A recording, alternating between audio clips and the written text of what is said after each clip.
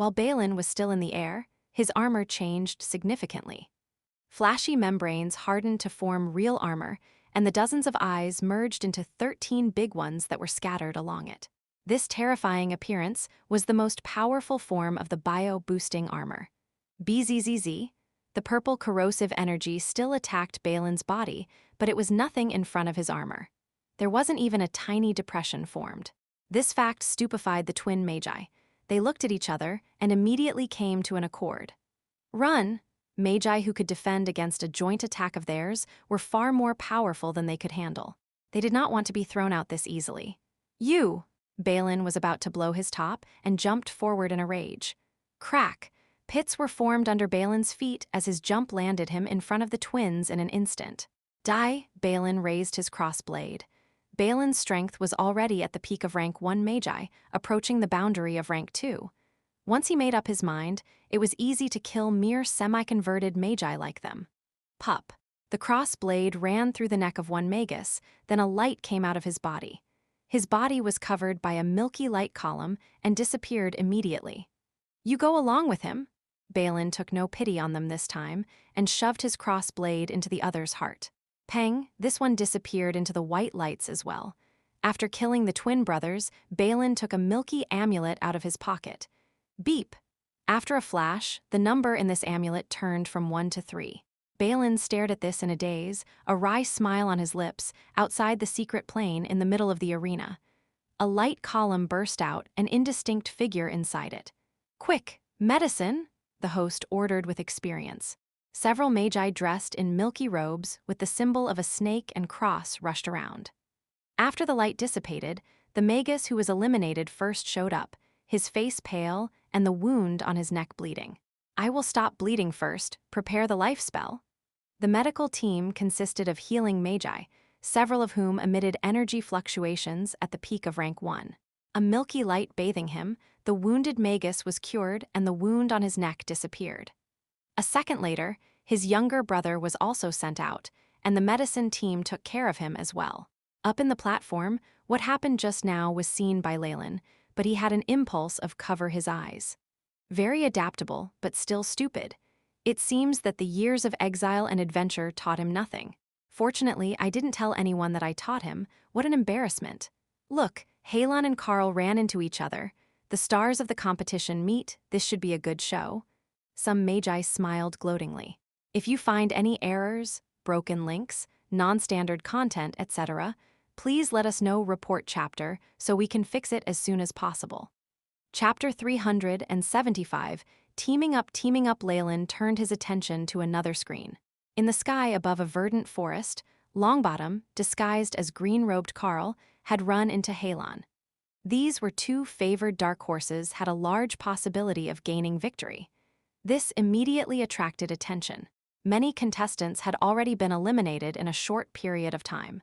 With fewer participants remaining, the remaining screens had increased in size.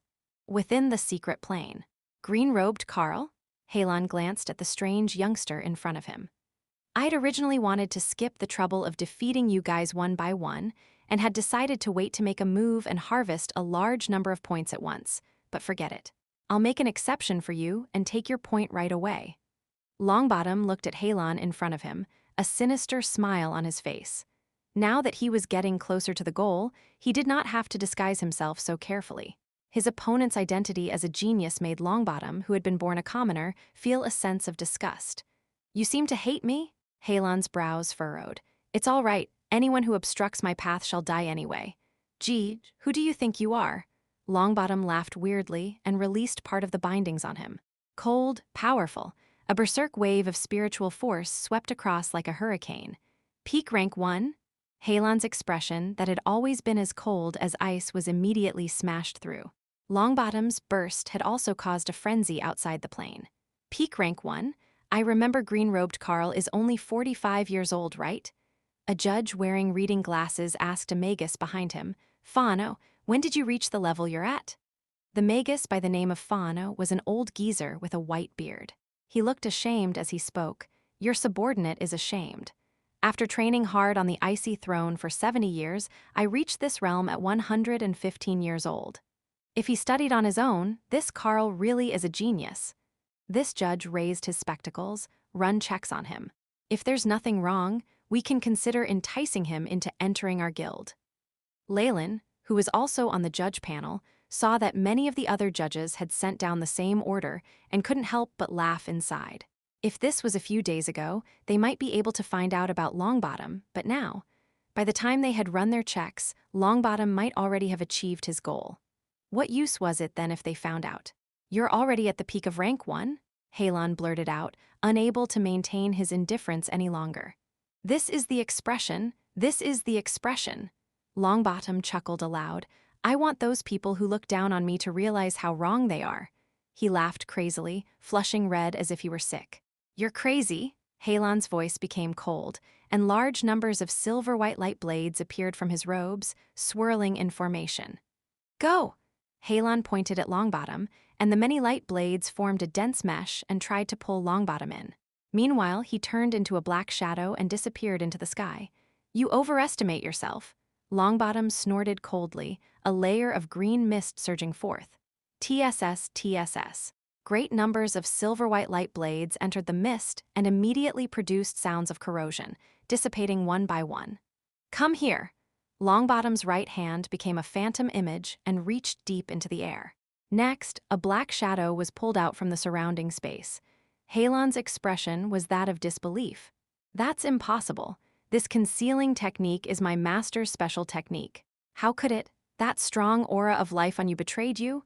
Longbottom explained, his expression showing his disdain. Meanwhile, Leylin went limp, as if this was a huge blow to him. "Kid, you're very lucky. If we'd met earlier, you'd long since have turned into a corpse, but now..." Longbottom halted his intentions of using life absorption and turning him into a dried-up corpse. This was still within the secret plane, and he was being monitored by the Magi outside.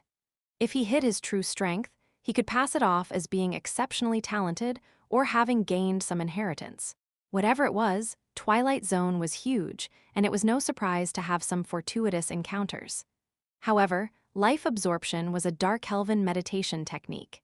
If it was exposed, the competition would be halted, and he would be faced with several rank 2 Magi who would combine their efforts to kill him. "But I really don't want to just let you off." While lifting Leylin, a smile appeared about Longbottom's lips. This smile was enough for Leylin's hair to be raised, and he immediately thought of using the spell pattern for escape. However, it was too late. A green light sword ripped through Leylin's forehead, and with the corrosive force invading, he could only cry out miserably. "Ah!" Amidst the painful screams, Leylin's body was bound in light pillars and transported out. Longbottom took out his own amulet and saw the number rapidly rise to 30 and revealed a satisfied expression. After closing his eyes for a short while, he began to hurry towards another location. Thud. Outside the secret plane, Leylin's body fell to the ground, large amounts of black blood flowing out of his orifices. "His mind has been damaged. Quick, get Master Dojik here." The healing Magus who came over took a look and quickly shook his head. A moment later, Dojik narrated something to Leylin and the other committee members at the judging area. "His sea of consciousness has been destroyed. There's no cure." "Yes, Leylin's sea of consciousness has completely been destroyed by a corrosive spiritual force. There is no way to restore it. At most, I can only save his life. From here on, he can only live on as a commoner." Dojik's expression was dim. Leylin truly was a genius, but he had not realized that no matter how amazing the genius, they could fall before they truly matured. However, his long life had allowed him to experience much, and with a sigh, he left. Leylin and the committee members had a brief exchange regarding the issue before they promptly tossed this matter to the back of their minds. The final competition carried the risk of death. Just crippling a Magus wasn't much. What they were more interested in were the methods Longbottom had used to heavily injure Leylin before he had been transported out. It seems to be a combination spell. By instantly transmitting large amounts of energy particles to destroy the composition of the sea of consciousness, there was a flash in Leylin's eyes. He felt that after large numbers of geniuses had fallen in this competition, the force of destiny shrouding the area had become richer till the extreme. The surging river of destiny was like a giant gunpowder warehouse. With just a little spark, it would explode violently. I didn't expect the three of them to meet. Time for a good show? Right after, Leylin realized something else and changed his focus to a screen at a corner. Based on the Guide of Destiny, three voices sounded in unison, with both male and female voices. Aaron, Venus, and Ernie's, who were all training in sacred flame, the geniuses Leylin had created himself, finally came together. If anyone had been focusing on these three magi, they would realize that after entering the secret plane, they had not fought with any magi and instead had been hurrying forward. Just as they were about to encounter enemies, they could predict and evade them. Hence, the three somehow passed through half of the secret plane and met at a corner on the plains. It's the first time we're meeting in real life. I'll introduce myself. My name is Ernie's. There was a smile on Ernie's face. His gaze swept past Venus and Aaron and stayed on Aaron's ring and Venus' multicolored necklace for a long while. Aaron, Venus, are you going to repent for all you have done? Aaron asked, standing with Venus. Though they were competing against each other, he and Venus were on the human side and had no good feelings towards Ernie's of the dark elven camp. I'm just used to looking at issues from a different point of view. Ernie's laughed, obviously not wanting to say more. After all, there was a large group of magi watching. How could he expose himself? Then just a moment before, they had speaking nicely, and in the next, Aaron immediately became hostile and attacked. A silver cross blade hilt appeared in his hands and was only a third as long as a regular cross blade. It had lost its sword blade and point, but a sharp energy fluctuation burst out from it. A ray of light streaked through the air, bringing about with it numerous ripples and aimed at Ernie's. Ernie's seemed to have predicted it and dodged, looking delighted at the sword hilt in Aaron's hands. So you've forged it too? I won't have to conceal anything anymore. A silver-white slender, long sword tip appeared in front of Ernie's. The sharpness it emanated was even above that of Aaron's attack. Go! Ernie's pointed at Aaron, and great amounts of silver light shot out from the tip of the blade. Formless ripples collided with the silver light and quickly dispersed, as if nothing had happened. However, the surrounding grass had become much shorter, cut through smoothly as if it had been sliced through in that instance by some light. This is it. All devious plots are useless to us. All we can depend on is solely strength to fight it out. Ernie's yelled, his sword tip flying into his hands and shooting out great amounts of light. Seeing this, Venus sighed and retrieved a silver-white sword blade from behind her back and besieged Ernie's with Aaron. The magi outside suddenly made sounds of astonishment. These three middle-grade magic artifacts have reached the peak. Also, why does it feel like the sword hilt, sword blade, and sword tip can be combined to create a magic artifact with more power? If you find any errors, broken links, non-standard content, etc., please let us know. Report chapter so we can fix it as soon as possible. Chapter 376, A Clash of Destiny, A Clash of Destiny. These three are definitely high-level artifacts, to the extent that they can be combined to make a magical weapon. The rank 2, Magus sitting beside Leylin guessed. I think so too. Leylin smiled and nodded, his gaze secretly heating up. In the center of the secret territory, three silhouettes continuously collided fiercely, and the glowing radiance emitted by the magical artifacts in their hands destroyed the meadow around them until it was unrecognizable. Kill! Aaron and Venus looked at each other and exerted their spiritual force to its extreme so that the silver sword flew towards Ernie's. Battle chain! At that moment, a different expression flashed across Ernie's face, and a black chain covered in black runes flew out from his chest, covering Aaron and Venus. You really thought I was so foolish, eh? One person against the two of you. Upon seeing the chain, Ernie's finally had a smile on his face, indicating that he had achieved what he had wanted. This is the secret weapon of the Leylin Guild. It can bind two semi-elemental magi for at least 10 seconds. I had never thought that this Magus would be in possession of it. The others will definitely lose. Some of the magi outside secret territory could recognize this evil object. But soon after, they were struck agape. They only saw Venus smile indifferently. Another Venus appeared from the center of her body, and the other Venus, one with a stern and firm aura, charged towards Aaron. Among the flickering light rays, Aaron, who was bound by iron chains before, was now floating in midair, and the Venus doppelganger replaced him. Quick, now, said the two Venuses. The constantly tightening iron chains made the defensive runes on Vina's body shatter one after another. Doppelganger, using a doppelganger to be free from the binds of the chains. This is actually very worthy of study, a Magus said while stroking his white beard. Aaron, who saw Vina's vomiting blood, was somehow enraged and charged forth towards Ernie's. It was obvious that Ernie's, who was trying to restrain the binds of the chains, had used up a huge amount of his spiritual force and magical power, and was thus unprepared to deal with Aaron's sudden attack. Aaron's eyes turned red. Drawing the sharp end of his sword, he held the sword's handle and pierced Ernie's chest.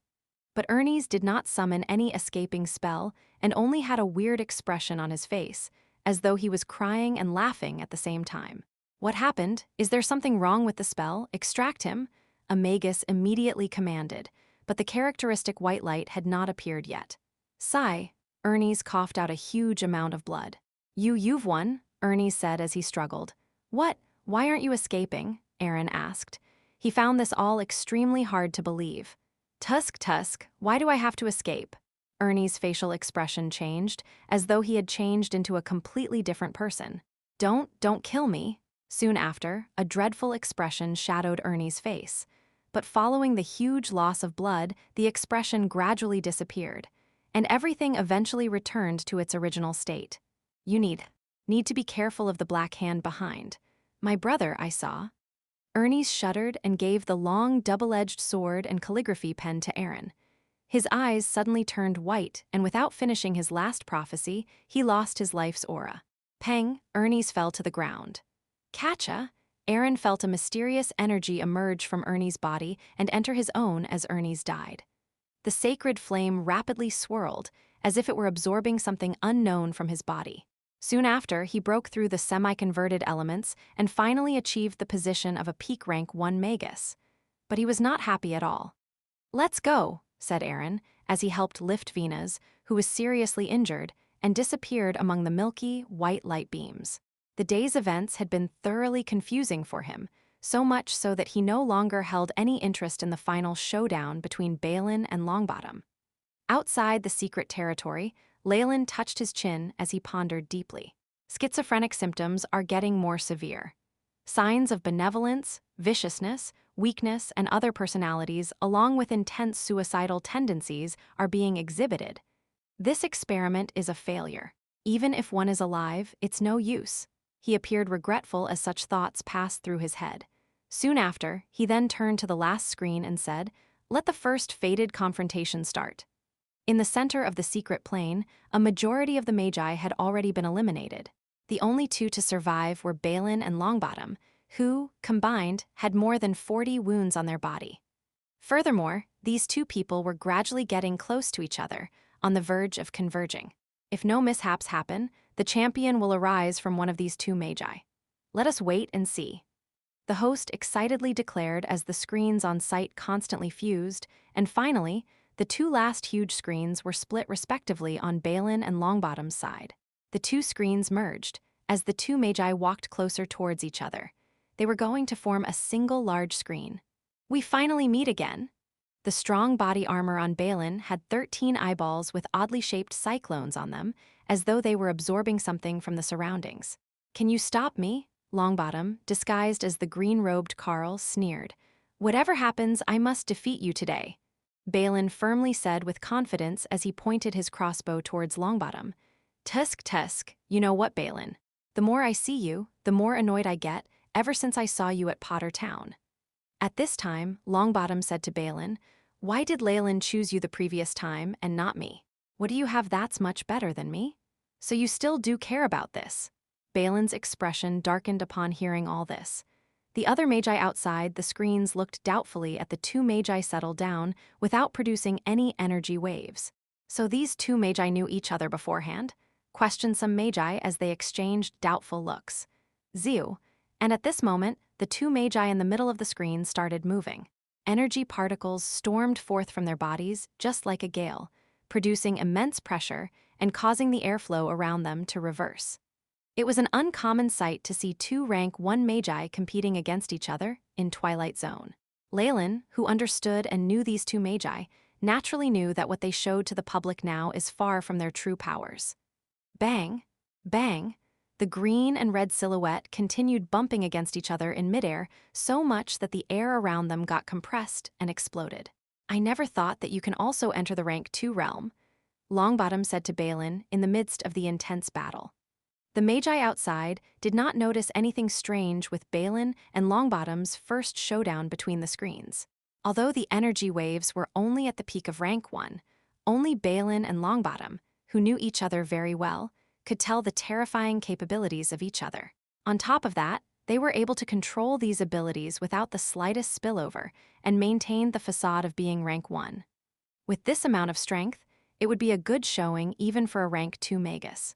Give it up now, Longbottom, Balin said as his willpower decreased a little. Originally, Longbottom was not someone with such big aspirations and ideals. Furthermore, to even confront face-to-face with a friend he knew since young, he simply had no strength to do it. Give up, I'll give up now. With a fierce front, huge drops of green corrosive liquid started forming at Longbottom's lower body, forming a whirlpool. Whirlpool of death, Zila, but this was just the beginning. Longbottom tore open a scroll upon seeing strong energy particles being emitted, provoking the whirlpool to increase in size. This sparked the radiation of a dangerous aura, causing some rank 2 Magi to frown and disperse from the sides of the whirlpool. It's the scroll of a rank 2 spell? Cried out some of the Magi, standing outside the battlefield. This sort of thing was so rare to see. Even if a rank 2 Magus were to create such things, a lot of time and effort is wasted, and success is not even guaranteed. Thus, it is rarely seen in the marketplace. Who would have thought that such a precious thing will be in the hands of Carl? Besides, was it even worth it to waste such a precious thing during this competition? To use a rank 2 Magus scroll for protection now, is it because he has to resort to using all of his strength in a split second? Leylin said outside the battlefield as he chuckled lightly. If nothing untoward happens, the champion will obviously be our Carl from the western regions, exclaimed the rank 2 Magus who had spoken to Leylin previously, as he stroked his beard with a hint of pride on his face. Not exactly, Leylin shook his head. Balin was a destined child, and he would not lose so easily. What now then? Do you want to bet with me? The rank 2 Magus from the western regions immediately said. He was inwardly very worried as he remembered how he was previously defeated by the fire scorpion spell. No need, I do not have anything good to bet against you, sir, Leylin said as he forced a smile and shook his head. No worries, we won't bet with money, just a simple bet of the outcome, said the western region's rank 2 Magus. Leylin nodded. He knew that these rank 2 Magi have already reached their limits of what they could achieve on the path to becoming a Magus. Thus, they focused all their energies on other areas, such as upon younger talents. This rank 2 Magus from the western region had previously won over him. If Leylin did not win this time, he was afraid of the discomfort that will remain in his heart for a few years.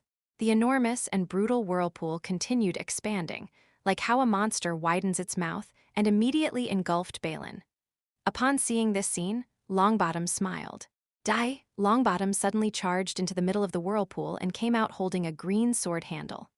Rumble. The 13 eyes on Balin's armor started staring, and in the middle of the pupil, numerous fine-textured runes shot out, spiraling around Balin's body and forming a strange pattern. The runes on the armor started evolving and radiated dazzling rays of brilliance. The whirlpool of death emitted huge ripples of corrosion, striking the armor. Yet it caused no damage. Pa. Balin roared and the entire whirlpool surprisingly broke apart. Longbottom was not prepared for the sword slash that was aimed at him. If you find any errors, broken links, non-standard content, etc., please let us know. Report chapter so we can fix it as soon as possible. Chapter 377, The Conspiracy Unraveling. The Conspiracy Unraveling, Ripple of Corrosion. A green circular ripple immediately appeared before Longbottom and shook continuously, as if it was trying to push Balin out. However, Balin's face remained composed, and from his blade large amounts of vertical eye phantoms appeared. Boosting armor and sword. The sword with the vertical eye phantom gave off rays of flames and evaporated all the green ripples. With indomitable strength, it directly targeted Longbottom's right chest. Blood flowed through the corner of Longbottom's mouth, and a long wound opened up on his chest. He flew through the air and landed on the ground, giving rise to a long trail of blood. Boom, the many soil layers behind him had piled up into a small mountain and had finally offset the inertia in Longbottom's body, which had caused him to be unable to stop. You lost, Balin landed calmly in front of Longbottom, his emotions complex. There was no visible hint of joy or victory in his expression. I lost. Immediately, Longbottom's face registered his defeat. Cough. He violently coughed out a mouthful of fresh blood. Brother Balin, I have some things regarding my sister that I wish to talk to you about. What about your sister? Having heard Longbottom's familiar address, Balin's heart softened. Moreover, Longbottom's sister was his first love. Balin could not help but lower his body. My sister, she. Longbottom's voice gradually became softer, which caused Balin to get closer to him. She wants you to die.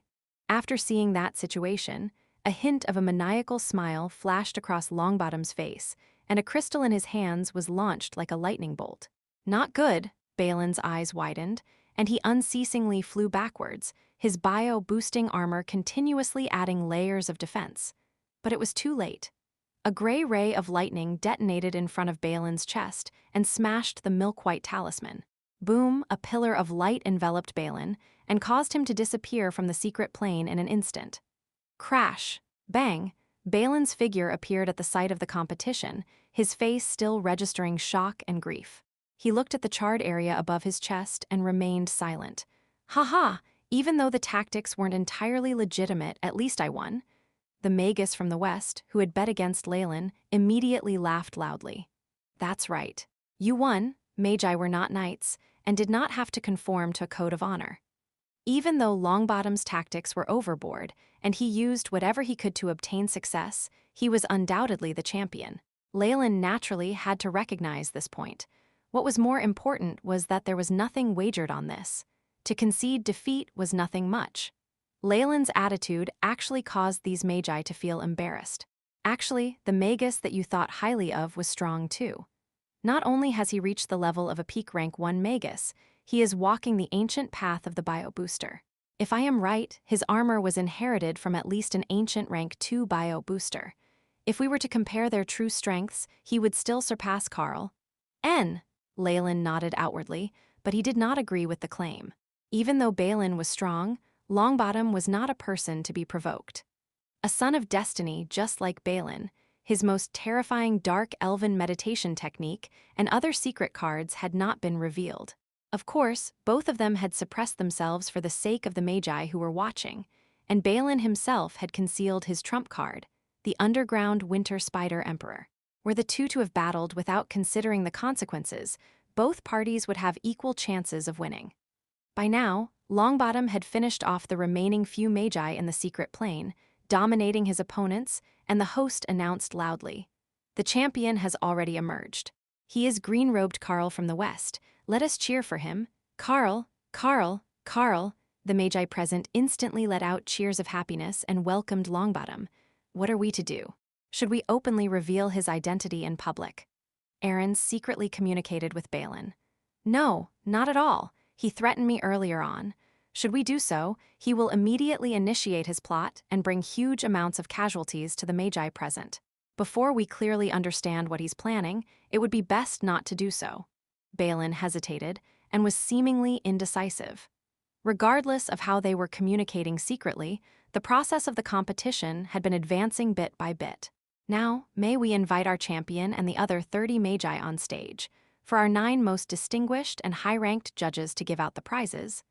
Along with the host's voice and cheers, a stage decorated with gold and silver, bedazzled with numerous rays, started rising slowly from the middle of the site. Other than Balin, Longbottom, and a few other magi who held other intentions, the 30 magi who had obtained a high enough score walked up to the stage emotionally. To them, this was the pathway to fame, the glorious road to success. Let's go, they are actually having us present prizes to them. What a bother, couldn't they just have passed down the prizes? A rank 2 Magus from the west complained to Leylin. This is actually the important stage where budding magi obtain credit due to their ambitions. Even though it's only a ceremony, it still has to be done. Leylin smiled and got up, and went to the golden stage together with the other rank 2 magi. Victory, rank 2 Magus and guild leader of Glorious Sword, solemnly announce that this Magus from the West is the champion of this season's Young Genius Talent competition. The rank 2 Magus standing in the middle announced, at the same time placing on Longbottom a golden crown encrusted with gems. Carl, Carl, Carl, many magi were cheering, and bouts of cheers got overpowered by other bouts of cheers. Other than obtaining the reward previously, Carl, you have the opportunity to choose a guild to enter. What is your choice? Victory had high hopes for Carl, and hence in his voice held a tinge of excitement and pressure, as well as feelings of enticement. My choice is obviously. Longbottom deliberately hesitated a while and then said, It's obviously the Dark Elves, you idiots. What? The jaws of numerous magi dropped open. They all thought they'd heard wrong. Not good, we have been cheated by him. On the other side, Balin's face immediately changed, the armor on his body once again surfaced. He had wanted to rush over, but unfortunately, it was already too late. Mud membrane? A layer of clay-colored invisible film surfaced from Longbottom's body, with 9 rays of lights shooting out of his body, directly shooting at the 9 rank 2 magi judges on the stage who had no time to dodge the attack. Catcha, catcha, a deep blue ice layer immediately spread out on their body and caused all 9 magi to freeze into ice sculptures. In the ice sculptures, the numerous rank 2 magi had lifelike expressions of anger or fear. This sudden change had shocked all the magi present at the sight. Longbottom, what are you doing? Release Master Leylin now. Balin suppressed the rage within, having seen the ice sculpture of the already frozen Leylin. He had originally wanted to undo his pretense here and give Master Leylin a big surprise. Furthermore, from the bottom of Balin's heart, he respected Leylin and had treated him like a teacher. Having seen Longbottom's actions, he instantly felt anger. Carl, what are you doing? The face of the host on the stage instantly became more solemn. A ray of a peak rank 1 energy wave imploded from his body. Boom, boom. 2 rays of spells attacked the surface of an ice sculpture, yet it was entirely useless and could not leave any traces on the crystal-clear surface of the ice sculpture. There's no use. The matriarchs of the Dark Elves used 1,000 years to extract this essence of the cold abyss. Even rank 2 magi cannot be able to overcome it. Longbottom's voice was unhurried. As for Leylin, I've wanted to kill him for so long, and now he is finally in my hands. Do you reckon I would easily let this opportunity go by? Ha ha. Presently, Longbottom had removed all restrictions and laughed hysterically. Boom! A light ray flashed across. Longbottom removed the skin alteration spell on his body and recovered his original appearance. At the same time, a strong and enormous energy was released from his body like the surging waves of the ocean. And this noisy crow, I've borne with you long enough. Longbottom lifted his hands, and a dark silver spiritual strength exploded. The body of the host, not having time to react, exploded into a rain of flesh. The magi standing on the stage immediately retreated, with one of them shouting out, Solidified spiritual force. Rank 2 Magus. This is the leader of the Revolutionary Army, Longbottom. I saw his face in a picture once. It's already too late. Attack! Longbottom shouted. Swish, swish. Numerous shadows appeared all around the competition site, all tearing apart magic scrolls. Dark clouds instantly enshrouded the area, and large numbers of tiny spiders were shot out of the dark clouds. The spiders spat out threads continuously, binding up the entire area in a short duration. From a distance, the competition site that was enshrouded by a white silk wall looked like a giant cocoon. Balin's face dimmed, and the aura on his body exploded forth. He treated Longbottom as a rival. So your target was not only the 9 judges, but also all the magi in this competition site? He was secretly shocked. Around 20% of the elite magi of Twilight Zone were present at the scene, and if they were to all die here, it would be a terrifying blow to the humans. Kill! At this point in time, the black-clothed men hiding amongst the crowd immediately took action, and many more spiders drilled their way through the cocoons, surrounding and attacking the human magicians. Large amounts of silk wove together into a formation, weakening the human magi while channeling the strength to their opponents. Immediately, lights flashed and explosions occurred everywhere. The obstruction made it impossible for the human magi to escape. Some magi, eyes turned red, fired off spells in all directions, adding further to the chaos. If you find any errors, broken links, non-standard content, etc., please let us know. Report chapter so we can fix it as soon as possible. Chapter 378, Channeling of Life Force. Channeling of Life Force. These aren't just the people of the Revolutionary Army. Balin stared at the many black-robed magi, and his expression darkened. Haha, of course. At this moment, Longbottom had no more qualms. The matriarchs of the Dark Elves have already infiltrated this area. Not long after, blood will flow, and the Dark Elves will rule the subterranean world. Longbottom's face was slightly flushed. "You lunatic," Balin roared and charged at Longbottom. "Life absorption," Longbottom shouted, and a large phantom image of a spider appeared behind him. Compared to the last few times, the image had become even larger and even held a terrifying aura. From the eyes of the spider, a very human light could be seen, as if it now held an intelligence of its own and had now become alive. "Aru!" Balin whistled for a while, and a gold phantom darted out from within a small crack amongst the spectators and dropped to the ground. Its figure suddenly increased in size, and in the blink of an eye, it was 2 stories tall. This was a giant, golden underground winter spider. The stripes on its body gave it a very elegant feeling, and the phantom image on Longbottom's back kept snarling as if its honor was being challenged. "Underground winter spider emperor, so you are really the sinner responsible for the theft of the sacred creature." The cold glint in Longbottom's eyes expanded, and several grayish-green streams of air rose from his body. "Ah, ah!" 2 short yelps were heard. These belonged to the 2 official magi who were unfortunately struck by the stray streams of air. The moment they had contact with the grayish-green air, their bodies wilted and they turned into dried corpses that had died in an incomparably pitiful manner. "You dare rob life force that does not belong to you. You'll be devoured by it sooner or later." Balin's expression was dark as he rode the underground winter spider emperor, looking like a gallant knight. "How would you understand how brilliant life absorption is?" Longbottom merely gave a cold answer to Balin. Meanwhile, the giant spider phantom image pounced forward, the strange streams of air like black holes that greedily sucked in the life force within Balin. Balin's expression became grim as he patted the underground winter spider emperor he was on and collided with Longbottom. The energy particles formed from the clash between 2 magi created havoc as they sent a few people unlucky enough to be hit by stray particles flying. They were seriously injured. Within the grayish-green vortex, a knight on a giant golden spider was emanating red light. He looked like an ancient dragon-slaying prince as he charged towards the heart of the vortex. The battle kept changing location and caused a few stages to be completely destroyed. At this moment, the 9 judges were trapped. The rank 2 magi were already the most powerful in this entire competition area. The result of Balin and Longbottom's match could even decide the life or death of all the magi here. Hence, even while battling with the Revolution Army and Dark Elves, many magi tried to spare some energy and watch the battle. What attracted their interest the most were the 9 ice sculptures on the platform.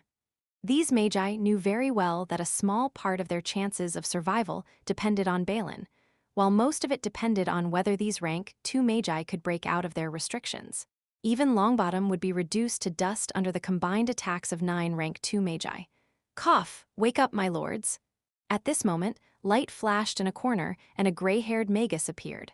He mumbled spell incantations, a huge blazing fireball striking the 9 sculptures and turning the podium made of gold and silver into a sea of fire. This Magus despaired as he saw the flames soon dying out under a layer of white frost. Dense icy mist lingered and froze the whole podium into ice and snow. Meanwhile, not even a corner of the 9 ice sculptures had melted. What a waste of energy. This is the icy air from the abyss and is a rank 2 spell which can be sustained for a long time. Longbottom watched on and began to laugh coldly.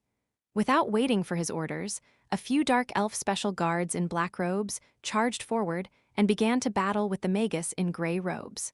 Not long after, a sharp dagger pierced into his chest. After seeing this, the many magi who had plans to rescue him all fell silent, putting away all thoughts of rescuing the judges. Most of them wanted to break away from their opponents and successfully leave this place. At this moment, the battles in the area became more brutal and intense. Outside the competition area, everything had yet to die down. Tang, tang, tang, tang. At the horizon far away, a black line suddenly appeared. It gradually closed in and the two ends began to shrink, and it felt like the line would surround the whole competition area.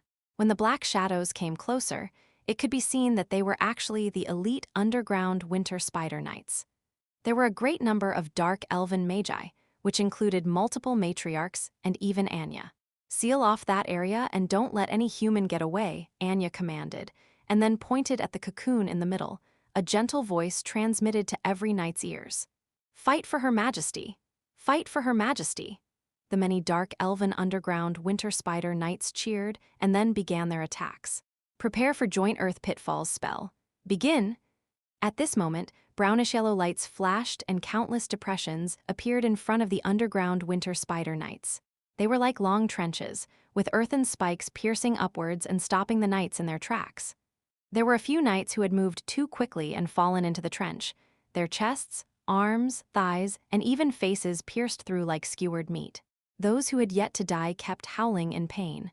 3 figures appeared in midair, causing Anya to furrow her brow slightly. "The protectors of the East, West, and South have all arrived. What about that old guardian of the realm? I'm right here.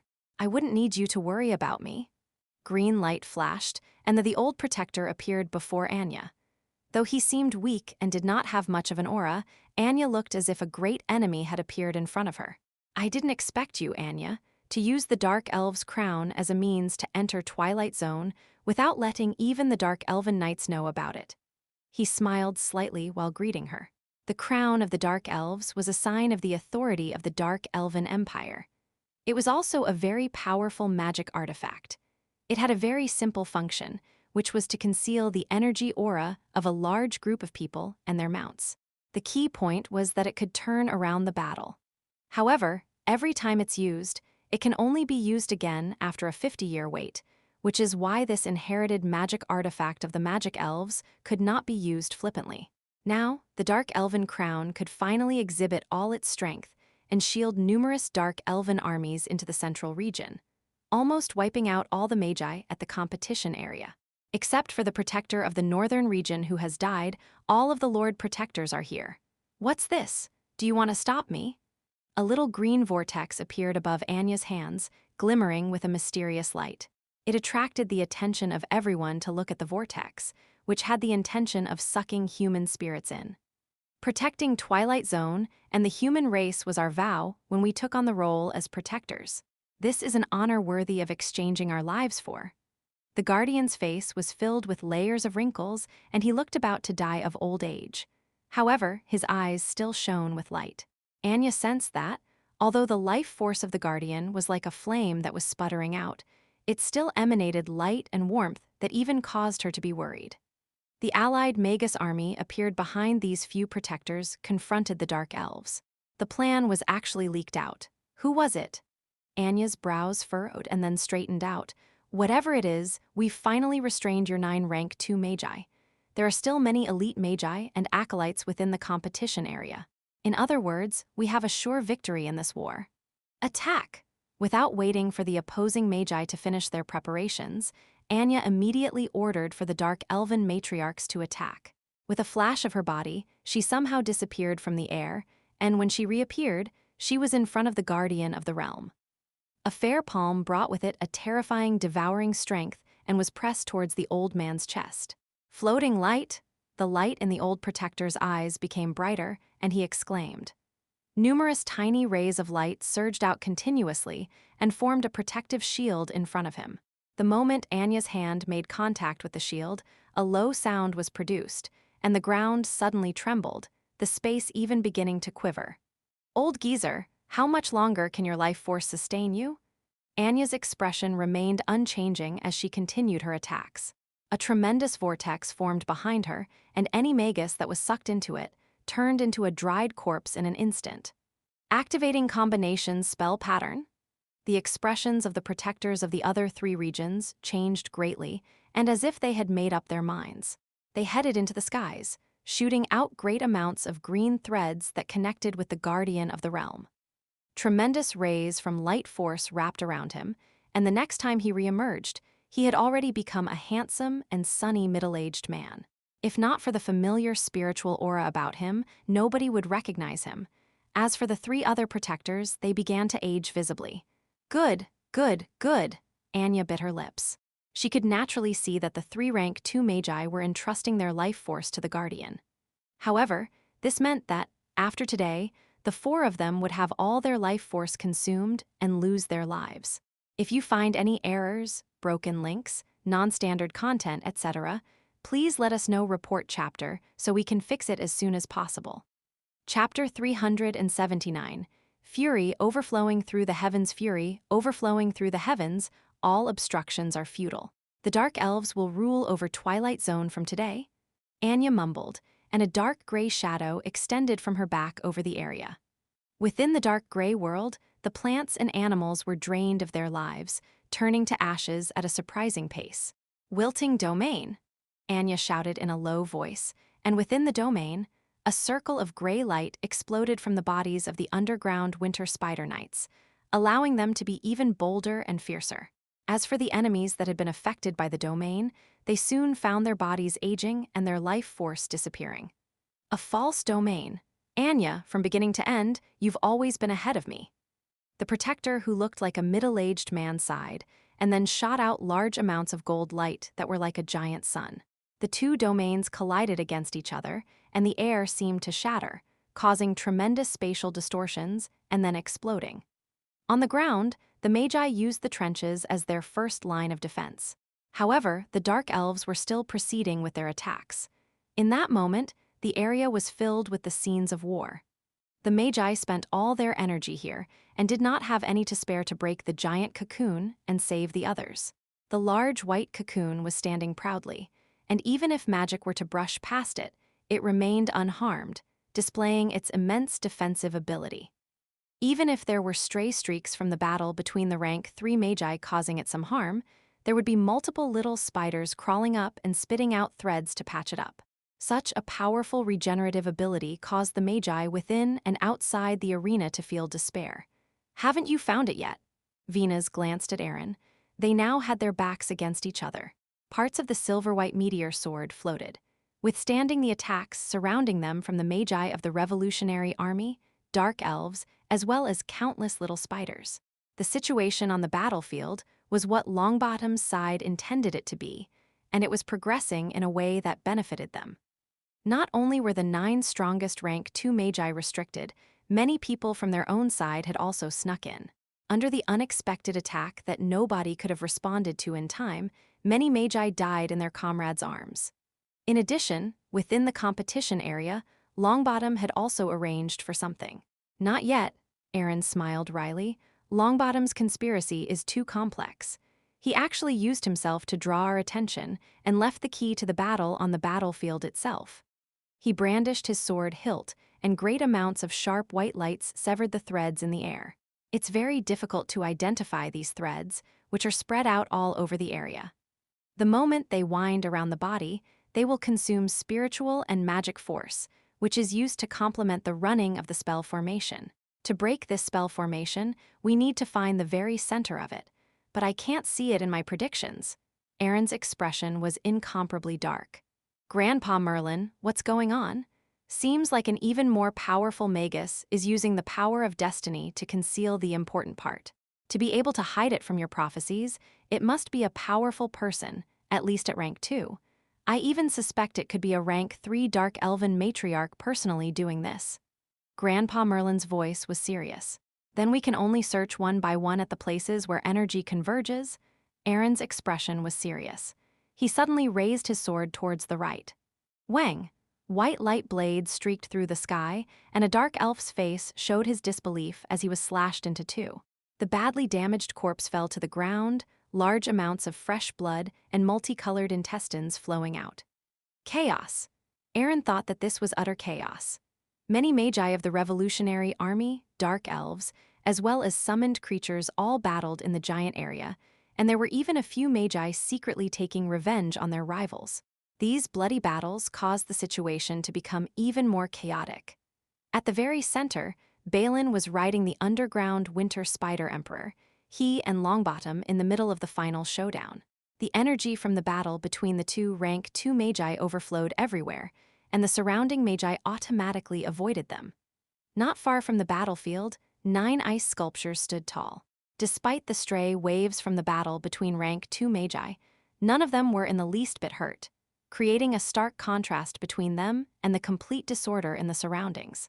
There was even a circle of dried corpses around them, and they were the magi of Twilight Zone who had wanted to secretly unseal the rank 2 lords. Even with an ancient inheritance and an underground winter spider emperor with the strength of rank 2 as your magical pet, you still can't win against me, because trash will always be trash. At this moment, the rank 2 battle was nearing its end. Longbottom's face was filled with black gas, and the phantom image of a spider behind him rushed into his body. Ah! His expression began to distort. All living things disintegrate and return to Earth. A great dark chilly aura shrouded the area, and it became deathly quiet, as if they had entered apocalypse. Longbottom was suddenly like the Grim Reaper, dancing with precise steps as he strolled to Balin's front. Seal! With a palm strike, Balin was sent flying while coughing blood, and he then stood atop the underground winter spider emperor's head. Kai Kai, the underground winter spider emperor Eru, made sharp sounds that could be of fury or terror. Immediately after, it saw Longbottom produce a black metal bottle with a thin mouth aimed at it. A feeling of an imminent catastrophe filled its heart in that instant. How dare you fail to appreciate the matriarch's kindness? The great matriarch couldn't be bothered to deal with you, which was why she got you to stay in the Holy Land and be a sacred creature. How dare you betray your own race? Longbottom looked pleased at that moment, especially when he saw the urgent expression on Balin's face as he spat out a few more mouthfuls of blood. Feeling like he had wreaked vengeance on Balin, he was especially thrilled. Threads of little runic chains extended from the mouth of the bottle and then covered the body of the underground winter spider emperor. Eru! Balin yelled hurriedly. Through the long time they had gone on adventures together, he had long since considered Eru a companion he could trust. Now that it was gradually being sealed, he was extremely anxious. Pooh. In that moment, however, he suddenly collapsed and spat out a huge mouthful of grayish-green blood. Longbottom's power full of perishing and withering had invaded his body and was continuously devouring his life force. In this situation, even the bio-boosting armor found this a thorny issue, and without more time, it could not dispel it. Balin could only watch as Alu's body shrunk until it was sucked into the metal bottle. Did you see that? This is what happens to all that have helped you before, whether it's Leylin or this underground winter spider emperor. Longbottom's voice was clear and cold as he sealed the bottle and then kept it in his bosom. He unhurriedly walked to Balin's front. How is it? Are you unable to move?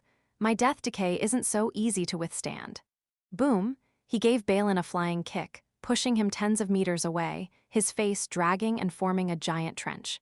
Even with the protection of the armor, Balin also flushed red and then paled, and what followed was the sound of bones breaking. The bio-boosting armor also produced a groan, indicating it could not bear this. "Why?" Balin looked at Longbottom, gritting out the words through his teeth. "Why?" Longbottom went forward and stepped on Balin's face, pushing his head deep into the ground. "You're asking me why?" There was a sinister smile on Longbottom's face. "Why were you the one chosen by the Baron? Why were you the one to work at Blazing Hammers? At the end, why were you the one chosen by Leylin?" Longbottom snarled. So you still minded all these." Balin coughed and was stepped on once again ruthlessly, taking a mouthful of soil. "Exactly. I minded all this, but it doesn't matter to me now." Longbottom began to laugh maniacally. "The Magus Leylin who looked down on me, and you, who has been snatching away my opportunities, are now lying like dead dogs in front of me. I once swore that I would make anyone who scorned and humiliated me pay the price, and now both of you are left. Let me see, should I first take care of Leylin or you? Oh, right, I heard you have a wife, right? I heard it's a Mrs. born in nobility. Don't worry, I'll take care of her well." You dare?" Balin was so furious, the veins on his face popped up, but he was then stamped on viciously. "What do I do? The child of fate is now fated to lose." Aaron struck and fended off the attack of a dark elf, but there was also an injury from a corrosive spell. The corroded flesh was constantly expanding. In the prophecies, I do not see any hope of him turning the tides. There's definitely hope. It is every Magus power and duty of Twilight Zone to look to the light in the darkness. Humans of Twilight Zone will definitely survive, and the glory of Magi will remain eternal. Behind him, Venus muttered, and a misty-eyed look appeared in her expression. What's going on? Did you predict something? Aaron was startled, and he sensed the person beside him collapsing. What's wrong? Aaron immediately turned back, and what he saw caused his eyes to widen. Venus lay down weakly, and there was a sword tip glimmering with silver light in front of her chest. It had already pierced into where her heart was. Why? I'll treat you right now. Aaron felt 2 bouts of heat flowing below his eyes. No, don't. Venus extended her hands filled with blood and resolutely stopped Aaron. Only by my death and allowing sacred flame to unite, as well as gathering all the parts of Meteor Sword, can you put up a fight with Longbottom. No. There must be a way. There must be another way. Aaron's hand trembled, and he began to roar. If you find any errors, broken links, non-standard content, etc., please let us know. Report chapter so we can fix it as soon as possible. Chapter 380 Baloney, don't be silly. Venus laughed weakly as she reached out and caressed Aaron's face. Sacrificing me, a single person, will allow you to save the entirety of Twilight Zone. What's there to hesitate? At the present moment, although her lips have gone pale and chapped from the loss of blood, her face remains full of radiance, and it hurt Aaron to see her like this. No, you're doing this for me. You're doing this for me. Advancing to the second rank did not ensure that he could match up to Longbottom, but it would at least greatly increase his chances of escape. Aaron wept, tears flowing down his face uncontrollably. Venus laughed, her tone full of gratification. This impermanent fate. We were destined to be enemies, yet we fell in love with each other. Bang. Venus' palm fell listlessly. Shortly after, a strong current of concentration, along with a warm and gentle scent, was injected into Aaron's consciousness. Sacred flame started to revolve quickly, causing Aaron's aura to rise sharply, and he broke through the bottleneck of a rank 2 Magus. Snap, snap, snap. The 3 parts of Meteor Sword assembled together, emitting bright silver rays, and from the light, a tall and thin sword shaped like a cross slowly appeared. The aura of a high-level magic artifact, also much closer to the level of becoming a magic weapon, spread out in a powerful manner. Ch. Aaron roared as he lifted the Meteor Sword, and he transformed into a long arc as he charged into the midst of the battlefield. Any Magi who obstructed the path, be they from the Twilight Zone or from the Dark Elven Empire, all faded into the air under the power of the Meteor Sword. What's the matter? In the middle of the battlefield, Longbottom stared at the huge incoming arc. With fierce eyes, he stopped toying with Leylin. A fireball aimed right at his head hit him. Pew! The Meteor Sword released a ray of light, accurately targeted at the attack launched by Longbottom. A great and powerful wave of energy surged forth like raging waves. Although at this moment, Longbottom could still kill Leylin, he would definitely suffer huge amounts of damage. Rank 2. Longbottom's pupils froze. Energy at this level, in addition to a high-level magic artifact designed for offense, was a great threat to him. As such, Longbottom made a choice. Without moving his body, his quickly moved backwards. Layers of gray-green protective shields formed in front of his vision. Kill. In the middle was Aaron's silhouette. At this moment, as he charged forward with the mighty sword, silver threads of spiritual force continued to condense onto the arc, causing the sharpness of this high-level magic artifact to increase exponentially. Bang, bang!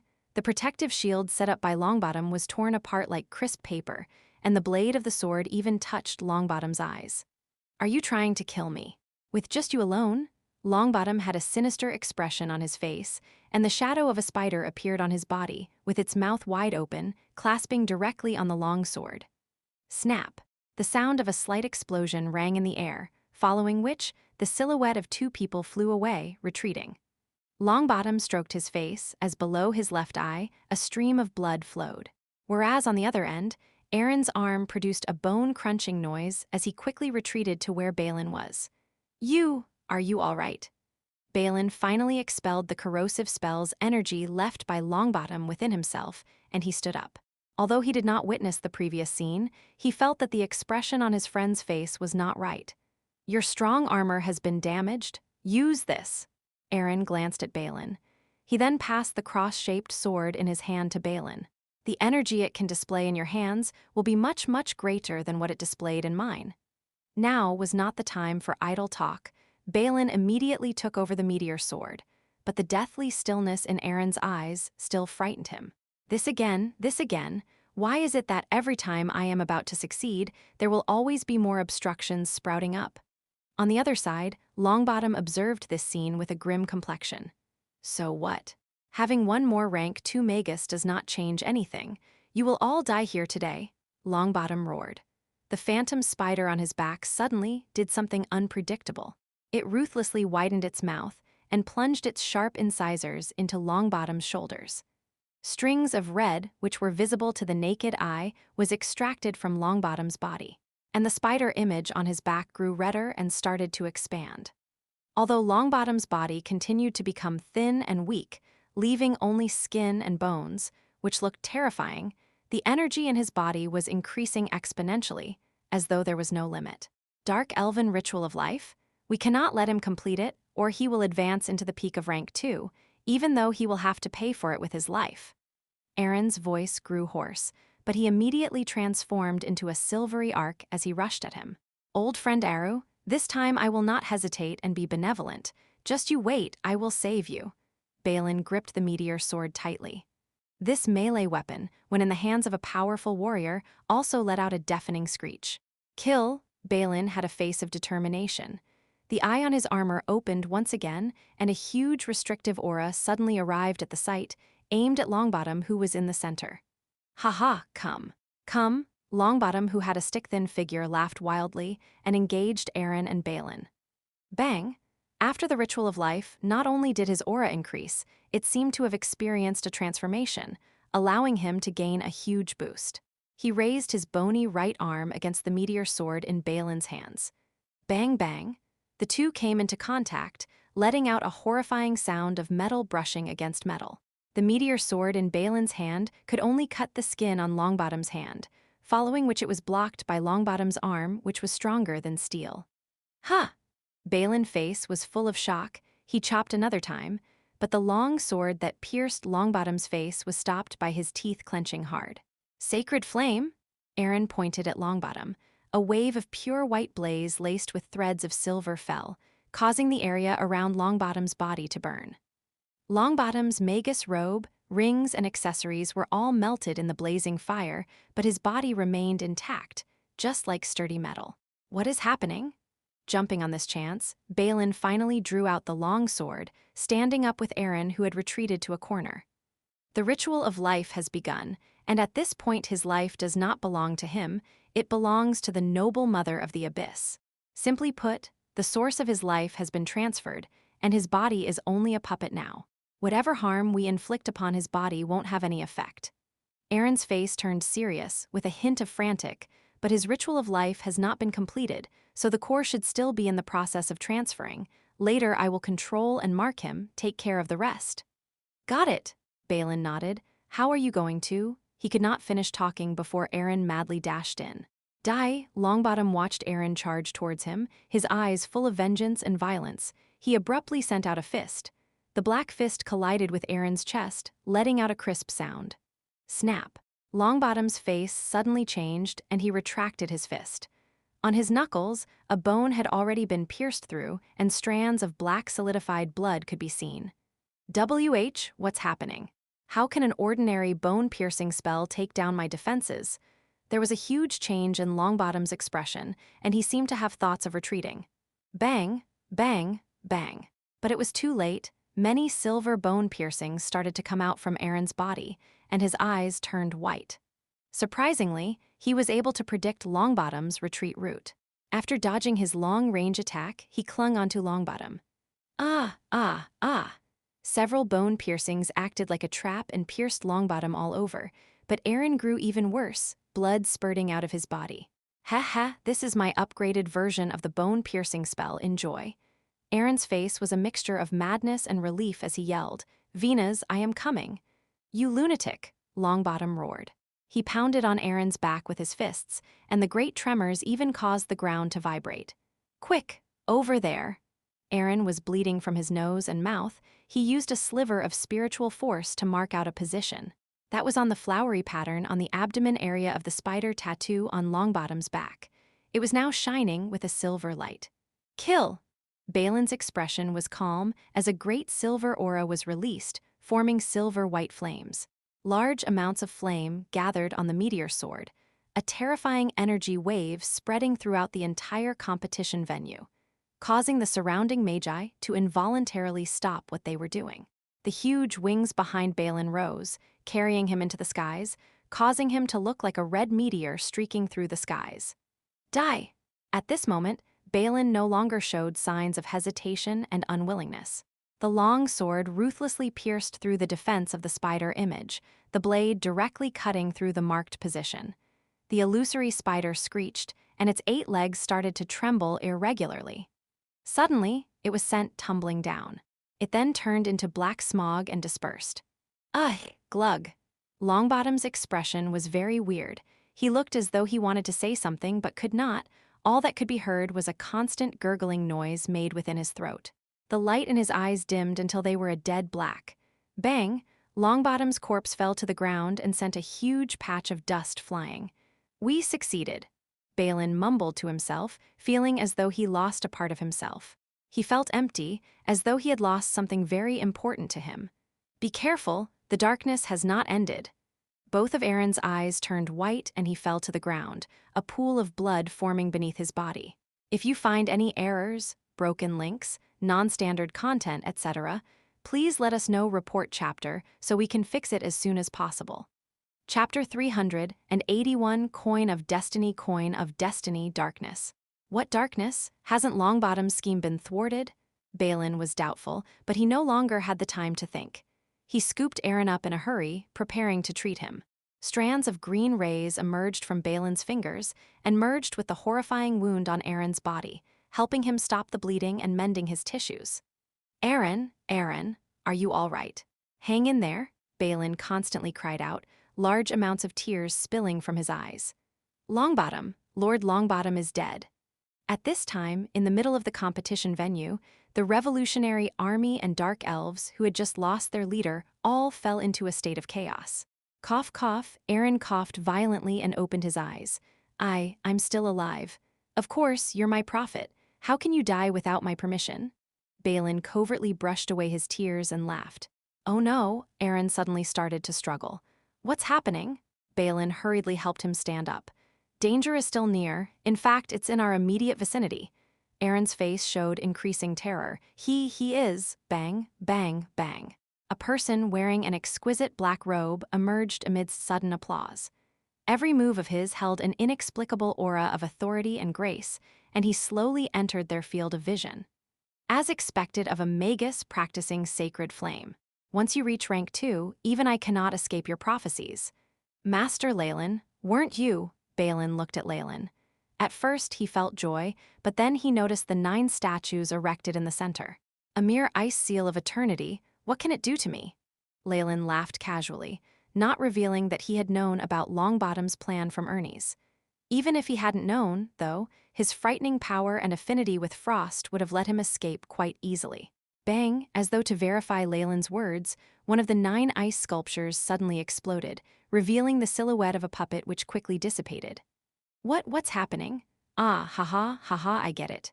Master Leylin, this is just a prank, isn't it? Balin laughed forcefully, but the unease in his heart had reached its peak. Prank? Oh, yes, I love cracking jokes with you, just not today. I was just excited by your performance and wanted to excuse myself. Leylin snapped his finger. Swish, swish, swish, swish. Light flashed everywhere, and a large number of Nature's Alliance Magi appeared.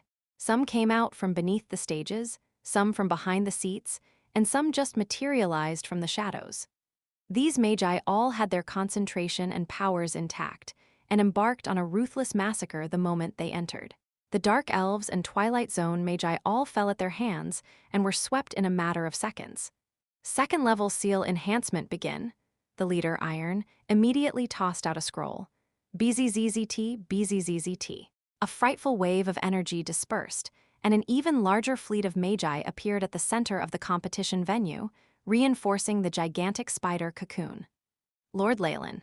Why? Balin kept retreating, looking as though he was on the verge of breaking down. You are one of the higher-ups in Twilight Zone, and also someone I look up to. Why?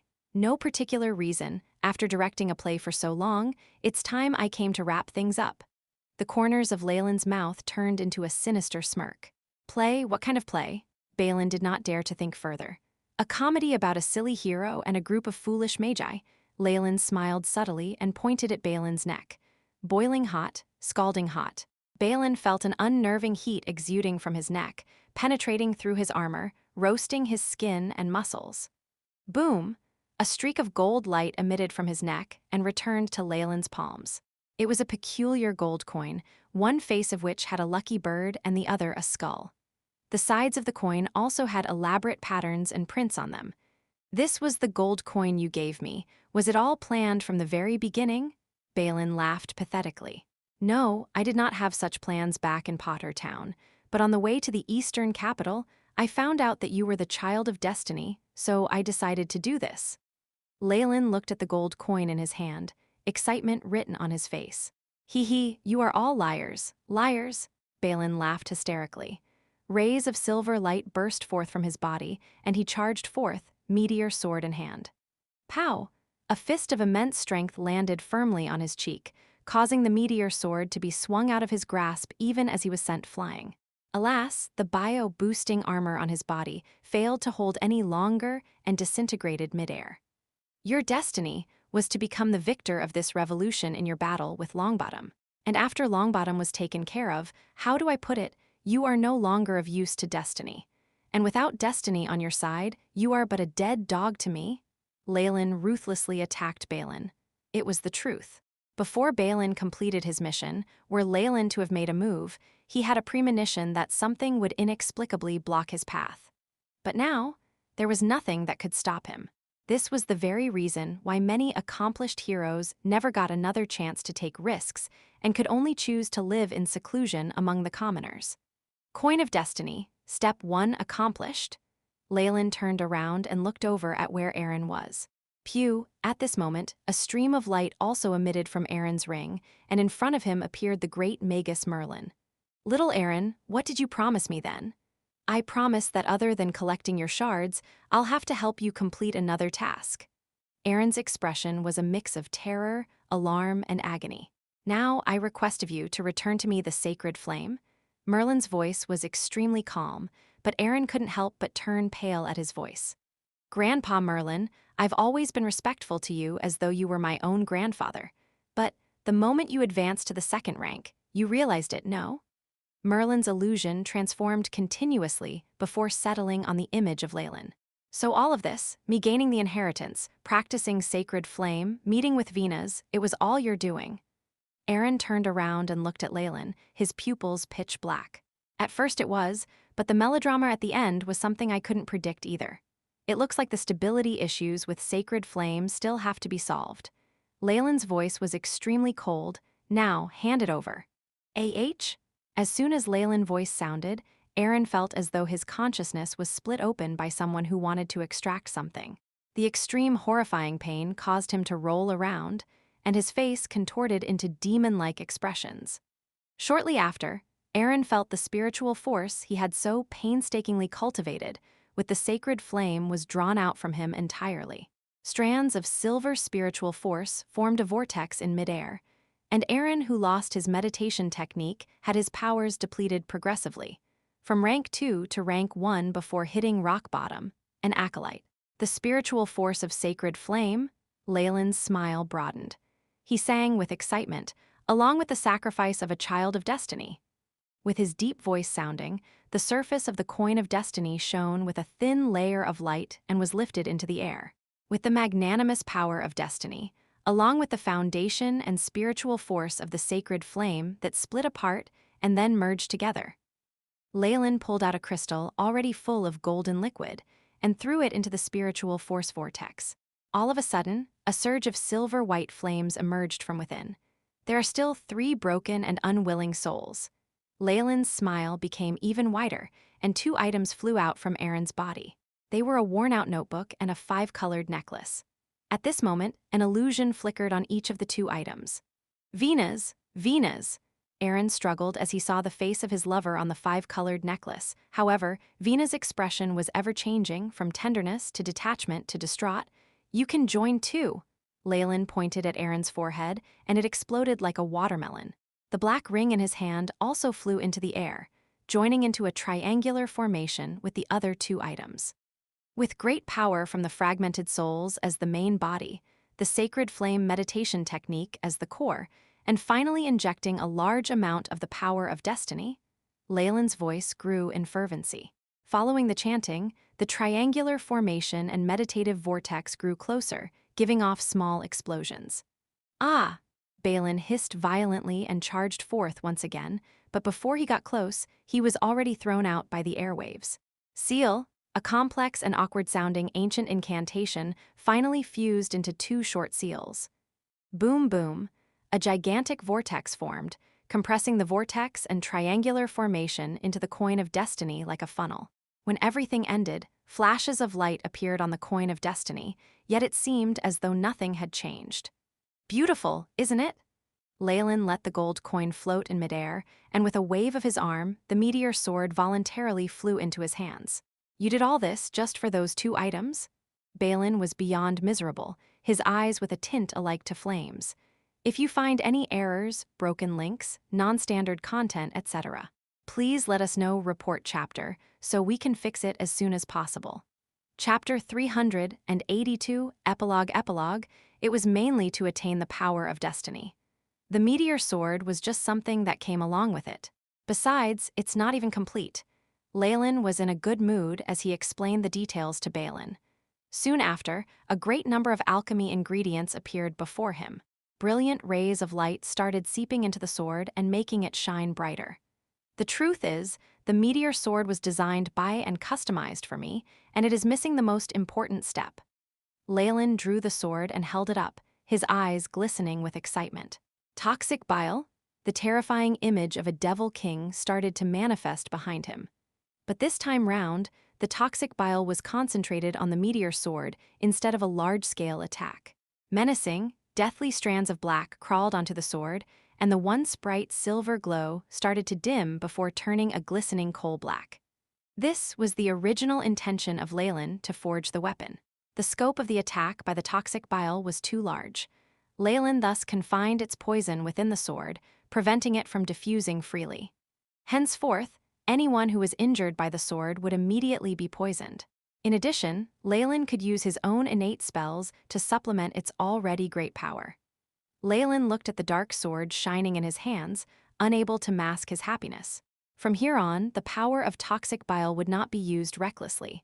Rather, it would be his common means of attack, greatly increasing his strength and power. There is one last procedure. Leylin glanced over at Balin with a sharp look in his eyes.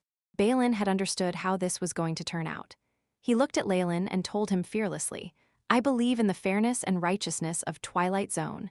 You'll be punished for everything you've done." "Haha, fairness and righteousness?" Leylin shook his head and laughed. "The glory of my achievements will be recorded and sung by the people. As for the unglamorous stories behind the glory, who would pay any attention to them?" A ray of black swooshed across. Balin's head was decapitated, and before it could land on the ground, both his head and body had started to decompose. Blood splashed on the surface of the gold coin, and the once brilliant, shiny surface became dull. It seemed to faintly be emitting a hint of history. Lastly, with the sacrifice of the Child of Destiny, unique magic item, Coin of Destiny, complete, Leylin finished his last incantation. The gloomy yet glowing item lay ominously in his hand. Unique magic item, Coin of Destiny. With the sacred flame at its core, and the blood sacrifice of the Child of Destiny, will bring forth a magic item that has an astonishing amount of power. The coin can guide us through the path of the future to a certain extent and may produce uncertain results. The AI chip tried to generate a description for the coin. However, it was very clear that even the AI chip could not make an accurate judgment of its powers. After all, things such as fate and the power of destiny could not be assessed by the current AI chip or expressed by data. The supposed unique magic item was hard to be categorized. In the Magus World, there were always magical items that possessed a power which surpassed magic equipment. However, the physical quality itself might be weak, while some others contain bizarre capabilities. Hence, they were not categorized the same as magic artifacts and magic equipment, but had a classification of their own. Amongst the unique magic items, some possessed limited capabilities, while there were others that display a horrifying amount of power. A ray of silver lit up, and, in a flash, Coin of Destiny had vanished into the bag Leylin was carrying. Kill the Dark Elves and the Revolutionary Army. As for the Magi of Twilight Zone, kill them too if they don't pledge allegiance to me. Leylin looked around and inspected his surroundings. The Magi of Twilight Zone may have had an advantage in numbers, but the lengthy battle had exhausted them of their stamina and magic power. They were no match for the fresh Magi of Nature's Alliance. Furthermore, the Alliance had the support of Leylin, a rank 2 Magus. As time passed, the field got progressively quieter before settling for silence. "Sire, what do I do with these captives?" Iron asked with a bow. There were weak and dispirited Magi all around, many of them covered with wounds and blood from multiple injuries. "They are to hand over their spirit sources to me. Kill them if they refuse." Leylin gave the order indifferently. Soon after, Leylin moved towards the remaining 8 Magi encased in the ice sculptures and pointed at them. "I shall add another layer of seals on these 8 Magi. They will be transported back to headquarters to be interrogated by me." The Magi from Nature's Alliance were lying in ambush, and the plan was carried out according to what he had planned. And sure enough, the results at the end were very favorable. The exhausted and injured Magi from both sides were eliminated at one stroke. In fact, Leylin was the one who notified the Guardian on the outside and asked for his assistance. "The war outside should be ending about now," Leylin smiled. He held up a special artifact and sent a communication signal through it. "My lord, reporting on our status. The Magi on our side, as well as the Dark Elves, are severely injured. The Dark Elves have withdrawn their troops, but we cannot pursue due to similar losses on our end." One of the Magi on the battlefield reported. Any attempts at communication had been blocked long ago by Longbottom. With Leylin's enhancement to the cocoon, only his own artifact could communicate with the outside. "Very good. The current situation is the best of the 3 scenarios that I had anticipated." Leylin swept his eyes over the Magi from Nature's Alliance and smiled. "As long as we follow and advance according to the plan, soon the entirety of Twilight Zone will be ours." Leylin had never led before, but he had experienced much in the Magus World. With his ability to influence their minds, Leylin's words were bewitching and convincing. Although there were some Magi among the crowd below that seemed to be somewhat hesitant, Leylin was pleased to see the obvious fiery ambitions sparkling in their eyes, dispersing any sign of restlessness and confusion. As long as you are a living being with wisdom, it is difficult to remain unwavering in the face of temptation. Leylin rejoiced covertly in his heart, but also let out a sigh. The news about the incident at the Young Genius competition spread like wildfire through the Twilight Zone. The leader of the Revolutionary Army, Longbottom, had disguised himself and snuck into the competition as a contestant. Once he was crowned champion, he plotted against the judges.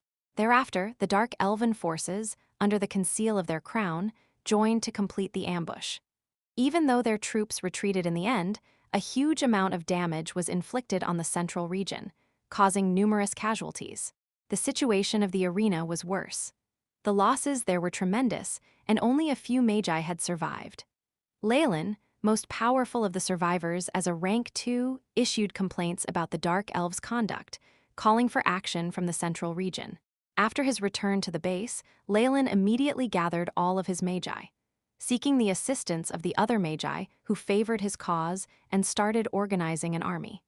The central region was currently in a state of tremendous chaos. A large number of high-level Magi had perished. The Guardian of the Realm, as well as the other protectors, had all vanished without a trace as well. In the name of righteousness, and for other reasons, the remaining Magi all united under Leylin's banner. Leylin, who was at the center of attention, headed towards a different place on his own. This single empty space seemed to have emerged from the Earth's crust. It was narrow and cramped. The continuously faint but hurried breathing could still be heard. Bang! A massive explosion sounded and crushed rocks flew everywhere.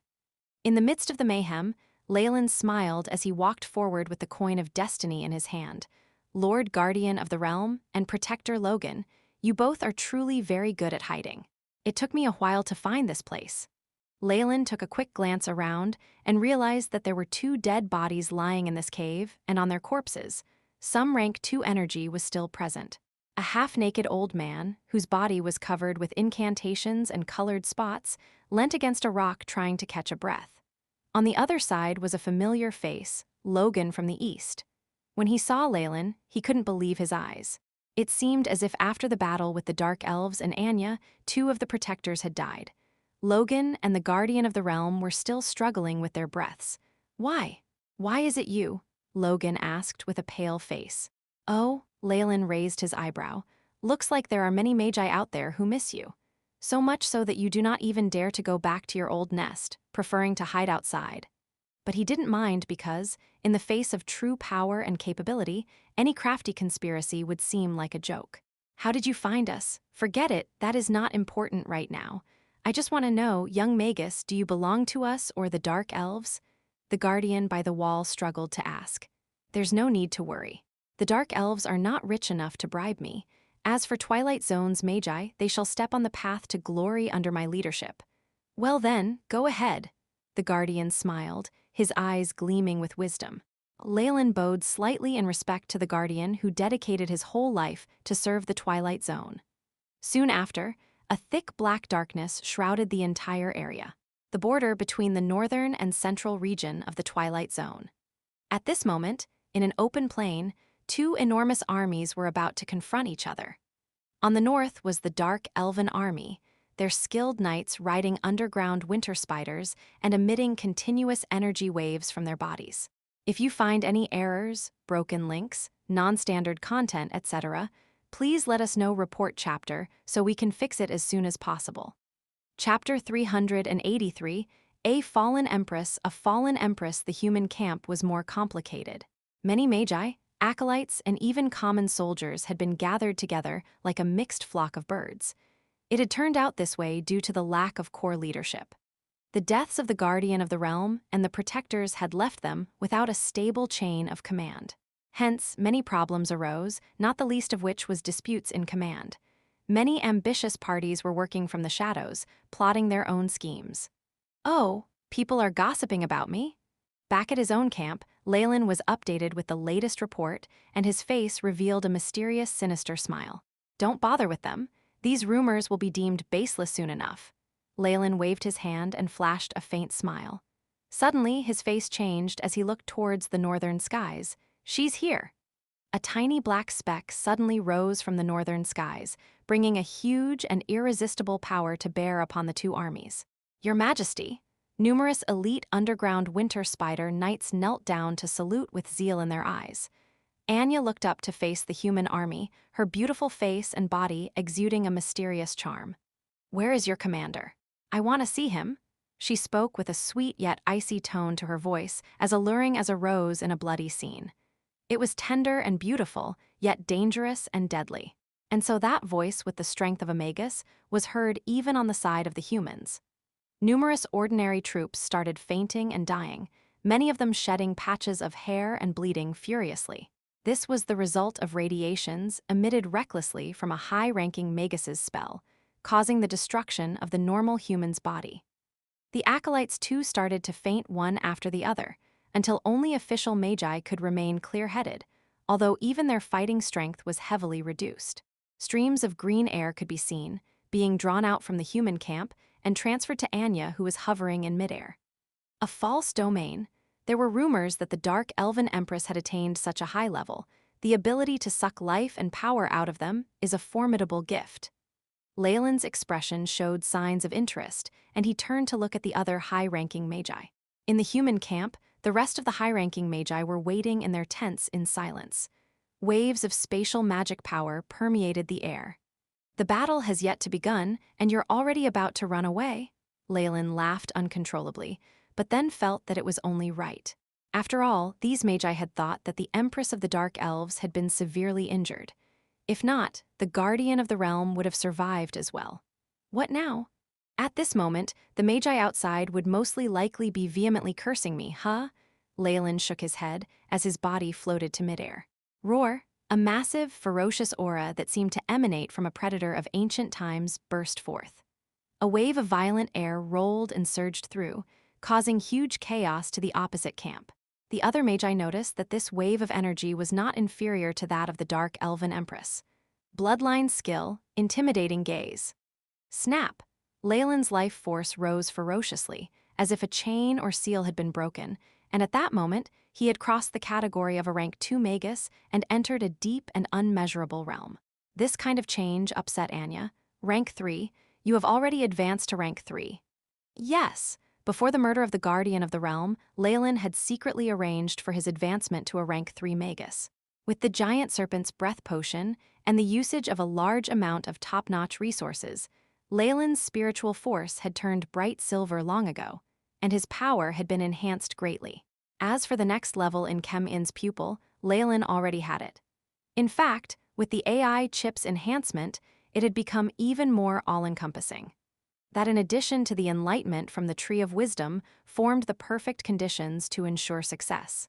Leylin's intention was to elevate his power to be on the same level as the best of Twilight Zone, so that he would have the confidence to carry out his plans. The breakthrough had surprised Leylin. His materialized spiritual force had been refined continuously, and at the same time, the foundations of the spiritual force crystal had been constructed. The swiftness and ease of it had left Leylin with an unfathomable feeling. It could be the result from the use of the giant Chem-In serpent's blood or from the accumulated knowledge from the AI chip. It might be the great essence of wisdom found in the ancient tree that no one knew about. Or it could be the different factors all coming together that assisted Leylin in acquiring his current position. It had surely surpassed his own expectations. The enhanced AI chip thus refreshed Leylin's status. Leylin Farlier, rank 3 Warlock. Bloodline, giant Chem-In serpent power, 23.6 agility, 20.1 physique, 35.7 vitality, 203.4 magic power. 203 magic power is in synchronization with spiritual force. Host has obtained an innate spell upon advancement, intimidating gaze. Intimidating gaze. After numerous blood purification, the giant Chem-In serpent, as an elite ancient predator, has its might absorbed and assimilated into the bloodline Warlock. They who held the dignity of creatures from ancient times has a force field with an intimidating effect. Effect: any living being that is within the perimeter will have their powers suppressed. Those with weak willpower will enter a state of confusion. Rank 1 Magus will have their abilities weakened by 50%. Rank 2 Magus weakened by 30%, and Magi of the same rank will have their stats reduced by 10%. With such an ability to suppress the power of his enemies, Leylin seemed genuinely ready to dominate the field. In fact, he could be considered an ideal Magus to dominate everything. Unlike the domain of a Morningstar Magus, which gave them complete control, intimidating gaze only applied certain effects to those caught within its area of effect. With Leylin now using intimidating gaze, the underground winter spider knights felt as if an eye from the depths of hell was gazing upon them, which caused them to collapse to the ground. As for the matriarchs, their faces turned ashen, warping with terror. Leylin took a calculative look at the Empress in front of him. Strictly speaking, this could be considered their first meeting. His relentless gaze transcended the opposing party's demonic charm. Instead, he paid more attention to the decorative design on her body. A moment late, Leylin sighed and responded faintly. So, you were already seriously injured. The suppression of injuries by the branding of runes on the body, as well as the familiar scent, reminded Leylin of the Guardian of the Realm who had perished. The vicious fight with him and the protectors had obviously caused Anya to suffer serious injuries, leaving her with no choice but to retreat. Anya looked at the youthful Leylin, showing a bitter smile. Do you know, dark elves' lives are filled with hardships. When I was young, every winter I would witness many dark elves firmly geared up with weaponry. My mother told me they were gearing up for war, and after the war, we would have enough food and provisions to survive. Anya's face was filled with loss, her voice angelic. The corners of her eyes sparkled. My mother told me that far away on the southern side, there was a huge empire of the human race.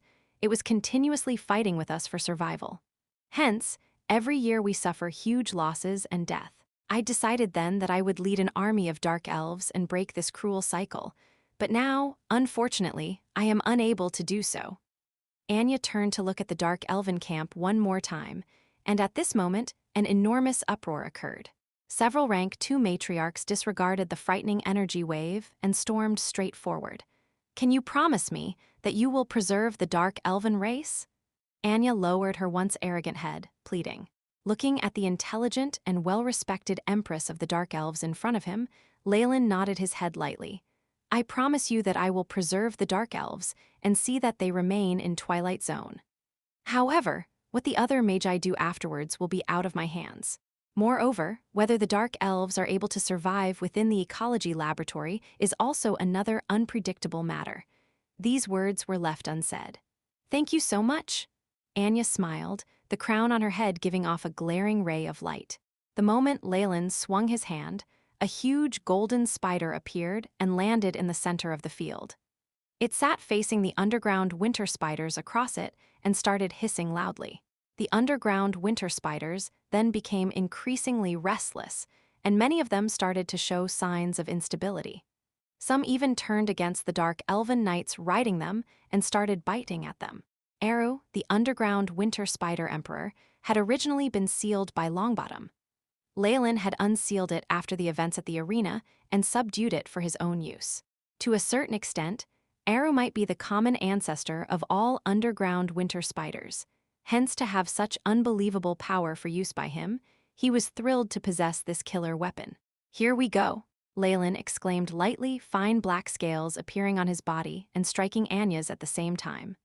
Along with the loud hissing of both opposing spiders and the clash of the 2 magi, the 2 opposing troops on the ground also started to assemble and started the attack in full force, the roar of their voices shaking the earth. Twilight Zone, year 5782. Magus Leylin Farlier led the human army to crush the army of the Dark Elves along with their empress. Magus Anya, along with rank 1 and rank 2 matriarchs, were not spared.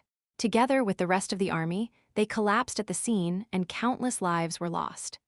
If you find any errors, broken links, non-standard content, etc., please let us know report chapter so we can fix it as soon as possible. Chapter 384, Guardian of the Realm after Leylin's progression to rank 3 and the defeat of the Dark Elves. All the dissent and secret plots in the central region quieted down as if they had never existed. As a newly promoted rank 3 Magus full of vitality, one who wasn't struggling to even protect the realm, Leylin could easily find the time to destroy those guilds that did not subject themselves to his rule. He was poised to control Twilight Zone for centuries to come. Faced with the pressure from such great power, no matter how unwilling the Magi in the central region were, they dared not offend him. At this moment, the few survivors from other guilds appeared, diminishing all talk against Leylin. They were all elite Magi from different guilds, and a few rank 2 judges were also among them. They joined together to testify that what Leylin had said before was the truth, which waived all doubts immediately. They were all Leylin's captives at that time. Those rank 2 Magi had long since submitted to Leylin. They were not fools. Knowing Leylin's power and their own waning influence, most of them recognized the truth. Of course, there were some stubborn ones that all perished gloriously in the war. Twilight Zone year 5783. Aided by his rank 3 power and the glory of defeating the Dark Elves, Leylin was pronounced the guardian of the realm under the witness of many Magi in the central region. From then, Leylin became the sole power controlling Twilight Zone's Magi, and the sacrifices and darkness behind his radiant glory were often ignored by the masses. People would only end up remembering Leylin's glorious achievement of defeating the Dark Elves. They composed folk songs and legends in his praise, leaving out the hard work of Balin, Aaron, Venus, and even the previous guardian. Those names were buried beneath the documents and historical records concerning Leylin's eternal brilliance, and his legend continued. After succeeding the title of the Guardian of the Realm, the first order Leylin passed was aimed at making nature's alliance the core strength of Twilight Zone. He gathered large masses of Magi to construct the Nature's Alliance Academy at the heart of the central region. Although Leylin had not planned to do so originally, the present him did have the strength to implement the academy system, reaping great rewards in the process. After establishing the Nature's Alliance Academy, a few large-scale guilds who had good relationships with the Alliance made a high-profile announcement. They would merge with Nature's Alliance Academy to form a formidable guild. Of course, this was all due to Leylin's control in the background. Following that, Leylin no longer had to worry. The rapidly rising academy naturally edged out other nearby guilds, continually expanding its capability and area of influence. It was clear to Leylin that the South Coast's model was more just and fair than the guild system followed by Twilight Zone. They had also relinquished the tradition of inheritance from master to disciple. Although there were still many mentors, very few of them continued treating their acolytes like slaves. Furthermore, how many acolytes could a mentor take on? How could they compare to the large-scale classrooms of an academy? Many large guilds started to relinquish their narrow-minded restriction of meditation techniques to combine forces, as it would definitely be much stronger than the strength of individual guilds. This was the success of the system. It was also the improvement of an era. Once it became a trend, it could not be stopped. The guilds that were left behind, in order to not be overshadowed by the academies, also had to establish institutes and enroll many acolytes to survive. This allowed talented commoners to have a very good chance. Academies that were more free and open could also accept roaming magi. Without the meditation technique restriction, it became much simpler for roaming magi who wanted to join academies. Leylin had noticed this long ago. Although guilds that practiced the same kind of meditation technique were very united, they also became highly xenophobic. After joining a guild, if a magi did not practice that guild's meditation technique, they became targets for ostracization. But academies did not face this problem. The flames of the revolution started by Longbottom were also snuffed out gradually by the institution of academies. Leylin did not actually mind this. What he prioritized was still the meditation techniques of the guilds and their valued research. Indeed, under the advocation of fair, just, transparent and free communication by the Academy's rules, guilds that joined the Academy had to contribute their unique meditation techniques and some precious research. Under Leylin's leadership, this large amount of precious information was stored in the Academy's library for all magi to peruse, and this trend developed ardently. It must be said that after relinquishing the narrow-minded notion of a guild, such open communication and probing indeed benefited the magi a lot, causing the magi of Twilight Zone to improve their abilities. As for these meditation techniques and research, all of it was naturally kindly accepted by Leylin, greatly increasing the AI chip's database. It can be said that at this point in time, a large portion of Twilight Zone's meditation techniques and high-level research was pocketed by Leylin, including all precious resources. Nature's Alliance was now the most influential in the central region. No matter what Leylin desired, as long as it was within Twilight Zone, he needed but to ask. A large number of commoners, acolytes, rank 1, and even rank 2 magi would unhesitatingly go get it for him, no matter the cost. This was the benefit of authority. Time passed. Twilight Zone, year 5785. Sensing that every party had completed their preparations, Leylin, with his title of Guardian of the Realm, sent out an appeal ordering Alliance forces from all regions to recapture the North. Indeed, after murdering Anya, Leylin chose to retreat and did not directly attack the North region, but that place was now easily obtainable. It was very clear to him that though he had exceptional abilities, he first had to sort out his own skills. Although impulsively sending troops to defeat the Dark Elves, recover their lost lands, and gain reputation could work out, the real gains would definitely be reaped by others harboring ambitious schemes.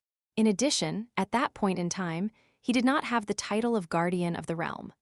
Leylin was not foolish enough to fight on the front lines and let the magi at the back reap the fruit of his efforts.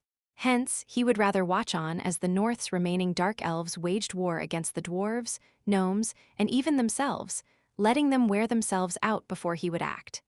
But now, the time was ripe. Compared to the previous appeal, Leylin was now the Guardian of the Realm, the ruler of Twilight Zone. The orders of the greatest leader of the Magus World naturally carried more weight.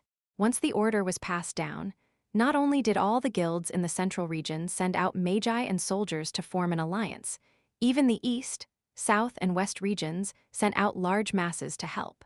Something worth mentioning was that Leylin only had true control over two regions, the center and the east. As for the west and south, their attitudes toward Leylin as the guardian of the realm were rather ambiguous. But Leylin did not care.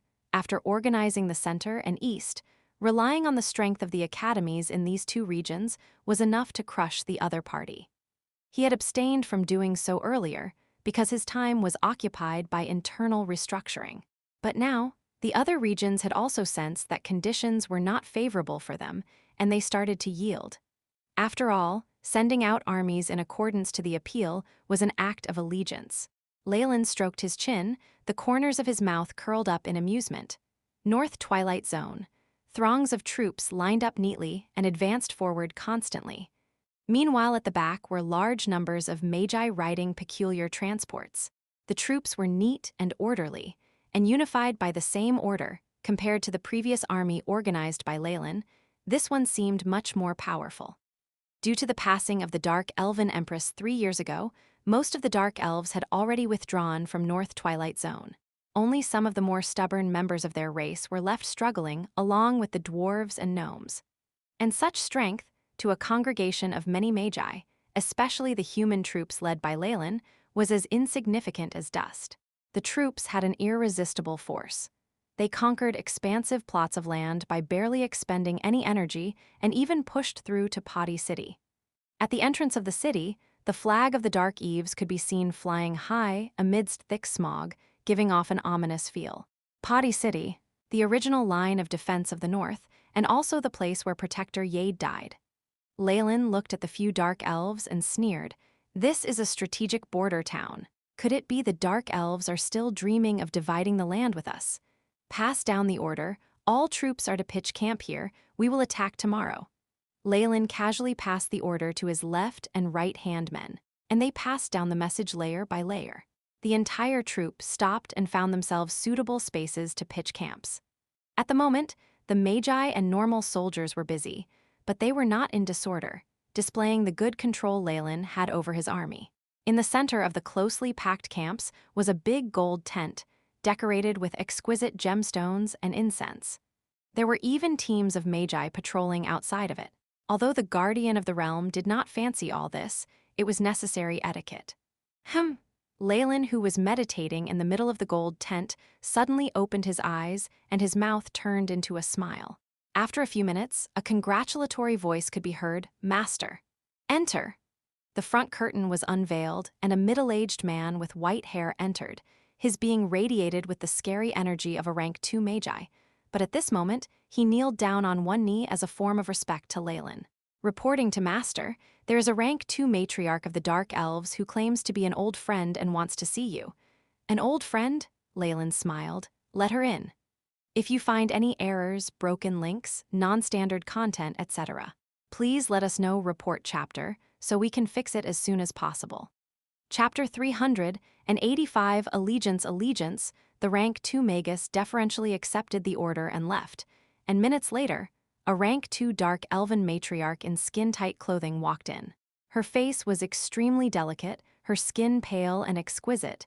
She was evidently a beauty that was hard to come by, though her expression now held apprehension. Alicia, as expected, it's you, Leylin laughed. Out of all the dark elves, it was just this one matriarch that he had been standing against for 10 or so years in Dalan City, and they could somewhat be considered acquaintances. Alicia greets the Lord Guardian of the Realm. The dark elven matriarch Alicia bit her lips and then knelt and leaned down, respectfully touching her head to the cold ground. She was still slightly dazed. This young Magus that had contested with her for over 10 years had long since reached the apex of the Magus World and had left her far behind. When she saw him, she even needed to kneel. She did not want to do this, yet could not express it on the outside. From Leylin's point of view, he took in everything from the pretty and flirtatious matriarch's exquisite jade-like back, rounded taut buttocks, to her slender, firm thighs. As if noticing Leylin's gaze, a look of bashfulness appeared on Alicia's face, but she secretly wriggled her body, revealing a silent charm. In her heart, however, she felt an intense feeling of humiliation. Though dark elves were very open when it came to promiscuity to the point they could have boy toys of different races as well. It was always the dark elves dominating in the psychological aspect, with their mental belief in their stance as masters and owners who were untouchable. But now, this experience of offering herself up as a gift and fearing the other party not accepting was difficult for Alicia, a matriarch of fewer than 200 years and a very mentally sensitive dark elf. "So what is your intention in coming here?" Leylin withdrew his gaze. He had always been able to control himself when it mattered. In addition, after advancing to be a rank 3 warlock and taking over as the guardian of the realm, there were more than enough women wanting to climb into his bed. There had even been dark elves who had attempted this. After the great defeat of the dark elves, there was a large dive in the prices of dark elven slaves in the slave market, and there were many dark elven nobles on sale. It had to be said that because of their great outer appearance and innate skill at magic, dark elves were truly the most suitable choice to be Magus slaves. Even if Leylin did not express anything, there would be magi racking their brains on how to please him and sending him captive dark elves for him to enjoy.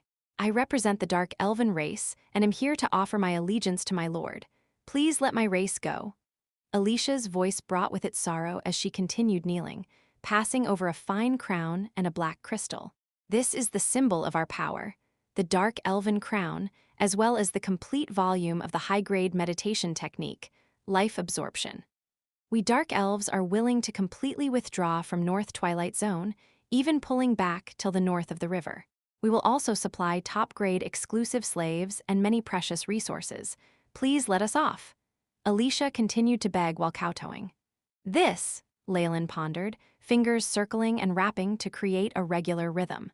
Alicia's breath almost stopped, awaiting the judgment of destiny in terror and anticipation. "Fine," Leylin nodded in agreement. After the human race's allied force recovered the northern region, it lacked the ability to advance and gain more. In addition, Leylin still had other ideas. An absolute power meant that once the human race completely extinguished the dark elves, gnomes, and dwarves with his help, they could very well decline quickly due to internal strife. This was not what Leylin wanted to see. A constant, unyielding external pressure would evidently be able to serve the function of spurring on the humans. "Many thanks, my lord." Alicia was so elated she was on the verge of tears. Though Leylin could immediately enjoy the enthusiastic desire of this matriarch to serve him, he still chased her out. It was obvious that Alicia's value could not compare to the dark elven crown and high-grade meditation technique. "Magic equipment, dark elven crown." Leylin caressed the surface of this magic equipment. As it had been used recently in the war, the crown's surface was dim and it seemed unremarkable. If not for knowing about it beforehand, Leylin might have been tricked by its outer appearance and missed this magic equipment. In the world of the Magi, magic equipment ranked far above magic artifacts. They held a mysterious power within, and usually only Magi at rank 3 and higher would have the opportunity to come into contact with one. Discovered magic equipment beginning scan. Beep. Scanning complete. 45.9% could not be analyzed. Obtained high-grade concealing and icy runes, as well as traces of incomplete high-grade illusory spell formation runes. Many prompts from the AI chip appeared. This is just the start. If I can completely analyze the inner workings of this magical device, I might even be able to forge my own. Leylin could tell that this was a great opportunity for him. He had been unable to improve his alchemy and high-grade enchantment skills in recent times. And this, Leylin picked up that black crystal. Large amounts of information streamed in front of Leylin's eyes. They were written in the dark elven language, but this was nothing important. Earlier in the eastern region, Leylin had obtained much fundamental academic content through the library in Nature's Alliance. Things like the dark elven language were nothing much. Life absorption. This was a high-grade meditation technique passed down by the dark elves. Only dark elves who were as powerful as matriarchs were qualified to train in it. From this, it could be seen that Longbottom had really been doing well with the dark elves and had gained their trust. This meditation technique, Leylin touched his chin, recalling the information the AI chip had just recorded. Even though this bit of time was not enough for him to completely analyze the meditation technique, he largely knew its characteristics and uses. Life absorption was obviously rated as high grade and was in the top class even in Twilight Zone. If not, dark elves themselves had many high-grade meditation techniques. Why would they make it a rule that it was a meditation technique to be passed down? The characteristic of life absorption was that it could increase the spiritual force by robbing life force from other creatures, thus helping with breakthroughs. The higher the level, the easier it was to gain the life force of various creatures. At the end, it could even cause a deathly vortex that was similar to a calamity, and all creatures in range would be attacked regardless of what they were. However, this meditation technique did have its disadvantages. As it relied on robbing life force to improve, its foundations were not stable. There had not even been a single matriarch who could break through from the rank 3 level into the Morning Star realm. Besides, when one reached the more profound parts of the meditation technique, the Magus himself or herself would find their life force disappearing. This could not be compensated with any method other than the life force of other creatures. The moment the life energy gained was too immense, or if the Magus rank was too high, the Magi who trained in life absorption would lose their life force at a faster rate. This meant that every time Magi who trained in life absorption used it, it meant they were one step closer to the abyss of death. However, with the growth of strength and the later loss of life force, it was like a drug that influenced many Magi to use it and eventually destroy themselves. To cultivate in this sort of meditation technique, it's best to find an ancient creature with enough life force and drain all its life force, succeeding in training in this meditation technique all at one go. Leylin's plentiful experience allowed him to think of a few methods to solve this issue, but he then shook his head. It's not just the difficulty in advancing in meditation techniques. Ancient creatures that have great life force cannot be underestimated by even rank 3 Magi, unless it was their remains. At this thought, Leylin naturally thought about the icy cave. If nothing unexpected happened, in the deeper parts of the icy cave, the icy world held within the body of a creature with the strength of at least Morning Star strength, as well as the blood of an even more frightening existence. With my current strength, what will it be like if I go to the icy world? Leylin was silent for a while, and a gold light suddenly flashed in his hands. A simple gold coin appeared in his palm. Bling! Leylin flung the coin, and there was a sole golden arc in the air that then landed on the back of his hand. Leylin lifted his palm, and he saw the side with a skull engraved on it pointing up. Its eyes seemed to be ridiculing him with its smirk. "It won't end up well," Leylin murmured, and gave up all thoughts of proceeding forth. Ka-cha! Immediately after, a slight crack appeared on the surface of Coin of Destiny. As the unique magic item Leylin had created by exhausting his thoughts, Coin of Destiny had the terrifying ability to predict the future. However, there was also a limit. Though Leylin had given it a sacrifice using the Child of Destiny, as well as added much spiritual force from Sacred Flame, he did not train in this meditation technique and thus could not obtain images and specific information. He could only approximate the judgment through positive and negative predictions. Besides, due to the constraints from Sacred Flame's level and the ranking of the sacrifice, there was a limit to how many times Coin of Destiny could be used. If he wanted predictions on rank 3 Magi and below, it could be used for a long time.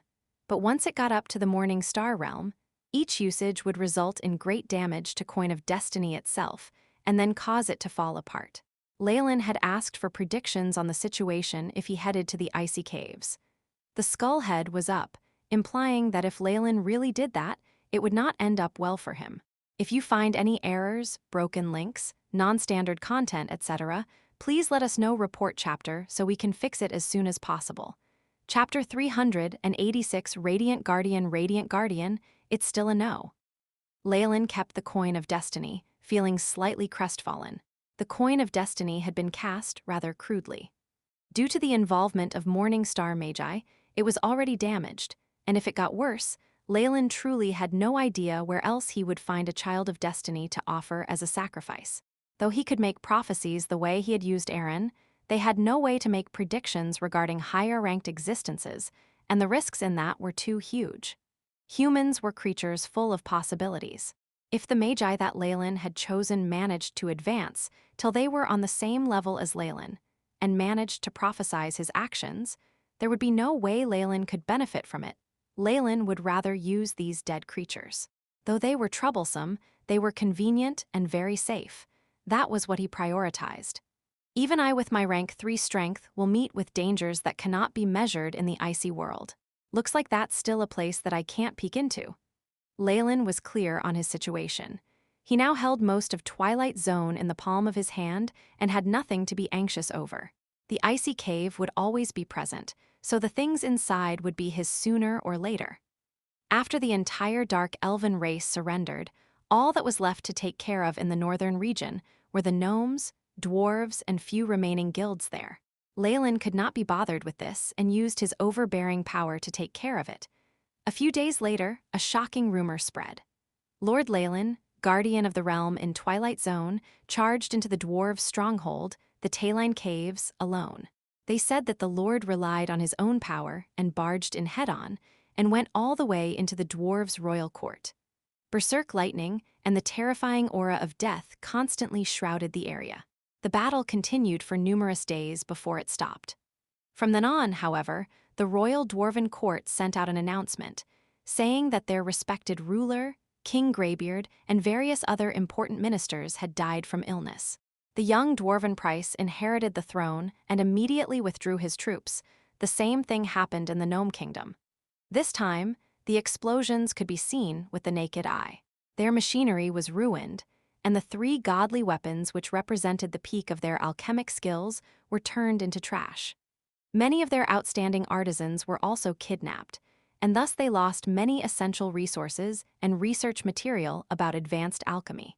From then on, Leylin's fame spread throughout Twilight Zone.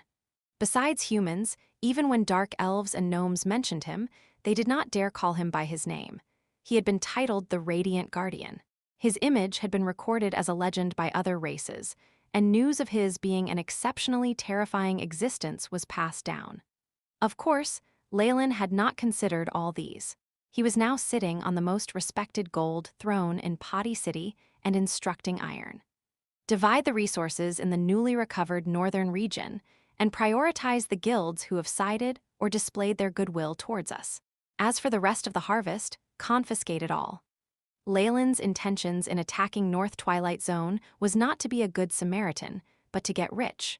Through many years of development, there were various abundant resources in the northern region. Most guilds had died out during the chaotic war, which gave him another excuse to take them over. As for those lucky enough to survive, besides those who sided with Leylin's side, whom he gave special treatment to, he was not planning to bother with the rest.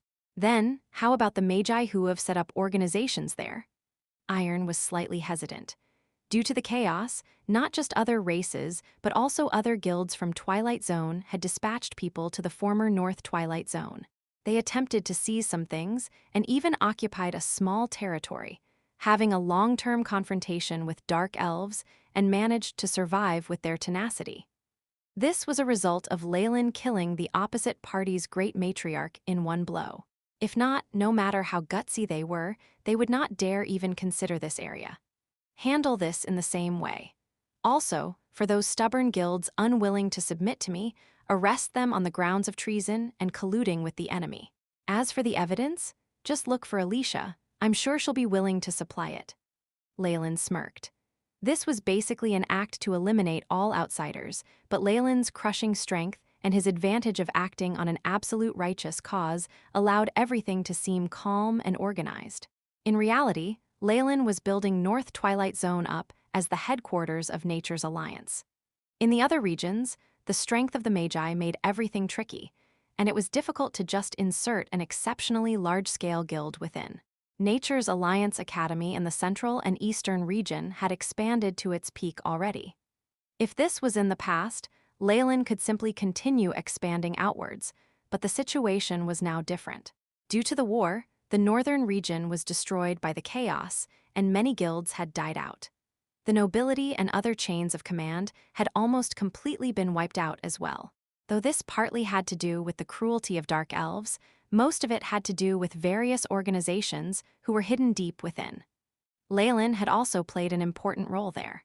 After most of the original organizations in the northern region were purged, it was time for the strong to divide up the feast. Leylin, who held an absolute advantage and Nature's Alliance Academy, gained the largest part of the benefits. A few months later, a large branch Academy of Nature's Alliance was established there. Besides being a branch in name, the facilities and allocation of staff were based on the highest standards and even bested the headquarters in the central region. With the completion of the branch academy, Leylin gained complete control of North Twilight Zone. For the two areas which were still hesitating, this was a huge shock. In the year 5786 of Twilight Zone, the western and southern regions that had only been pledging their allegiance on the surface could no longer hold on and announced their agreement to support Nature's Alliance Academy in the central region. They received guidance from the Great Guardian of the Realm and built a joint academy. Twilight Zone was unified, and the prestige of the Guardian of the Realm, Leylin, was deep in the hearts of the masses. Human society also began to develop at a quick rate. It was a new page of history. The end of the former era, as well as the ascension of the new one, proceeded so quickly that many Magi found it hard to react to. North Twilight Zone, in Nature's Alliance Academy. Crap, I'm going to be late. Will quickly got out of bed and hugged his thick notebook and textbook, a sandwich fresh out of the oven in his mouth as he dashed across the roads of the academy. The academy was illuminated with large amounts of sunstones and eternal flames. There were even bonsai transplanted to the side of the roads for viewing pleasure. This would have been unthinkable in the past. On the roads, there was the occasional sight of acolytes who were all darting towards their own classrooms. Mentor Jelline's reaction field theory is so profound. I don't understand at all. The principle behind the construction of spell models is very important. It is the basis of all spell models that can be performed, and it needs to be solid. There cannot be any mistake. It's almost time for the Academy competition. Rumors say that the victor can even get guidance from an official Magus. Many conversations flew into Will's ear, and there were even many familiar voices. However, his feet did not stop moving as he ran at a flying speed. As an acolyte chosen from among the commoners, he truly appreciated this hard-to-come-by opportunity. It was because he had been up studying till late last night that he had overslept. After passing by the teaching plaza, all acolytes would respectfully bow towards a statue in the middle. The statue was carved out of black dazzling stone and formed the image of a handsome young man. His gaze was set far away, as if surveying the scene in the distance from his elevated position. Under the statue, these words were carved in the language of Twilight Zone: Distinguished Guardian of the Realm, Leylin Farlier. Rank 3 Magus, the founder of Nature's Alliance Academy, once gloriously killed the Dark Elven Empress, Dwarven King, and Gnome Prophet in battle, saving all humankind. The patron saint of Twilight Zone, he also has other names, such as the Hand of Sacred Light, the Glorious Guardian, and so on, the Lord Guardian of the Realm. Will bowed slightly towards the statue, admiration apparent in his expression. If only I could become such a mighty Magus one day. Immediately after, however, he couldn't help but laugh.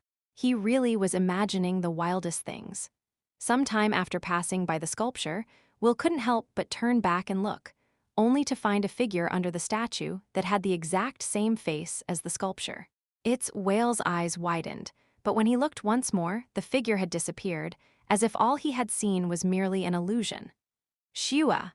Leylin drew the curtains, and the giant French window revealed the current bustling, lively situation of Nature's Alliance. How is it to see the splendor you created by your own hand? Leylin laughed as she embraced Leylin's waist from the back. Also, welcome back. You've stayed in the laboratory for about 15 years, haven't you? Leylin gently placed her head on Leylin's back. She, who had tasted power, was now even more alluring than beautiful, as enchanting as a poppy. However, Leylin was very aware where her power and status had come from. This was especially so during the period of debauchery Leylin had engaged in when in the central region. She had, at that time, come to realize exactly how stable her position had been. She had even abandoned her work in the east and dashed to Leylin's side. It was a pity that Leylin's thoughts were all on gathering high-grade meditation techniques and all sorts of information, giving Leylin the cold shoulder. "I don't really feel anything." Leylin was quite indifferent to all this. The reason why he had established an academy was just so that it would be more convenient for him gather meditation techniques and precious resources.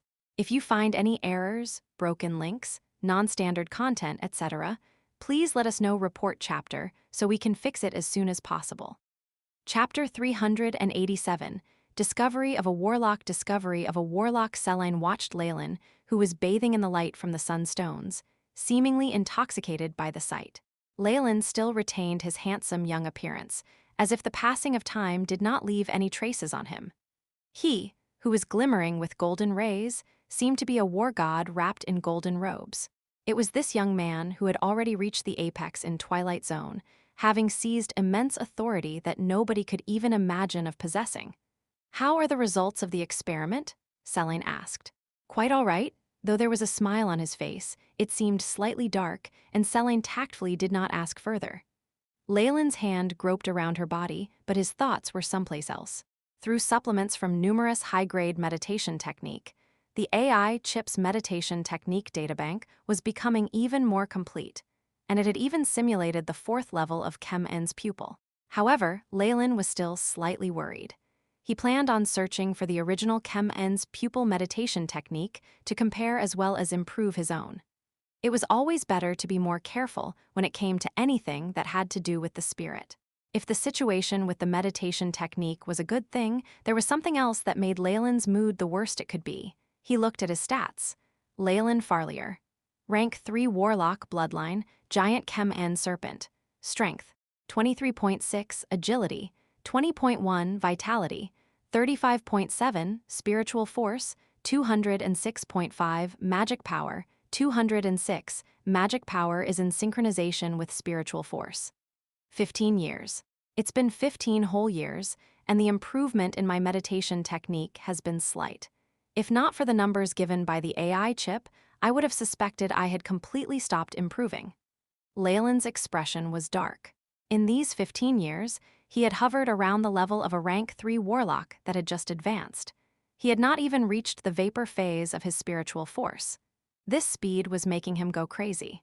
Though Leylin liked to enjoy himself, those were things he did while he was not increasing his strength. At his level, he might not have a rival in Twilight Zone and be the tyrant he was. However, how was this the life that he wanted? Before obtaining the greatest strength at the apex, Leylin did not plan to slow his footsteps. The resources of Twilight Zone are plentiful for rank 1 and 2 Magi, but for rank 3, they're insufficient.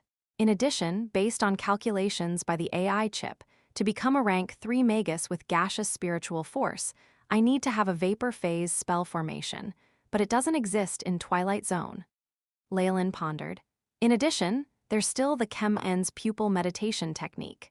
Though the AI chip has simulated a portion of it, it's better to get the original and refer to it. All these can't be obtained in Twilight Zone. Leylin made his mind, while the beautiful woman beside him let out a frail gasp. Leylin, who had come back to himself, realized that his hand seemed to have reached a very deep place that was causing Leylin to let out pants. Without telling Leylin his plans, Leylin embraced and ferociously rolled her onto the bed. Even though he enjoyed this pleasure, Leylin did not lose himself to it. He rejected Leylin's suggestion of gathering the Magi of Nature's Alliance Academy and instead left, keeping a low profile and traveling around Twilight Zone. On one hand, Leylin was filled with curiosity about Twilight Zone. After all, he had never truly toured the area and only gathered information through maps and the information in the AI chip, which was only one aspect of it. More importantly, Leylin wanted to try his luck. He might even be fortunate enough to discover the legacy of some ancient Magus. Leylin rejected Leylin's requests to accompany him and went on the road since he was used to traveling alone. He weaved through Twilight Zone. He went deep into the nests of darkness creatures, but also headed to the edge of the world to see the magma sea that stretched as far as the eye could see. While journeying, Leylin disguised himself as a common wandering Magus.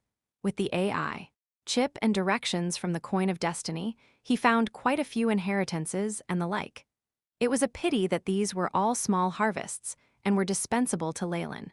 The more dangerous areas, such as Icy World and the Weeping Ghost grounds that were extremely terrifying, would cause damage to the Coin of Destiny and were not places Leylin could go to as of yet. Even so, with his own instincts and the slight directions of the coin, Leylin continued to wander. A thick darkness constantly shrouded around the earth, and only the light on the carriage persisted, illuminating the surrounding area. Is that Grand Ivy Canyon is a ruin left behind by Morning Star Magi? On the carriage, Leylin was conversing with another wandering Magus. Leylin was now concealing his frightening rank 3 aura and also made adjustments to his outer appearance. Nobody would be able to recognize him as the legendary Glorious Guardian. After all, he did not want to be surrounded and watched everywhere he went. He was now having a delightful conversation with a wandering Magus he had just met. Yes, I once excavated the outer portions of a ruin and found part of a sculpture there. The surrounding Aboriginal culture has also recorded this matter. The slender blue-haired Magus with a goatee was speaking excitedly. His name was Farron. Though he was merely a rank 1 official Magus, he was unusually interested in traveling and adventures. He had once explored many famous ruins and had a great reputation amongst wandering Magi. Leylin listened quietly while sitting beside him, occasionally asking a few questions and providing opinions, which caused Farron's eyes to sparkle. With his current knowledge, there were few in Twilight Zone who could be compared with him.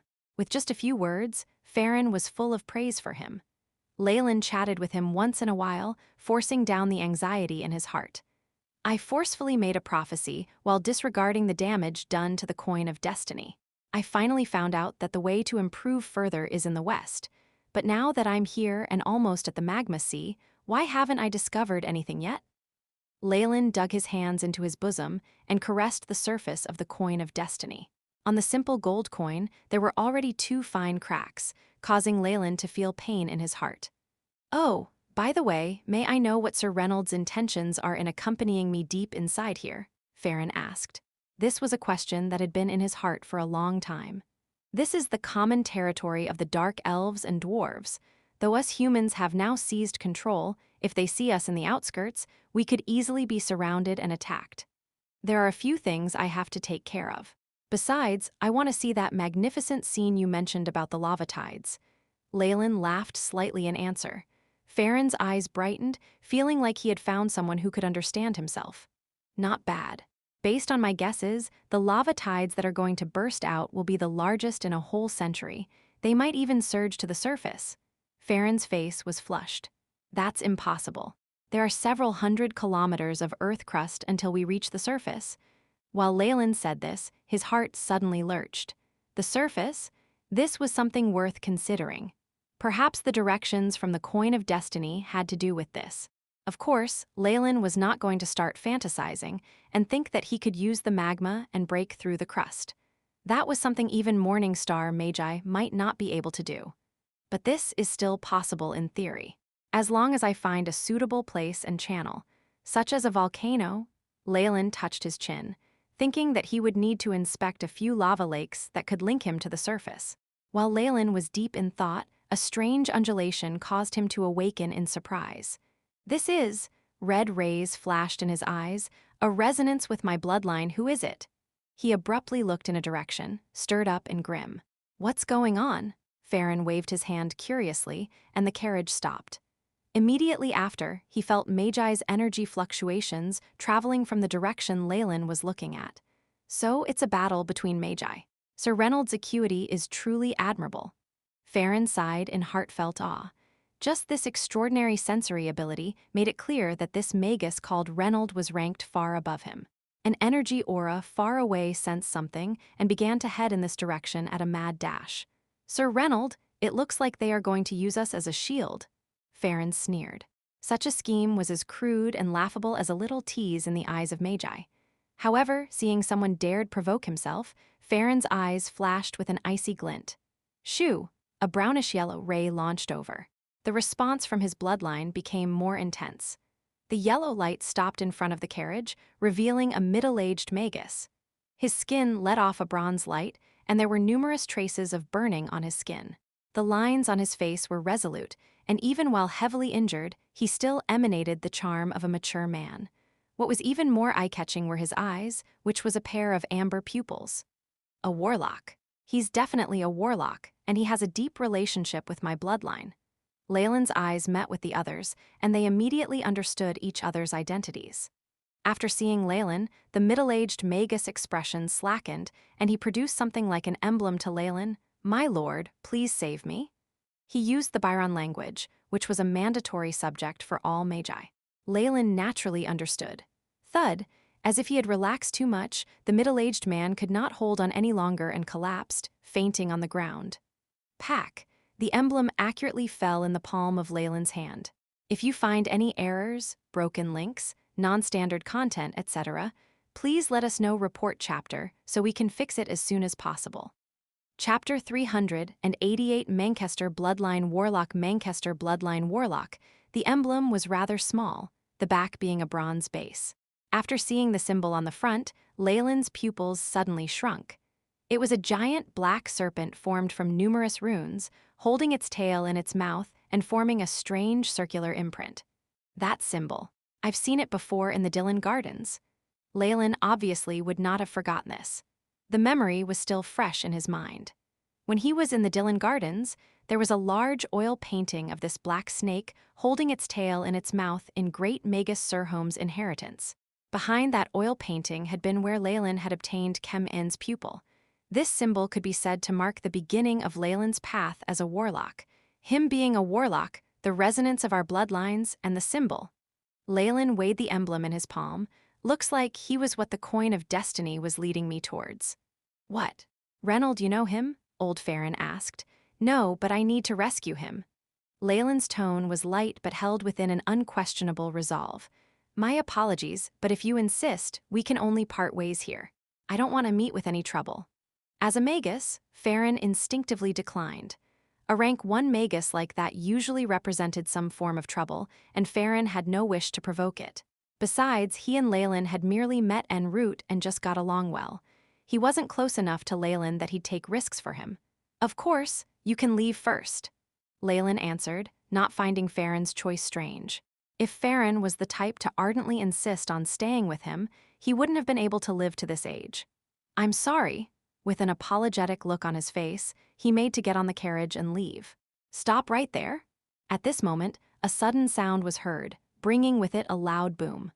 5 or 6 streaks of glaring lights shone over from the skies, and by the time the shine dissipated, the figures of 6 different Magi had appeared. They were evidently a mix of races, and the presence of dark elves and dwarves surprised Leylin. Rumble.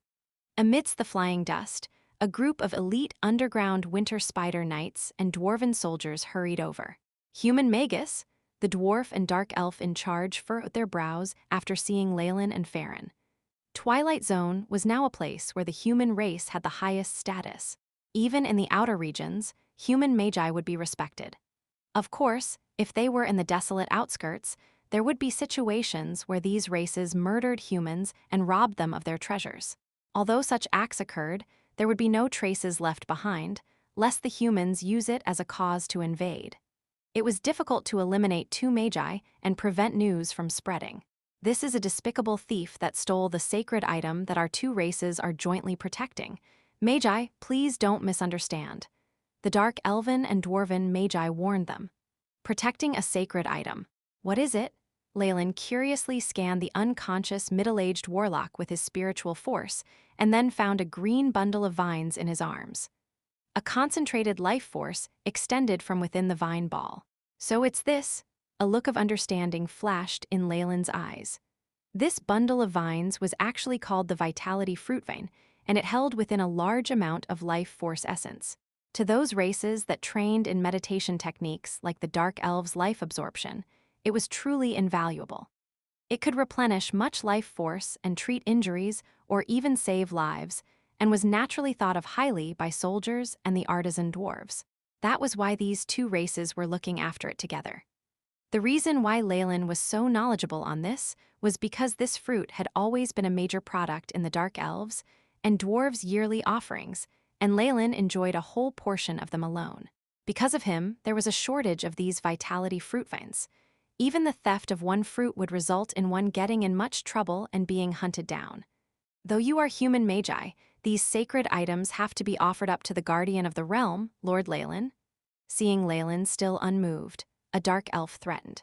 Magus Reynold, you've brought me trouble? Farron laughed bitterly. Farron naturally knew of the famous guardian of the realm. C was the ruler of the entirety of Twilight Zone. Even he, a wandering magus, had many mentors and acolytes to take care of. He could not truly break away from them. At the mention of the legendary rank 3 magus, Farron seemed to have plans of casting away this troublesome matter. Reynold, we. Leylin could not hold it in and began to laugh. The smile on his face became so big that he even bent down, holding his belly with both hands, unable to rein in his laughter. Human magus, why are you laughing? Their leaders exchanged a glance, having a bad feeling. At this time, they took note of the handsome young man in front of them, his face seeming to be exceptionally familiar with them. It's the first time someone's used my own name to threaten me. After laughing, Leylin's expression darkened. At the same time, there was a strange change to his face, as if there was a spontaneous removal of some concealing method. An aura similar to the awakening of an ancient wild beast began to emanate from his body. Thud, thud, thud, thud. The 8 legs of the underground winter spiders began to tremble and they weakly fell to the ground. The underground winter spider knights and dwarven soldiers all fell. Leylin took a step forward, and space seemed to freeze. The 6 magi in midair were forced to the ground, expressions full of terror. You're Leylin Farlier, the guardian of Twilight Zone, the great emperor of the night. Farron's mouth widened, his goatee sticking up. His fingers were trembling and he was so scared he was almost unable to speak. Goodness. So the one who had been journeying with him was the Lord Guardian whose name had spread far and wide. The one who was almost deified. Farron immediately searched through his memories until he found he had not said anything unpleasant about Nature's Alliance or Leylin himself, and then heaved a sigh of relief. After that, however, his heart got stuck in his throat once more. Previously, he had been planning on leaving Leylin and that magus to flee for his life. Would this behavior gain the displeasure of the Radiant Guardian? Compared to the inner conflicts Farron had, the blow Leylin's appearance had towards these other races was completely different. Greetings to Lord Guardian of the Realm. The dark elven and dwarven magi immediately bowed. Even if he were a fake, the unique energy undulations from a rank 3 magus could not be mistaken. The magi of both races had a very deep impression of Leylin's expression, and even if they were turned to dust, they would not get it wrong. After all, Leylin had destroyed the splendor their 2 races had possessed and even killed their rulers brazenly. Leylin was now like a devil king or monster to them. Tell the people behind you that I'm going to take this man. This vitality fruit vine will also be considered part of this year's portion. Leylin indifferently ordered. He was not planning to use raw force because that would just be bullying them. Understood, my lord. The dark elven and dwarven magi heaved a long sigh, bowed, and then withdrew quickly as if there was a great monster chasing them. The news of Leylin's appearance here was much too mind-blowing, and they had to bring this news to their higher-ups immediately to be able to respond. Are you awake? If you are, come here. The middle-aged magus opened his eyes, Leylin's voice sounding by his ear. He immediately got up and saw Leylin standing aside, playing with a test tube full of blood. Within that test tube were strands of earthen yellow that had congealed, unable to scatter. Cobbler greets my lord? He immediately knelt respectfully, looking deferential and odd, as if a wolf that had seen its king. Leylin had sensed this. He had the feeling that through his bloodline he could influence this magus. This was a terrifying thing. The huge Manchester snake, your bloodline comes from the wilted huge Manchester snake, Leylin concluded. Yes. Warlock of the Manchester bloodline, Cobbler, greets my lord? He bowed once more. No wonder, Leylin shook his head. He finally understood the strange feeling he got from this man. The wilted huge snake Manchester was said to have a trace of the bloodline of the giant Chem-In serpent. Though it was thinned out, it was still a descendant of the Chem-In serpent. In the face of a true warlock of the giant Chem-In serpent, it was natural to be affected and suppressed by him. When Leylin was still an acolyte, he had once seen a huge Manchester snake. Though it was still young, it was enough to cause him a headache. The matured body of this huge Manchester snake was comparable to that of an official magus. Though it was nothing in Leylin's eyes now, That was a terrifying strength for acolytes. Well then, tell me your history and your reason in coming here. Leylin spoke expressionlessly, though his eyes were enough for Cobbler's heart to turn cold. Though he could not use spirit-searching spells on official magi, it was very easy for Leylin, a warlock who had already advanced to rank 3, to completely smash the spirit and extract spirit fragments from him. Though he would not get a complete set of information if he did that, and this warlock would definitely die, it was very possible. Fortunately, Cobbler was evidently a sharp-witted man and deathly afraid of Leylin. Soon enough, he systematically narrated his origins. After hearing a few words, Leylin's expression became grim. If you find any errors, broken links, non-standard content, etc., please let us know. Report chapter, so we can fix it as soon as possible. Chapter 389, Central Continent. Cobbler claimed to be a Magus from the Central Continent, the hometown of the great Magus Surhome, the core of the entire Magus World, the sacred land of Magi, the Central Continent. As for why Cobbler was at this place, Leylin could not care less. On the contrary, he was very interested in the route Cobbler had taken to get here. If they were to walk this path in the opposite direction, would they be able to successfully reach the Central Continent? Leylin spoke the question in his mind. Cobbler's face showed a moment of hesitation before he respectfully divulged the truth. In actual fact, the surface right above this subterranean world is the Central Continent. I learnt of the exact spot where the lava erupts from a research manual passed down through my family. After calculating the weaker points in the lava, I followed the pathway to arrive at this place. Having heard Cobbler's account, Leylin more or less understood the procedure of his entrance. On the whole, this was like what he had previously envisaged, and would also explain why the other party's body had horrifying burn wounds. No matter how precise his calculations of the lava's weak points were, the flames and the high temperature were not something a rank 1 Magus could bear. If he had not by chanced upon the life-vined fruit, he might have already become a charred corpse. I already settled the inconvenience with the dark elves and dwarves. You can have this as a reward for being open with your information. Leylin waved his hands and threw the life-vined fruit into Cobbler's hands. Thank you, my lord. A tinge of gratitude appeared on Cobbler's face. To him, managing to keep his life had already been a huge reward. As for the fruit that was full of vitality, it was a welcome surprise. Sizzle. A few fine red blood vessels sprouted forth from his fingers, drilled into the insides of the fruit, and started to draw large amounts of life essence.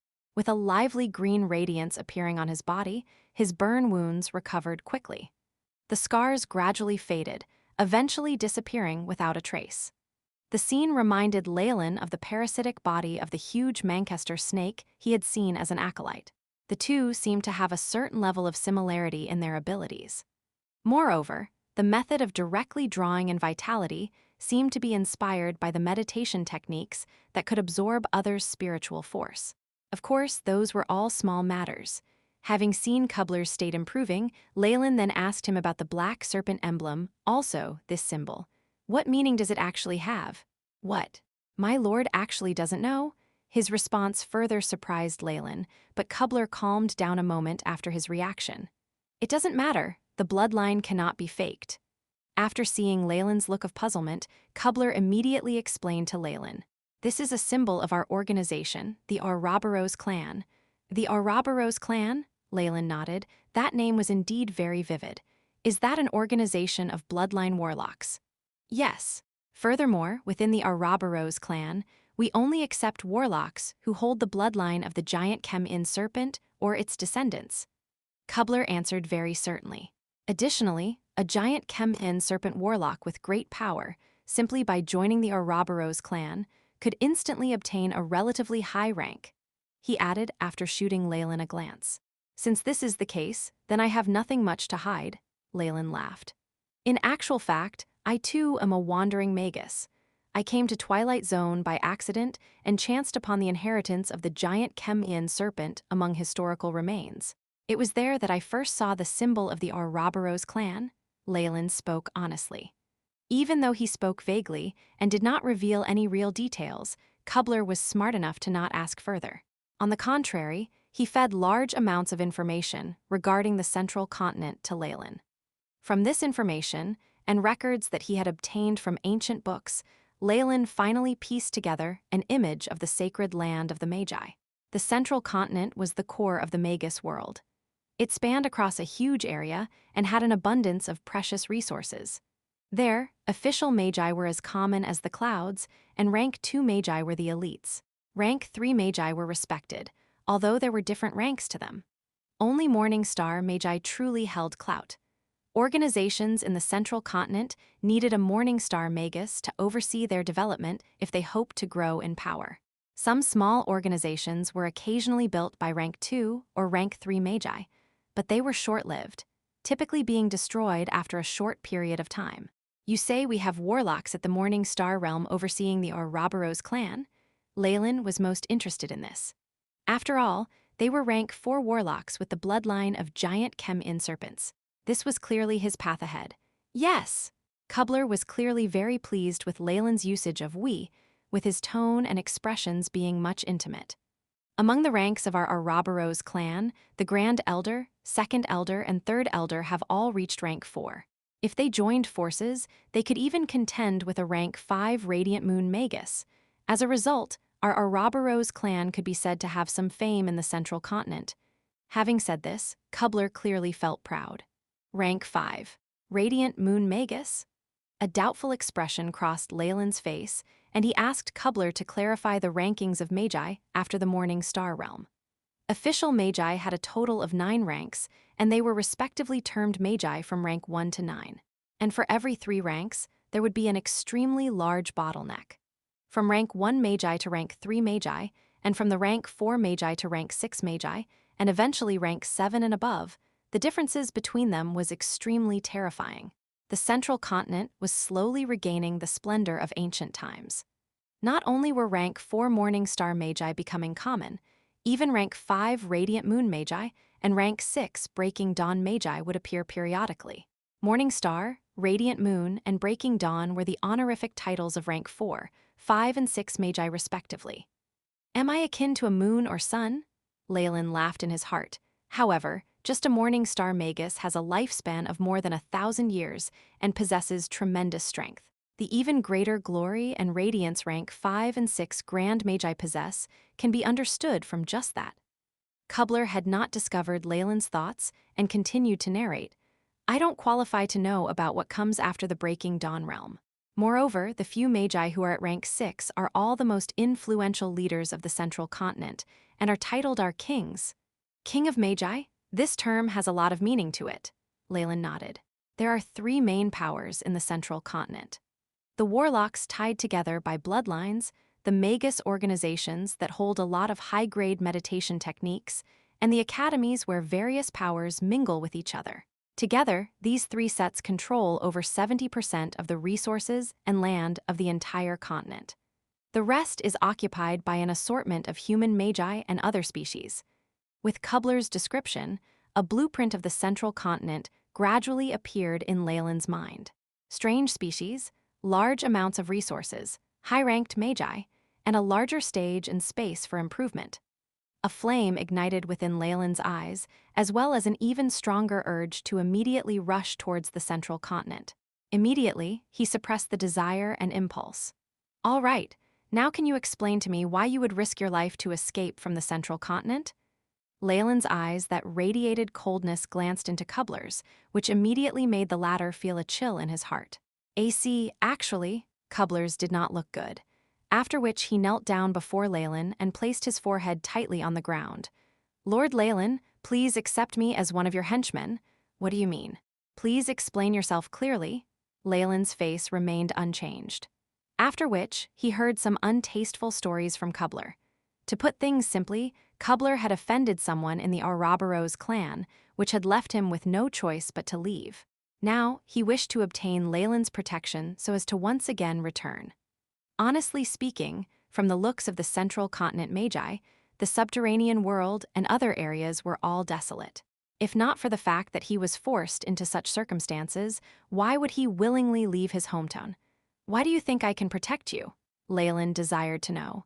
Before asking clearly, he would not easily promise anything. Of course, My lord has already achieved rank 3 and is a giant chem-in serpent warlock with a bright future. How can people like us rival that? Kubler said matter-of-factly, and had a faint tone of admiration and inferiority. This subordinate has offended a black Horal snake warlock, who has the potential to at most grow to rank 3. The high-ranked officers of the Ouroboros clan would definitely not side with him. Growth potential? Leylin was alarmed and understood that he heard something extremely important. Does my lord not know yet? Kubler, on the other hand, had already in favor of himself changed his address of Leylin. The inheritance I obtained did not contain any object in this area. Please detailedly explain. Leylin's face looked upset. His heart had a bad omen. Yes, subordinate will not hide anything. Kubler's attitude was extremely upright, and he had started to follow the standards of vassals. Leylin could not be bothered to correct him. As Kubler narrated, Leylin's face got gloomier, and eventually was like that of the sky before an imminent storm. Flag LW if you find any errors, broken links, non-standard content, etc. Please let us know report chapter, so we can fix it as soon as possible. Chapter 390, Bloodline Shackles. Bloodline Shackles warlocks were a branch of ancient Magi, and possessed enormous strength as a result of their bloodlines. Warlocks of a rank not only had all the abilities a regular magus of that rank held, but also the amplification of their bloodline. Their powers greatly surpassed those of regular Magi. Why couldn't such a powerful branch dominate the Magus World? Why, instead, did they lay low in the South Coast and Twilight Zone, with even the central continent only containing a small number of them? All of this could be attributed to their main problem, the shackles of their bloodlines. According to Kubler, unlike Magi who could continuously improve, the advancement of warlocks was largely dependent on the bloodline they inherited. That was to say that, for a huge Manchester snake warlock like Kubler, because of the bounds of his bloodline, he was destined to never advance further after being an official magus. No amount of effort could promote him to rank 2. This was the shackles of a bloodline. Similarly, the peak of a black Horal snake warlock's development was rank 3. Such a warlock would never enter the Morning Star realm. For a chem-en giant serpent warlock like Leylin, even though his pure bloodline could support him in his advancement to rank 2 and rank 3, it was of little effect against the obstacles to becoming a Morning Star magus. Moreover, after advancing to a Morning Star, he too would lose his potential to advance. It was impossible for a warlock to alter his own bloodline, and hence there were nearly no solutions to this problem. In reality, Magi like Leylin could be considered to be quite fortunate. After all, Morning Star Magi still held some clout even in the central continent. The more miserable ones were warlocks who could not even advance to become official Magi due to the limits of their bloodlines. For instance, if Kubler had used a young Manchester snake instead of a matured one, then his entire life would be spent with him as an acolyte. No matter how great his talent was, it would be useless. Having heard all this, even Leylin, who had considerable knowledge, broke out in a cold sweat. Initially, if he had coveted convenience and directly used the blood of the black Horal snake to advance, he might have been restricted to being a rank 3 magus and lost any hope of progression. And now, although Kubler had said that the limits of his potential were that of a rank 4 warlock, at least it was better than before. Moreover, even in ancient times, Morning Star Magi were prominent figures. With their strength, they were likely to have interacted with regions on a broader scale than a rank 3 magus. As a result, there might already have been some solutions to this. Lastly, there was still the rich resources of the icy world and the legendary Snake Dowager, which presented a gleam of hope. Due to Leylin's confidence in himself, he was only somewhat dispirited before he recovered. He thought back to what had come up when he obtained the chem-in's pupil meditation technique. All those who walk on the path of bloodlines will eventually be shackled by the very bloodline itself. The line had baffled him then, and had left him with an ominous premonition. From the looks of it now, though, it was a reference to the shackles of a warlock's bloodline. At that time, Great Magus Surhome was cultivating the giant chem-in serpent bloodline. He had conducted a lot of experiments on bloodlines. Perhaps this was why Leylin thought of this again. Very evidently, even in the circle of Ouroboros, warlocks of different bloodlines have different positions. The giant Chem-In serpent warlocks held the highest status, to the point that some pureblood giant Chem-In serpent warlocks could merely rely on time to elapse and enter rank 3 automatically in a few hundred years. They even had the hopes of becoming Morning Star Magi. As a result, pureblood giant Chem-In serpent warlocks like these would be elite royalty in the circle of Ouroboros. Viewed as future Morning Star seeds, they were protected and nurtured. On the other hand, the Black Horal Snake warlocks had a bloodline limit of rank 3 and would forever not be able to improve. However, in any case, they relied on the strength of their bloodline and did not have any problems advancing to be rank 2 Magi. There was a possibility to become rank 3 as well, so they ranked just after giant Chem-In serpent warlocks. As for huge Manchester snake warlocks like Kubler, they were a bunch with the most miserable status, only slightly better than the Acolyte warlocks. Even rank 3 warlocks with a slightly better bloodline would look down on them. This wasn't intentional, just a result of differences in strength. Hence, for higher status and better treatment, many lower-ranked warlocks chose to go under the wings of giant Chem-In serpent warlocks, forming the relationship of a master and vassal. This was how warlock clans came to be. Kubler had detected the bloodline resonance of Leylin's giant Chem-In serpent bloodline and immediately sold himself to Leylin in exchange for protection. Upon hearing that, Leylin sighed internally. Looks like no matter where you are, as long as any organizations exist, there will be a hierarchy of power and unfairness, exploitation and oppression. Having seen Kubler's nervous and hopeful expression, he laughed weakly. I, Leylin Farlier, accept you as my vassal. I hope you'll be able to abide by the rules of our master-servant contract, the prestige and status of the family of Leylin Farlier. As you wish, master. From now on, your wish is my command, as witnessed by this drop of blood. Kubler's face was solemn. He cut his hand and smeared the bright red blood with a tinge of yellow on his forehead, kowtowing low. Bam! After he paid his respects, Leylin instantly felt a contracted connection, the bloodline contract. To him, there were few restrictions, but the impact on Kubler was much greater. Originally, Leylin could only hint at and impact Kubler to a small extent through his high-level bloodline. With the contract having taken effect, that influence was amplified. Even if Leylin were to order Kubler to die, Kubler would probably have to follow the orders. This control of a higher rank has over a lower rank is this strong. Having seen this point, Leylin did not experience any joy, but instead, fear had arisen in his heart. Since the giant Chem-In serpent was a species with a snake bloodline, should it meet a snake species of a higher rank, or even the snake dowager, the other party could easily butcher it. No, absolutely not.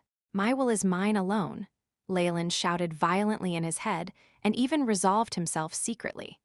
Even though he had many considerations, from Kubler's point of view, Leylin was merely mildly startled before accepting his oath.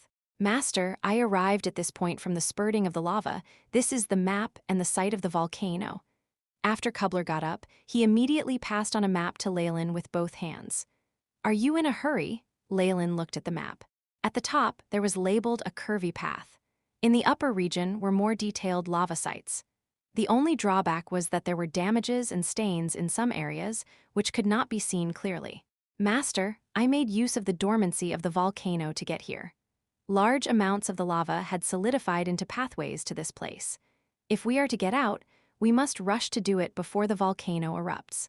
If not, large amounts of lava will block the pathways. This conditions will only last a few days. If we miss this opportunity, we will have to wait for at least 100 years. Kubler's thoughts naturally would not be able to keep Leylin in the dark, hence he just said it out directly. Even though he had just arrived here, he already disdained the nasty conditions of Twilight Zone. Not only was the energy particle concentration here much lower than that of the central continent, the resources were also much poorer. For instance, the vitality fruit vine might not have been common in the central continent, but rank 3 acolytes could get a hold of them. It wasn't big enough for official magi to fight each other over. Seeing his longing to return, Leylin's anticipation towards the central continent immediately increased. The prosperity of the central continent seemed to have exceeded his expectations. The description even contained traces of the golden age of the ancient magi. This can come later. First, I'll go check out where you came from. Leylin stroked his chin and kept the map. Even though he had decided to proceed towards the central continent, there were many things to settle in Twilight Zone as well. After all, in a guild as big as Nature's Alliance, there were a lot of vested interests. Also, were Leylin to disappear, the human race would be thrown into chaos, and this might even extend to beings of other species. Bloop, bloop, this was a huge lava lake. Large amounts of fresh red lava continuously boiled to the top, radiating heat. The lava at the central had grown so hot it was golden yellow, the glow of the ripples captivating even in its danger. This high temperature, Leylin's face slightly changed. I'm afraid that even with my defense I could withstand it for 10 hours at most. Above the lake was a giant hole.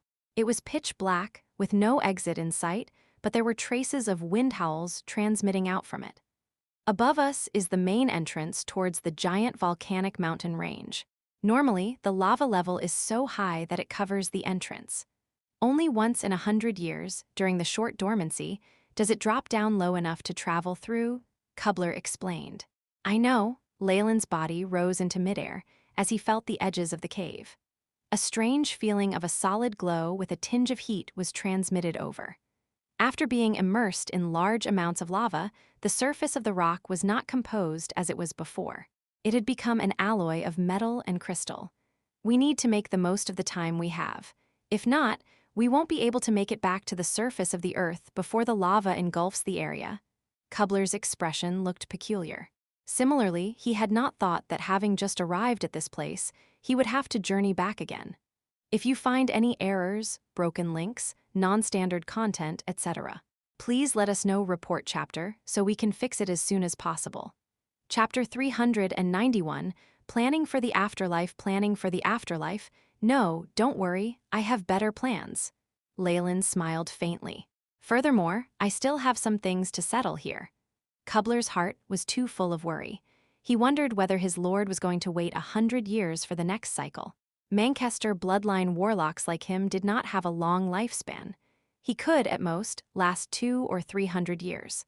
100 years was, to him, a significant portion of his lifespan, but Kubler looked at the man whom he now served. As a vassal, the lord has the last say, so what more could he do than laugh bitterly? I'll be heading out for a while. Stay here and monitor the lava flow data, and contact me periodically using our secret imprints. In the meanwhile, use the special rocks here to make one of these. All you have to do is follow this blueprint. A fluorescent blue light flashed in Leylin's eyes. It took him but a moment to form a design and imprint it into a crystal ball. Kubler's face changed slightly as he received it, and he respectfully lowered his head.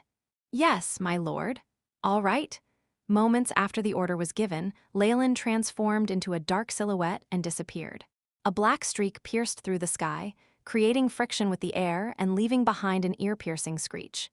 Even if he had time to prepare, it was running out, so it was important to make the most of it. Nature's Alliance, North Twilight Zone. Leylin sat behind the huge and luxurious office table and stretched lazily, revealing her perfect curves.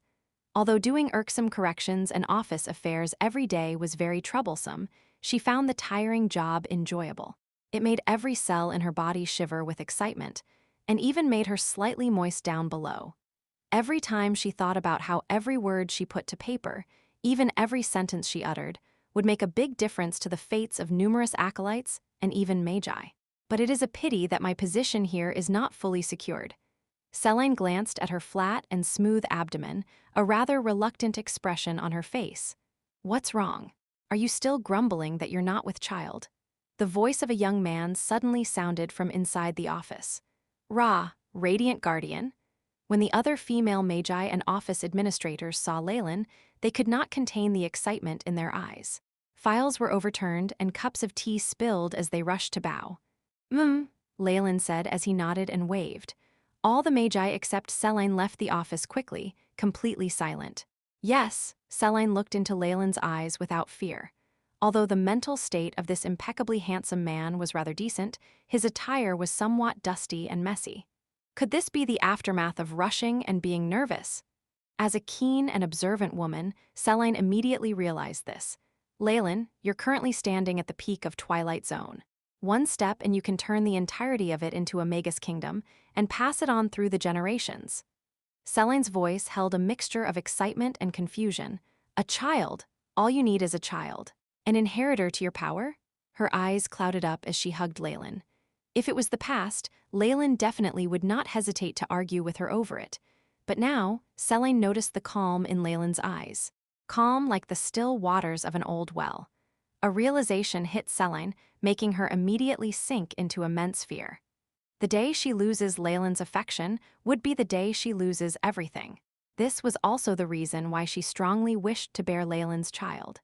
Even as she struggled to think of a method to show her affection, Leylin's next words beat her down into the abyss.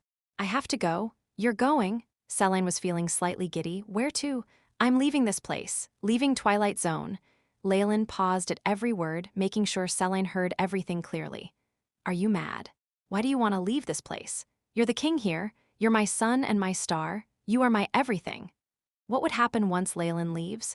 The mere thought of scenarios that might happen if he followed through with his words made Selene sink into extreme fear.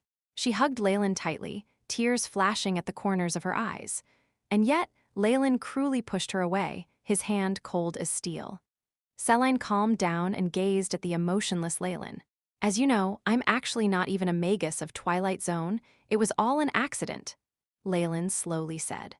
Regarding his history, after going through so many interactions and investigations, this woman had probably speculated a lot already. Sure enough, Selene's face remained unchanged, and she evidently did not feel surprised. I seek the pinnacle of the Magus World. The scene of different worlds from the top will be the most beautiful view one could ever hope for, so I cannot stop advancing. I must continue forward until I achieve my goal. I believe you too can understand this. Leylin looked into the depths of Selene's eyes. At this moment, Selene had already completely calmed down. Or rather, was it all just an act before? Leylin's thoughts stopped here as he couldn't help but secretly feel a little annoyed. I do.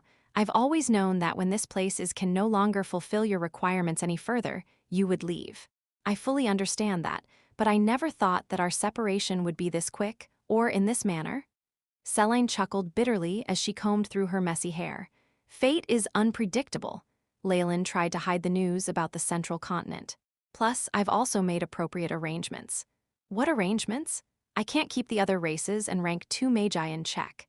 Even I rose the ranks to the peak with your help. I'm only a rank 1 Magus, not someone they'll listen to. Selene was indeed very realistic and had already accepted the reality of Leylin leaving and was already planning her own future. Swish, Leylin flicked his finger and a black ray of light penetrated the window, landing on the huge black stone sculpture in the plaza in front of the teaching block. Buzz. The sculpture started trembling and a thin barrier of light flickered at the top. I left some of my aura on this sculpture. As long as my main body doesn't die, this barrier of light will never dissipate. Believe in the deterrence of this rank 3 Magus, and you'll still be able to continue for a very long time. Other than being a clear indicator of whether he was dead or alive, there was absolutely nothing else that was useful about this aura. But as long as the Magi of Twilight Zone knew that Leylin was still alive somewhere, he would be a terrifying deterrence to them. And this was a way of assuring that the relations and power he left behind still existed. Good. What else? Selene's voice finally contained some hope. These. Leylin handed her a few fine, white crystal chips. These are some spirit sources that I control, Iron, Gogor, and a few rank 2 Magi. As long as they're in your hands, there will never come a day where they betray you. These Magi were the core strength of Nature's Alliance. In fact, as long as Selene had them under her control, the entirety of Nature's Alliance would be subject to her manipulation. As long as there was no internal conflict, Nature's Alliance was the most powerful in the entire Twilight Zone. Even if Leylin suddenly went missing and caused a stir, it would not affect Nature's Alliance too much. After all, this was still Leylin's backup plan. He still had the treasures of the icy world waiting to be excavated, and he would not give up on them so easily. This was also the reason why Leylin specially rushed back to prepare. Selene herself wasn't an important enough reason for him to return. Besides, when I disappear, you can simply claim that I've gone to a secret facility for research. Anyway, it's common for high-rank Magi to spend a decade on research, no? All right, goodbye, Leylin finally said and left. This was similar to how a person working at an office would act before leaving every morning. Leylin simply left after a few words, not at all like someone who was going to leave for someplace far away. In any case, Leylin had already seen Selene for who she was, a woman whose heart will never truly be moved. She was just calculative and thirsty for power. Looking at her suppressed excitement as she held the spirit sources, she must have already been rejoicing on the inside. Hold on, this will not be the last time, right? What I said before was true. I will take care of your bloodlines and turn them into the guardian of the next generation. Selene bit her lower lip. I'm sorry, I don't have much time. Leylin's figure transformed into a black ray of light and he shot into midair, disappearing into the horizon in a flash. Leylin understood Selene's plans very well. Bloodlines of high-leveled magi were hard to come by. Furthermore, he progressed incredibly fast. Selene thought that his bloodline was from an ancient, fearful creature. Hence, she wanted him to leave some of his seeds behind. In actual fact, Leylin was now a first-generation bloodline warlock. The blood descendants he left behind would also have the Chem-In's bloodline and would naturally be warlocks. With a bit of nurturing, they would be unbelievably strong. But why would Leylin do that? Even when he fooled around with numerous girls before, he had secretly controlled his secretion and made sure not to leave any descendants behind. A clink sounded in Selene's hands as Leylin walked away, leaving behind remnants of a delicate gold cup. She always had great confidence in her charm and knowledge, but looking at the situation now, it seemed like Leylin did not have the slightest bit of concern towards her. This hurt her pride badly. But a smile crept onto her face once again as she stared at the huge number of spirit sources in her palms. Now that Leylin had left, the power of nature's alliance truly lied in her hands. A wave of happiness drowned her heart as her face flushed. Everything had happened just as how Leylin had predicted. Under Selene's leadership, nature's alliance naturally became stronger. Though there was unrest in the Twilight Zone for the 10 years after Leylin's absence, it would still be contained. This, too, was related to Leylin's prior subjugation of the power-hungry Twilight Zone Magi and the major powers of other races. Gradually, the tales of radiant guardian Leylin turned into a legend. As for Leylin, a new journey was just beginning for him. If you find any errors, broken links, non-standard content, etc., please let us know. Report chapter so we can fix it as soon as possible. Chapter 392, The central continent magma roiled around like water in a rough sea, emitting heat waves that swept across, a hint of the incredible power beneath. A sheet of golden liquid lay at its center, as if a lake within the lake. However, this magnificent sheet could stop magi in their steps. Above the lava lay a giant passage, tiny voices sounding from it now and then. The rock around this passage was very hard, and no one knew where it led. Swish! A silhouette appeared on the shores of the lake. The light dispersed to show a very young Magus, his long black hair tied up casually and his skin fine and smooth. His handsome face was filled with the dignity of a ruler. This was naturally Leylin, but his robe was currently a little dusty. The hurried round trip had drained him. "My lord," a middle-aged Magus with bronze skin saluted. "Are you finished?" Leylin asked casually. "Yes, please follow me." Cobbler led Leylin to a hole he'd dug near the lake. A giant ball lay at the center. The dark ball seemed to made of stone. Its surface was a glossy black. On a side of the ball was a door which revealed that it was hollow. According to your blueprint and orders, all parts were made from the hardest layer of this metamorphic rock to bear the high temperature of the central magma. The joints were even reinforced by runes. He reported at Leylin's side like a loyal servant. He didn't even mention the difficulty in collecting the rock and casting it into shape. "Good job," Leylin nodded, looking at the runes inside the ball with surprise. This Manchester bloodline warlock was much better than he'd expected at alchemy. "No, it's my pleasure to serve my lord. There is no trouble at all." Cobbler saluted humbly with his hands crossed before his chest. This sort of respect was expected in front of magi with higher bloodlines. Cobbler had grown used to it during his time in the Ouroboros clan. "The lava lake is becoming more active recently. I'm afraid this means that it's about to erupt. At that time, the place would be flooded with lava, blocking the entirety of the passage. Kubler had come down here when the volcano was dormant and had still suffered horrific burns. This had left him in fear of the lava. Although he went with his lord's plan, he was still worried. However, the servant had no right to make the final decision. He could only make suggestions and had to follow his master's orders. I understand. The eruption will occur in an hour and 23 minutes. Prepare yourself. With the AI chip's ability to observe and forecast the eruption, Leylin knew the timing much better than Kubler did. He had run this plan by his AI chip's calculations, and the success rate was over 90%. Why would he risk his life if not? More than an hour later, a black ball was floating on the red lava as if it was in the water. Kubler sat inside with Leylin, face pale. Watching the lava outside through a magic screen, he stammered out, my lord, this plan is too dangerous." Once the ball was crushed, they would be devoured by endless lava. Even if he was a magus, this kind of horrifying death made him shiver. "Calm down," Leylin stared at lava outside calmly. Blub, blub, the lava had reached its boiling point, and the whole cave began to tremble, dust falling off the walls.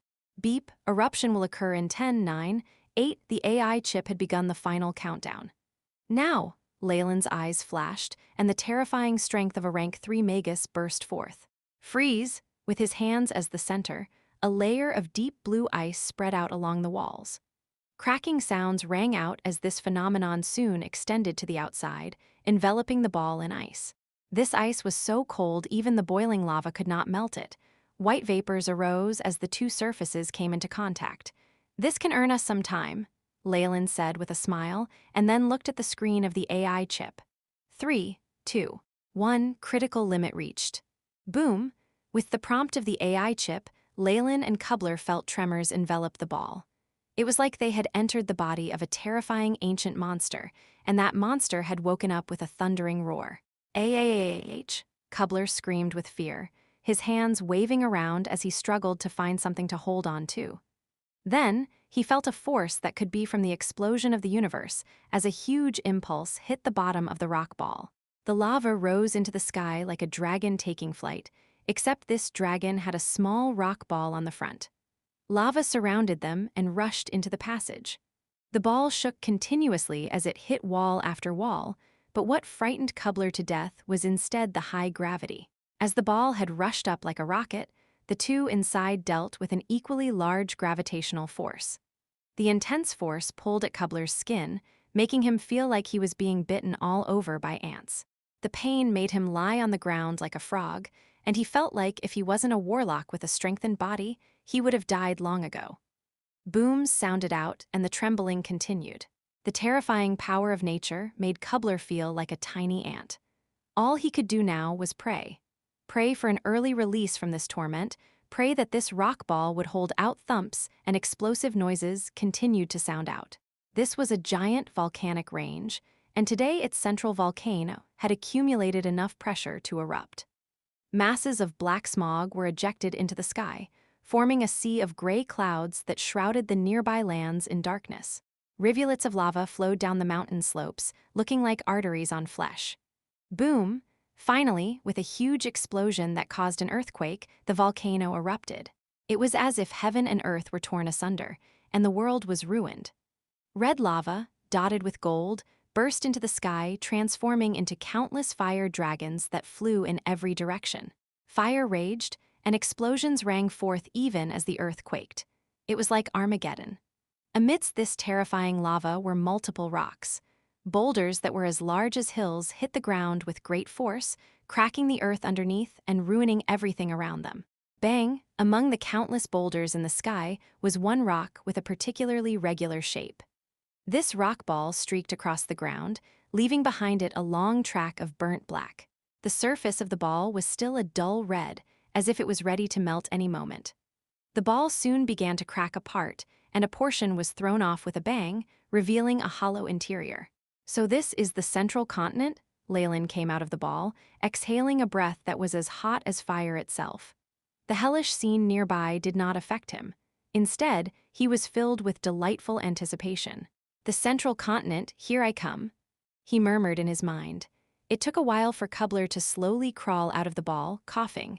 His body was in a mess with some burn marks on it. The layer of ice Leylin had made had been thawed within a few dozen seconds of the eruption. Afterwards, the rock ball had heated up to extremely high temperatures. They would have been roasted had they not been magi. Exciting. This is so exciting. After retching for a while, Kubler wiped his sweat off, fear in his eyes. Relax, we got out safely, didn't we? Leylin turned back and smiled. It's quite fair for us to pay a small price for concentrating a day's journey into a few minutes. Yes, my lord. Kubler could do nothing but smile. So is this the central continent? Seeing Kubler collect himself, Leylin wanted to confirm it with him. Yes, Kubler said even as his expression turned complicated. This is the MT, Usura of the central continent. The land that we are standing on now is undoubtedly of the central continent. 3 days later, in a small town, a giant gleaming revolving gate swung around as carriages and people wearing strange clothes passed by, some of them official magi. Leylin was sitting in a hotel room, the pudding and juice in front of him all but untouched. He was staring outside with a dreamy gaze. At that time, the door was opened with a thump and Kubler stepped in. My lord, I've bought tickets for an airship heading to the Black River domain that leaves tomorrow morning. In at most 4 days, we will arrive at the headquarters of the Ouroboros clan. His voice was tinted with excitement. If you find any errors, broken links, non-standard content, etc., please let us know. Report chapter so we can fix it as soon as possible. Chapter 393 Airship Network. Leylin nodded his head inattentively. I see many magi here. He pointed to the outside.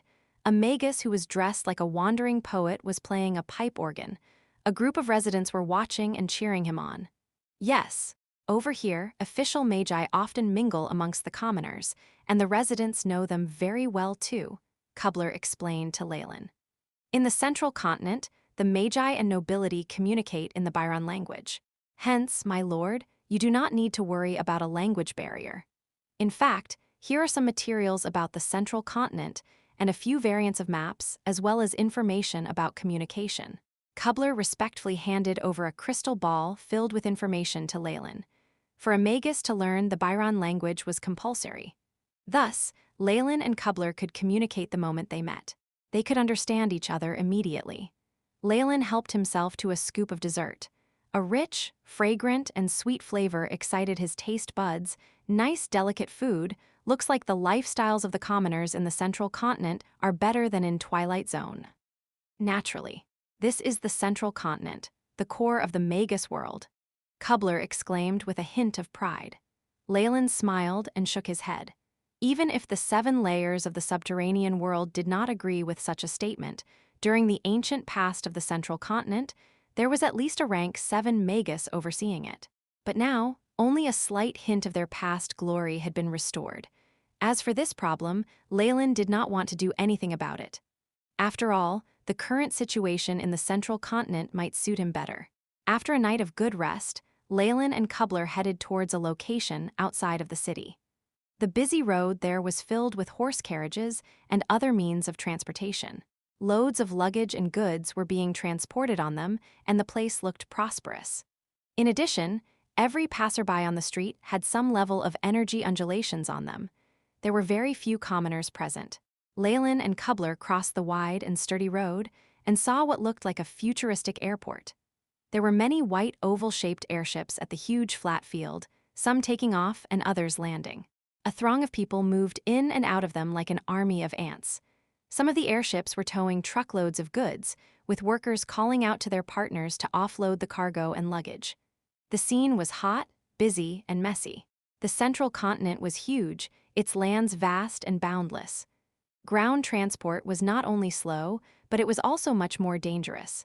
Hence, airships had become their common mode of transportation. Even within the small section of a city, there was an airship docking point with a few magi and acolytes on duty manning it. Their responsibilities included maintaining law and order in the city and the maintenance and repair of airships. On top of that, there was a pool of specially trained engineers for the job. With bodies as thin as a match, bulging eyes, and balding heads, Leylin saw them working between the bases of the airships and the tunnels with spanners and other tools in their hands. Construction cost and maintenance fees for such airships were very high. Still, As long as the air route was secure, there were profits to be made. It was a case of large investments yielding great profits. And such investments could only be made by magi who possessed great wealth. The airships of the south coast were smaller than the ones here. Their air routes were limited and their flying times were regulated. They simply could not be compared to those from the central continent. Who is behind these various air routes? Leylin asked Cobbler in a soft tone. A single airship ticket in an ordinary cabin cost 100 magic crystals. For Leylin and Cobbler, who naturally chose to travel in the superior cabin, their journey alone had cost them 600 magic crystals. Fortunately, Leylin was rich and imposing as he had control of an entire region's resources. Money came easily at his beck and call. He had an abundance of magic crystals, so he would naturally not be a Scrooge. Even though Leylin had the great support of Twilight Zone's resources, when he compared himself to the enormous airship business, he felt that he was still lacking. The central continent's entire airship route is single-handedly managed by the Farlier family. It is their private property. Private property? Leylin was shocked and immediately asked, who is the Magus on their side? Such enormous benefits that included crucial traffic involvements. If their background was not up to par, they wouldn't have been able to manage such a thing. And for the Farlier family to dominate the entire continent until now, surely their support was a formidable one. The Farlier family themselves have 2 Morning Star Magi. Of course, it doesn't count for much. The crucial one who has their back is the Monarch of the Skies. Monarch of the Skies? Breaking Dawn Magus? Leylin nodded his head. With a Magus who stood at the pinnacle of the central continent devouring those deals, the Farlier family were basically relegated to housekeepers. The actual one who had the control over the entire airships business was the Monarch of the Skies after all. Yes, under the rule of the prestigious and intimidating Monarch of the Skies, the safety of the airships is guaranteed, Cobbler remarked, a ray of yearning in his eyes. Rank 6 Magus. This was the highest level in the central continent. Every single action of his would affect the lives of innumerable magi underneath. Whoosh, with the whirring of the wind, the airship retracted its anchors, and it started to drifting upwards into the sky. Leylin stood on the deck enjoying the wind, a pleased look in his eyes and a smile on his face. With a mix of sunshine and the taste of fresh green grass, the cool wind blew and lingered around him. It's been too long, too long. I have not been under the sun for so long. Leylin looked at the blue and white sky and the golden rays of sunlight. Momentarily, he felt emotional. Although there were sunstones and spells of everlasting light in Twilight Zone, they were artificial after all. They could never be compared to the light and warmth the natural sun gave. Those who lived in Twilight Zone for a long time constantly faced a land and sky made of thick black rock. It left them depressed, and on occasion could lead to serious problems as well. Even though Leylin didn't have such misfortune, he did not want to risk it anymore. He never wanted to leave the luxurious space and experience the radiance of the actual sun brought again.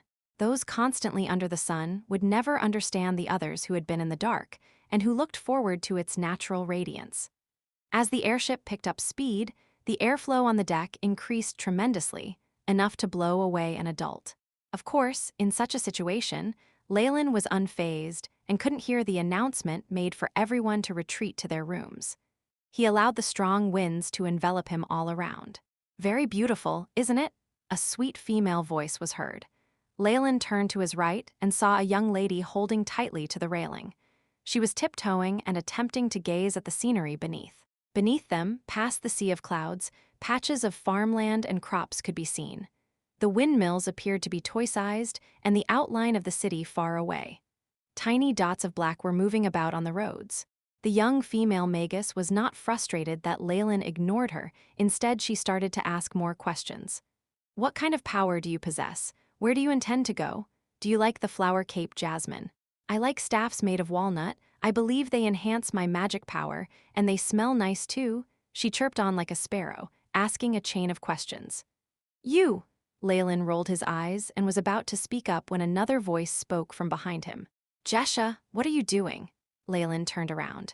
A young Magus wearing a golden white robe with a red ruby emblem on it walked towards them, anger hidden in his eyes. No, nothing. I am just out here looking around. Jesha pulled back her head, looking pitiful. Since you are done looking, head back in now. It is dangerous out here. The youth repressed the smile on his face. Sir Leylin, I'll look for you next time. Jesha waved while walking away, and the youth was clearly displeased. He looked at Leylin, his lip parted to speak, but did not do so. He shot a darting look filled with warning towards Leylin and turned to walk back into the cabin. Ridiculous! Leylin shook his head in disbelief. He knew the young female Magus had used him as a human shield, and he had negative impressions towards both of them. It was clearly evident that they had not discovered Leylin's hidden undulating energy. Hence one regarded him as a savior. Yet another unknowingly did not dare to challenge him. Cobbler, come here. Leylin looked at secret imprint on his hand. Master, what are your instructions? Cobbler got onto the deck swiftly and replied respectfully with a bow. Do you know this symbol? Leylin projected an image of the red ruby emblem that the young Magus was wearing. Judging from the proud persona of the young Magus wearing the ruby red emblem on his chest, Leylin suspected it could be the symbol of a powerful Magus. Unfortunately, he had no idea at all and had to endure the critical look from him. Luckily, following Leylin along this journey was a Magus from the central continent, who was knowledgeable and was able to answer many of his questions. If you find any errors, broken links, non-standard content, etc., please let us know. Report chapter so we can fix it as soon as possible. Chapter 394, Engaged. This is the crest of the Leylin family. Cobbler took a quick glance and concluded. He knew that his master was not of the central continent and knew nothing about this matter. He went on to explain, the Leylin family is a rather famous Magus family in the Black River region. It's said that there's a rank 3 Magus in charge there. A rank 3 Magus? What stage is he at? Leylin asked on. Rank 3 was a period where one prepared to become a rank 4 Morning Star Magus. It took a long time and was extremely difficult to cross.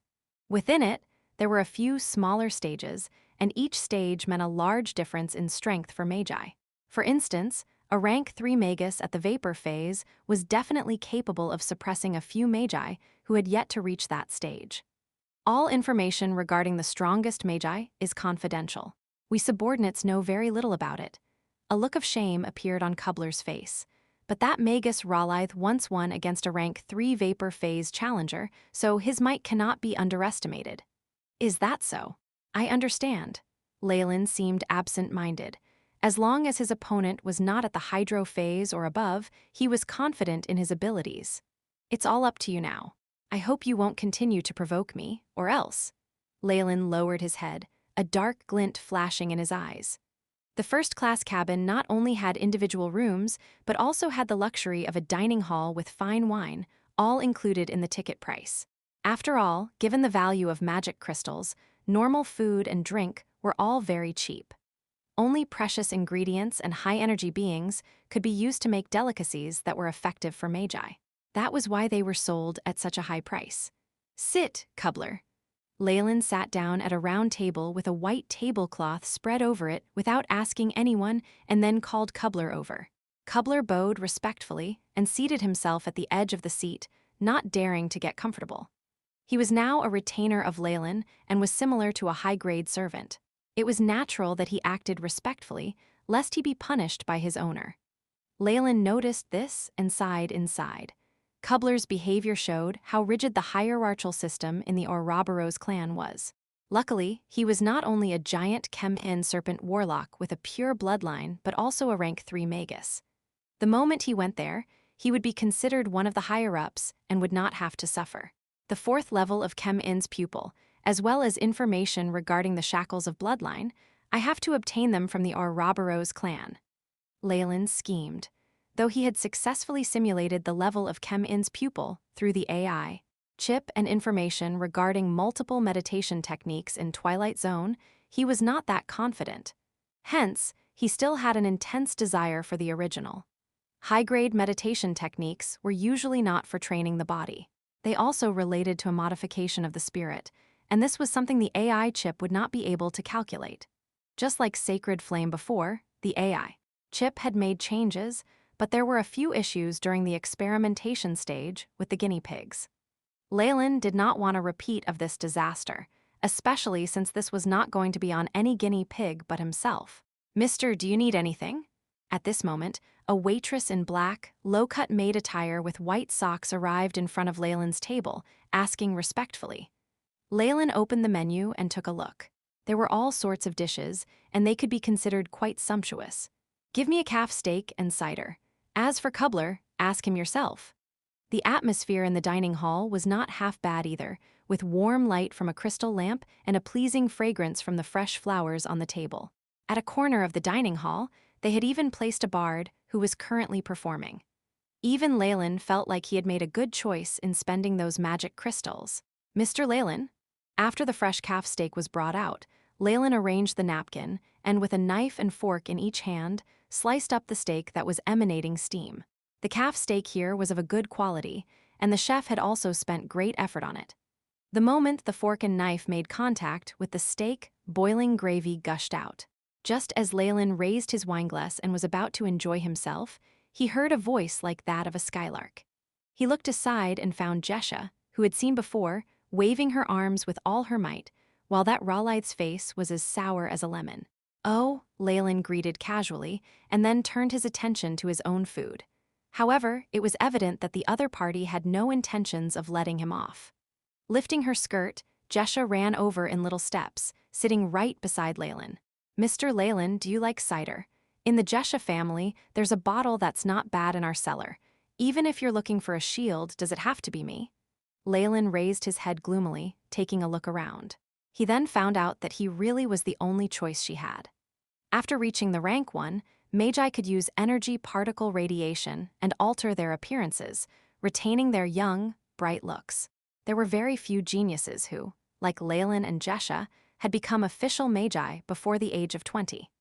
Many rose to rank 1 after 50, and female Magi obviously wanted to retain their most youthful and beautiful looks. On the other hand, many male Magi chose to keep their image at the time they advanced. Hence, in the Magus World, there were old and young male Magi, but most female Magi were around 20 to 30 years old in terms of their looks. There were few who presented themselves as old women. In the dining hall Leylin was situated in, it was not that there were no official Magi, but most of them were middle-aged or elderly men. The few young acolytes and the like did not dare flirt with official Magi or rival anyone for the affection of the people around. Thinking about it, it seemed like Jesha's best choice was Leylin. Firstly, though she could not tell Leylin's strength, he was definitely an official Magus. That was the most important thing. Next, Leylin was young and rather handsome, which was enough for other men to get mad at. However, towards this unexpected luck with women and the calamity it could cause, Leylin rolled his eyes. "Can I sit here?" At this moment, the young man whose expression was dark also arrived. Leylin nodded and watched as he sat by Jesha's side, much to her visible displeasure. "Let me introduce myself. My name is Leylin Farlier.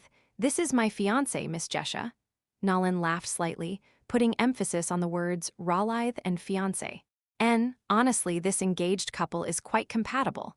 Both are just as young and full of talent." Leylin nodded. Through their conversation, the aura and waves that were unwittingly emitted, and even their eyes helped him deduce their general age. Usually speaking, this would be a perfect pair, but it was a pity that the female did not seem satisfied with this wedding. Though there were 2 extra members here to disrupt things, Leylin was able to enjoy his meal, completely ignoring Jesha, who paid much attention to him, and Leylin, who was about to explode. Before leaving, the guy called Leylin secretly sent Leylin a transmission. "Get away from my fiancé, or else you'll regret it." "Master?" Cobbler looked at the expressionless Leylin and asked, sounding him out. With Leylin's command, he would immediately kill the moron Leylin who dared offend his master. Though they were all rank 1 Magi, these 2 were obviously rookies who had just advanced. It was impossible for them to survive under the hands of Cobbler, a warlock. "There's no hurry," Leylin waved his hands, though he had some questions. Magi were rational people, and while Jesha's actions would give rise to Leylin's displeasure, he would definitely recall everything and not start a feud with another Magus over such trivial matters. Besides, Leylin and Jesha had only exchanged a few words. In addition, Leylin would not kill the 2 of them over something so insignificant. It was not beneficial to him. Looks like the female Magus called Jesha might continue with some tricks. Leylin touched his chin, feeling like he was watching a show. Yes, master. After hearing Leylin's instructions, Kubler was unwilling but did not bring it up again. 2 days passed by quickly, the airship stopping outside a station at a middle-scaled city in Black River region. Leylin held a cane and put on a hat, wearing something like a suit. He seemed even more elegant than young masters of noble families, having the dignified aura only a ruler would have as he walked down the stairs. Meanwhile, Kubler was like a loyal butler, following close behind and holding something in his hands. Mr. Leylin, Jesha's voice sounded. This was also her stop. Leylin laughed and approached her. Nolan stood aside, though he was full of smiles as if he had understood something. Sire Leylin, my apologies for my behavior. Nolan resumed his good behavior, washing away the impatience and seeming poised. He had realized his mistakes and was now coming forward to apologize. It's fine. If I had such a pretty fiancé, I'd be overly suspicious of everyone else well, Leylin teased.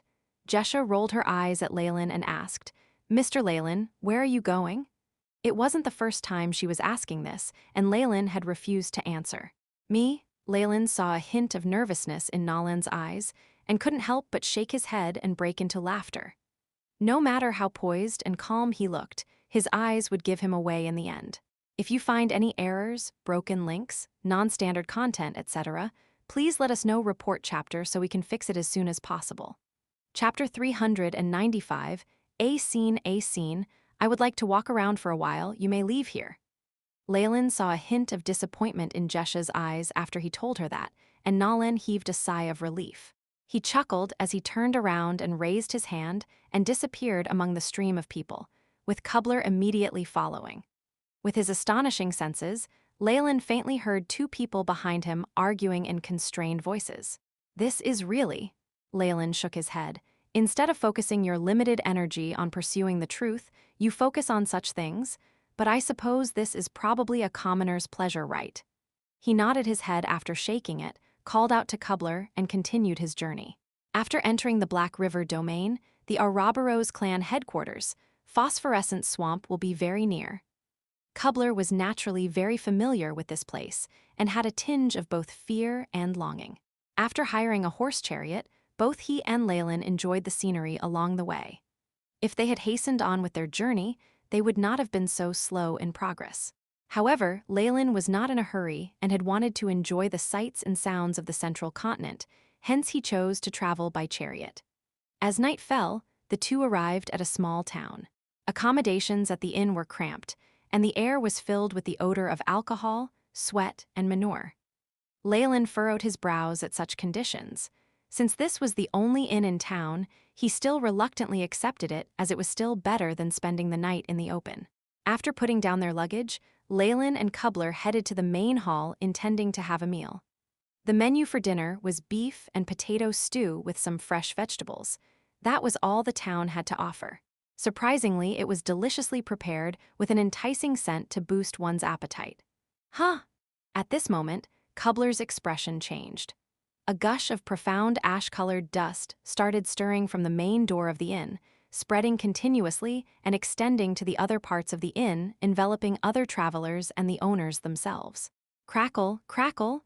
The commoners, whose bodies were covered with the ash-colored dust, all stood frozen, their bodies as stiff as a candle. It's a freezing spell. There is a Magus around and we are the target. A shocked Kubler stood up and exclaimed with anger. Yellow energy emerged from his body and spread all around. A circular radiance surrounded their round table, protecting them against the fate of the other travelers. Leylin was totally unfazed by what was happening and was still enjoying the town-brewed wheat wine. Bang! The wooden main door burst open and 2 magi wearing black robes entered the room. In front of their chest, Leylin saw the familiar red ruby emblem. Nolan, we meet again. Leylin raised his glass and greeted casually. Indeed, Nolan was among the 2 entrants. He had a vexed expression and stood, glaring at Leylin. Where is Jesha? Where? Hand her over. Jesha, isn't she with you? Leylin chuckled. She left. I thought she was abducted. Based on the location markings marked on her body, I am sure she is here. Nolan's eyes turned red. Location markings? Leylin laughed in amusement. How insecure are you, to put such a spell on your lover? I do not care, uncle. It is him, I am sure this is the Magus who took Jesha. Leylin tugged at the sleeve of the Magus standing beside him and pointed at Leylin. The accompanying Magus shifted his eyes and abruptly took a step up. A ray of silver flashed by and the light barrier on Kubler's body collapsed immediately. A rank 2 Magus, Kubler mumbled under his breath. Leylin looked on proudly upon hearing it, while the other Magus had no expression on his face. In his eyes, he did not regard Kubler, who was a semi-converted Magus. However, he was distracted by the silent Leylin, who sat quietly by the side. Sir, we the Raleigh family have no intentions to use force. The fiancé of our successor has gone missing, and it is a big matter. We need to inspect this place, and we seek your cooperation. Power was exhibited first, followed by etiquette. It was a remarkable way of handling the situation, much better than what Leylin did. Absolutely. Kubler was surprised that Leylin agreed instantly. Many thanks. Seeing how cooperative Leylin is, the two Magi eased the tension on their faces and Leylin fell silent. Over here, Leylin looked into an odd mirror he was holding in his hand and rushed forward. Let's take a look. After his satisfying meal, Leylin got up and together with Kubler, stepped forward as well. The two Magi followed closely as if they were afraid of Leylin's escape. Ah, Jesha, my Jesha. Upon reaching the room where Leylin and Kubler's luggage was, they heard Leylin's cries. Bad news. Kubler rushed in and saw a white-colored woman's dress on the bed. There was a big patch of blood stain on the stomach area, and some portion had dried to a dark color. What happened? Jesha, Jesha. How dare you? Leylin's face flushed a fiery red as he yelled and stormed forward. This is trouble, Kubler frowned, a layer of yellow scales appearing on him and his huge hand, and suppressed Leylin, who had lost his self-control, onto the ground. Warlock from the Ouroboros clan? The rank 2 Magus expression immediately changed to become a vicious one as well. Even if you belong to the Ouroboros clan, abducting the fiancé of our Raleigh family's successor and treating him with such disrespect, you have to give me an explanation. The rays of silver in his eyes amplified and streaks of silver whips appeared in his palm. Wait, Leylin smiled subtly, his hand on the shoulder of the rank 2 Magus. What is happening? Although it is just a hand, but it felt like a mountain. In fact, the rank 2 Magus felt his body stiffen and couldn't even lift a finger. Innate spell, Ring of Fire Resistance. The rank 2 Magus emitted a layer of flame from his body, forming rings of fire with it, with streaks of silver on the edges, blazing the surrounding atmosphere ferociously. Annihilation? Soon after, he heard Leylin mouthing the word. Hiss, hiss. The blazing flames were put out immediately, leaving no room for the smoke to reignite the fire. An enormous and horrifying spiritual force assaulted the rank 2 Magus, destroying his defenses, took over his consciousness, and confined his magic power. Rank 3 Magus?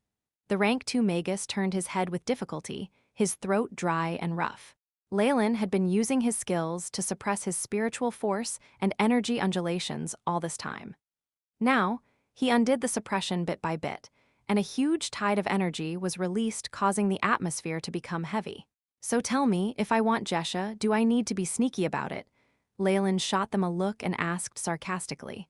Of course not. It is our mistake. We're sorry. The rank 2 Magus shook his head promptly. In the central continent, the sighting of Magi might not be uncommon, but it was not easy to witness the presence of a rank 3 Magus. And among the large-scale powers, rank 3 Magi were high-ranked with stable power and authority. They did not need to resort to any unscrupulous methods when dealing with rank 2 Magi. At this time, Leylin was speechless. Although Kubler had lifted the spell on him, he lay helplessly on the floor with cold sweat trickling endlessly. The Magus with the highest power in the whole of the Raleigh family was only at rank 3. If Leylin was displeased and had them killed, the other Magi might not even have the ability to seek revenge. Thoughts of killing them crossed Leylin's mind, but he eventually let it slide. To him, there were no benefits in killing either these two Magi or even Jesha. Additionally, he might provoke an enemy with rank 3 strength. Even though he was not afraid of the opposite party, he did not want any trouble.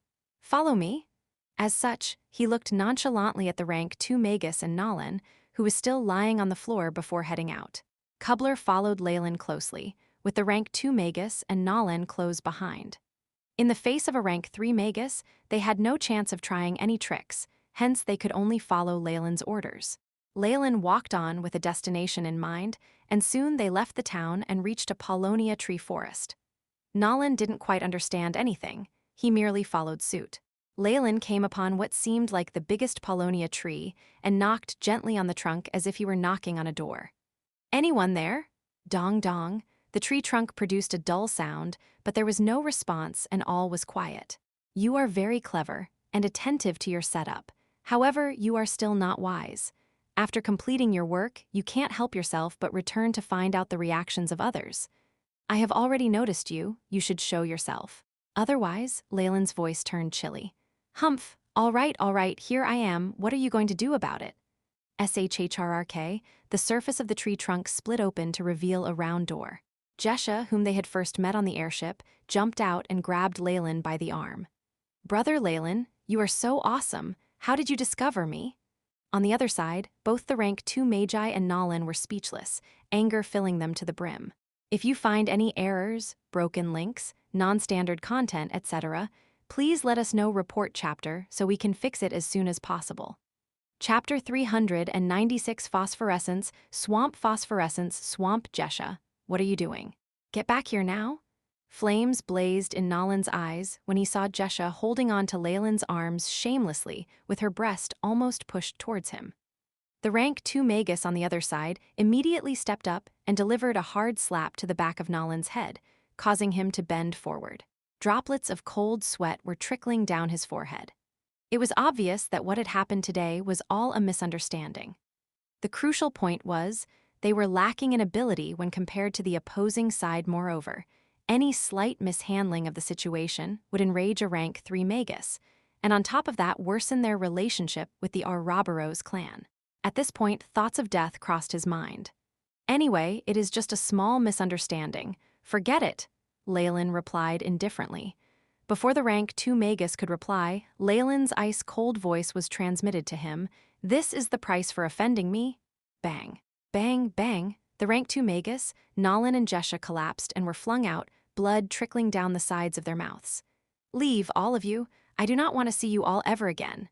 "Thank you for sparing our lives, my lord." The rank 2 Magus gave a respectful bow and quickly pulled Nolan and an unwilling Jesha away from the scene.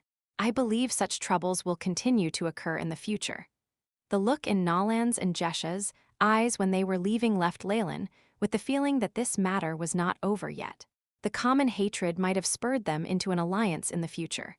What nonsense is this? Leylin felt rather gloomy and thought he should not have gotten involved with matters between husband and wife. "My lord, should I?" Kubler spoke up with an ominous glint in his eyes. "No," Leylin shook his head. He fiddled with a dark and shiny gold coin in his hand, silent and in deep thought. Phosphorescence Swamp. This was the general headquarters of the Ouroboros clan. Very few other Magi ventured out to this place. The swamp was a sea of thick black wetlands, and the air was a continuous mix of cold and chilly, yet hot and blazing. Occasionally, flashes of green phosphorescence could be seen on it. The concentration of energy particles in the air is very high here. This location is a good find indeed. Leylin looked at the graphic data collected by his AI. Chip nodded his head and told Kubler, who was standing behind him. Although the average energy concentration in the central continent had far exceeded that of the south coast and twilight zone, the energy here was even more prominent. Within Phosphorescent Swamp, the concentration of darkness elemental particles was the highest, followed by that of fire. The concentration of these two elements was 10 times higher than the average of Twilight Zone. This is merely on the outside. If an element pool or secret plane was built, I believe the disparity would be more terrifying. Leylin thought to himself. Yes, such a location with a combination of darkness and fire particles is rare. Historically, when we first occupied this place, there were 5 Morning Star Magi who combined their forces to destroy a few powerful enemies and brought along a country of commoners. Kubler was brimming with pride as he explained to Leylin. "My lord, due to my current identity, there might be some trouble here," he added. He had been framed by others and was wanted by the Ouroboros clan, hence before the accusations were lifted, he was afraid of being treated like a criminal. "Not might, it's already here," Leylin pointed out. Soon a few profound dark shadows suddenly emerged from the nearby swamp. ROOAR. Two high-energy serpent-shaped living creatures suddenly emerged, making a big splash. The silhouettes of two magi could be seen on their heads. This is not even the headquarters of the Ouroboros clan, yet patrolling the perimeter are rank 2 high-energy living creatures and rank 2 magi. Looks like they have a very strong base. Leylin felt a resonance of bloodline from the serpent-shaped living creatures ridden by the magi. In fact, they seem to be blood descendants of the Chem-In serpent. Cobbler, how dare you step foot in this place? Didn't you leave? From where the two warlocks were standing, a surprised voice was transmitted out, and it didn't sound flustered. Under these circumstances, Leylin discreetly nodded his head. It would seem like Cobbler was indeed innocent. The grassroots troops understood perfectly and even started to attack before they laid eyes on him. "This is not my fault, I was framed by Johnny." Cobbler raised his voice, his face flushing red. "We do not care about the details, just for the fact that you dare to step foot in Phosphorescence Swamp and brought an outsider." Another warlock immediately continued. "I apologize, but I am not just any outsider." Leylin smiled faintly, took a step forward, and garnered the Chem-In's bloodline and the rank 3 spiritual force in his body, letting off a ferocious explosion. Just like a hurricane, the energy willfully and violently started to sweep everything away. The awe-inspiring kind of familiarity and power left the two lower-rank living creatures cowering and bowing with respect. "A noble rank 3 bloodline warlock. Who are you? It is an honor to meet you." The other two bloodline warlocks, who possessed lineage of the giant Chem-In serpent's bloodline, immediately felt the suppression from Leylin. They knelt down to show their utmost respect. "I am a wanderer from afar and unintentionally accepted a warlock inheritance. I met Cobbler along the way and wanted to take a look at the Ouroboros clan." "Why? Am I not welcome?" Leylin asked indifferently. Sure. It is an honor for us to receive you." The bloodline resonance between two warlocks could not be faked. Hence the two warlocks were very sure Leylin was a warlock of a pure giant Chem-In serpent bloodline. And this level was the highest in the entire Ouroboros clan. Who would dare offend him? "Very well, show us the way." Leylin nodded his head and gave the order. Yes. This way, please." The two warlocks made eye contact and immediately offered Leylin a position on the back of a huge snake. Cobbler was offered one next, and he was secretly touched. One of the warlocks could be seen secretly sending a message, probably with the intention of informing others, but Leylin did not bother to pay attention to it. The rank 2 serpent moved with great speed along the swamp, emitting an aura of terror that made all other animals stay clear of their path. "What species of snake is this?" Leylin stroked the dark green scales beneath his feet. "This creature is an improved version we created using a specialized combination of bloodlines. Their abilities are very suitable for those of the Ouroboros clan."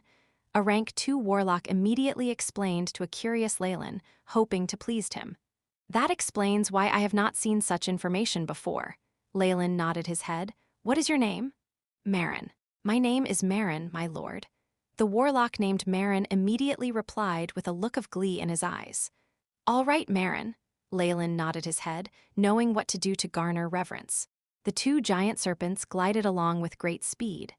In about 10 minutes or so, Leylin reached the depth of the Ouroboros clan. Here, a row of massive structures was combined together, forming a small-scale Magus city, and at the front of the gate sat two enormous stone sculptures of the giant Chem-In serpent. With the delicate black scales coupled with the ferocious pupils, they looked like they could very well be alive. At this moment, a small group of warlocks was already waiting near the gate. "Haha, welcome home, my bloodline brothers." A young warlock that looked like a goblin stood in front of the small group, his eyes that glowed with a purple radiance lighting up upon seeing Leylin. He stepped forward, stretched out his arms, and hugged him. "Thank you." Leylin returned the hug unnaturally and asked, "May I know?" "Oh, haha, look at me. I am so excited by your arrival that I have forgotten to introduce myself." The fellow had very fair and exquisite skin that seemed to be emitting some kind of peculiar charm, a common trait among warlocks.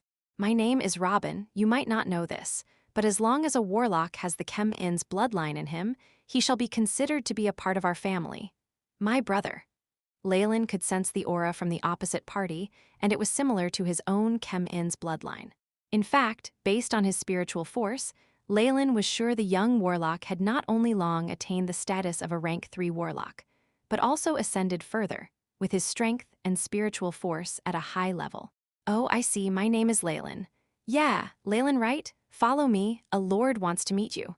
Robin held onto the arm of Leylin with an expression of excitement, totally ignoring Cobbler who was behind him. "Lord. Might it be?" Leylin's pupils dilated.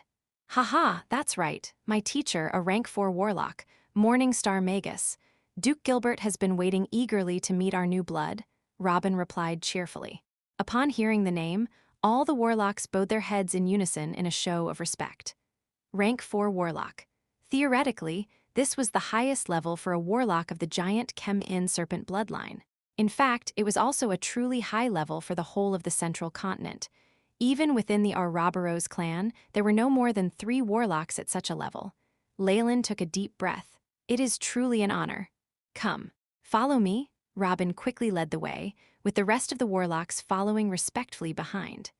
Leylin noticed how the Warlocks all showed their respect to Robin along the way. It seemed like Robin held not only a high rank in the clan, but also a great deal of authority if you find any errors, broken links, non-standard content, etc. Please let us know. Report chapter, so we can fix it as soon as possible. Chapter 397, Rank 4 Warlock. Rank 4 Warlock. Following Robin, he passed by various bizarre buildings with strange styles. There were all types out there, and before Leylin had the time to identify them, he was led by Robin into another building. After passing around a corner, there came across another Warlock in black gilded clothing. There were also rings of mysterious black patterns on his face. Johnny, Cobbler, who had been following behind Leylin, immediately clenched his fists, seemingly terrified as he hid in Leylin's shadow. "Greetings to Marquis Robin." Johnny came before Robin, and then greeted him using the etiquette of nobility. "It's Count Johnny. Here, let me introduce to you Leylin here. He's a rank 3 Warlock about to join our clan." Robin smiled slightly. "So it's Lord Leylin," Johnny bowed. "Though it's the first time we're meeting, I have a request. I wonder if you could agree to it." "If it's about Cobbler, I'm afraid I can't agree," Leylin immediately answered. "That's a real shame," Johnny answered indifferently, not looking the least bit exasperated, causing Leylin to shiver inwardly.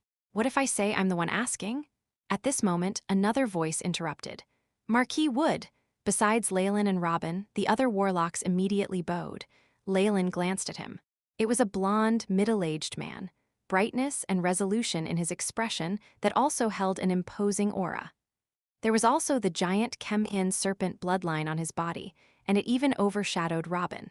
"Cobbler is a criminal who stole a precious treasure from me. I hope you can hand him over to me." Wood's eyes were fixed on Leylin, a pressure being emanated from him. Cobbler was ashen, and after seeing Johnny's look of satisfaction, he immediately understood that after seeing he had a new master, Johnny immediately asked someone else for help. "So are you handing him over?" In that moment, numerous thoughts flitted through Leylin's mind. On the surface, Wood was truly a giant Chem-In serpent Warlock. As compared to Johnny with Black Horal snake bloodline, his bloodline was more noble. In addition, he had entered the rank 3, and from the perspective of one looking at merely profits, it was better to give Cobbler up. Exchanging a rank 1 Manchester Warlock, who had no hopes of advancing for a favorable impression from a rank 3 giant Chem-In serpent Warlock, there was little to consider in this trade. Johnny, who understood this, immediately looked smug, while Cobbler looked defeated. "My apologies, but no," Leylin's voice sounded, allowing Cobbler to recover from his despair. "Master," Cobbler let out a long breath, looking touched. Wood's gaze that was sharp like a sword pierced towards Leylin. "Have you thought this through clearly?" "Of course, very clearly." Leylin did not hesitate and met his gaze.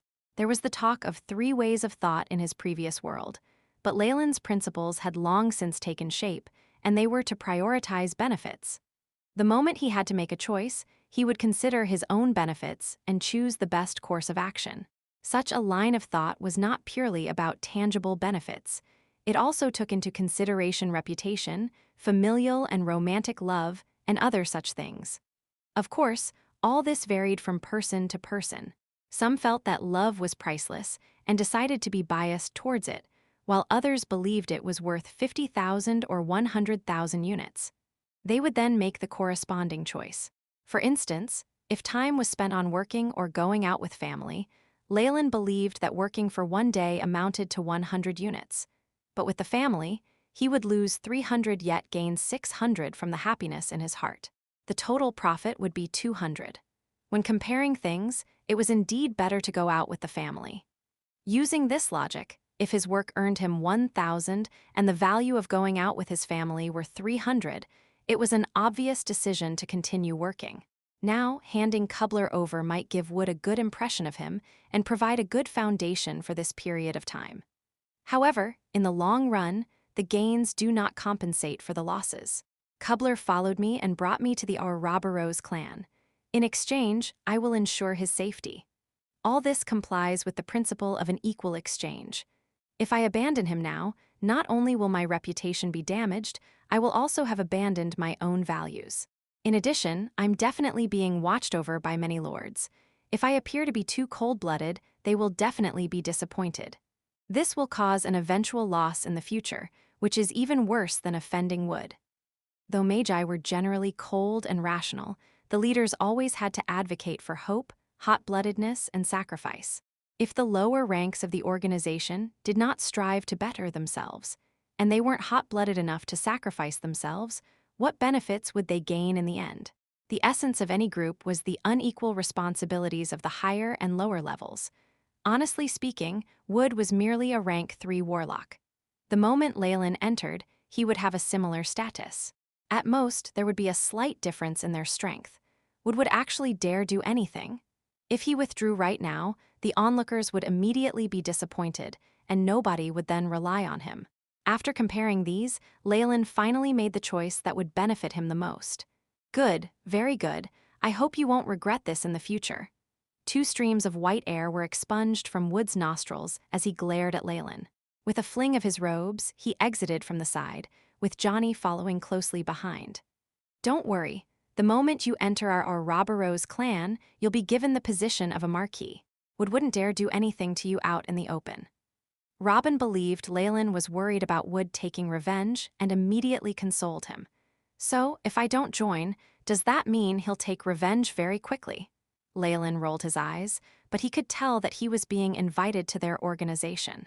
He immediately answered, "Of course. Where else can I go to if not to the Ouroboros clan?" "Ha ha!" Robin burst out in laughter and patted Leylin on the shoulder. "Exactly. In the entire central continent, the Ouroboros clan is the best place for giant Chem-In serpent warlocks to join. You made the right choice." "All right, let's not let the Lord wait too long," Leylin reminded him. If not for the fact that there were rank 4 warlocks in Robin's organization, he would not have agreed so readily. "Oh, right, yes, come with me." Remembering there was work at hand, Robin immediately led the way. The two chatted as they walked, and after passing through a few obstructions, they finally arrived in front of a small villa. "My mentor, Gilbert, is a very amiable person. There isn't any etiquette required, so just relax." Robin smiled towards Leylin and then opened the door to the villa, bringing Leylin inside. The furniture on this level was all ordinary but placed very cleverly, giving a very warm atmosphere. Robin left the rest of the people outside and brought Leylin straight to a study room on the 2nd level. "Mentor, I've brought Leylin here." Robin spoke lightly to the wooden door, which then automatically opened with a creak. "Greetings to Duke Gilbert." The moment Leylin went in, he did not first take in the surroundings or the appearance of Duke Gilbert. Instead, he saluted him. "Good child. Raise your head and let me look at you properly." Upon hearing this, Leylin looked up, his eyes flitting across. This place was filled with bookshelves. The smell of black truffles emanated, and behind the red desk was a bald old man wearing a nightgown. He was clean-shaven, with layers of fine wrinkles on his body. Is this the realm of a rank 4 warlock, a Morning Star Magus? Though Leylin's senses were more powerful than the average rank 3 warlock, he had not sensed this person in front of him. In his spiritual senses, there was nobody behind the desk, but what was in front of his eyes proved that he was truly there. The disparity of this left Leylin feeling giddy. A glint of wisdom flashed in Gilbert's eyes. He scanned Leylin for an instant and then concluded, "You're very young, you're not even 100 and have even advanced to be a rank 3 warlock. Though there was support from the giant Chem-In serpent bloodline, your talent and efforts are commendable." Are you willing to be my student?" Gilbert asked after staying silent for a moment. "Of course. Greetings to Mentor." Leylin immediately bowed. Since he had already agreed to join their organization, there was no disadvantage to having another person to rely on. In addition, this rank 4 warlock was more than capable of guiding him. "Haha, good, very good. I was already planning to give up on disciples, but I've been sent a genius." Gilbert chuckled, the wrinkles on his face unfolding. "Congratulations, Leylin. From here on, you're my junior," Robin congratulated him. This is your senior, Robin. There are a few others who aren't here. I'll introduce you to them in the future." Gilbert was evidently elated. "Also, your title and territory will be given to you soon. Robin will bring you to take care of all these matters. You're from another continent, yes. Robin, bring him to my storeroom and show him Crystal One and let him have a better understanding of our Magi in the central continent." Gilbert saw through a great many things with a single glance, not allowing Leylin to refute anything. "Understood, Mentor." Robin and Leylin could only bow before leaving the room. "That's it?" Leylin was still in disbelief. "Wasn't this too simple? To officially join us, there's obviously more to do. However, since you're Mentor's student, things will be different." Robin said all this matter-of-factly. "In addition, you still have to take care of a few miscellaneous issues. Mentor means for you to take care of everything before you see him again. He will then consider what knowledge to pass on to you. If you find any errors, broken links, non-standard content, etc., please let us know. Report chapter so we can fix it as soon as possible." Chapter 398, A Morning Star's Final Technique. A Morning Star's Final Technique. "By the way, what's all that about title and territory?" Leylin asked hurriedly. "Oh, that. All official warlocks who join our Ouroboros clan will obtain a title and a set territory." Robin began to go into the details and explain it to Leylin, since they were now on the same side. Through Robin, Leylin then found out that the hierarchy within the Ouroboros clan was implemented similarly to that of the feudal nobility. There were 5 rankings, from the highest to lowest, as a duke, then a marquis, count, viscount, and then baron. Rank 1 warlocks were barons, rank 2 were viscounts, rank 3 were earls. Then came the surprise: if giant Chem-In serpent warlocks reached rank 3, they would immediately gain the title of marquis. This made Leylin aware that discrimination came everywhere. It was lucky he was in the privileged class rather than the one discriminated against. Rank 4 warlocks would then be dukes. The position and treatment he would get were correlated to the title. There are a total of 3 dukes in the Ouroboros clan. They had formed an elders association and were called the Great Elder, Second and Third Elder, and they held the most authority in the Ouroboros clan. There were, even more, differences as well. If warlocks who had giant Chem-In serpent or black Horal snake bloodlines would have their title evaluation and territory given very quickly. However, if it was a bloodline like Manchester, things would be slightly more difficult. Take Krubler, for instance. Though he could be given the title of a baron, but until now, all the processes had not gone through. Territories and the like. There was no word about it. But Leylin was different, for he was a pure giant Chem-In serpent bloodline warlock, as well as the student of the Third Elder, Duke Gilbert. He had a great background, and he was prioritized. Titles and territories would be presented to him quickly, and also be given the best treatment. Robin did not bring Leylin out right away, but instead went towards the basement. This was as per Duke Gilbert's instructions, where Robin brought Leylin to see something. "Leylin, have you seen the spells of Morning Star Magi?" While walking, Robin would occasionally speak to Leylin. "The spells of Morning Star Magi? Of course not." Leylin's emotions skyrocketed. "You mean we're going to see that?" There were rumors that Morning Star Magi could shift mountains and fill seas with just a wave of their arms, displaying terrifying power able to destroy the heavens and wreck the earth. At this thought, Leylin's heart began to burn. "I thought so. Mentor Gilbert believed that only after seeing Morning Star Magi attack would you be able to understand your path better." There was a hint of a smile on Robin's face. "I just hope it won't scare you." "How's that possible?" Leylin laughed involuntarily. If this was in the past, that might have happened, but he had gained part of the bloodline memories from the Morning Star Scorpion Man. He had even witnessed an ancient legendary war, so there was nothing that could scare him. Hopefully, there was a slight smile on Robin's lips. Like Leylin, he did not leave the villa and entered the underground area. Clang. After opening a metal door, a large, complicated maze appeared before Leylin's eyes. This is the disorientating maze, a spell pattern that us Central Continent Magi prefer to use. It is primarily used as sentry and defensive force. Robin explained to Leylin, as a student of our mentor, we have the power to enter the first and second level. As for the deeper levels, our mentor has yet to open it up to us. Immediately after, he stood in front of Leylin and smiled at the entrance to the maze. Open, ka-cha, ka-cha. A layer of rock fell, and a single giant pupil appeared on the wall of the maze. Remember, this is another student of my mentor's, Leylin. He will have the same authority as I do. Master has already told me. A spiritual force imprint extended from the giant eye. Leylin could tell that it was the core of the maze, similar to the spirit genie. The giant eye stared straight at Leylin. In that moment, a slight force field covered Leylin, and he tensed. Fortunately, this force field was not on the offensive and merely surrounded Leylin. After extracting part of his aura, he left. Crash! The maze dissipated, revealing a pathway. There were different small doors at two sides, with markings on them. This is Mentor's laboratory and storeroom. Everything in the villa is a guise. Follow me. Robin headed into the path, while Leylin followed closely behind. Here, Robin guided Leylin for about 5 minutes, and then opened a door before entering. The moment he entered, he saw an engraving on a door that said Image Resource Room. In this storeroom, it was exceptionally dim. Crystals flickering with different colors were giving out magnificent rays of their own. Crystal number 1, it's this one. Robin picked up a red crystal on a wooden shelf the size of a fist and placed it on a pedestal with a depression on it at the center of the room. This is a projection crystal. We use it to store important footage, such as some important experiments or battles between high-ranking power. Buzz, buzz. After the spell formation was activated, the light in the room dimmed, almost becoming pitch black. The red crystal on the pedestal suddenly brightened. A dazzling light shone down. Leylin found himself standing atop a little hill.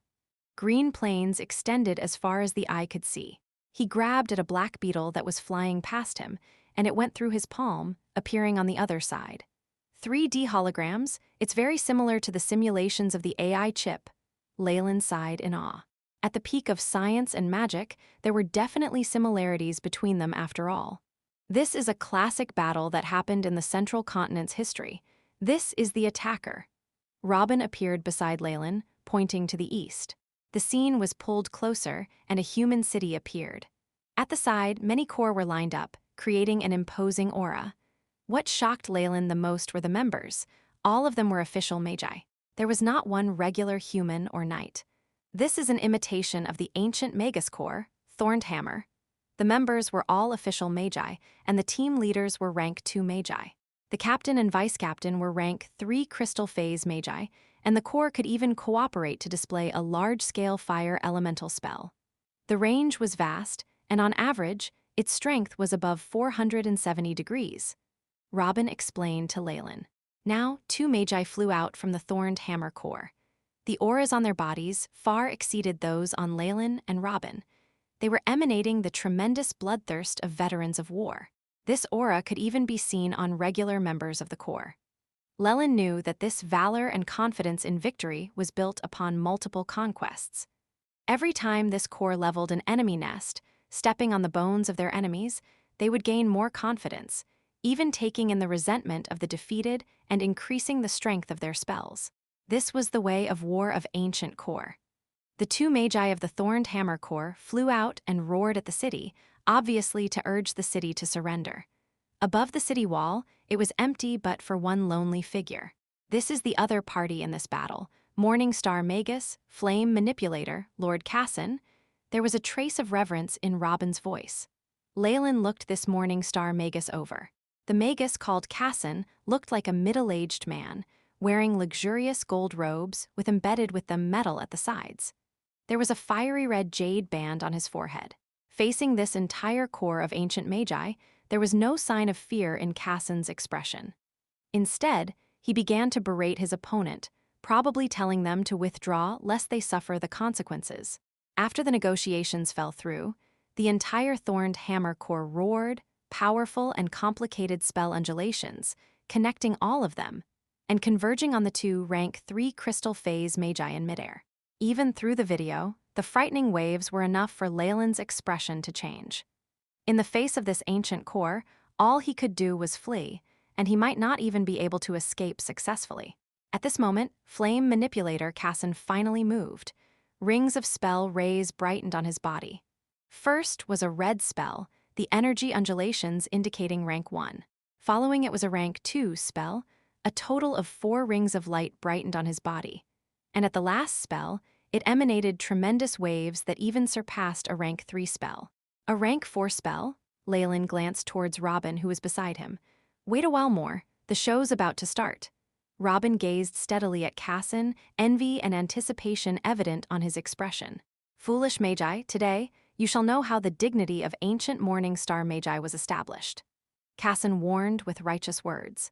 Immediately after, the small energy undulations amplified on his body and seemed to change, to the point that even the rank 3 crystal phase magi grew extremely fearful. Rank 1 innate spell, Burning Zone. As soon as this spell was launched from Cassin's body, it covered the entire region. Rank 2 innate spell, Blazing Attachment. Little sparks were created in the skies. Rank 3 innate spell, Lava Region. Great amounts of flames scorched the surface of the ground, forming a lava-infused land. Rank 4 innate spell, Meteor Descent. With Cassin's yell, meteors appeared in the sky, one after the other. Complement: Ancient Morning Star Magus Final Technique, Fire Rain Annihilation. After the 4 innate spells were combined, the fusion generated a change that made Leylin's blood run cold. If you find any errors, broken links, non-standard content, etc., please let us know. Report chapter so we can fix it as soon as possible. Chapter 399, Final Technique and Meditation Technique. Final Technique and Meditation Technique. Rumble. Numerous meteors exploded in the horizon, forming a rain of fire. The strength of each wisp of fire dropping down exceeded 1,000 degrees. Boom, boom, boom. It was as if the world was being destroyed. The earth trembled, and the skies wailed. Even the sky could not hold on, forming countless spatial cracks that were quickly destroyed as well. The previous 2 rank 3 crystal phase magi were unable to finish a sentence before they were broken down into fragments by the flaming meteors. Following that, explosion after explosion wreaked havoc on the land. The vast area, with the city at the heart of it, turned into a fiery hell. Many Thorned Hammer magi could not resist at all under the onslaught of the fire rain. They could only watch on in despair as they were swallowed by the flames. As blazing rain of extinction covered too large an area, any methods of escape all turned into jokes. After a wave of the flaming rain fell, the entire Thorned Hammer Core had been exterminated. Besides the city that Cassin was in, which was unharmed, the entire area had turned into a living hell. The Earth's crust had collapsed, lava boiling, and it was as if they had arrived at an ocean of lava. Pack. The video cut off, and Leylin maintained his expression of shock, unable to come back to himself for a long while. The area that Lord Cassin cast a spell on later turned into a region of active volcanoes. Every year, it will erupt a few times, and all living creatures living within a few hundred kilometers would perish as it turned into an area of death. Robin was still explaining to Leylin. When the power of magic is pushed to the extreme, will it create such a terrifying scene? Leylin muttered to himself. Ever since that incident, all Morning Star Magi in the Central Continent signed an agreement that unless there were special circumstances, they could not use final techniques in the Central Continent, nor destroy the environment at such a large scale. Robin smiled wryly. The range of these Morning Star final techniques were too terrifying, and if not regulated, it was impossible to live on the Central Continent if there were more great battles. Sooner or later, they would be extinguished, similar to how the ancient era had died. Phew, Leylin sighed. The scene just now had truly astounded him. Though he had fragments of the Scorpion Man's memories, there were differences between Morning Star creatures and Magi. What he could feel was the terrifyingly durable body of the creature. As for the battle at the end, it was much too profound for him to understand. Now, there was a Morning Star Magus that had proven to Leylin that once he advanced to the rank 4 realm, just simple spells could create a giant qualitative change. How could the power of a rank 4 spell have such a frightening effect? Even if it's a combination spell, it doesn't make sense, Leylin mumbled to himself. Robin shook his head, obviously thinking differently. Haha, this is the combination final technique of a Morning Star Magus, the taboo of ancient times. How can it be compared with little combination spells? Doubling the individual strength of the spells is the apex of a combination spell's achievement. The amplification of the final technique of a Morning Star Magus is more than 10 times that. That's impossible. Regular spells can't support this consumption. Unless… Leylin's eyes brightened as if he had thought of something. Exactly, you've already thought of it. That's it. Only by combining innate spells that consume little energy but have great effects can the Morning Star final technique be formed. The ancient high-grade meditation techniques are the culmination of many experiments by ancient magi, designing innate spells that are the most suitable for combination. It is also a process that can be solidified in the sea of consciousness. Robin immediately narrated the details. There have to be 4 levels in a high-grade meditation technique. This is the reason. Only magi who form their innate spells by following high-grade meditation techniques are able to combine them when they are at rank 4, forming the Morning Star final technique.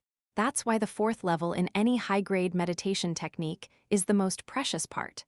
Then, how about magi who use grind water to solidify their innate spell model? Leylin suddenly asked, and then realized the stupidity of his question. Grind water combined with an innate spell model. Is that the method to advance in your hometown? We have something like that in the central continent. Thank goodness you did not choose that. Robin's expression seemed to say, you're very lucky. The combination of a Morning Star final technique is the culmination of precious experience gained by generations of experiments. The magi who used random ways to solidify their innate spells would be extremely lucky if they were not consumed by it. To create a combination final technique, dream on. I wouldn't be surprised if they got themselves into an explosion. Leylin's expression was grim. He naturally understood the difficulty in designing a final technique from scratch. Even he, with his AI chip, did not have much confidence. Those magi could only weep in despair. At this point, a smile appeared on Robin's lips. Now that I think about it, there are a few Morning Star magi like that in the central continent. As many innate spells have long since been solidified, there is little opportunity to alter them. Though there are those lucky enough to rise to the rank 4 realm, they wouldn't have a Morning Star final technique. Due to the huge consumption of their innate spells, they could only be slightly stronger than rank 3 magi, and are viewed as a disgrace to Morning Star magi in the central continent. So based on what Senior mentioned, the final technique from high-grade meditation techniques are set by the technique. Leylin suddenly had a question. Then at the 4th level of our Chem-In's pupil, what kind of final technique will there be? Your conjecture is right. Each final technique from high-grade meditation techniques is fixed. Since innate spells are formed from high-grade meditation techniques, they cannot be changed. From the final technique, one can tell the high-grade meditation technique a Morning Star Magus trains in. Robin nodded. As for the Morning Star final technique of us giant Chem-In serpent warlocks, it is the flawless morphing technique. Flawless morphing technique? Leylin was puzzled. Actually, almost all warlocks develop Morning Star final techniques that are rather similar after reaching rank 4. It is similar to an flawless morphing effect. Advancement for warlocks comes from constantly purifying the bloodline and altering the body, drawing close to the source of the bloodline. That is why after reaching the rank 4 realm, we can even use the morphing technique and simulate the form of a real ancient creature, as well as display all its strength. Robin spoke emotionally. In other words, after reaching rank 4, giant Chem-In serpent warlocks can turn into an ancient giant Chem-In serpent at will. Leylin recalled the terrifying durability and strength of the Scorpion Man, who was at the Morning Star realm. If combined with the brain and spells of warlocks, that truly is terrifying. Ancient bloodline creatures were originally very powerful, and even Morning Star Magi did not dare provoke Morning Star giant beasts. If combined with a warlock's strengths, how formidable could they become? Just the thought of it caused Leylin's to be stirred up. I see. It's no wonder that the solidified spells of high-grade meditation techniques cannot be modified. Each level is fixed, as this is the optimum combination created by ancient magi.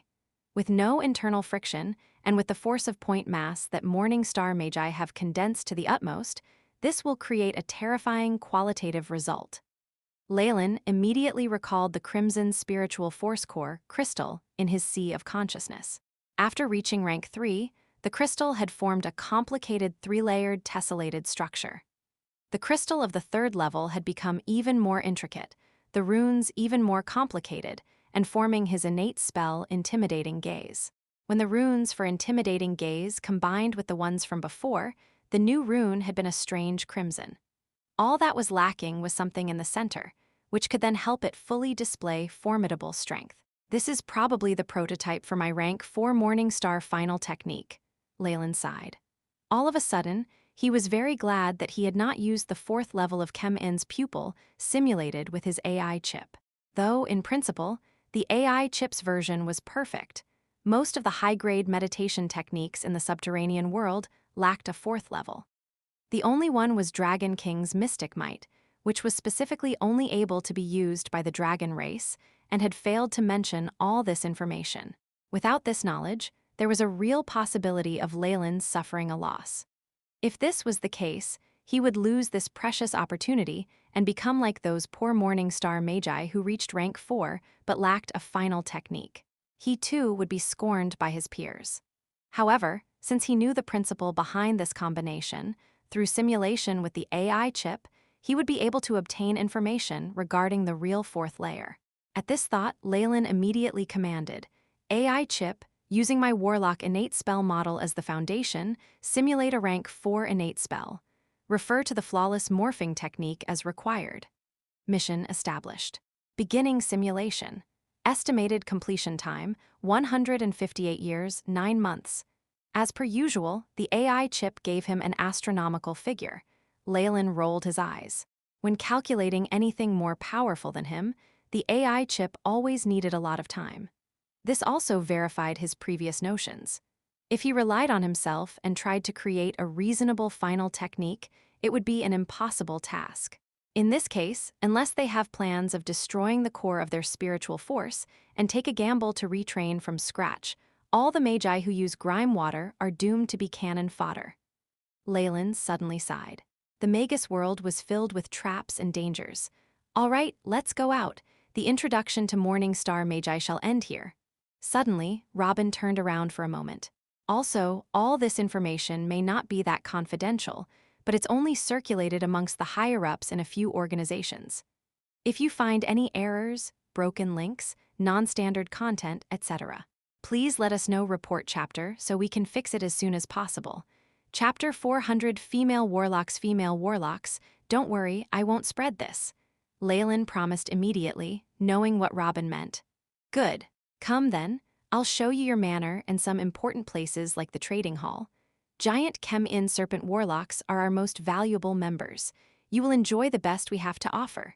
The Ouroboros clan held quite a bit of fame in the central continent.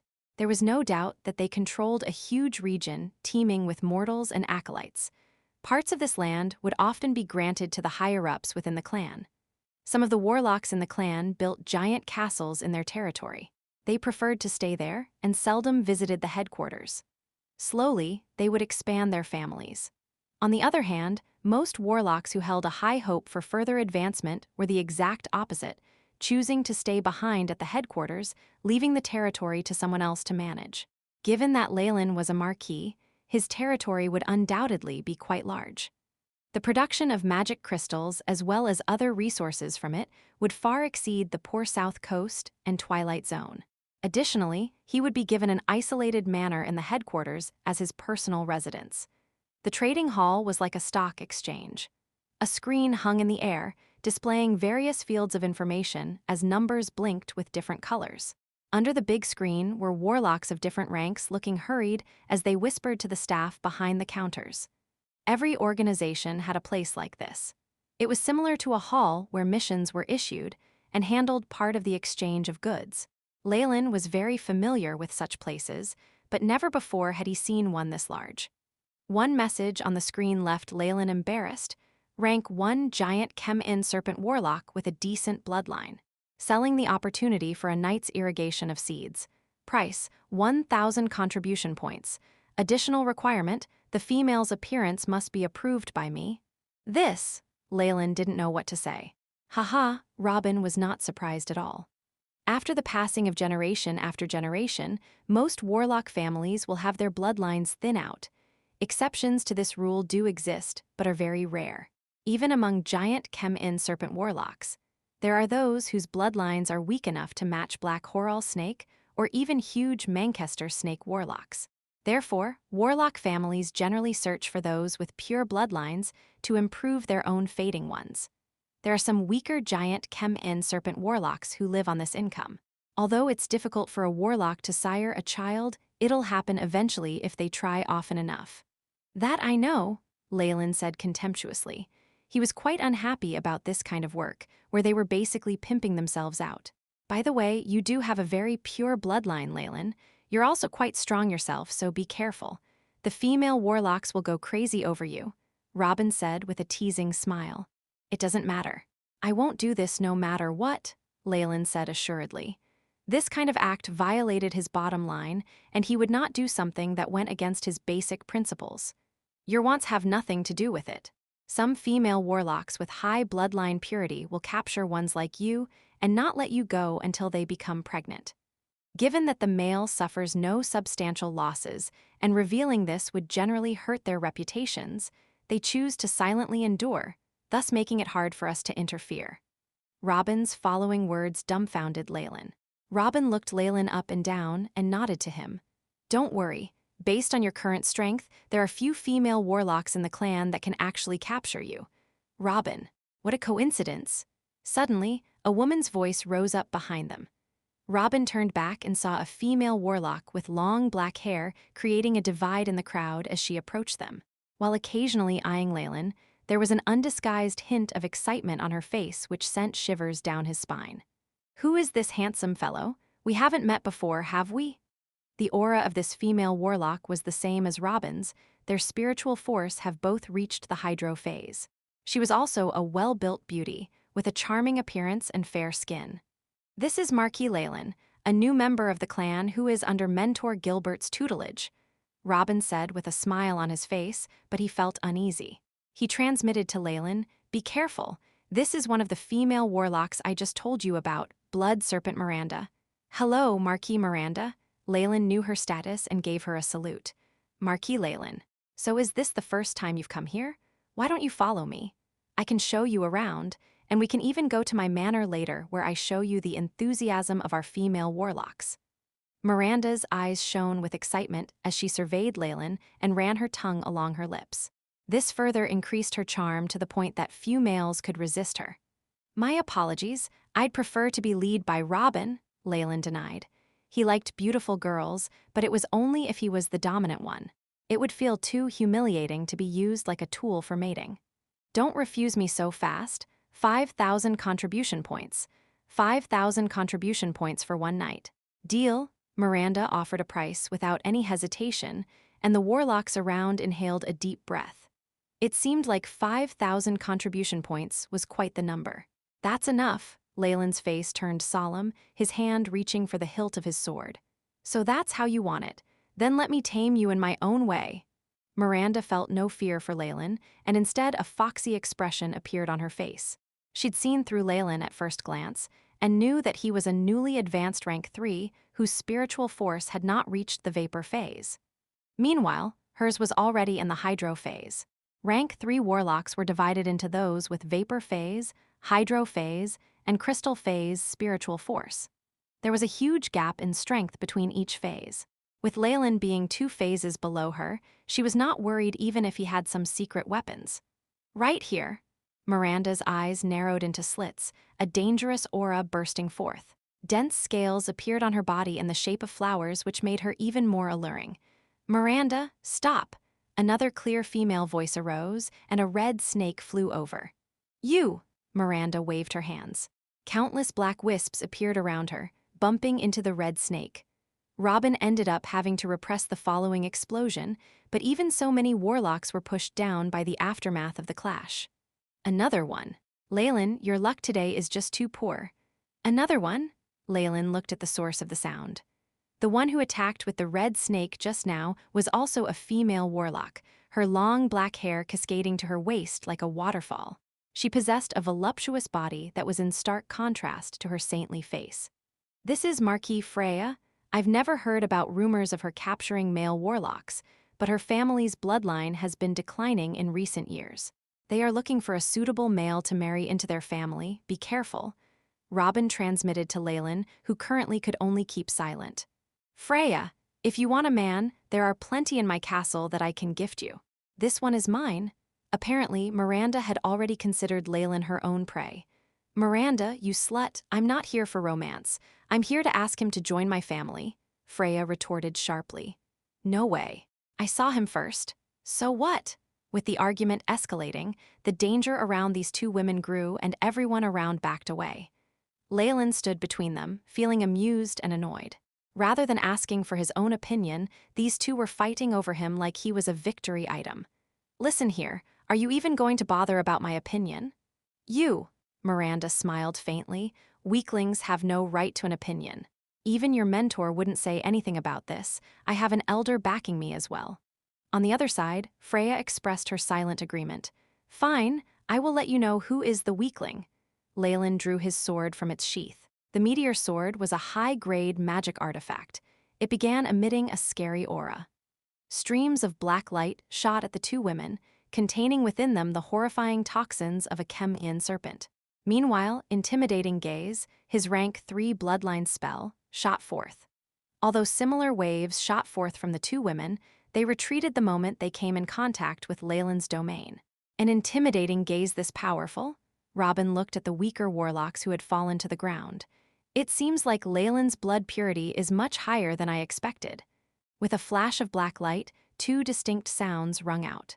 A red whip in Miranda's hands cracked into 2, and Freya retreated a few steps as a red ring in her hands was crushed into a powder.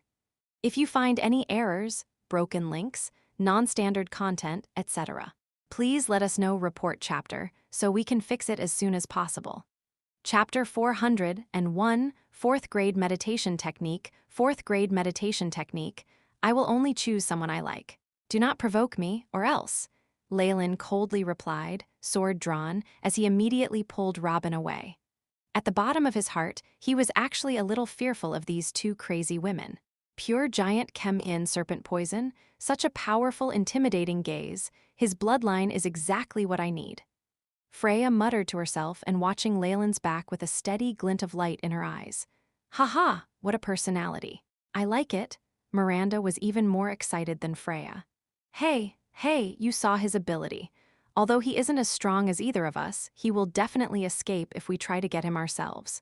I suggest we join hands to deal with him. What do you think? Miranda moved close to Freya and bit her ears. When the time comes, I can let you be first. Of course, if you prefer a threesome, I have no objections. Nonsense. Freya rolled her eyes and walked straight out. Phew. Leylin let out a long sigh of relief after leaving the place. Ha, you will get used to such incidents. You are considered lucky, joining only after you have attained the 3rd rank. These 2 lady warlocks are the most powerful. If they can't get a hold of you, the rest won't have a chance. Thinking back about my past, Robin sighed as if recalling some repressed memories. Leylin maintained his silence. He was sensible enough not to provoke Robin at the moment. This is it. This manor belongs to you. After passing through a series of buildings, Robin led Leylin to the front of a big garden courtyard. At the entrance sat 2 enormous ash-gray stone serpents. Faint energy undulations were emitting from them. They were evidently not just ornamental. Cobbler was standing at the front of the gate, dressed like a butler. Upon seeing Leylin, his eyes lit up and he immediately stepped up and bowed respectfully. My lord, Robin handed Leylin a pink crystal. My men have sent the decoration details to Cobbler. This is the master key and identification crystal. I assume you will have many matters to handle since you have just arrived. Just remember to be at the same meeting place tomorrow afternoon. Sir Gilbert will see you then. He stepped out after giving his last instructions. Show me around the manor. Also, your matter is resolved now. Leylin was deeply moved as he looked around at the surrounding structures. He would be spending a long time here if nothing happens out of the blue. As you wish, my lord, Kubler thankfully replied. Although a simple matter like his could be resolved with a word from his lord, it was indeed rare for the master to care so much about a servant. Leylin was now not only a marquis of the Ouroboros clan, but also a student of Duke Gilbert. His future was truly bright and immeasurable. Kubler was naturally filled with enthusiasm as he intended to be a good servant to Leylin. In this manner, other than your personal master bedroom, there is also a study room, a laboratory, and an arena for negative energy. There's a bloodline purifying pool, a quiet field of sculptures. In addition, there are more than enough specially prepared facilities meant for use by magi who are third rank and below. Kubler clearly had been briefed before. During the introduction, he spoke with much familiarity. A common facility for other magi looks like it is an exclusive one for the vassals. Leylin nodded his head. Go ahead, pick a set for yourself. Thank you, my lord. Kubler bowed earnestly, his face filled with joy. The perks that came with being the retainer of a marquis were definitely outstanding. In fact, they were better than what he would normally get if he'd become a baron. This manor is too big, and it is a little quiet. Look into whether we should recruit some acolytes or perhaps buy a few slaves. Leylin casually gave the order and Kubler listened intently. In the study room, Gilbert unrolled the document in his hand and analyzed it closely. According to what Leylin has revealed, his bloodline is that of Norco Curado Esfar? Yes, sir, Robin replied respectfully.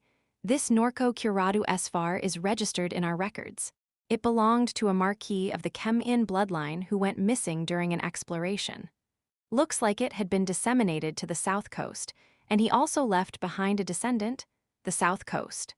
I traveled there when I was younger. It was a barren place, Gilbert sighed. To a magus of the central continent, the south coast and twilight zone were poor backwater regions. The energy in their atmosphere was extremely lacking, and their resources were limited, which was the reason they'd left. As for the Norco Curado Esfar Warlock, he is considered my senior. For Leylin to acquire such an inheritance, and the corresponding accuracy of events in the timeline, it is clear what will come next. Yes, our men from the south coast have sent over some information. Robin nodded his head. It is a pity that he only acquired part of the inheritance and didn't lay his hands on the fourth grade of the Chem-In's pupil. Gilbert sighed, knowing very well and viewing the status of Leylin from the cinema room. If he had the full inheritance of a Morning Star Magus, perhaps it might have triggered his interest. However, Leylin had obviously inherited only the external portion, hence he lost all passion. I agree with you, Robin echoed. For magi of the south coast and twilight zone, even if they were to rise in rank to a Morning Star Magus, they would still be lacking in comparison to their peers from the central continent. There were many advanced and sophisticated experiments that could only be implemented on the central continent. Moreover, a single Magus lone research would never be on par with the accumulated research of a huge group. Since there are no problems, let's admit him, the clan has not had any new blood for a long time. Gilbert let out another sigh. Warlocks and magi were created differently. Not only did they need innate skill with the soul, they needed to meet the required concentration of bloodline. Warlock bloodlines tend to dilute over the generations, hence the first and second generations' bloodline were the purest and they held the most accomplishments. Those who came after would find it difficult to surpass their success.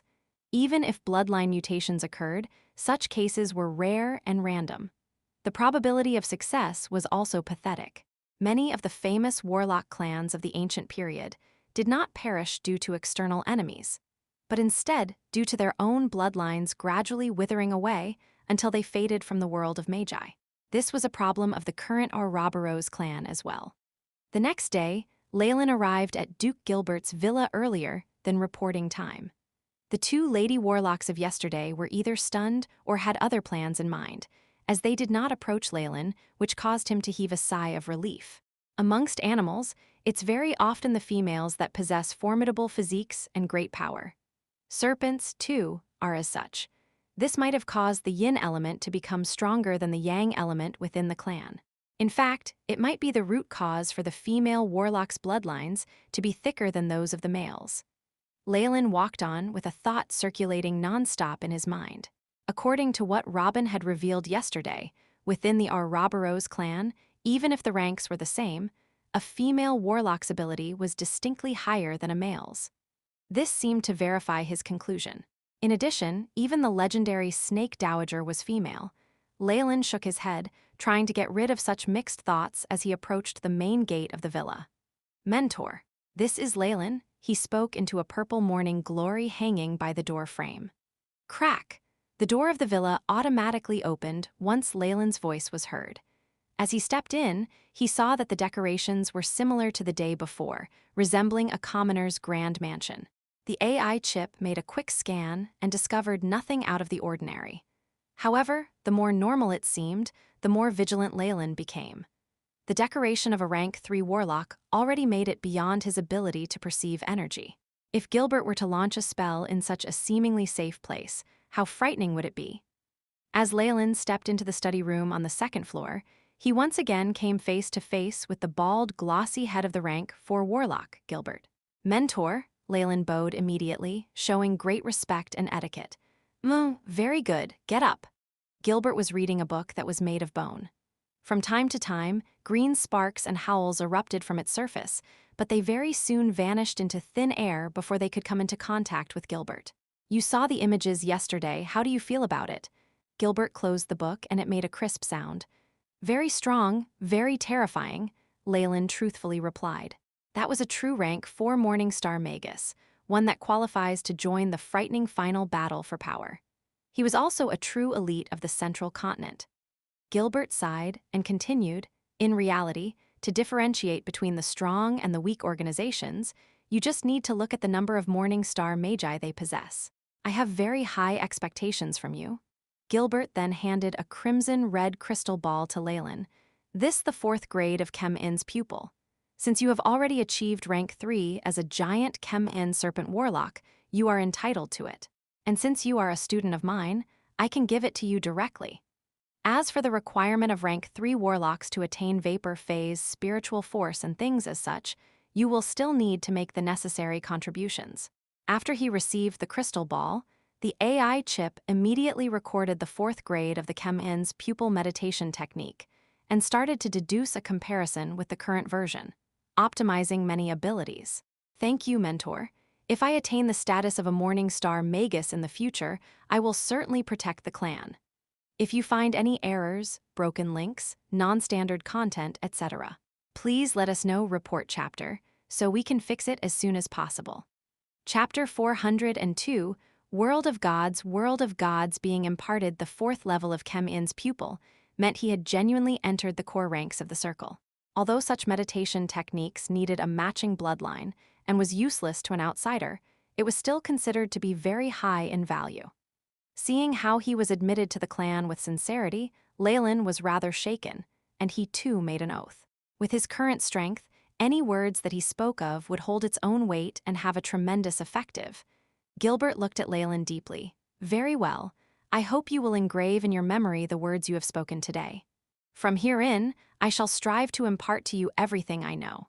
As for how much you can learn, it will all depend on your diligence and luck," he added. "Thank you, Mentor." Leylin gave a deep, respectful bow. He knew that, as a Morningstar Magus and an elder of the clan, Duke Gilbert was very busy every day. It was most definitely not easy to take time out every day to teach him. This also meant that Gilbert was optimistic about Leylin's future. Besides, regardless of the inconveniences, it was not going to be a long journey. Because it was as such, this opportunity was even more precious. Thereafter, Leylin would be at Gilbert's manor, receiving his teachings on foundation subjects. Although Leylin had already learnt most of it, the content from the southern coast and Twilight Zone differed from that of the Central Continent, and Gilbert aimed to acknowledge and reverse these discrepancies. Even though it was just basic foundational knowledge, with Gilbert's way of narration, Leylin gained even more insight from the content. In addition, Gilbert had placed his personal library in a separate concealed room, allowing Leylin to browse the books freely. Content that he needed to memorize were those relating to history and magic, introduction to dimension theory, Space communication knowledge. Research on the boundary of the stars.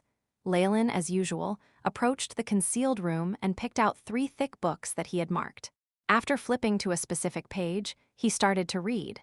With the illumination of the unceasing flame in the concealed room, Leylin was focused and devout. These were qualities that all researchers should have. After an hour had passed, Gilbert approached Leylin. He saw the contents of the book in his hand and was all smiles. "Well, I see you are interested in interdimensional travel?" "Yes, mentor." Leylin nodded his head and admitted it. Magi from ancient times were formidable because they had plundered an enormous amount of the world's accumulated knowledge and their consistent research to upgrade themselves. Leylin wanted to be like them. Interdimensional travel may be dangerous, but it is also very enticing. Once you succeed, the benefits of the world will be solely reaped by you. Gilbert let out a sigh and pulled out a chair. "All right. Today I will tell you about the research the Central Continent has conducted on interdimensional travel. The Central Continent has already begun research in this field." Leylin's heart skipped a beat. He sat upright and was all ears. Gilbert gave it some thought and decided on where to begin. First of all, you need to understand the concept of worlds and dimensions. The multiverse is wide and borderless. Even the ancient Magi at their peak, they were unable to explore to the extreme ends of it. Surrounding the Magi were the existences of multiple other great worlds as well. And so, a plane is but a small, tiny world. If the world of the Magi is the sun, for instance, a plane is a small star. However, no matter how small the plane is, their surface area will still exceed what you have imagined it to be.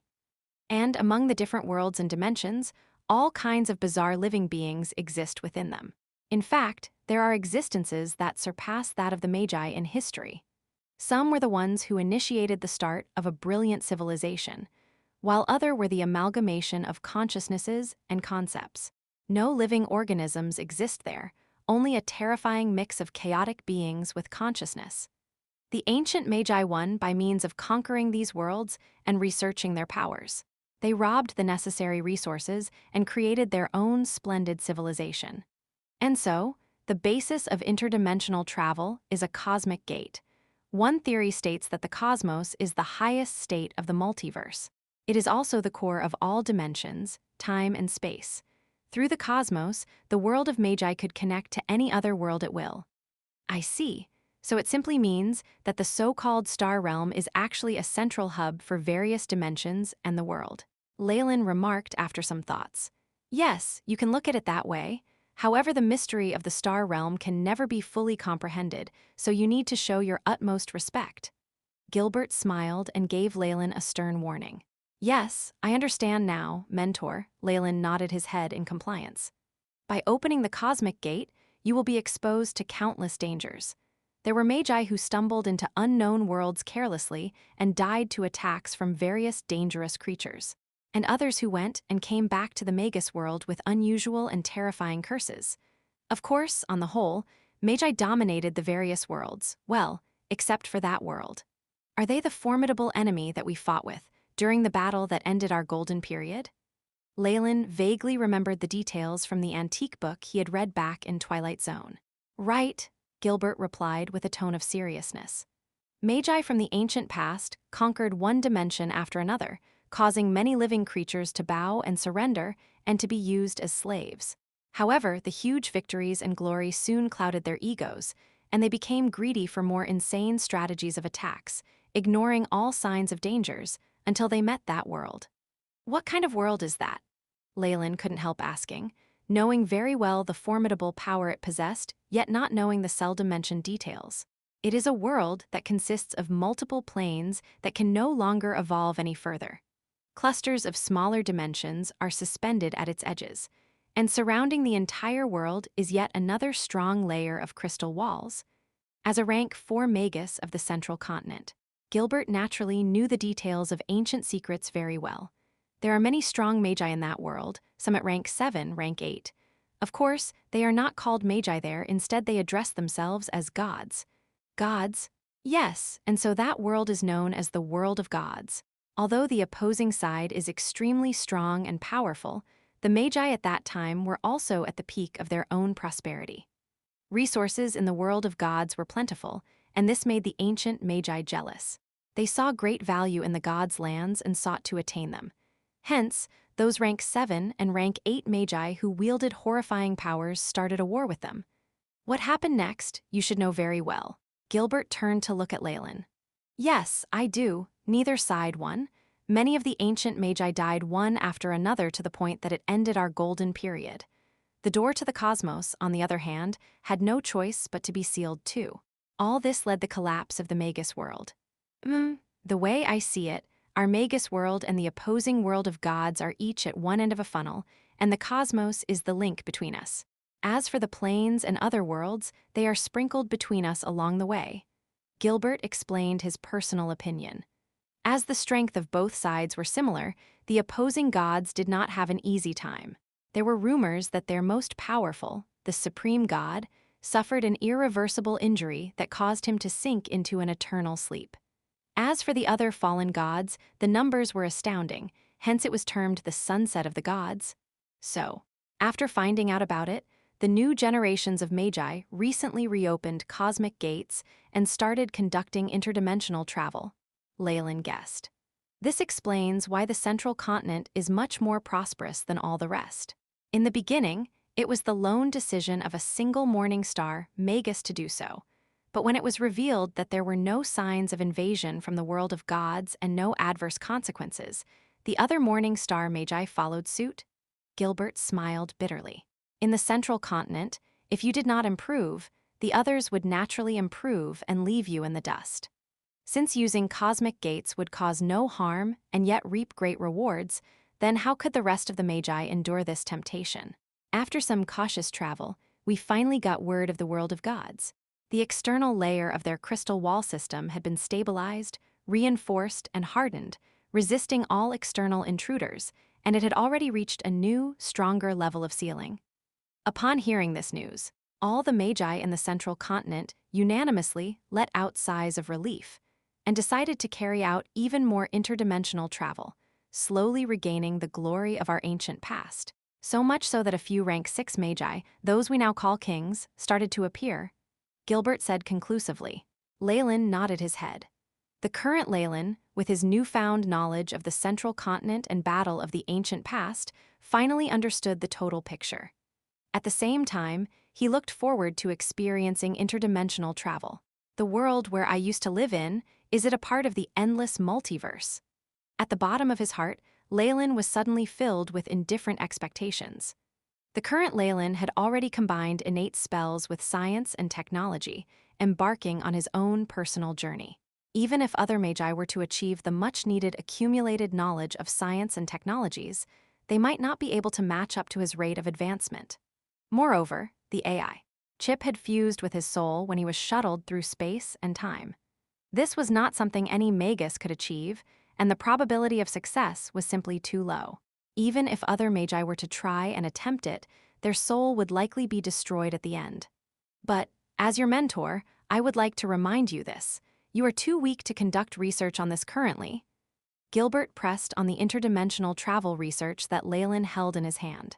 Only when you have reached the status of a morning star Magus will you be able to venture out into the cosmos. If you find any errors, broken links, non-standard content, etc., please let us know. Report chapter so we can fix it as soon as possible. Chapter 403, The Astral Gate, the Cosmic Gate, Morning Star Magus? Leylin looked doubtful as he glanced at his mentor. Yes, only the massive spiritual force of Morning Star Magi can withstand the consumption as you step over. In addition, many dangers in various worlds are unable to be dealt with by regular Magi. At the very least, you need to be at the Morning Star realm. Gilbert looked stern. With your current spiritual force, with the help of the spell formations and the cosmic gate, you'll at most be able to approach a few Magus worlds and receive a few sections of incomplete information even if you drain all your spiritual force. You may not even be able to obtain all of the information. Gilbert shook his head. If you really must do this, you could aid me in my experiment regarding projection of coordinates. After that, through Gilbert's explanations, Leylin found out some fundamental information on how to use the cosmic gate. This experiment of crossing over to different worlds consumed a lot of energy, and there were rules when it came to transporting objects. In general, receiving information through spiritual force consumed the least energy, but the moment any substance was to be transported, the consumption would increase several times. If a magus were to go over, the energy required was tremendous, to the point that it might even cause Morning Star Magi to exhaust themselves. In reality, in both ancient and recent times, there were so many Morning Star Magi who had consumed large amounts of resources and energy only to find a desolate world, ending up with nothing despite their efforts. The Cosmic Gate had always been a place where fortune and danger coexisted. The Magi in the central continent seldom traveled over. They preferred to send out a few spiritual force coordinates, as well as use things like teleportation spell formations. This was similar to setting down fish bait and then waiting for the other side to accept it.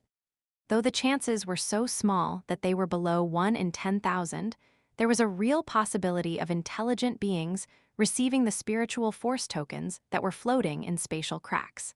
Next was to bewitch these beings and then gather information regarding these other dimensions and determine their coordinates. If this information was determined valuable enough, Morning Star Magi would then open the true Cosmic Gate and then travel there in great numbers, seizing control of the dimension. Why does it sound like we're doing the same thing as a cult, as if some satanic summoning ritual? Leylin was bewildered. It is something like that. Those devils or whatever, they come from a different dimension near us. They like to gather spirits through this method. If not for them concealing themselves so well, we would have long since used the coordinates and tried to kill them. A killing intent rose in Gilbert's eyes. Well then, mentor, I would like to enter your experiment with the Cosmic Gate, Leylin immediately requested. All right, while I am experimenting, you can be my assistant, observing and studying at the side. Gilbert watched Leylin's resolute gaze and nodded. After leaving Gilbert's villa, Leylin was in a very good mood. Not only had he gathered many ancient secrets, he was now qualified to participate in the space experiments. In the future, I want to make my own Cosmic Gate, Leylin decided. At the very least, he would need to go to that purgatory world at least once. He would gain a solution for the shackles of his giant Chem-En serpent bloodline there. Of course, this was the hope of the entire Ouroboros clan. Leylin's mentor, Gilbert, and the 2 other Morning Star Warlocks were crazily searching for the coordinates of the purgatory world. It was a pity that the multiple worlds and coordinates were like the numerous stars in the sky. With their method of trial and error, it was impossible to know how long it would take from them to find Purgatory World. However, Leylin had plans of his own. He would not mention them yet. Leylin! Around a corner, Leylin heard a voice and halted his footsteps, seeing a blonde, middle-aged magus walking over. However, there was no longer the calm and dignified look he had had. Instead, he was flustered, and even the energy fluctuations around him were unstable, as if he had gained injuries. What is it? Leylin was in no mood for this sheltered warlock who had once threatened him before, would he? Don't think you can do whatever you want just because you have someone backing you, you gigolo. Woody's expression was terrible, looking as if he wanted to gobble Leylin up. Gigolo? Leylin's heart jumped, and he had a bad feeling about this. Woody, aren't you starting yet? A female voice that made Leylin's hair stand. He then saw that warlock Freya from before, pulling at a pet that seemed to be a black sheepdog. Upon closer inspection, Leylin realized there were complicated black patterns on its face, its eyes flashing with intelligence. However, all that was inside them was now despair, frenzy, and an unspeakable dread. Morphing technique. This is Johnny. Magi naturally did not recognize people by their appearances. The familiar spiritual waves immediately allowed Leylin to tell the true identity of this sheepdog. This is crazy. Seeing the dog leash around the sheepdog's neck, Leylin could confirm Johnny even had thoughts of suicide. Whoa! After seeing Woody, the sheepdog began to whimper even more, as if hoping its original owner would save it. Woody paled in anger, but did not do much. He then gritted his teeth, bowing slightly to Leylin. Marquis Leylin, please forgive me for my previous offenses. Please do whatever you please with Johnny. Having said this, Woody immediately turned to leave, disappearing after turning a corner. How is it? Do you like my gift? To change him into this form, it used up a precious morphing scroll I got from my mentor. Freya pulled the black sheepdog till it reached his side, anticipating his reaction. Leylin could only force a smile. He had heard from Robin that compared to the wanton Miranda, Freya kept her chastity and did not do anything to charm male warlocks into becoming their toys. However, in order to improve the bloodline in her family, she would go around looking for suitable candidates. At this moment, she seemed to have chosen him. The earnest look on her face seemed to be giving Leylin a headache, though she was a student of the Second Elder and was thus doted on. For her to become hostile to another giant Chem-An serpent warlock and even punish members in the same circle as she was in, she would definitely be under immense pressure. Of course, as a warlock, she had inherited emotional instability and perhaps would not think too much of her actions. Through the AI chip, Leylin noticed the unstable aura on Freya's body. It was apparent that pressuring Woody was not such a simple task, and both sides would suffer losses. The reason Woody had automatically conceded was because his bloodline instability was not flaring up. He knew how to weigh his benefits. Do whatever you want with Johnny." Looking at the whimpering sheepdog on the ground, Leylin really sympathized with it.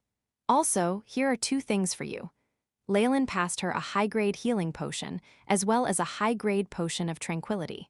He was not one to accept favors from others. A healing potion was a small matter, but what was more important was the high-grade potion of tranquility. This was the strengthened version of the potion of tranquility, and Leylin had even added parts of the icy jade scorpion's bloodline. Though the effects were reduced, it was still very effective for giant Chem-An serpent warlocks. He really hoped this potion could slightly inhibit her crazy tendencies and stop her from bothering him.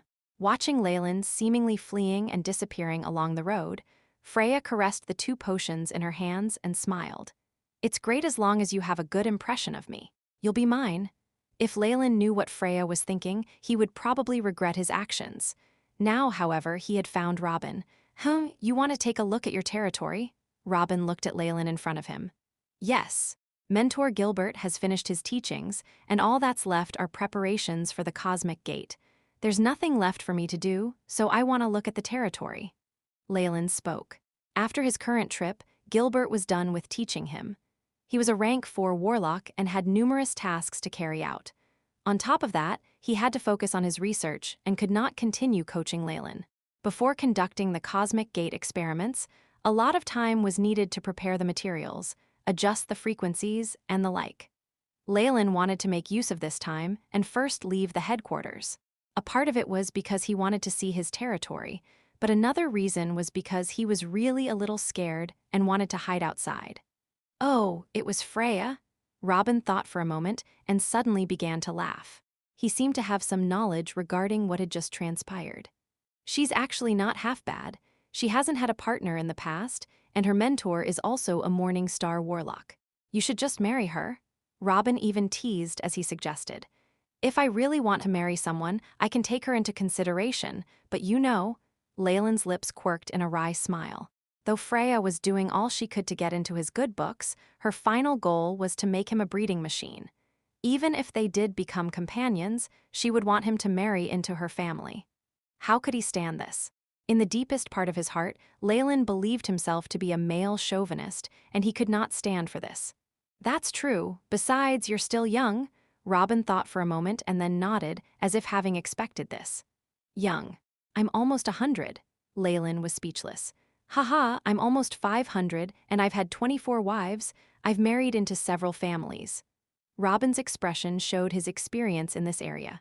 "When you're at my age, you'll think little of this sort of thing. If you find any errors, broken links, non-standard content, etc., please let us know. Report chapter so we can fix it as soon as possible."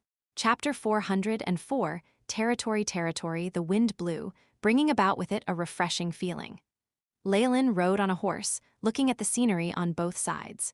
Great numbers of farms joined to form a large field which many farmers were working on. At the 2 sides of the roads, purification towers could be seen everywhere. These were specifically to remove the unwittingly emanated radiation pollution from the bodies of Magi. This allowed regular humans and Magi to exist in harmony. Robin did accede to Leylin's request in the end, even sending another warlock to bring Leylin to his own territory. "Marquis Leylin, confirmation of your title as nobility, and your proof for your territory has been handed down. From here on, your title shall be recognized throughout the central continent. The plains to the east of the Blackluster Mountains are all yours. All the regular people living here are automatically your subjects. The white-haired rank 2 Warlock said. Give me the map. Leylin got off the horse, and Kubler immediately unfolded a slightly yellowish rolled-up map. With the map, the outline of the territory was even clearer. Not only was the area large, including a few fertile fields, there was even a coastline and a few good ports. A marquis of the central continent naturally had more gold than one in the south coast. The range of his territory was even comparable to a large kingdom of the south coast.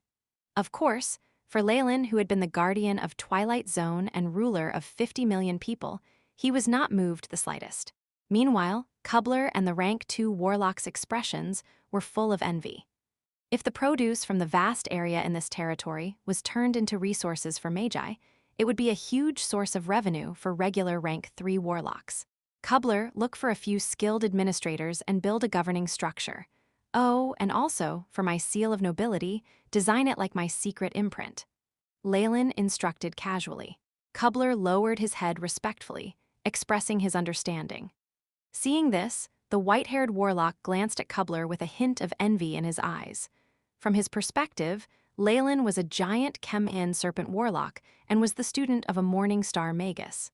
He had boundless potential, and Kubler was his first vassal and was trusted. It was natural that his status would rise as time passed. At Robin's side, even if he tried to climb through the ranks for his whole life, he could only enter the elite circle. With this comparison on both sides, he was even more envious and jealous. Master, as a marquis, you will need a castle to be the core of your power, Kubler warned timely. Buy a few slaves, and with food and money as their pay, recruit a few people to help with construction. It should be done here. Leylin pointed at a place on the map. This was a field close to the coastline, one that was within walking distance of a port. Understood, kind master, Kubler praised. In reality, after the Ouroboros clan had conferred all this to Leylin, he had now gained authority over the life and death of all beings in his land. He was even allowed to make his own army and kingdom. In the central continent, commoners could be forced to bring their own food when conscripted, being forced into labor. They themselves would have to take care of logistics after wars. Leave alone food, Leylin was even giving out a pay. This made him benevolent beyond compare. Name the castle Onyx Castle. Gather a few scholars and architects. After the design is done, bring it to me. Leylin was not in the least concerned about these small matters, giving Kubler free rein. What he really paid attention to was at the bottom. Beside Onyx Castle, I am planning to create a Magus Tower. Magus Tower? The two beside him immediately gasped. This would be insanely expensive. Yes, and it should be made with the highest of standards. In Leylin's eyes, Onyx Castle was a place where regular people would place their focus. This Magus Tower would be his true residence. Why not construct it at the headquarters? Not only will you be supported with resources, it can even help guard the clan, Kubler proposed. No, Leylin shook his head. Though constructing it at the headquarters would net him technological support as well as resources, he would have to incorporate it into the joint defense system. Leylin had far too many secrets. How could he stand to reveal them to anyone else? In addition, a Magus Tower was a prerequisite to experiments on cosmic gates. Hence, Leylin made up his mind and decided to construct it alone in his territory. In that case, the blueprint and expenses, just the thought of it made Kubler feel faint. I'll complete the design myself. As for the expenses, don't worry about it. Leylin smiled slightly. He had milked the entirety of Twilight Zone for all its worth. Though it was far from the wealth that the central continent had, when all of it was concentrated on one person, it was still rather terrifying. His magic crystals had filled an entire spatial ring, and he also had all types of precious materials. This was enough to cover the cost of constructing a Magus Tower, and this would be no ordinary tower, but one constructed based on the highest standards. How could a regular Magus Tower contain Leylin's ambitions? In addition, high-grade Magus Towers would be able to boost a Magus' own strength, and were a place where many experiments would be conducted. Hence, many high-ranked Magi would plan to make their own Magus Towers. However, there were few who could afford to make one themselves without feeling the burden it would put on them. Others would need to live and accumulate resources for hundreds of years before they could even dream of regular Magus towers. As for top-grade towers, they could only dream about those. I'll need many male slaves and stonemasons for the construction of the castle and tower. Do you have any means of getting them? Leylin glanced at the old warlock. Of course. The old man bowed. Actually, there are a few specific channels my master has access to. They provide half-beasts, gnomes, dwarves, and adult slaves. Then I'll leave that to you. I'll need at least 10,000 people. The method of payment shall be with magic crystals. The moment Leylin's words were heard, a hint of elation could be seen in the old warlock's eyes. The central continent used gold and silver as their currency. Magic crystals were higher-grade currency that would have a higher exchange rate in the black market. By doing this, he would definitely be able to make some profit secretly. Of course, Leylin no longer cared about such trivial profits. If this could motivate the old man into working even harder, then so be it. No matter what they had once been called, Leylin had decided to rename these lands the Onyx Castle Plains. This land was now the heart of his developing territory. Under observation by overseers touting whips and clubs, groups of adult slaves transported large pieces of granite across the lands. The granite had been divided into equal sizes from a nearby stone quarry and was then transported here, being piled up to form a large castle. Leylin's Onyx Castle had 2 layers of city walls as defense. The outer layer was slightly lower than the inner wall, and there were many sentry towers, watchtowers, and the like. Outside the Onyx Castle, there was also a channel forming a very wide moat. The building was mostly constructed by piling up granite. Near the end, he would invite Magi proficient at manipulating earth elemental energy particles to reinforce the structure and fill the parts between the granite, forming a large body. After that, he would get a few renowned sculpting masters to do more work. After the construction was done, it would definitely not lose out to the grandeur of common nobility. To complete the Onyx Castle, many slaves and the people that Leylin had recruited would put all their effort into working day in and out. The meals that Leylin provided were not bad, with black bread and fish soup. For slaves and poor peasants, all these were hard to come by. Hence, they worked even harder. Master, 10,000 male slaves have been transported over. A part of them are at the stone quarry, while the rest are here. Kubler followed behind Leylin, seeming like a very calculating housekeeper. As Leylin was paying with magic crystals and could be said to be rich and overbearing, not caring about the source, he was the best client for slave traffickers. The old man from before had also worked doubly hard, and soon enough, 10,000 slaves were bought. This was not a small number, and thus helped Leylin gain a deeper understanding of the power Robin had. We need to use these slaves efficiently. We need to divide them into classes. Those who are diligent and proactive can get a small piece of land after construction is completed. They can become my farmers or soldiers. As for the lazy ones and the rebels, they can be a slave till they die, or we can just kill them. Leylin spoke indifferently. He had gone through a lot and had much experience in administration. Everything he said had Kubler nodding along. Tell me the progress of the construction. Master, with this rate, your castle can be completed in spring next year. The entire cost comes up to around 1.5 million gold coins. Kubler lowered his head and gave it a thought, and then announced a number that could cause a few normal kings to faint. All right, that's not bad. These were trivial matters. Leylin let it pass through his ears and did not think more into it. The construction of the Onyx Castle was not the most important thing. What was more terrifying was the blueprint in his hands. Kubler was fearful and apprehensive as he looked at the blueprint in Leylin's hands. This was the structure of the Magus Tower that Leylin had designed himself. The entire Magus Tower would be constructed with blurrit metal, which was a stable alloy created by Magi. There would be a total of 3 layers underground, with laboratories, summoning and binding rooms, and a huge negative energy reactive pool at the bottommost layer. On the ground, the first floor would be the living room. The second would be the master bedroom and library. The third would be the Magus garden and ecological laboratory. The fourth would be the storage room. And the highest would have a positive energy reactive pool that would be the counterpart to the underground negative energy reactive pool. Almost all energy particles had positive and negative properties. This sort of energy pool would seize countless energy particles and be a costly structure that could gather energy. If you find any errors, broken links, non-standard content, etc., please let us know. Report chapter so we can fix it as soon as possible. Chapter 405. Internal Affairs in Twilight Zone. Siegfried had been extremely proud of just the Earth elemental energy particle pool that he had saved up for over hundreds of years. However, Leylin had basically constructed energy particle pools of various elements and even made 2 pools for each element. This terrifying consumption was enough for Kubler to want to faint. This was not all. Kubler knew what his master was planning. Not taking into consideration the tower itself and the spell formations for each level, it was the intellectual core that Leylin was planning to make, one using a Damor crystal and a 4th-grade magic scroll that could give the crystal life. A 4th-grade magic scroll was not something that could be bought with magic crystals. If not for Leylin's status as Gilbert's student, he might not have even found a way to obtain it. With a tower genie, all the defenses of the tower would coordinate with each other.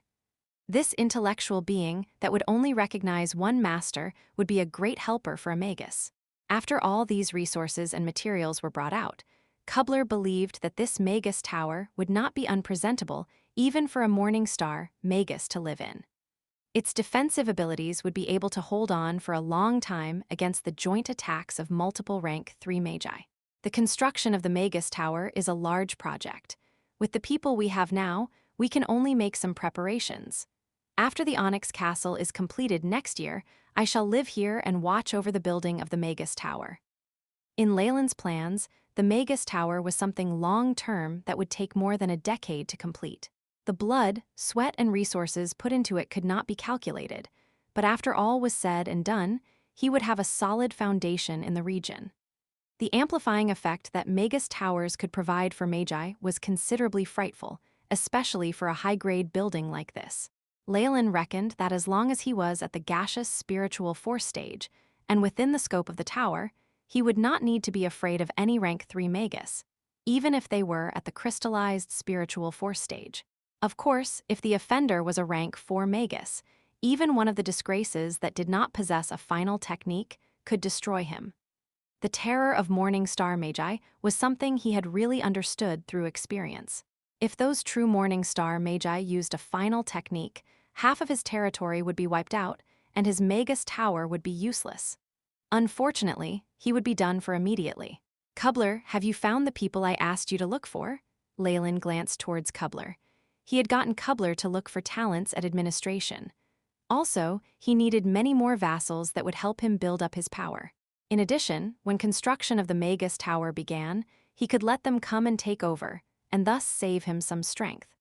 As long as he personally took the last step of giving the tower genie life, he would be able to have complete control of the tower, and there would be no other issues. Master, my apologies. Upon hearing Leylin's words, Kubler's heart sank and he quickly knelt. What's wrong? There are many talents, and even a few came in answer to the recruitment. I have taken them all in. As for vassals, all my friends have the Manchester snake bloodline and may not be able to meet your needs. Kubler looked ashamed. His clan of friends was obviously of the same rank as him. If he were to bring them to Leylin, it was just seeking death. He would obviously not do so. Higher-ranked warlocks would naturally want to serve Leylin, but he lacked the connections and could not get into contact with them. That's true. Leylin stroked his chin, having guessed the reason. He considered looking for Robin, where he would surely be able to recruit a few warlocks. He could not even consider giant Chem-In serpent warlocks. However, among the rank 2 and even rank 3 warlocks, there were surely some who would think this was a dream come true, even going as far as hugging onto his leg, crying and yelling in hopes of getting the position. Let's look at the talents you recruited who can take care of our internal affairs. Understood, Master. Seeing that Leylin did not punish him, Kubler relaxed and brought Leylin to another makeshift camp. Here, a few regular humans whose auras were so very weak waited in trepidation to meet with Leylin. Leylin even felt that if he did not intentionally moderate himself, just the radiation from his body would kill all these people, and it would not be a peaceful death. Of course, out of all these regular humans, there were one or two acolytes. However, in Leylin's eyes, they were just slightly larger ants and were not much different. Greetings to the Marquis of Onyx Castle. A few of them called and then bowed respectfully to Leylin. He scanned them and realized most of them were elderly, with one of them being a resolute-looking middle-aged man. Announce your name and capabilities. Cobbler saw Leylin's expression and shouted, I am Saltcliffe, proficient in internal affairs. This was an old man. My name is Royce, and I'm adept at training troops. I was once the commander in a dukedom. This was the middle-aged man. My name is Alessandor, and I'm proficient at internal affairs and law. This old man was brimming with the waves of an acolyte, and Leylin shot him a second glance. Alessandor, have you taken the blueberry essence before? Leylin's nose wrinkled, and he suddenly asked. This blueberry essence was a special secretion of plants, and had the effect of lengthening the lives of acolytes who were below official magi. However, their strength would be fixed, and they would never be able to improve. Yes, my lord, I am now only 150, and I have 100 or so more years to work under you. Alessandor was truly a magician who knew the way they thought. What Leylin needed was long-term support. Regular old geezers would be so old they could not move in 10 or so years. What use were they? Very good. You and Royce, from just now, have been recruited. As for the old people who were experienced but on the verge of death, they could only take their leave regretfully. After they left, Royce and Alessandro bowed once more, Master. This was the etiquette used when vassals greeted their masters. From here on, you are all my subordinates. Royce is in charge of security and the army, while Alessandro will take care of internal affairs. As long as you work hard, I will bestow upon you titles and your own land, and also take in your descendants to work for me. As nobility, Leylin naturally knew what they wanted, and want to use it to motivate them to work diligently. As expected, after hearing his promise, Royce and Alessandro all knelt in gratitude, kissing the ground under Leylin's feet. I shall offer my loyalty and respect, even if the world were to end. You can go. Cobbler will give you more details. Leylin waved his arms. He was in no mood to deal with this, and could only pass on his authority to someone else to make decisions. If this was in the Middle Ages in the previous world, doing something like this would mean certain death. He would be made a figurehead by his subordinates or even killed, but it was different here. Leylin himself held absolute power and did not have to worry about what his subordinates thought. Under the deterrence of Magi, those two would not dare to have any strange thoughts or plans. It's about time I return. Not only do I need to gain experience from Mentor Gilbert, it's best to obtain a spell formation to vaporize my spiritual force. Leylin looked at his stats. Leylin Farlier, rank 3 Warlock bloodline, giant chem-in serpent. Strength, 23.6 agility, 20.1 vitality, 35.7 spiritual force, 215.3 magic power. 215 magic power is in synchronization with spiritual force. After entering rank 3, the effects of the giant serpent's breath potion had weakened, though the environment in the central continent was much better than in Twilight Zone. After using such great amounts of resources, his spiritual force was now stuck, still around the level where he had just entered rank 3. However, Leylin was confident because the clan was a group formed entirely out of giant chem-in serpent warlocks. There were many formulas and products used to raise a warlock's spiritual force. In addition, with Gilbert's help, he would soon reach his current goal. The vapor phase spell formation would thus become essential. Buzz, buzz, rays of light were emanated from the suspended imprint on Leylin's body, forming a scarlet rune. Mentor Gilbert's ready now? All right, I'll get back as soon as possible. Leylin spoke to the secret imprint and then called Cobbler over, telling him to oversee the project while he made his way back. Phosphorescence swamp. The black swamp held within an aura of death, occasionally generating green flames. Leylin walked atop the swamp, feeling his body jubilant and excited, and could not help but nod, as expected of the final choice made by the clan amongst many others. This environment with the particles around is very suitable for the advancement of those with chem-in blood. The headquarters of the clan were similar to before. Many warlocks resided, lived, and researched in this small Magus city. Leylin went straight to find Robin and found out that Miranda and Freya had received a mission recently and had left. Knowing they were no longer in headquarters, he could not help but sigh in relief. Haha. Seeing Leylin like this, Robin as a senior could not hold back his laughter. After the teasing, the two dove into work. The cosmic gate experiment is very dangerous. The creatures from other dimensions could be terrifying existences with strength surpassing morning star magi. In the White Terror incident 214 years ago, the great pioneer, morning star Magus World made contact with another world recklessly and met with a fearsome consciousness formed from terror. Not only did he fall, all his descendants all died as well. Even if they were not on this continent, they met the same fate. I hope you can reconsider. If you find any errors, broken links, non-standard content, etc., please let us know. Report chapter, so we can fix it as soon as possible. Chapter 406, Interdimensions Experiment. Duke Gilbert has already told me in detail about the dangers related to the cosmic gate. Leylin had a smile on his face, but his expression was as resolute as ever. But if we don't communicate with other worlds and obtain their unique knowledge and resources, how can we improve? In the pursuit of knowledge, I'm willing to do anything. Magi desired truth more than any other being did. Having seen Leylin's expressions, Robin let out a long sigh. In that case, prepare the designated protective gear and memorize the escape spell. Gilbert's basement laboratory, the core of the region. Scribbles of detailed and complex runes and graphics dotted the four walls. Leylin need only slightly take a glance to discover that there were quite a few high-level runes he himself had yet to see. High-level air isolation rune. And this flawed rune pattern. It seems like I have seen this previously in the ancient records of Twilight Zone. Leylin let out a gasp of surprise, and at the same time ordered the AI chip to record all of the runes down. At that point in time, a layer of black film appeared atop him.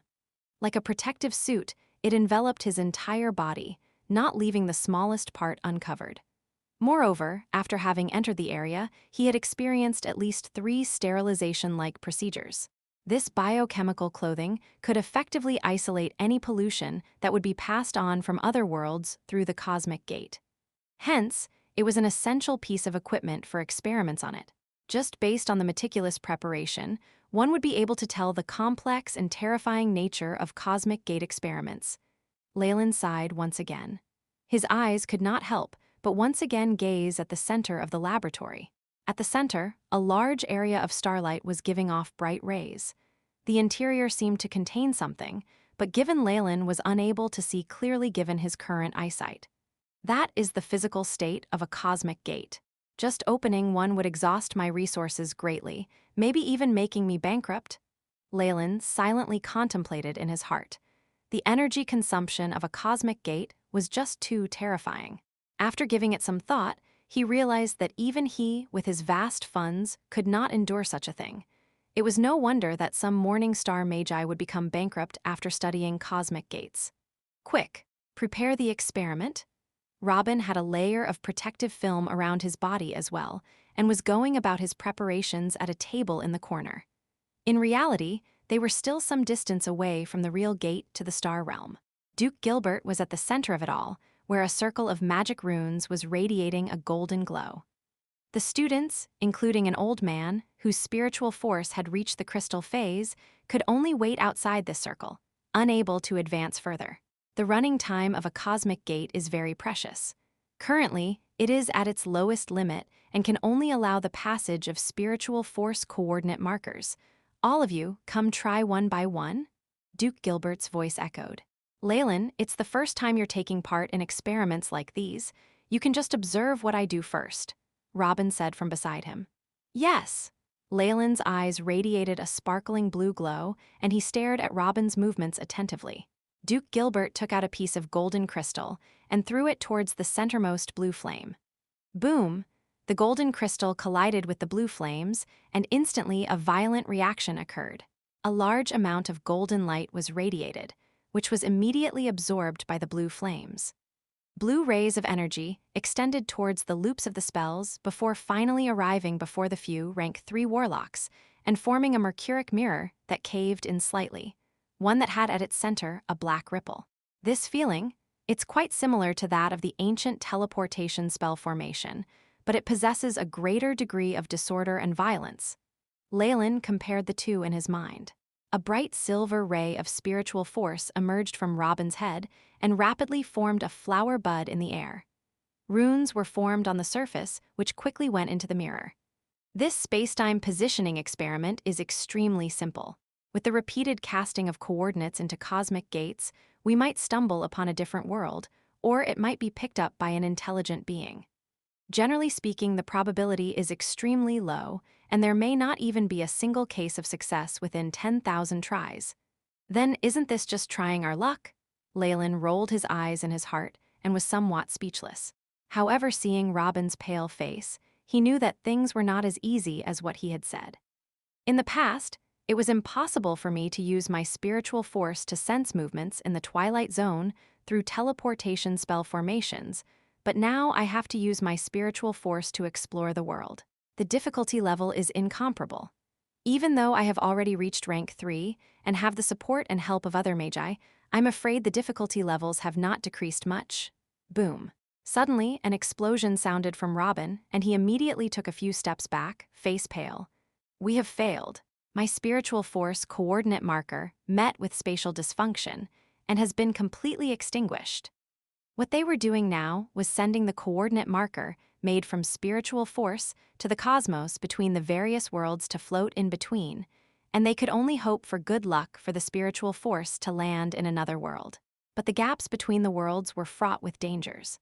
The most fundamental was that of spatial interference, and there could even be a few strange beings that specifically stay within this space, who would not only destroy the spiritual force markers, but even follow the markers back upstream, retaliating by launching an attack on the Magi who had sent out the markers. As a result, Duke Gilbert would have to be watching on the side. The destruction of the spiritual force marker was a common occurrence. Robin failed twice after, which caused his face to become as pale as a corpse. With the amount of spiritual force that he exhausted in this experiment, Robin will have to rest up for a few days and spend time meditating to recover completely. Leylin thought to himself. Like Robin, many other students in the laboratory had failed many times, and not one of them had successfully found an alternate world. But there were still many differences between them. A female warlock who possessed a vapor phase spiritual force managed 5 attempts before she had to retreat to a corner to recover. Meanwhile, Robin was at his 7th attempts, while the white-haired old man, the strongest of the bunch, had made more than 10 attempts. The disparity within rank 3 warlocks is simply too huge. Leylin let out a sigh in his heart after having seen this scenario. Phew, I can't do this anymore. It's your turn. After having failed once again, Robin's face was so pale that the blood vessels below were visible. He immediately retreated, and Leylin took over his position. You must have understood what was happening from your observations before this, right? It's very easy, just simple usage of your spiritual force. Robin retreated to the side and swallowed a purple capsule, which made him look better instantly. All right, let me do it. Leylin eagerly walked forward, and large amounts of bright silver spiritual force were condensed into silvery white seed-shaped substance. Constructing a coordinate marker from spiritual force only required a simple usage of spiritual force, and any ordinary rank 1 Magus could do this easily. Under Leylin's control, the silvery white seed slowly floated beyond him and touched the indentation in the mirror. Bloop! As if falling through a layer of water, the silvery white seed instantly penetrated the mirror. However, instantly, Leylin's face registered a change. He immediately felt his connection to the marker weakening. It took a large amount of spiritual force to maintain the connection.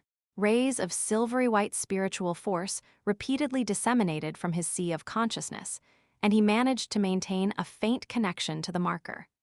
No wonder only those at rank 3 or above can participate in this experiment. Just one attempt could drain the life out of most rank 2 magi. Leylin sighed in his mind.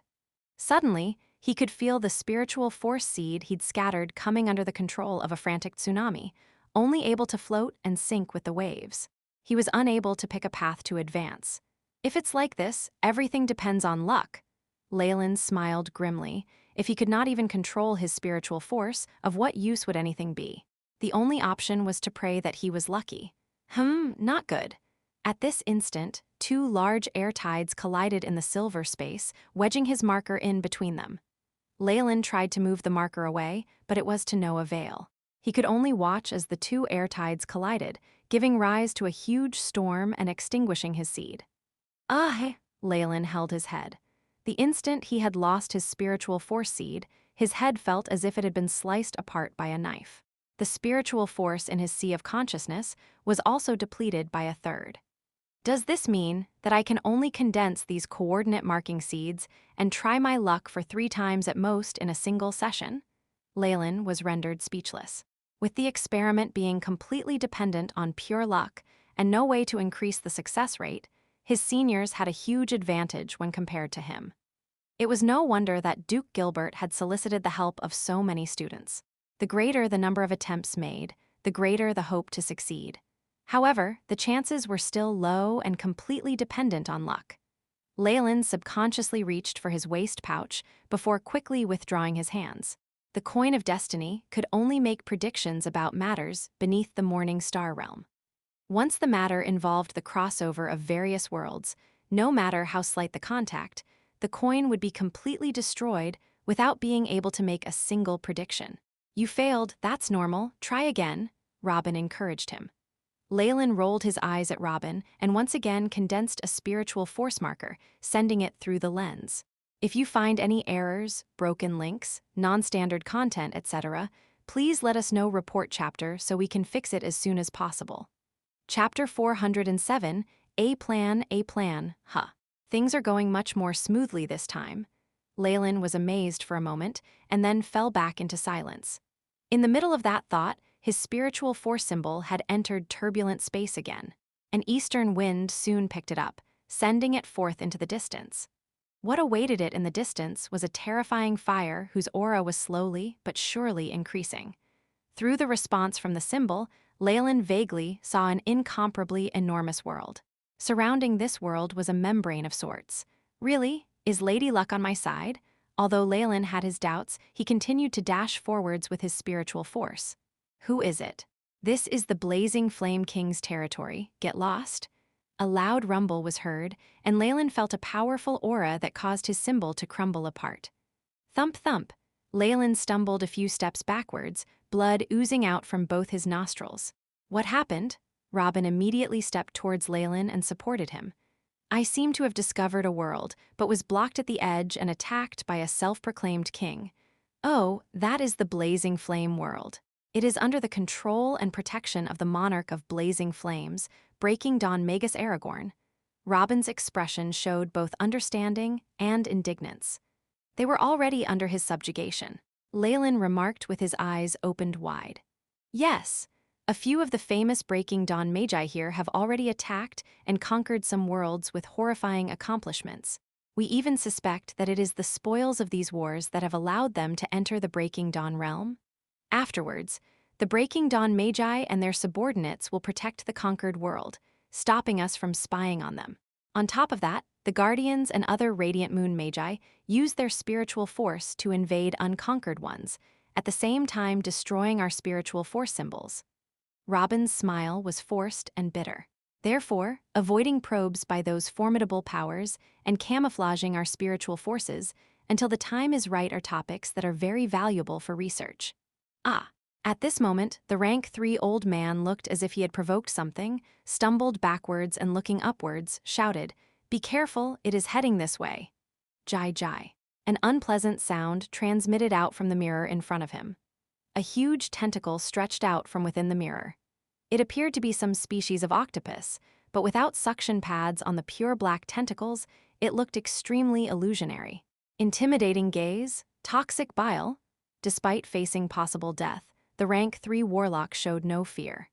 He extended his domain, and under his manipulation, toxic bile manifested itself and became a trident, piercing through half the body of the black octopus-like creature. Pang! The mirror shattered into pieces as the octopus succeeded in squeezing its way through. Its skin was filled with eyeballs all over, making it a horrifying and gross sight. Fush fush. The highly toxic black poison fork had pierced straight into the body of the octopus, yet no injuries were inflicted. Innate skill of virtual transformation. This is most common attribute among the living creatures in space. Leylin momentarily remembered what he had recorded. Soon after, a huge ball of pitch-black smoke was puffed out from the mouth of the octopus and started to attack in the form of infrasonic waves. Leylin immediately retreated to a distance. The old man yanked the crystal crucifix that he was wearing and held it up in front of himself. Thud! Beneath the octopus' black tentacles, the crystal crucifix proved to have no effects, and it was penetrated through easily. The octopus came face to face with the old man and pounced on him. Countless big and ferocious teeth started appearing beneath. A pretty good creature. However, the octopus did not come into contact with the old man's face. It was grabbed firmly by yet another palm. Snap! Snap! Multiple sharp teeth were gnawing on the hand, producing a spine-tingling sound, yet there seemed to be no effect at all. A space creature, one that has not been seen before. This experiment is indeed valuable.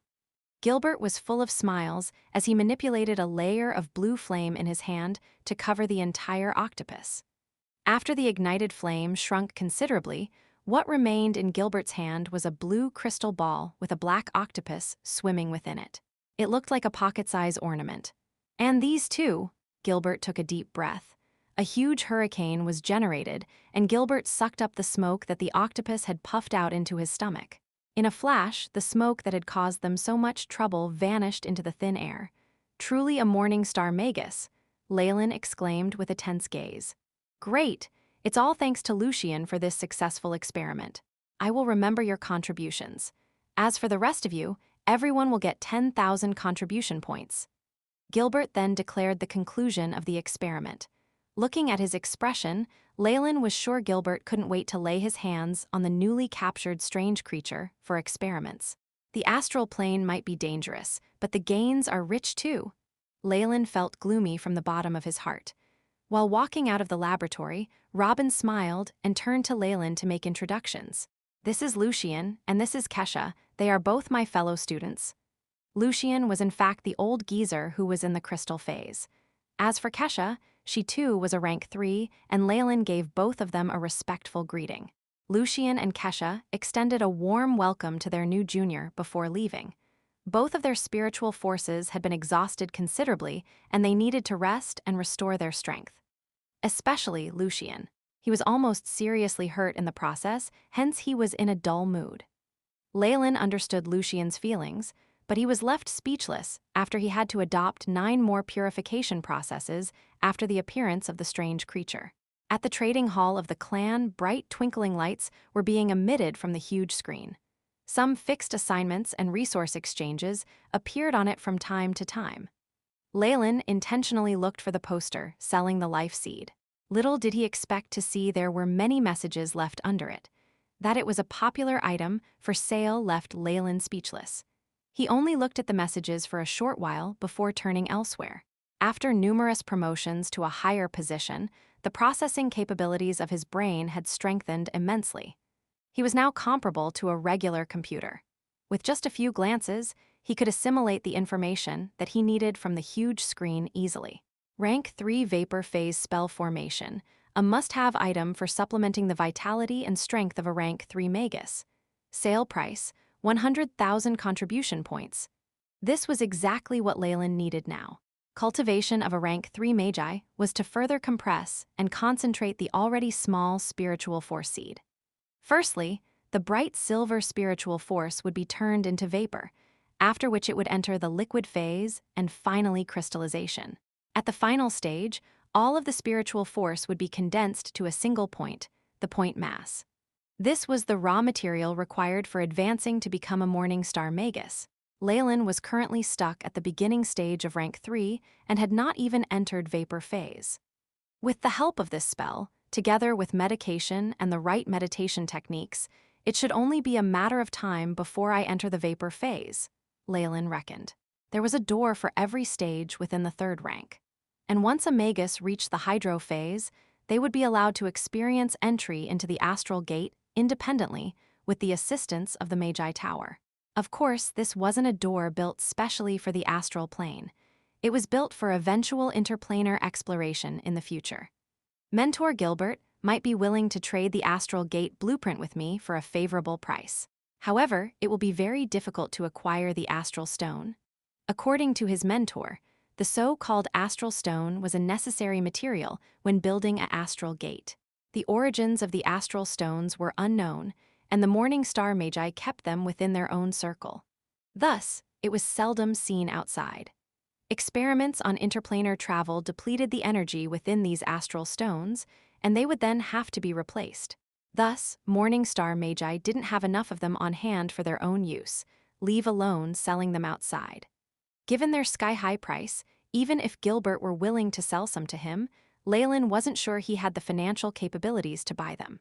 Leylin skimmed over the screen at a lightning-quick pace, looking out for anything associated with experiments on the astral plane.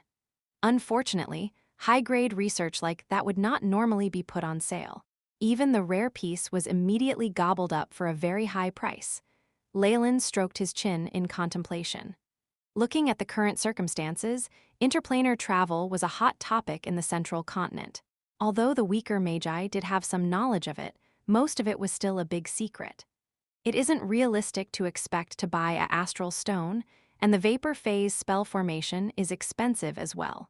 It's a better idea to slowly accumulate contribution points as I grow my spiritual force. Leylin thought about the 100,000 contribution point reward that Gilbert had handed out today, and exclaimed that such extravagance was indeed worthy of a Morning Star Magus. A few more visits to his experiments, and Leylin would be able to afford the vapor phase spell formation. It was a pity that most Magi believed in the principle of equal exchange. Leylin's income today was a payment for the help he rendered, and there was a bonus due to there being gains from this experiment. Gilbert was not one to just randomly reward his students some points. I need to accumulate contribution points and get a hold of some spiritual force potions that work for rank 3 Warlocks. Leylin set these two short-term goals. It would be the wisest, most compatible and safest way through potions. Leylin looked at the screen. There were many highly paid requests for potion masters to concoct various potions. There were also contracts available for long-term patronage. If you find any errors, broken links, non-standard content, etc., please let us know report chapter so we can fix it as soon as possible. Chapter 408, Precipitating 3 years potions, Grandmasters were rare in the South Coast. And at that time, Leylin was only a rank 1 Magus. Thus, he needed to avoid doing things that would leak his secret and lead to trouble. But the central continent posed no such problems.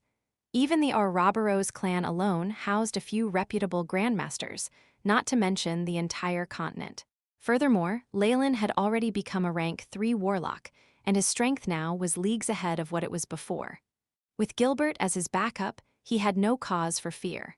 Thus, it wasn't much of a problem to reveal a bit of his prowess in the field. It was still important to keep it a secret on the whole. Leylin's potioneering ability was honed over many years by personal tests and AI. Chip simulations. In addition to the chip's assistance during the act itself, he'd reached a level of skill that bordered that of the most respected potions grandmasters, a mysterious and unfathomable realm. But it was unnecessary to show his complete prowess. On top of that, through potioneering, he could get hold of the majority of the recipes from the central continent for free. Moreover, most were exclusive and would contribute greatly to Leylin's database. Leylin hoped from the bottom of his heart that, after acquiring all the information the central continent had with regards to potioneering, he will have a breakthrough in his skill. 3 years later, Leylin was in his manor in the Ouroboros clan headquarters. Because of the many people and slaves in the region, the manor was not as empty as it once was. Once it had started functioning properly, clean-cut slaves and coquettish maids were walking about everywhere. There were even some acolytes mixed into this sea of people. Leylin had gathered all the gifted people in his territory and brought them here. He normally left his warlock vassals to guide them and only came out to teach himself when he was in a good mood. This arrangement of Leylin wasn't well received by the acolytes, but they stayed on for the opportunity to work under him. Some of the acolytes and magi even specially moved to his territory. Inside the specialized living area, Leylin was conversing with Robin. Honestly speaking, Leylin, your potioneering ability has greatly surprised me. Robin was playing with the test tube in his hand. The purple liquid inside rippled and reflected a myriad of colors. Leylin had granted himself both wealth and fame through the selling of potions and potioneering for his clan members over the last 3 years. The number of high-ranking magi and magi of affiliated clans seeking for Leylin's potioneering had been on a steady increase. And Leylin wouldn't reject their offers most of the time, though his success rate was a little lower than the potion grandmasters of the Ouroboros clan. Leylin's fee was much lower when compared to theirs. Besides, many potions grandmasters had already filled their schedules with requests and were unable to take on any more requests. Precisely because of this, Leylin was able to come across the recipes for a large number of rare potions, which added to his chip's database as well as his own skill. I just have a slight interest in potioneering. After all, I started my time as a magus by becoming a potions master's acolyte. Leylin laughed weakly, his eyes and expression tinged with nostalgia. That itself is extraordinary, and I have to mention that it's more than impressive for you to keep up with your meditation technique while making vast improvements in your potioneering skills. Robin looked closely at Leylin. Your spiritual force is almost ready to move on to the vapor phase, isn't it? Indeed. I'm about to buy a vapor phase spell formation and plan to try and break through soon. Leylin nodded with confidence. He had nothing to hide. He'd earned a lot of contribution points through potioneering. With that and his own resources, Leylin had indiscriminately bought spiritual force potions for his own use from the Ouroboros clan. With the 4th layer of Chem-In's pupil as a guide, Leylin's path had been clear of any obstacles. With a distinct aim, his spiritual force had improved significantly in this period. The resources of the central continent could not be compared to those of Twilight Zone and the South Coast. In addition to the energy-rich environment, it was much easier for magi to break through and better themselves here than elsewhere. A vapor phase spell formation costs roughly 100,000 contribution points. With the addition of the necessary materials for it, the total will come up to about 150,000. Do you have enough? If not, I can lend you some for now, Robin said in goodwill. Thank you so much, Leylin laughed. Although potioneering was a very profitable business, Leylin had only been in it for a very short time. He'd even spent a huge number of contribution points to purchase spiritual force potions. Thus, he was not so well off. The Ouroboros clan allowed one to exchange magic crystals for contribution points, but there were some considerations that led to Leylin not considering that path. One of them was a fixed limit on the number of crystals a magus could trade for. Oh, and here is the information I plan to hand over to the clan. Help me do an appraisal. Leylin chuckled as he handed a folder to Robin. After skimming through, Robin lifted his brows and looked back at Leylin, straightening his back in astonishment. You actually want to bestow your high-grade potion of tranquility to the clan.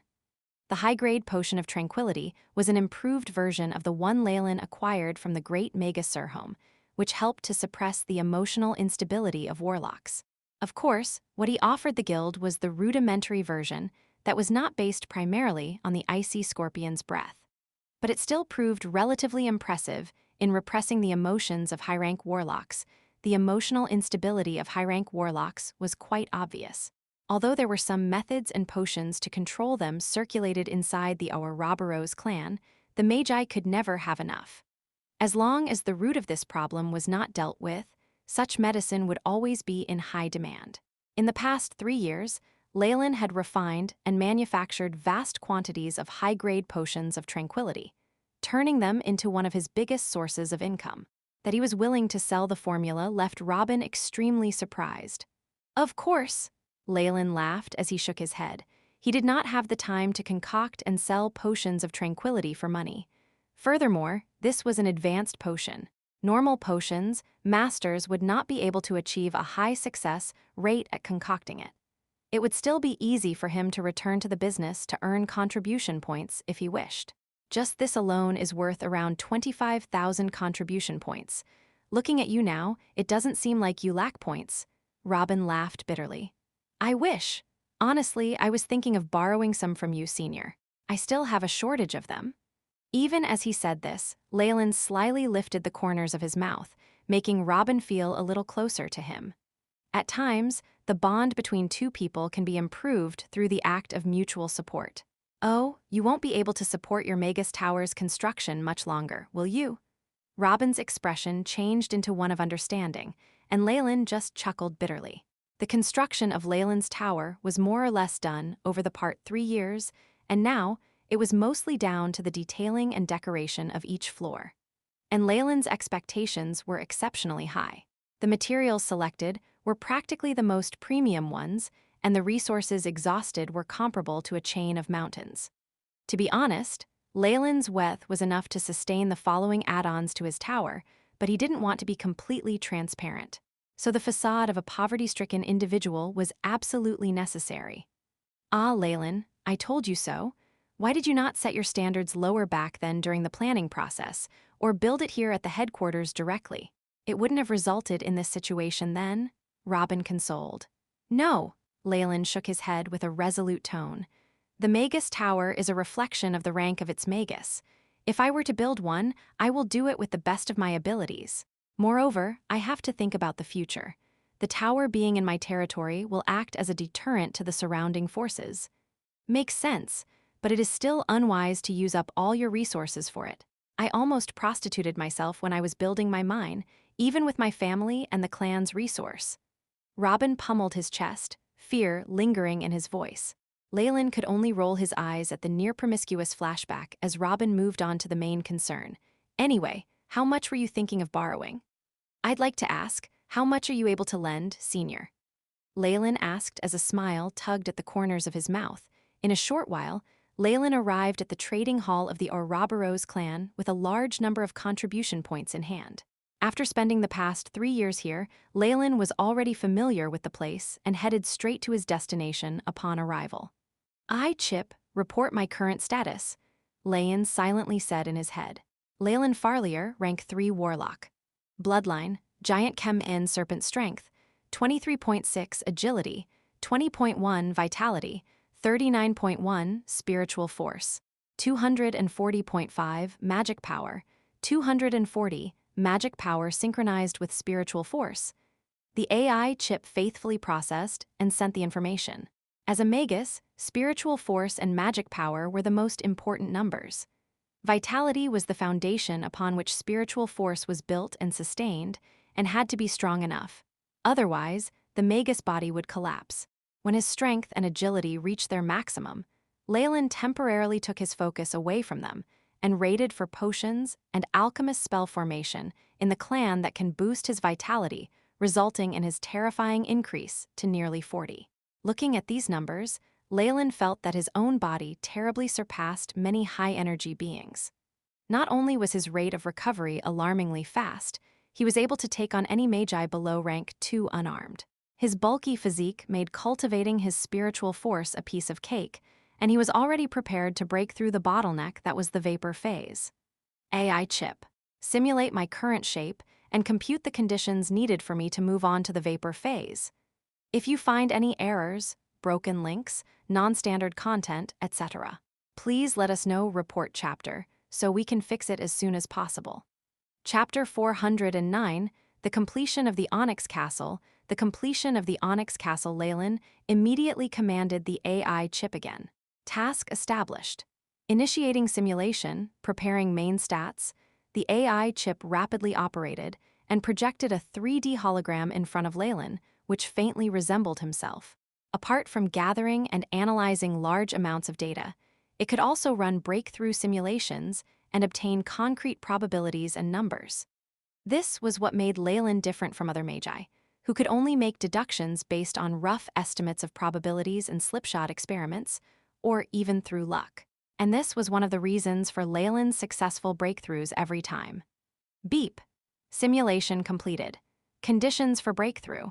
Sufficient spiritual force, the bloodline essence of the corrosive lizard, 3 portions of purple leaf snake scaled fruit, and a complete vapor phase spell formation.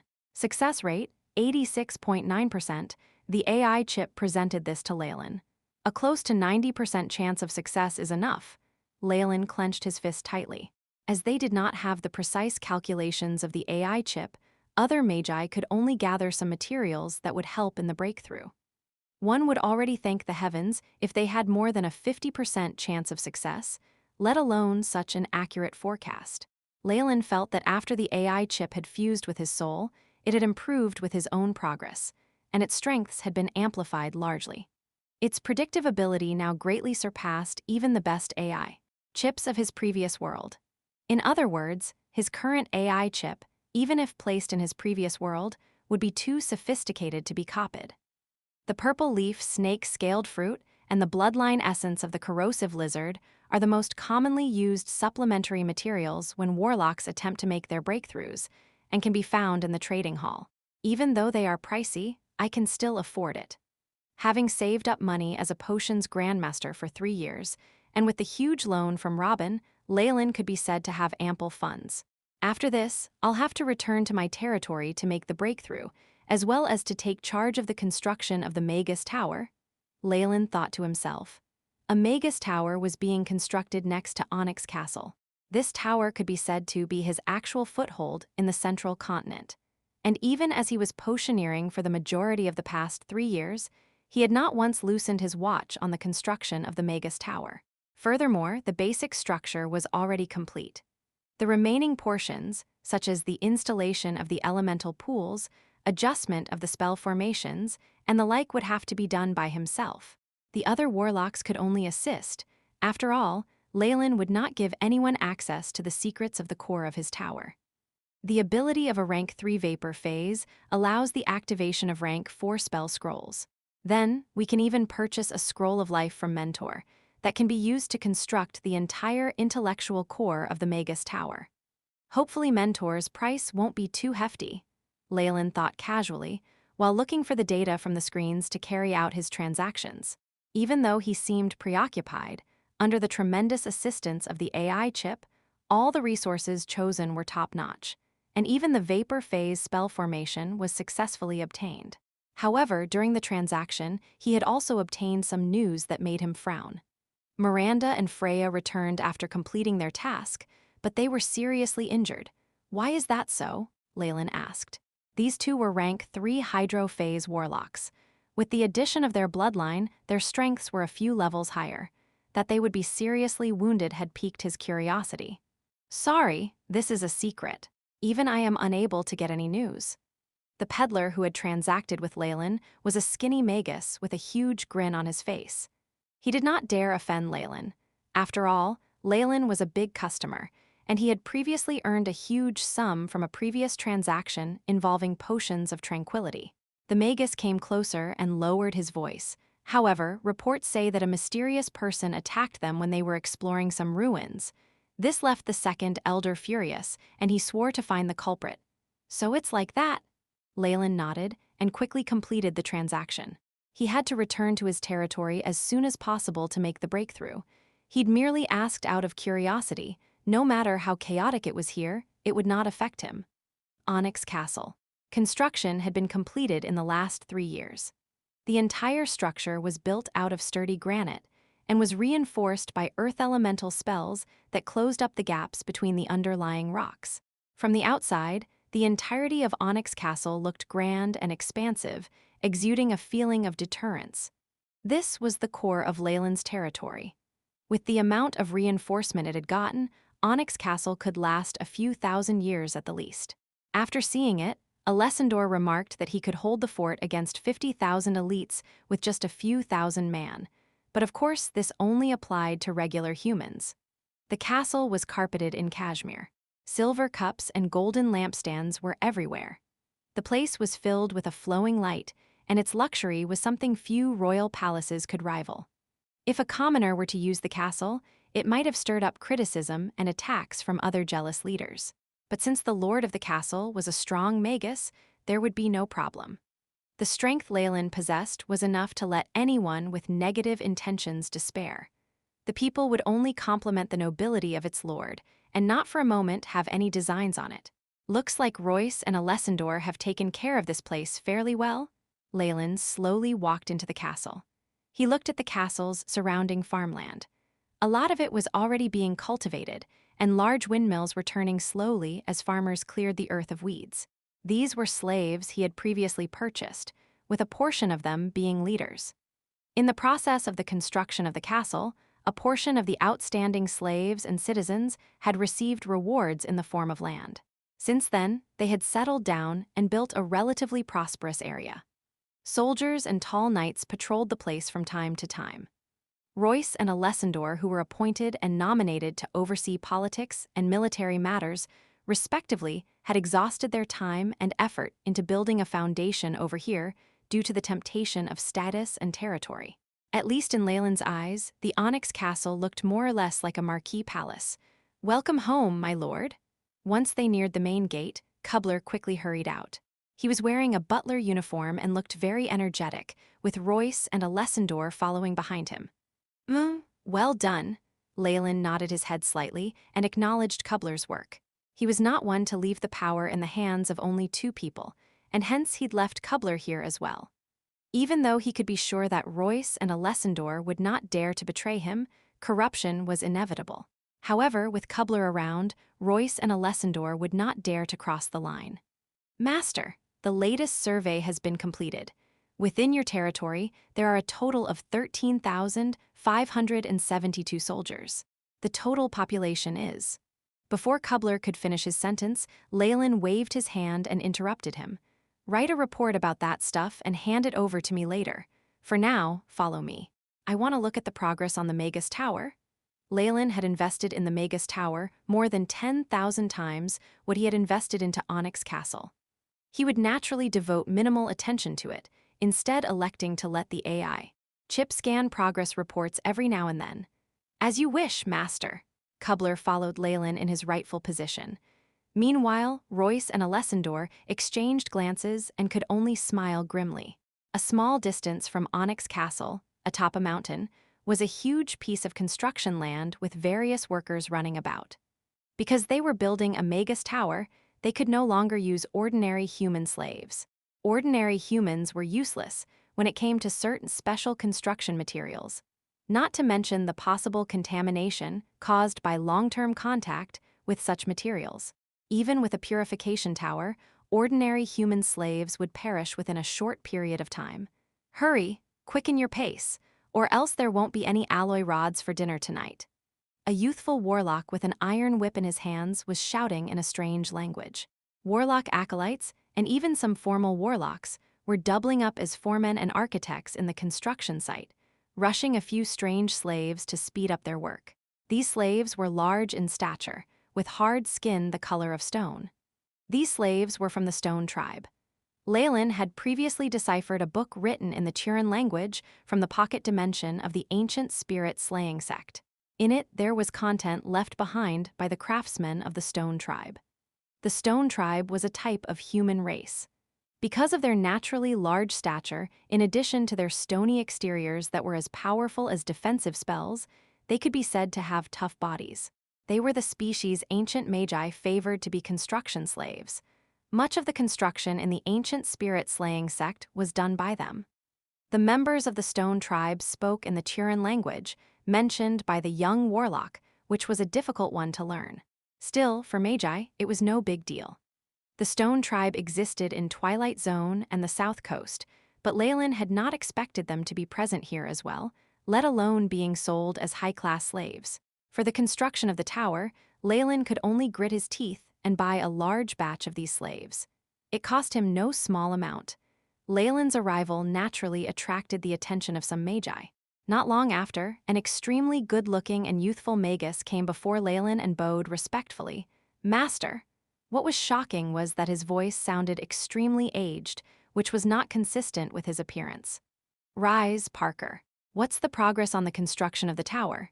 If you find any errors, broken links, non-standard content, etc., please let us know report chapter so we can fix it as soon as possible." Chapter 410. Attempt at vaporization in his 3 years in the Ouroboros clan. It was not as if Leylin had done nothing but brew potions.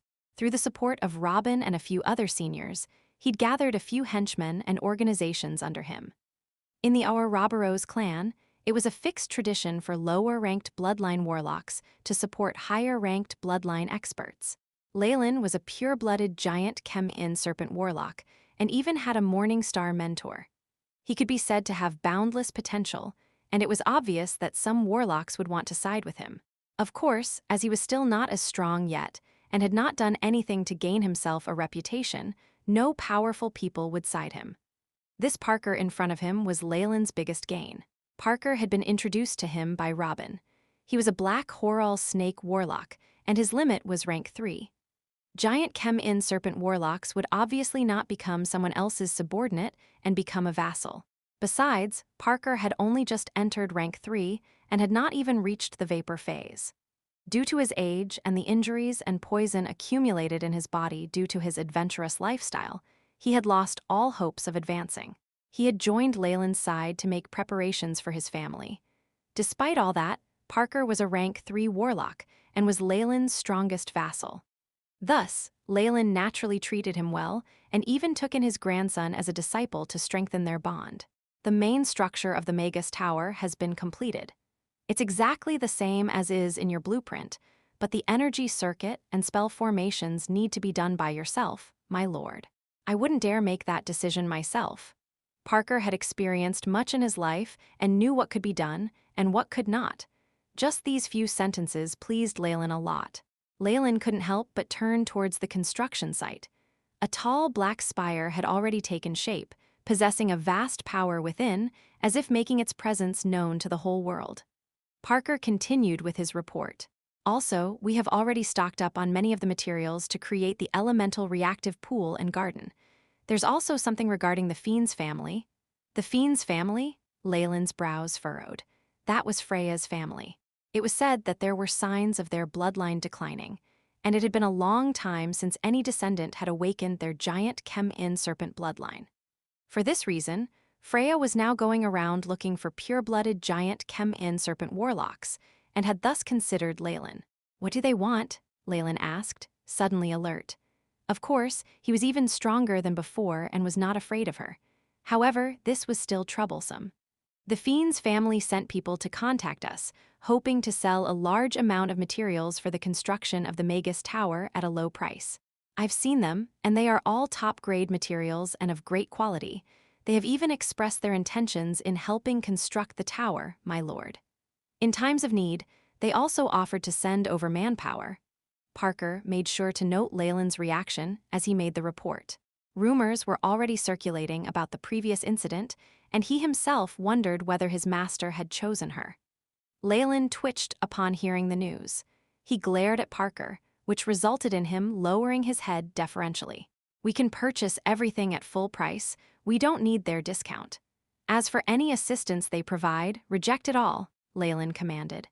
Though he knew the other party was expressing goodwill, just thinking of their goal caused Leylin's expression to warp.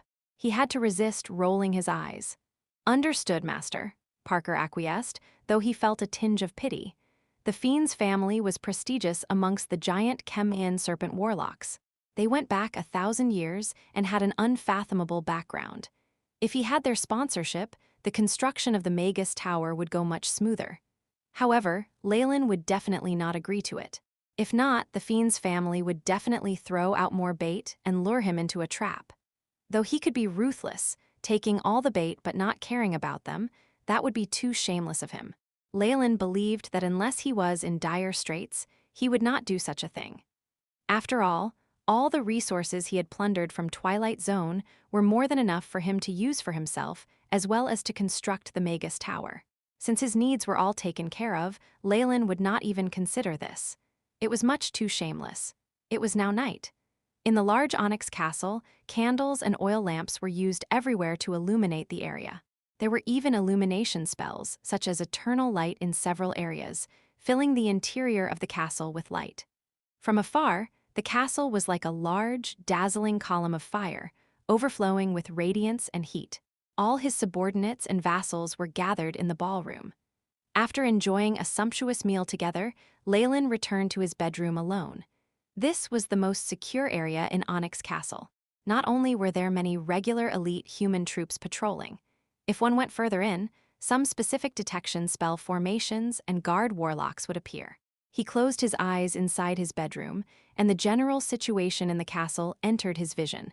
He could not help but nod. Looks like Parker and the rest are doing quite well. The defense of Onyx Castle was not bad. Though it was far from perfect, it was impossible for rank 2 Magi to sneak in. To truly make Onyx Castle a strategic stronghold against Magi, it might take over 100 years to strengthen the defensive spell formations bit by bit. The radiation unwittingly given off by high-ranked Magi residing here has to affect the whole castle and strengthen it. Leylin rubbed his chin as he pondered. The higher-ranked a Magus was, the easier it was for them to affect their surroundings. Leylin believed that just by emitting the terrifying might of their bodies in the castle, breaking Dawn Magi could affect the quality of the castle itself. The powerful members of the Magus World could even give the castle a life of its own, having it give birth to many strange creatures. These were the best foundations in creating defensive spell formations. As long as one subdued the castle's spirit and enslaved all the strange creatures, the defense of the castle would reach its peak. With his own radiation, he could achieve a similar effect. However, the time taken would be more than a century. If numerous Magi were to reside here, this time could be shortened. Hence, the older a Magus castle, the more profound the strength of the defense. There would also be many strange occurrences that even the Magus family occupying the castle would not be able to explain. But now, there was still a long way to go on his own. Leylin calmed his thoughts and conveniently pressed some button on his bed. With a mechanical sound, the large bed in front of him opened up and revealed a passageway that led downwards. Leylin walked in expressionlessly. After he entered, the machine closed itself and no trace of it could be seen from the outside. The path was long, and by the time Leylin had walked to the end, he had reached deep underground. It was at least several thousand meters below the surface. At the end of this path, there was a standard underground laboratory. The surrounding stone walls were full of runes that prevented energy from dissipating and isolated all auras. Though this is still very crude, it's good enough. Leylin waved his hand as he entered the laboratory, and a defensive screen of light closed off the pathway. This screen was still flickering with a glaring light, and it was obvious that it concealed an extremely powerful defensive spell formation. This was a temporary laboratory Leylin had constructed. Before the Magus Tower was done, some secret experiments could be done here. Leylin patted the spatial pouch on his waist, and silver rays lit up. 3 items appeared on the ground. One was a giant green crystal that contained a spell formation. Within the transparent crystal were a few runes that were constantly shifting like a fog. Another was an irregular black vessel in the shape of a shell. It held within it green blood that emitted a nauseating smell. The last was a set 3 purple fruits that looked like apples, although they had a fine layer of snake-like scales on top.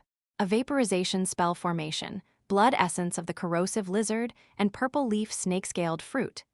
Leylin extended his slender fingers, looking through these items once more. The AI chip cooperated with a scan and then relayed the news that there was no mistake. "Let's begin," Leylin muttered, sitting cross-legged at the heart of the vaporization spell formation. With a flick of his hand, 2 pieces of pure magic crystal essence entered the groove in the spell formation. The vaporization spell formation trembled, and the runes within began to undulate violently. Host body beginning attempt to break through the bottleneck of the vapor phase. Beginning real-time monitoring, the AI chip's robotic voice followed soon after. Next is the blood of the corrosive lizard. 2 streaks of black shot out of Leylin's eyes, disappearing into the black shell. Plop plop, the green blood began to bubble, mist rising and forming a large green lizard in the air. On its skin were numerous signs of corrosion, and its white bones and internal organs could somewhat be seen. Hiss hiss. The green lizard's front claw scratched at the earth, as if it was eager to give something a try. As if provoked by the corrosive lizard, Leylin felt the giant Chem-In serpent bloodline in his body begin to stir. If you find any errors, broken links, non-standard content, etc., please let us know. Report chapter so we can fix it as soon as possible. Chapter 411, Banquet. Leylin's pupils turned amber in an instant. As if it had been provoked, the giant Chem-In serpent bloodline in his body operated frantically, emitting mysterious energy. This energy was nutritious to him, and thus his body immediately absorbed it. Under the effect of these mysterious substances, Leylin's spiritual force began to increase, slowly but surely. This is the power of the Chem-In bloodline. Warlocks definitely have a huge advantage in this regard, he exclaimed. The giant Chem-In serpent was a terrifying ancient species, adults of which possessed morning star strength. In other words, until a Chem-In bloodline warlock attained rank 4, the giant Chem-In serpent bloodline in his body would release a large amount of power to help in his advancements. All bloodline warlocks would receive this aid, but not all bloodlines were created the same. For instance, a black Horal snake bloodline would exhaust its aptitude when helping the warlock rise to rank 3, and could not help with the advancement to the vapor phase or further breakthroughs. It would even become an obstacle to the warlock's progress. It is likely that the improvements of warlocks and my previous personal breakthroughs were largely attributed to this mysterious energy. Of course, the bloodline shackles thereafter is also largely due to this cause. Leylin ordered the AI chip to record the nature and content of this particular energy so as to allow for future study. At the same time, under the influence of the boiling giant Chem-In serpent bloodline, a terrifying phantom in the shape of a black snake had appeared behind Leylin, exuding a powerful and cold majesty. Thankfully, Leylin had gone underground and even set up a spell formation specifically to isolate his aura. Otherwise, he would definitely have alarmed the nearby Magi and Warlocks. Hissed the enormous lifelike giant Chem-In serpent phantom, flicked its tongue, and rushed towards the corrosive lizard. Compared to the enormous snake, the corrosive lizard was alike to a pitifully small rat. Even its roars had been suppressed into whimpers. Rumble. The giant snake phantom opened its big mouth and swallowed the corrosive lizard whole. Just at the instant when the giant snake shadow had swallowed the corrosive lizard, Leylin felt the bloodline strength in his body surge, as if it had become more concentrated. A large amount of strength began overflowing from his body. The AI chip showed that his spiritual force had begun to skyrocket. 255, 267, 289, it only stabilized at a value of 299. The abrupt surge of spiritual force caused Leylin's vision to blur even as his brain ground to a momentary halt. Compress. A spell entered the vapor phase spell formation. Very soon, a resplendent glow erupted from the spell formation and enveloped his body. The originally violent, bright silver spiritual force in his sea of consciousness shrunk under the pressure. The large amounts of spiritual force particles, under repeated compression, gave off a greater bright silver glow, and in the end, slowly gathered together to form a fog. That was spiritual force in vapor phase, the result of a successful compression of his bright silver spiritual force. Leylin was overjoyed at the sight.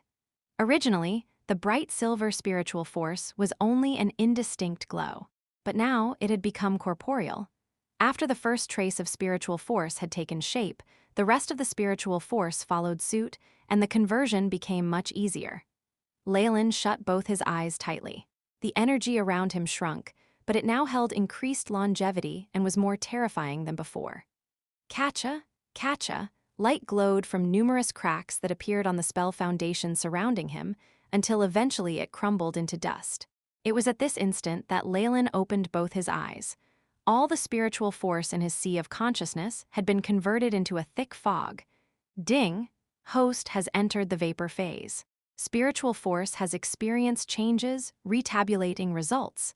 The AI chip intoned, and not long after a set of data was projected before Leylin's eyes. Leylin Farlier. Rank 3 Warlock Vapor Phase. Bloodline. Giant Chem-In Serpent, Strength, 23.6 Agility, 20.1 Vitality, 39.1 Spiritual Force, 251.3 Magic Power, 251 Magic Power in synchronization with spiritual force. Even though his spiritual force had reduced from before, it actually gave Leylin a sense of relief. The surge previously was just a surface phenomenon. Not only was the additional strength hollow, it was not consolidated.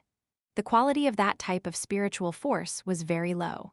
If not for having been compressed into a vapor, it would have actually impeded further progress. And now, even though the total amount had decreased, the quality had increased quite a bit. Vapor phase, Leylin lightly waved his hand, and a foggy spiritual force immediately appeared at his fingers. This was the first time that his spiritual force had taken a physical form. The bright silver previously was just an indistinct glow, but this haze now was tangible. Just that alone showed how tremendous the changes to his spiritual force had been. This is but the beginning. Rank 3 Magi at the crystal phase can actually directly condense their spiritual force into crystals that would not dissipate easily. Even after long-term storage, these crystals could be used to replenish their spiritual force or even sold to others. According to a few deductions of the AI chip and Leylin's own conclusions, this was his future path. Warning, warning, more than 12.6% of the host cells are injured. Immediate treatment suggested. The emotionless voice of the AI chip sounded out and Leylin stumbled, almost falling to the ground. This must be the aftereffects of the surge and sudden concentration of spiritual force. I'm afraid that, apart from my cells, even my sea of consciousness might have been affected slightly. Leylin smiled wryly, and thereafter waved his hand once again. The 3 sets of purple leaf snake-scaled fruit that he had bought appeared in his hands. Thankfully, giant chem-in serpent warlocks have a lot of experience. They even knew of some suitable medicine. The AI chip ran some simulations as well. Leylin swiftly swallowed a fruit. The exterior of the fruit had fine scales that felt like hard ice to his gums and teeth. When it entered the stomach, the icy sensation of the fruit immediately disappeared, instead being replaced by a flow of warm heat that swiftly spread throughout his body. Leylin's cells were like humans that had almost died of thirst in a desert, rapaciously sucking up this warmth. The agent's cells have absorbed an unknown strength and are currently in recovery. Current damage: 9.6%. The damage reported by the AI chip was decreasing and eventually stopped at around 2%. Minor damage to the body was the most cumbersome to heal. Even with the best medication, Leylin could only heal himself down to 2% damage, after which it wasn't easy anymore. After breaking through, vapor phase warlocks would have to treat the damage over a long period by using the radiation they emitted during constant practice. Of course, that was a minor price to pay for the breakthrough. The Onyx Castle was holding a banquet to celebrate Leylin's breakthrough. It was, of course, a gathering of warlocks. The only ones invited had been Robin, a few other seniors, and other members of the Ouroboros clan that Leylin had connections with. This was another tradition of the Central Continent. Leylin originally should have held the banquet upon the completion of Onyx Castle, but he had decided to delay until the Magus Tower had been built completely. Now, however, Leylin's breakthrough called for a celebration, so he decided that he might as well hold a banquet to take care of both obligations. In the wide hall, large chandeliers hung up high from the ceiling, radiating a bright glow that was a mixture of spells and man-made flames. The numerous warlocks were all gathered in a hall. Since Leylin's status was not too low, there were many warlocks who attended the event. Furthermore, because of the added value of their bloodline, all the warlocks were good-looking, and even the old men looked handsome. Many female warlocks wore gowns with plunging necklines, revealing their snow-white back and cleavage, whereas the male warlocks wore black swallow-tailed coats. From time to time, they would talk over a drink or invite the females for a dance. At the corner of the large hall, a band was performing with all their energy, and next in line were poets and dancers. Haha, Leylin, I knew you would succeed. Even though advancing to vapor phase is an obstacle for ordinary rank 3 Magi, giant chem-in serpent warlocks like us will never face such a problem. Robin laughed dramatically. Given how high this junior's innate talent was, he was becoming increasingly important to the short warlock. Even at the banquet, the differences in ranks between the various warlocks was very obvious. The few rank 3 giant chem-in serpent warlock marquises, including Leylin, had gathered in a circle, and none of the other warlocks would dare to interrupt them. A few rank 1 or rank 2 warlocks with pure bloodlines had the fortune to listen at the side, but even they had no right to speak. With regards to the other circles, Leylin needed only to make a toast and say a few words, but the guests in this circle required his personal accompaniment. Not only were there seniors like Robin, Lucian, and Kesha around, there were a few merchants whom they had good ties with along with their children. They were essentially his mentor, Duke Gilbert's, influence, and hence good connections would have to be made. Speaking of which, Leylin was more familiar with them, and had held a few transactions with them, and even coordinated on some experiments. "This is the younger generation of my family. Come and see Uncle Leylin." Kesha called forth two of her nephews and nieces. Those two youths, though, looked a bit reserved and flushed, but still respectfully bowed and said, "Uncle Leylin." "Hello, you too," Leylin said, his face stiff. He was not even 100 years old. These two warlocks with pure bloodlines, who were their family's hopes, were probably older than him. Senior Kesha's two nephews and nieces have a very rich bloodline within them. Looks like they have a bright future ahead of them, Leylin complimented, which had caused Kesha to beam with delight. "If you find any errors, broken links, non-standard content, etc., please let us know report chapter so we can fix it as soon as possible." Chapter 412, Lamia Hair. Much to his chagrin, Leylin had discovered that even though the Ouroboros clan had a long heritage and was a large, powerful organization, there were many traditions and complex regulations that were very tedious, especially in terms of hierarchy. Nobody knew whether it was inherited from the giant chem-in serpents, but their hierarchy was very rigid. Previously, even if they were all giant chem-in serpent warlocks, Kesha, who had reached the vapor phase, would pay no attention to someone like Leylin. Yet the moment he made the breakthrough himself, here she was, her attitude having flipped completely. This had dumbfounded Leylin. Lucian was the same.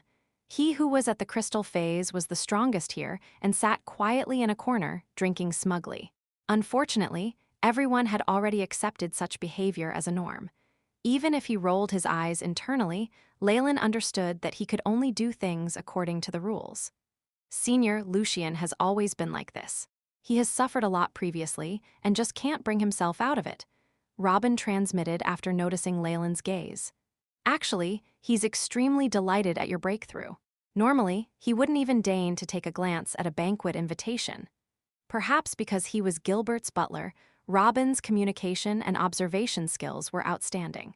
Just a glimpse at Leylin in his peripheral vision and he'd realized things, explaining Lucian's attitude. "Don't worry, I understand." Leylin smiled wryly. Even if Lucian decided not to show him respect, he could do nothing about it. Even with all his trump cards, Leylin could at most deal with a Hydro Phase rank 3 Magus. With that kind of difference in strength, it was useless to talk about it. Had Lucian not considered his mentor Gilbert and the fact that it was Leylin's first invitation, he might not even have come. "Oh, right. Let me introduce you to my apprentice, Snoopy." A reserved youth walked up at Leylin's introduction, a dimpled smile on his pockmarked face. "Hello, distinguished masters." Snoopy greeted all the Magi, stumbling on his words. A few rank 3 warlocks merely nodded aloofly and did not pay much attention, and even Kesha's two younger generations looked down on him. They could see Snoopy's Black Horal snake bloodline at one glance. Even though a rank 3 warlock bloodline was considered a big deal even in the central continent, those with higher bloodlines thought nothing of it. Immediately, they linked this sight to Leylin's top subordinate, Parker, and guessed the motives behind Leylin's acceptance of this apprentice. They would naturally not pay any more attention, but on account of Leylin, they had nodded their heads in recognition. Fortunately, Leylin had only brought Snoopy out for exposure, and quickly dismissed him after he had bowed to everyone. Snoopy's response was quick, and his withdrawal was even faster. With a tinge of embarrassment on his face, it appeared to Leylin as if he was fleeing. "This is the hierarchy of warlocks," Leylin sighed internally. In comparison, though Kesha's two younger generations were slightly lower in strength, because their bloodline was distinguished and there was the possibility of making a breakthrough to rank 4, they would immediately receive more attention. Even the rank 3 elders would consider this normal. For warlocks, even though bloodline could not determine your lowest achievements, it could dictate your greatest. Take, for example, the two giant chem-in serpent warlocks Kesha had brought along. They needed only to put a bit more effort and spend more time, and it would be child's play to reach the vapor and even hydro phase. However, the advancement to the crystal phase depended on one's innate talent. As for the breakthrough to the morning star realm, innate talent alone was not enough. There was a huge amount of luck to be factored into it. After all, they were not first-generation giant chem-in serpent warlocks. Their bloodline was not as pure, and could not allow for the adults to easily advance to rank 4. In actual fact, in the entire Ouroboros clan, there were already no more absolutely pureblood giant Chem-In serpent warlocks. Their bloodlines had faded with the passage of time. For the 3 elders to break through to the Morning Star realm required not only a large amount of resources and effort, but also a stroke of luck. Leylin did not know how pure his bloodline was, but the AI chip and the recognition by the few seniors and mentors seemed to suggest that it was not too bad. In fact, he had immense confidence in the bloodline purification skills of the AI chip. During the period of time he was in the Ouroboros clan, he had discovered that even in the central continent, there were no microscopes here that could form images at the genetic and atomic levels. Their research at most halted at the cells. Their best microscopes could at most see the structure of a cell. Previously, the AI chip had directly extracted the part of the genes that belonged to the giant Chem-In serpent from the bloodline essence of the black Horal snake and reconstructed them. Leylin even suspected that the bloodline within his body could compare to that of a first-generation giant Chem-In serpent warlock. Mind you, that was a bloodline that allowed a warlock to progress to the Morning Star realm automatically as he aged. Leylin's own improvement had been too rapid. He was only 100 years old, an infant among giant Chem-In serpent warlocks. Thus, he did not have a deep enough understanding of the frightening potential of his bloodline. Still, it took way too long for giant Chem-In serpents to mature. If he was to advance at the same rate as his bloodline would let him, he would only be a rank 1 warlock as of now. With the passing of time, he would feel his spiritual force growing slightly even if he did nothing but sleep all day. After finishing semi-conversion and complete conversion, his strength would soar. At about 500 years of age, he would become a rank 3 warlock. As for a Morning Star warlock, that would take him until he was 900 if he only depended on his bloodline. In other words, Leylin's current improvement was rapid to the point that his bloodline could not keep up with him. Even if I have almost 900 years of life, according to the AI chip, the risks with waiting that long are way too high, he thought as he stroked his chin. On top of that, Leylin can't be sure that the purity of his bloodline was enough for a breakthrough to the Morning Star stage by the time he reaches 900. As such, he would continue to work hard. At the very least, his bloodline shackle would not retard his progress before he hit rank 4, and he would be able to advance to that realm without any obstacles. Penny for your thoughts? His introspection had obviously drawn Robin's attention. Oh, Leylin summarized his ruminations on his bloodline growth, obviously concealing his conjecture on its purity and instead diverting the conversation to how he could develop his bloodline. So, you wish to find out whether there are any medicines or materials the Ouroboros clan uses to speed up bloodline growth. Robin looked at Leylin and did not know whether to laugh or cry. Many warlocks depend on the strength of their bloodlines when using their meditation techniques to slowly improve in ranks. A case like yours, where the host's strength surpasses that of the bloodline's growth, is extremely unlikely. Unlikely, but not impossible. Leylin was determined. The central continent had many groundbreaking talents, and the Ouroboros clan was where giant Chem-In serpent warlocks congregated. There must be a way. Still, any solutions that existed were sure to be extremely precious and hidden. Leylin had never seen such a thing in the trading hall. Indeed, like you, Leylin, our organization has had a few warlocks in the past whose strengths far surpass their age. Kesha interrupted, and they used a top-notch precious material to increase the growth of their bloodline to remarkable results. What material? Leylin's eyes glowed. Lamia hair. Kesha did not intend to leave Leylin in suspense and gave him a specific term. AI chip, Leylin recited internally.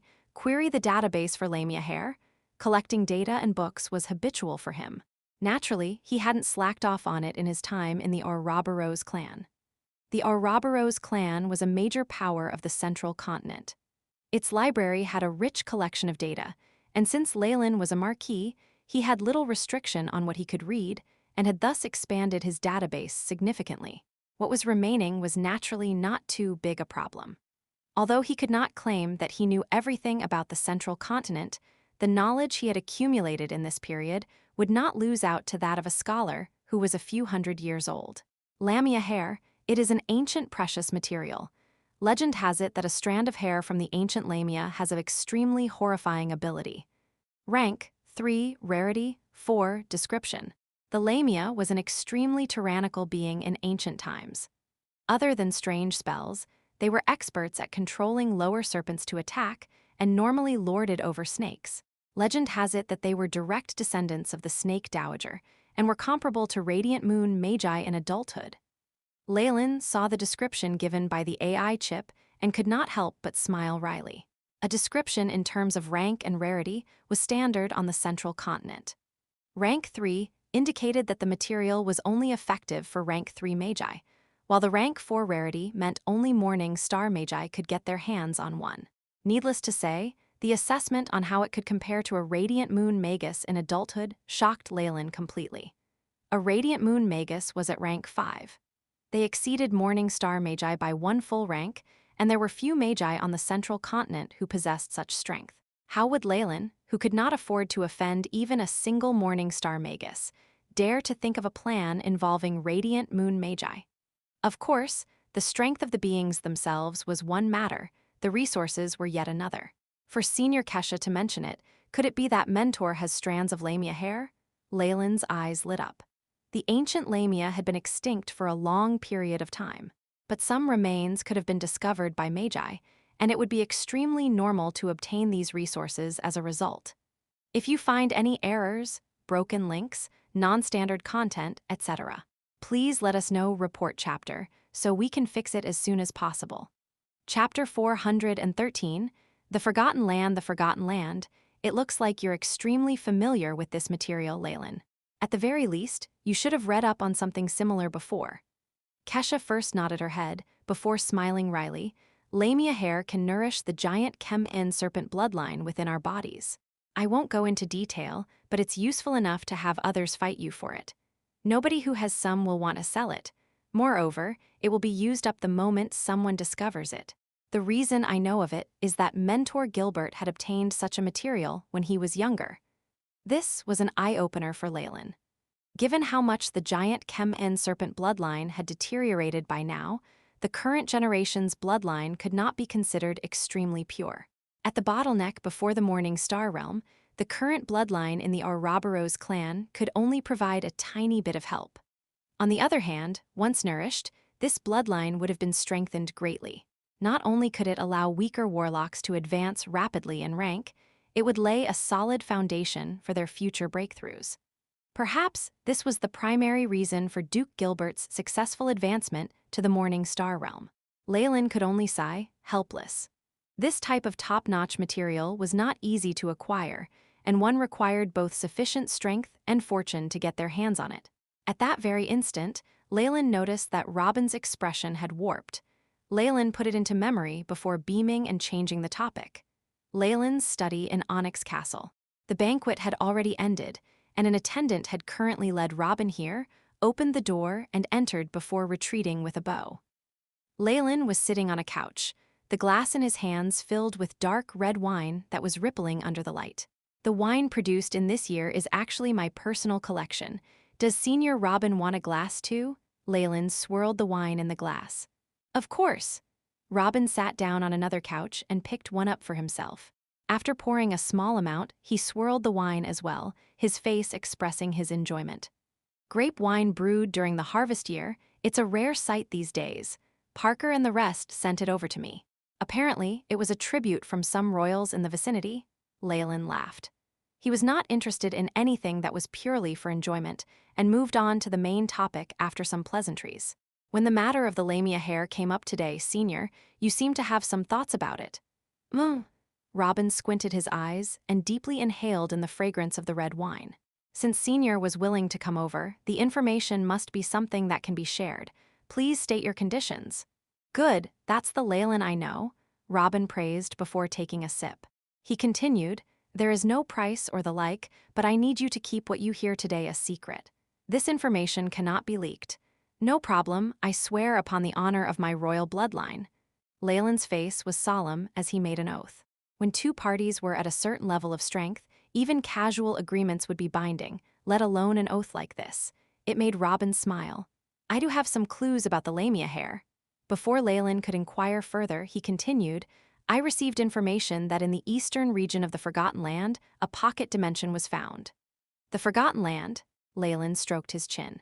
The AI chip swiftly scoured the database for information related to the Forgotten Land. The damage output of a Morningstar Magus was immense. Their final techniques held power akin to nuclear bombs and had the ability to wipe out countries. Thus, the Central Continent had signed a peace agreement that forbid the wanton usage of final techniques, restricting Morningstar Magi from using their full strength. Still, even with such a contract, some disputes escalated to the point that battle was inevitable. Clashes between Morningstar Magi still occurred and devastated the land every single time. In Twilight Zone, 2 Morningstar Magi had inadvertently destroyed the passages linking it to the rest of the Magus World, isolating the place for thousands of years. Even in the much vaster Central Continent, with Morning Star, Radiant Moon, and even Breaking Dawn Magi watching over, such battles would still cause a large amount of damage to the area. Moreover, some regions would be damaged to the extent that there was no return. All sentient species would go extinct, and elemental particles would start leaking whenever someone visited the area, causing the strength of a visiting Magus to drop greatly. Gradually, some of the affected areas became lands of death. Only strange species and convicts who could not mix with the rest would bear the hardships of the environment and settle down there. The Forgotten Land was one such place. Legend has it that in such vile conditions, all the beings would strive to promote their strength and evolve in a horrifying direction. Over time, they would form an extremely strange race, and the place would be fraught with dangers. What pocket dimension? Leylin asked, getting a bad premonition. Pocket dimensions were naturally not rare in the Central Continent, and the Ouroboros clan itself had the powers to construct one themselves. Although the major powers of the Central Continent were focused on interdimensional travel, rank 2 and 3 Magi still built pocket dimensions. But the resources in the Forgotten Land were extremely poor normally. That a pocket dimension, a type of region known for being rich in resources, had appeared there would lead to a lot of competition and bloodshed. The pocket dimension must have been damaged during the clash between Morningstar Magi. Due to its regenerative abilities, a small portion of it was preserved and was unearthed recently. Robin placed the wineglass down, his face solemn yet tinged with greed. Even though the subordinate who had discovered the mysterious region was under a very powerful curse, and died painfully immediately after handing me the intelligence, at least I obtained some information. If you would look at this, Robin took out a black leaf. Once it appeared, Leylin felt the bloodline within his body throbbing. He suppressed the peculiar reactions of his body and took it. Even though it was an ordinary leaf with green veins, there was an aura lingering on its surface that caused his pupils to dilate. Even though the aura was very feeble, it could not in the very least conceal the strong essence behind it, and even caused Leylin to be fearful. The aura of the Lamia. Legend has it that the Lamia could control giant serpents through spells. No wonder I feel uneasy. Leylin sighed a long breath of relief. Did this leaf come from the pocket dimension? The ancient Lamia was a terrifying being at the Radiant Moon realm. Even though there were half-human, half-snake species in the Magus World now, the ancient Lamia was an entirely different species, and only the threatening aura of the Lamia could make Leylin feel terrified. Yes, Robin nodded. According to my intelligence, there is a huge pocket dimension there filled with resources. It belonged to a Warlock organization of ancient times. As you know, as long as it's a Warlock organization, due to the bloodline limitations of Warlocks, they are the most passionate about collecting bloodlines to mix and modulate in their experiments. As a result, you will be able to find many materials Warlocks urgently need. I get it now.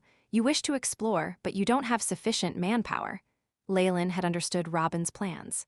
Even though there was a certain level of danger, he was still prepared to journey there. The temptation of the hair of the Lamia, alongside many other bloodline resources, was sufficient to have him brave the danger. Yes, apart from you, I have also invited Kesha along. Robin nodded his head. Even though they were all rank 3 Warlocks, the Kem-In bloodline and the Black Horal Snake bloodline had a very big difference. Under him, there was a younger generation of the giant Kem-In serpent bloodline who had just advanced to rank 3. and the rest of his subordinates could at most act as assistants, and were not very useful. Looks like there are more risks. Leylin leaned back. As to why Robin did not invite Lucien, who was at the crystal phase, or even directly reported it to Gilbert, Leylin did not need to think much to understand the reasons why. Robin himself was at the hydro phase, and with Kesha and Leylin at the vapor phase, he could suppress them easily. If they were to call Lucien, how would they distribute the potential yield? And if he were to inform their mentor, there might not be many resources left for him. Of course, Robin had made the decision after examining their strength. He had felt that if the three of them were to join forces, they would be able to obtain the resources in the mysterious region.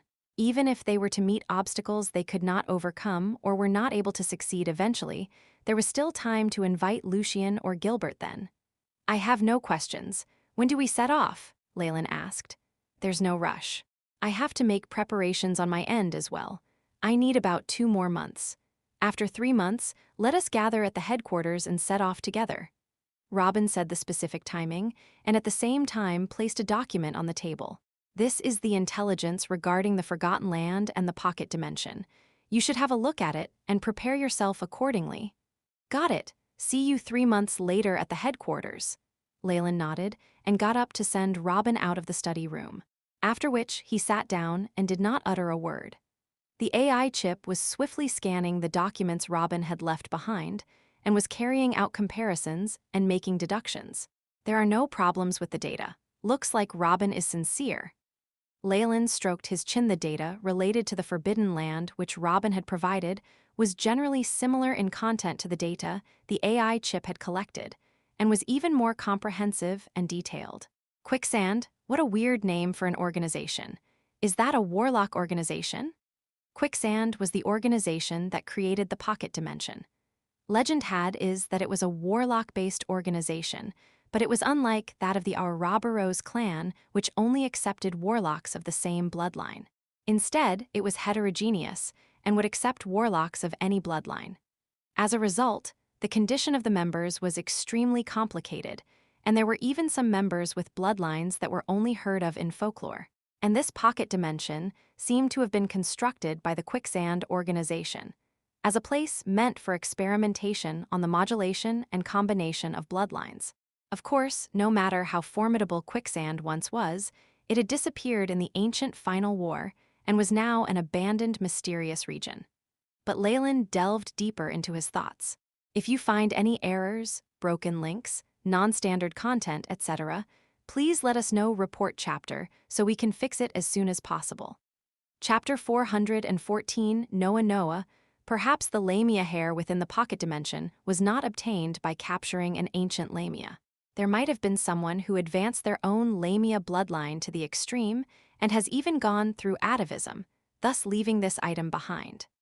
When a Warlock's bloodline was concentrated to its limit, it would transform into its original form. Once this process was over, a Warlock would discard their original appearance as a human and completely turn into a creature alike to his bloodline origin. By that time, the Warlock would no longer be human. Even those with the same bloodlines would not be able to tell that it was a Warlock who had gone through such a process.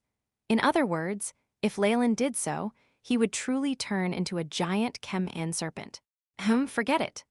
Leylin imagined himself as a giant serpent, only able to swallow raw food every day and looking for female serpents whenever he had to sate his desires, and it made his whole body shiver. The morning star morphing technique is enough. I have no desire to really become a giant serpent, he decided. He pursued strength and dominance as well as his own freedom. If the option was that he obtained unequaled strength and yet suffered for eternity, it was fine if he was not unrivaled. In addition, the closer he was to the source of his bloodline, the greater the suppression of his mind by higher members of his race. In the ancient war of the icy world, the snake dowager was the only thought in mind. Many giant chem-in serpents who risked their lives and battled with beings from other worlds were more than aware of this. Leylin did not want to be controlled by someone after all his efforts and become cannon fodder. Of course, all this was far into the future. Right now, all he was focused on was using the lamia hair to nourish his bloodline, allowing it to mature faster and bring him to the morning star realm. In the central continent, rank 3 warlocks were respected, but only Morning Star Magi held any actual clout. Only after reaching the Morning Star realm could he perform experiments on astral gates alone, attempting to traveling between various places and worlds. This was the only method for Leylin to solve the issue of his bloodline and could not be substituted. After thinking about it for a while, a silver light flashed in his hands and a dull gold coin appeared. If I go to the pocket dimension, will I be able to get all that I want and leave safe and sound? With this thought in mind, Leylin tossed the coin of destiny in his hand. Pack. The coin landed steadily on the back of his hand, revealing the image of a luckbird. At the same time, slight cracks appeared on it. Noticing this situation, Leylin kept the coin away, and a flash of excitement could be seen on his face before he turned serious. It'll work out, but the power of a morning star will hinder me. The coin of destiny was a unique magic item that Leylin had sacrificed blood and tears to make. It had the terrifying ability to predict the future, but could not be used when powers at the Morning Star realm and above. Every time a prediction involved a being with Morning Star strength, the coin would crack further and further until it would eventually be destroyed. Leylin had a feeling that after losing this coin of destiny, he would not be able to create another for a long time. What does this prophecy mean? Is there a Morning Star creature slumbering in the pocket dimension, or will there be Morning Star Magus outside who will interfere? Leylin rubbed his eyebrows, the many possibilities flying through his mind and giving him a headache. The coin of destiny was a non-living thing, and its prophecies were vague enough to baffle him on occasion. In addition, destiny could not be grasped so easily. Even the coin could make some wrong predictions, especially in a place like the central continent, where almost every area was overseen by Morning Star Magi. They would affect destiny even more. Morning Star strength was already able to slightly affect the force of the River of Destiny. The strong grasped their destiny. This was an eternal truth. Hence, the prediction of this coin could only act as a reference and might not be accurate. Blue light flashed in Leylin's eyes, and all sorts of possibilities streaked through his mind. About 2 months had passed in the blink of an eye. Leylin was now in front of the Black Magus Tower, with various runes and strange metal plates on the ground. Enchant! Foggy spiritual force congealed to form a solid rune pen that carved out refined, complicated patterns on the metal plates. All the patterns combined to form a dazzling spell rune and imprint. After the last stroke was completed, the many metal plates were shrouded with dim light.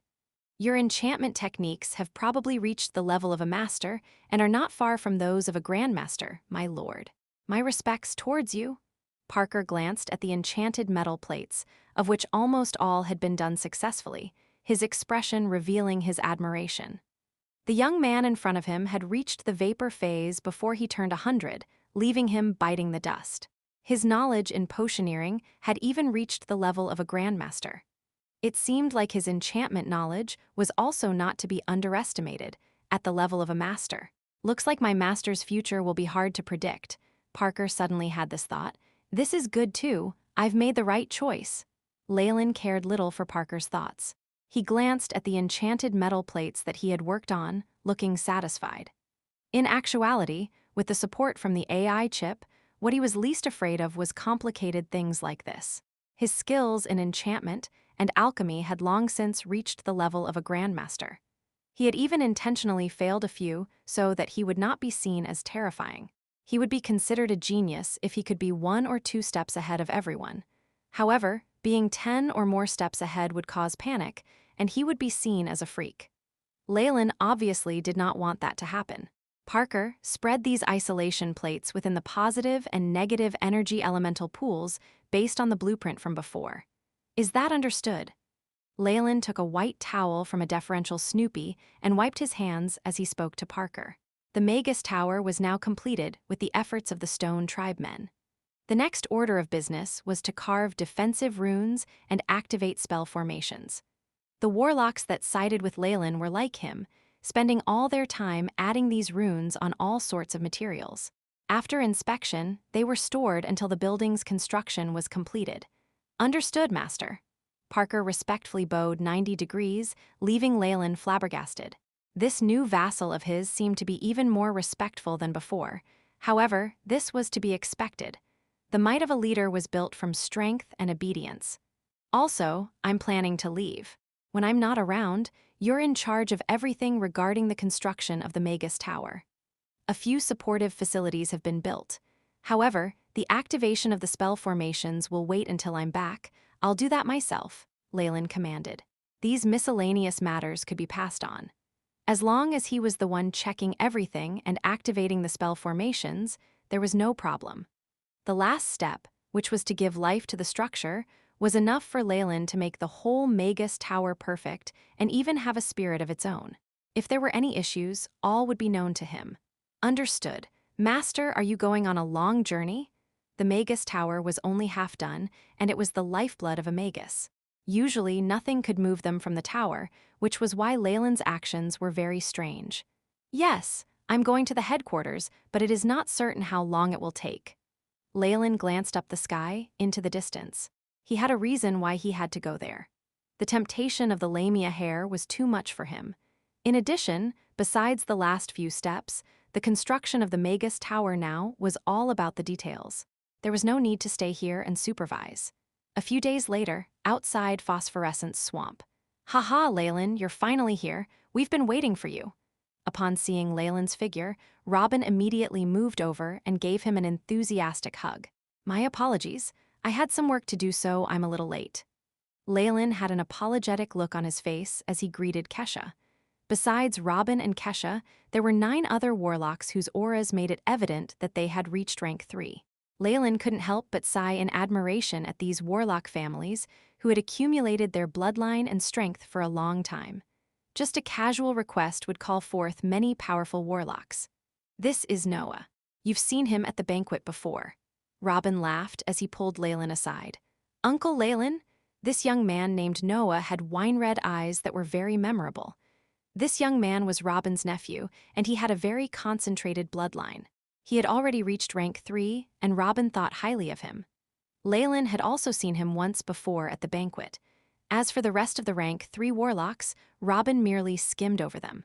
Headed by Leylin and the other 3 giant Chem-In serpent warlocks, the 8 other black Horal snake warlocks were also at rank 3, but had a lower status. Out of these 8 rank 3 warlocks, Robin had brought over 5, and with his nephew added in, he held the most authority in this small group. Kesha had brought 3 black Horal snake warlocks from her own family over. Those rank 1 descendants from before had not appeared at all, and it was probably because she knew this expedition would be dangerous, and it was pointless to bring them along.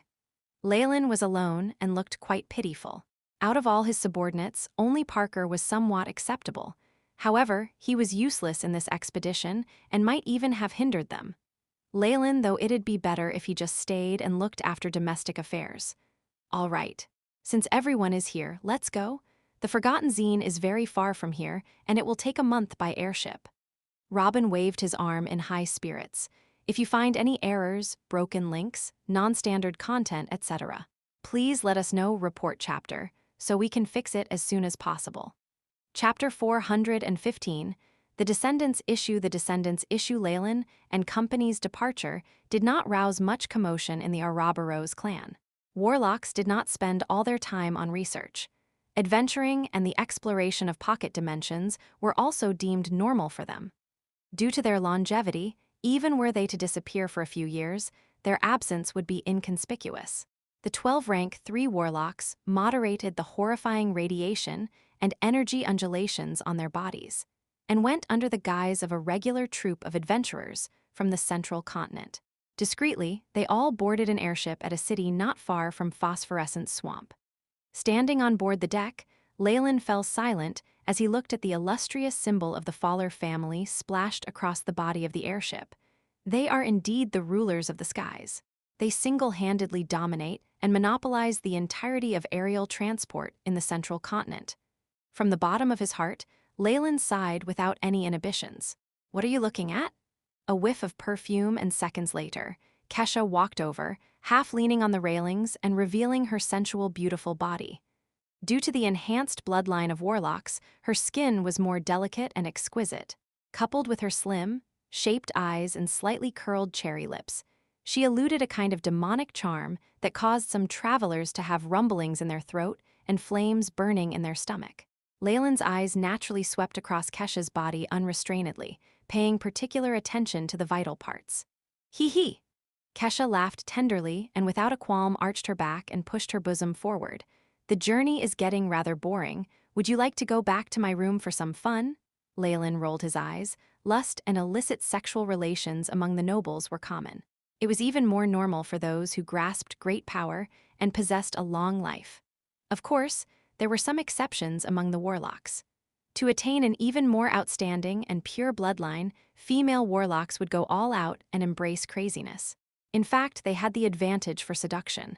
Leylin smiled and replied, "Pardon me, not today. You will be the first to know when I decide to sell my seed, though." "All right, then." "Such a pity." Kesha licked a finger, revealing no hint of her humiliation. "But still, I really do like you, Junior." She placed her finger on Leylin's chest and with a smile twirled it in circles. However, that was the furthest Kesha went, and she attempted nothing else. In the end, she appropriately settled for casual conversation with Leylin. "Do you know Freya and Miranda?" Kesha asked out of the blue. "We have met a few times." Leylin replied with some uneasiness as he drew out the air from his breath. As far as those two nutjobs were concerned, especially the more powerful one out of the two, he really had a hard time dealing with them. "Then are you aware?" Kesha smiled mysteriously, with an added crafty look of a little girl. "They have been spreading the word that you belong to them and you are their prey. Any other female Warlocks who have any intentions of looking your way will have to go up against them." "Aye." Leylin rolled his eyes in anger, almost cursing in his rage.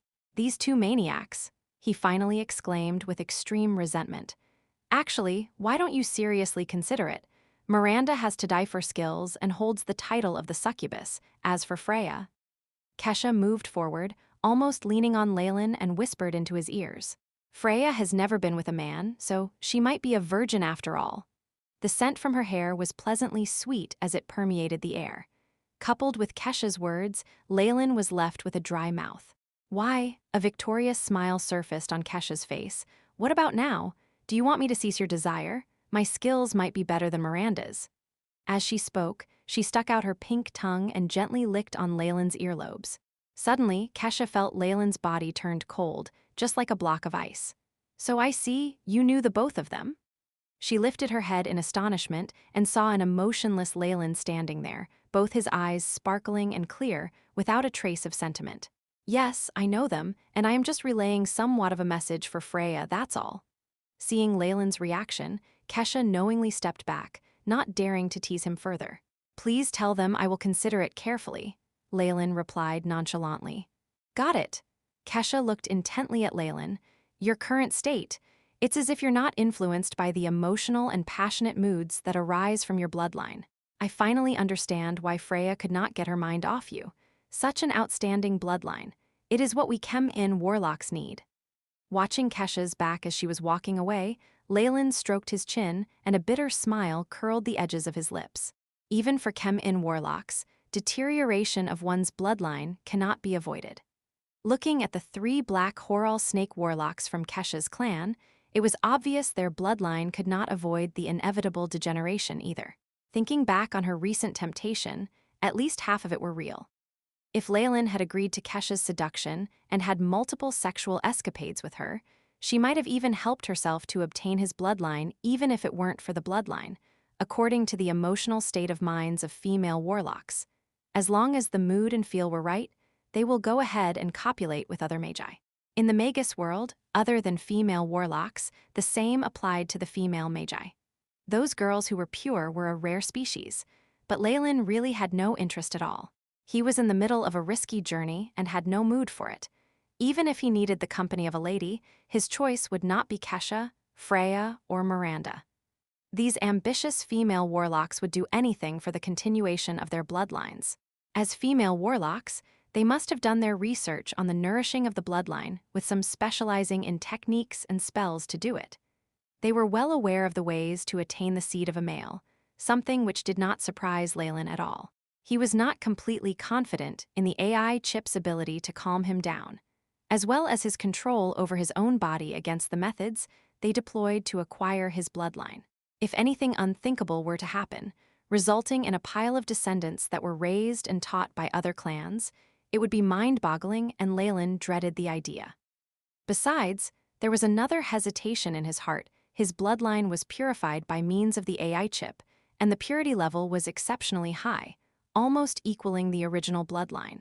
With his own ability and with the help of the AI chip, he was able to conceal his true strength and capabilities from others, but a newborn baby could not. If his peculiar bloodline were to be discovered, given the greed of those morning star magi, he might have been captured to become a reproductive machine for the next generation. God knows, they might even be able to extract and strip him of his bloodline. Therefore, until he was absolutely sure that it was safe, he would not allow the outflow of his bloodline, not to mention having descendants. But nevertheless, if I am promoted to the rank of a morning star magus, and I want to start a clan of my own in the central continent, I am afraid those female warlocks are my only choice. Leylin stroked his chin. Being a pure Chem-In bloodline warlock, in order to have strong and powerful descendants in the future, it was naturally more suitable if he chose a female Chem-In warlock. As for female commoners and ordinary warlocks, children he had with them would have their bloodline diluted to half of his, something which was unacceptable. The quality of a warlock's bloodline was known to be the best in the first generation. The more concentrated it was, the better they would be. These minute details flashed across his mind once before he tossed them aside. This is not the right time for me to think about such matters. Leylin squinted his eyes, enjoying the natural and pure sunlight from the deck. A look of satisfaction gleamed in his eyes, and his thoughts wandered to a faraway place. As far as warlocks were concerned, long and slow journeys were not torturous. At worst, they might have to stay in their room every day and meditate to pass time. And since the Farlier family had provided such excellent services in the first-class cabin, Leylin was satisfied, especially with the meals provided. Given how poor Twilight Zone's environment was, the food and drink of the central continent were worlds apart. And no matter how long a journey was, it had to come to an end. The huge airship started descending, casting a huge circular shadow on the ground. The shadow kept spreading until at last, a loud thump was heard. This is Sin City Station. All passengers who are alighting, please maintain order. After the airship had stabilized, a group of workers and slaves opened the warehouse latch and started unloading the goods. A few flights of stairs were unfolded and secured to the ground. The passengers who were going to alight got ready and started forming a queue. We are finally here, the border of the Forgotten Land, Sin City. Even the name is unpretentious with no need to cover up. After multiple flights on airships and a month of travel, Leylin had finally reached his destination as he mingled among the other tourists. He fixated his eyes on the orange sun in the distance and the dilapidated gray and brown walls under it as he sighed. The AI chip issued a warning. Beep! The energy particle concentration here is about 10-20% lower than the outside world. Please take note. The spells of warlocks and magi were cast through their own energy, which galvanized the surrounding energy particles. Low concentrations of the energy particles would cause a weakening of their power, leading to greater consumption of their spiritual and magical energies. If they were to face such a situation all of a sudden, many magi would probably be thrown into a flurry. The elemental leakage had affected even the Forgotten Land. Leylin sighed. The power of morning star magi is too devastating. Although the energy particles' concentration level was lower than that in the outside world by 20%, it posed no problem to Leylin. The concentration level of energy particles of his homeland, the South Coast, and the Twilight Zone were less than half of the central continent. Spellcasting with such low available energy was natural for him. If you find any errors, broken links, non-standard content, etc., please let us know. Report chapter so we can fix it as soon as possible. Chapter 416 Nephas Leylin remembered the relevant information. Immediately, he looked at his surroundings. Sure enough, the tourists who had departed the car had solemn expressions, an aura on their bodies that clearly indicated that they were not to be messed with. Some of them had even covered up their faces. Those were the slaves and coolies who had been transporting objects underground. They would size up the batch of tourists from time to time, and their docile gazes concealed a malicious bloodthirst. It was as if they were waiting for the tourists to reveal a slight opening, for them to rip them apart and devour them like wolves. A chaotic region where strength rules all, a place that reeks of sin. Nephas is the city of sins indeed. Leylin thought of the information mentioned by his AI chip previously, and along with Robin and the rest, subtly mixed in with the crowd. Nephas city had no city guard to speak of, and there was obviously no entrance fee. As a result, there was a lot of human traffic, but none of it was particularly good. Of course, anyone who was forced to come here did not exactly have a stellar character. Rascal, what are you looking at? An extremely muscular man who was close to 2 meters tall gazed at a youngster with an unfriendly expression. Oh, sorry. The youngster had eyes that were triangular in shape. His mouth opened and he started to smile apologetically, at the same time nodding his head and bowing. Just as he had bowed down in his apology, a cold glint emerged in the youngster's eyes. He violently whipped out a black dagger and stabbed the strong man in the stomach. You! The strong man's face registered rage as he was caught off guard. Still, a thin layer of defense formed on his body. That strong man was actually a grand knight that could incite life force. A defense made of life force was very useful at mitigating the damage from clubs and the like. Even for sharp blows, it greatly reduced the strength. Whoosh! The strong man's eyes shone ominously as he decided on how to torture the youngster to death. But instantly, the ominous glint in his eyes disappeared, replaced instead by terror. The defense he was so proud of, a grand knight's defense, was cut apart like paper by the black dagger. The black dagger repeatedly, as if following a trajectory, stabbed the strong man's stomach before violently pushing it in. The strong man's foamed at his mouth and he collapsed. He struggled in pain on the ground, and one could faintly see the ruptured organs and intestines through the wound. With that type of injury, unless a Magus were to help, the man would completely not have a chance of survival. The youngster kept his dagger and swiftly squeezed out of the crowd before disappearing around a corner. What a pity. The strong man was at the very least a knight. If they were to fight properly, even 10 dwarves would not have been able to win against him. What pity!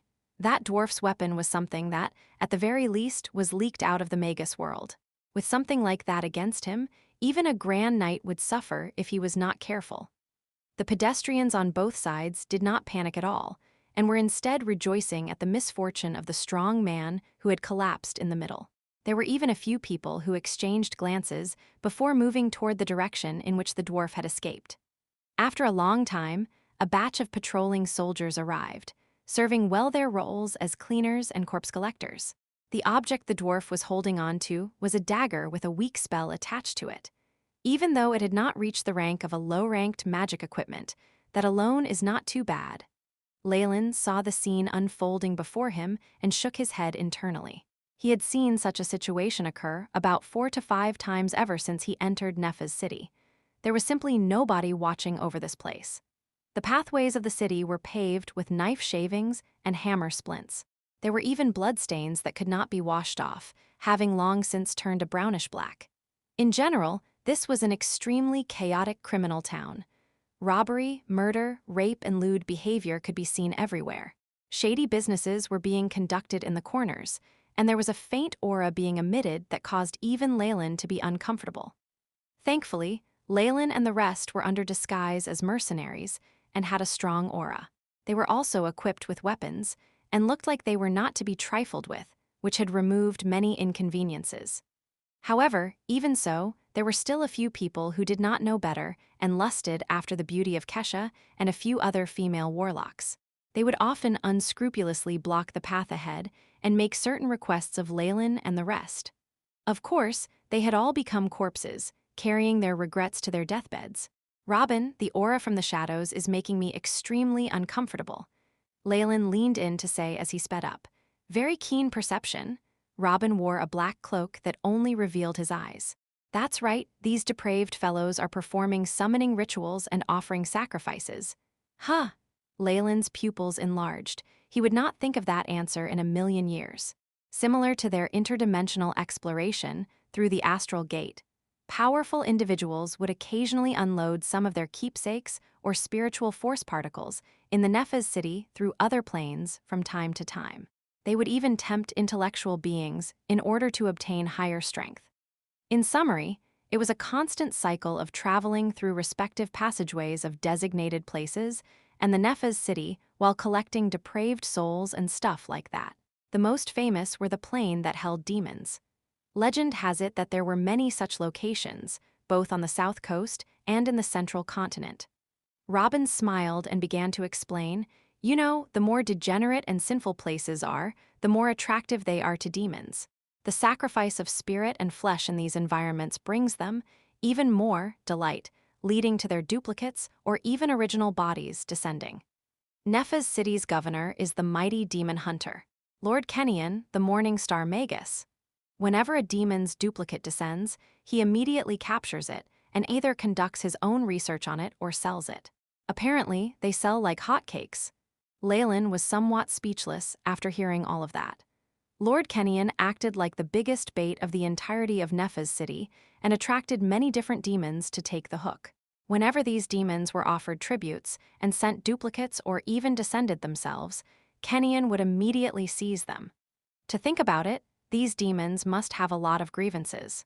Well, is this mighty hunter not afraid of the descent of demons of a higher power? Leylin voiced out his worries. A city like that with demon worshippers in every corner was literally an active volcano. Was that Morning Star Magus not afraid that by using himself as a bait he would attract troubles? Don't worry. This hunter has a very thorough knowledge of demons, and many formidable demons are not his adversaries. Moreover, Robin shot a glance at a corner not far away. The plane of the demons is nothing. Plenty of magi have been eyeing it. If not for the crafty behaviors of the demons, in that they would rather abandon their duplicates than to leave any tracks, we would have chased after them long ago and completely taken over their plane. Furthermore, they are struggling whilst at death's door. According to our predictions, that hunter is the Magus closest to finding the plane of those demons. He might even have already found it. This rendered Leylin speechless. Robin demonstrated to him the confidence every Magus of the central continent had. That ambition and aspiration were cultivated after having overcome countless planes. Such a state could only be seen in the ancient times, but the Big War had ended the golden period of ancient magi. Now, with interdimensional travel being resumed, the central continent had recovered part of the glory of the ancients. Perhaps only this mental state that's full of ambition and enterprise can push the Magus world to greater heights. Leylin sighed internally, and his spirit grew even more indomitable. This was the best period. All the resources, knowledge, and meditation techniques were available to him, and there were numerous planes and strange realms outside that were waiting to be explored and conquered. I need to advance to the Morning Star realm quickly. In Leylin's heart, the thirst was becoming stronger. He hoped to be able to leave a legacy, or even take the lead in the rejuvenation of the Magus world. Even though he had done similar work in Twilight Zone, that was at a small scale.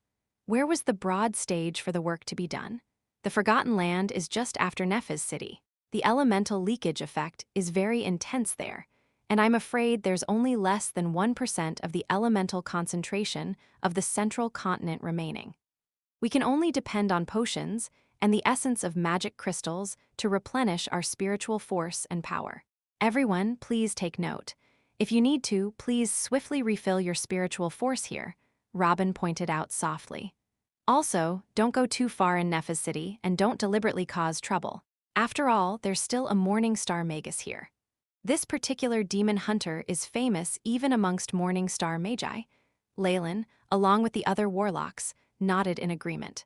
The Ouroboros clan was considered a large-scale force in the central continent, but did not dominate the entire continent.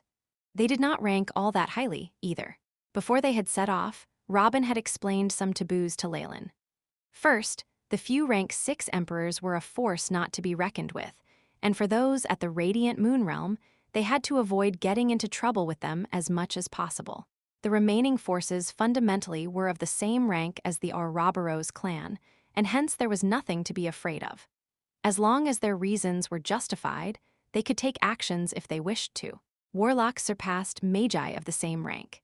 Even though all the Warlocks had declared that their spiritual forces were plentiful, and their magical powers were full, Robin still decided to reside in Neph's city for a night before entering the actual Forgotten Land.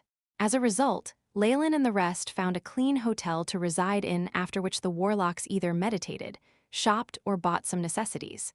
If you find any errors, broken links, non-standard content, etc., please let us know. Report chapter, so we can fix it as soon as possible. Chapter 417, Potion Combination, a boundless barren wasteland. Gales howled, sending the dust hurtling through the air to cover the sky, forming a thick haze. In this land, 12 warlocks were hurrying along on a special giant lizard. This is the Forgotten Land after all. Look at how sparse the elemental particles are here. Leylin glanced at the statistics that the AI chip gave him and shook his head. Even compared to the South Coast and Twilight Zone, this place was too poor. Not only was the land barren, even the elemental particles were scarce. It was no wonder that Magi and other races only chose to live here if they'd run out of options. Leylin believed that were it not for his ancestral map, even Kubler would have been forced to hang around this place. Regular fugitives can just flee to the Nephas. It is the city of sins after all. From the perspectives of other Magi in the central continent, going to Neph's city is akin to banishment. Only those that are truly evil who could no longer stay in their own cities and are being hunted down would choose to come here. We need to be careful. This was not the first time Robin had warned them about this. It was evident how great the danger here was in his mind. Swish! 2 dense corrosive balls that were yellow in color flew out and burst midair, causing countless droplets to fall. The moment these droplets made contact with the similarly yellow sand, they began to emit smoke, forming a pit whose descent could be seen with the naked eye. Kai kai! A few black figures in the sand shrieked, fleeing far away. Leylin saw that although these creatures had a head and humanoid limbs, they were only as large as a 7- or 8-year-old child. In addition, their heads were shaped like those of mice, with 2 giant white teeth jutting out that looked sharp. Their bodies were covered with fur, and they all had thin black tails behind them. Mouse people, they're a type of lycanthrope, the product of experiments left behind by ancient magi. Leylin quickly recalled information about these mouse people. The ancient era was the most glorious period for the Magus World. Not only did the ancient magi take over many different worlds and places, they even took away creatures from different worlds to be their slaves and even guinea pigs. This was why there were so many races in the Magus World. "Noah, what are you doing?" Robin suddenly shouted at his nephew who had launched the attack. "Uncle, I merely..." Noah lowered his head, ashamed. "You can't just attack anything as you please. You're too weak, and you're giving the opponents a chance to get you. The mouse people are a very united race, and the blood from their injuries will attract even more of them. We need to leave this place as soon as possible." Robin was infuriated, but after remembering that Noah had only just come out for some experience, he could not help but soften his words. "I'm sorry," Noah found it hard to speak. Though he was no longer young and had long since obtained the strength of a rank 3, he might not even be as experienced as rank 2 magi when it came to confronting enemies. Giant Chem-In serpent warlocks were precious resources in the Ouroboros clan. They were sheltered, which was why Noah had no real-life experience even if he had theoretical knowledge. Under Robin's command, the lizard under them increased its speed. However, it was too late. The situation proved that Robin was not wrong in his lecturing. In less than a day, they were surrounded by a large group of mouse people. "Damn it, why are there so many?" Noah's face flushed as he glanced at the mouse people who amounted to more than 2,000. They formed a huge wave and surrounded them, the stink so bad that he was on the verge of vomiting. Mouse people reproduce like rabbits, and they require very little in order to survive. Other races may find it difficult to survive in the Forgotten Land, but this is not an issue for them. They make use of the rotten plants and maggots underground to live, and if they are truly desperate, they can even gnaw at sand and rocks. Leylin explained to Noah. "Damn these inferior beings. If we were outside..." Noah clenched his teeth. Though they had spiritual force potions for replenishment, they still needed to be frugal. "It can't be helped. Regular mouse people are very resistant to radiation and can be compared to rank 3 acolytes. Elite adult mouse people even have the strength of official magi. The leader of this group here is very sly, and I suspect it isn't even here." Robin closed his eyes, a white eyeball appearing on his forehead. It was evident he was using detection magic to search for the tracks of the leader of the mouse people. In this situation, in order to keep depletion at the lowest, the best idea was to kill the other party's leader. However, the mouse people seemed to be aware of this as well. "Darl, you guys, prepare to attack." Robin opened his eyes and exclaimed to a few of the warlocks behind him. The 5 black Horal snake warlocks went forward, a great energy wave flickering from their bodies, causing an uproar amongst the group of mice people. Robin and the others were the main force and could not afford to waste energy here. They could only have their followers take care of it. "Prepare to provide assistance," Kesha instructed the 3 warlocks from her family behind her. Leylin took a round. He was alone and did not have any servants. Never mind. Their spiritual force and magic power are also precious and can't be wasted here. Let me do it. Leylin, you? All right. Only you are the most suitable in this situation. Realizing Leylin's identity as a potion master, Robin nodded. "Get away or you'll pay the price." Riding the lizard, Leylin went up front, the terrifying undulations of a vapor phase rank 3 Magus emanating from him. The disturbance amongst the mice became even louder, but nobody left. Leylin couldn't help but admire them. The use of his aura to suppress them might be easy for creatures with lower intelligence, but the moment it was used on creatures with an intelligence similar to humans, it was useless. This was especially so if they had a leader commanding them. Of course, if Leylin used his rank 3 innate talent, intimidating gaze, there was no problem. After all, that was not just using his aura to suppress others, but a suppression that was similar to that of a domain. However, Leylin thought it would be too extravagant to use a rank 3 innate spell against this group at the boundaries of the Forgotten Land. As he watched the mouse people pouncing at him, a silver light flashed in his hand as a few test tubes glimmering in multiple colors appeared. Defiant ring of fire? A fiery red test tube was tossed out with a swish and exploded in the air to form a giant ring of fire encircling Leylin and the others. Wind blast. Immediately after, another 2 light green test tubes flew out, and great gales broke out, blowing the flames in all directions. And lastly, oil roasting potion. With another toss, a purplish-black potion exploded in the air, and something like crude oil in gaseous form was dispersed. Rumble. The fire from before made contact with this oil and grew even more powerful, tongues of flame sweeping in all directions. Rank 3 potion combination spell, Divine Prairie Flames. Great flames rushed along the ground, and as if pushed by a powerful invisible force, began to surround the mouse people. Many fire serpents engulfed the area and swallowed many of the mouse people. The cracking sounds of meat being roasted filled the air. Kai kai, kai kai. They were burnt to ashes, and this horrifying scene motivated the mouse people at the sides to flee. However, this was merely a small number. At the end, many mouse people were charred and became conjoined to the ground, forming a single entity. A disgusting stink that was 10 times worse than before was produced.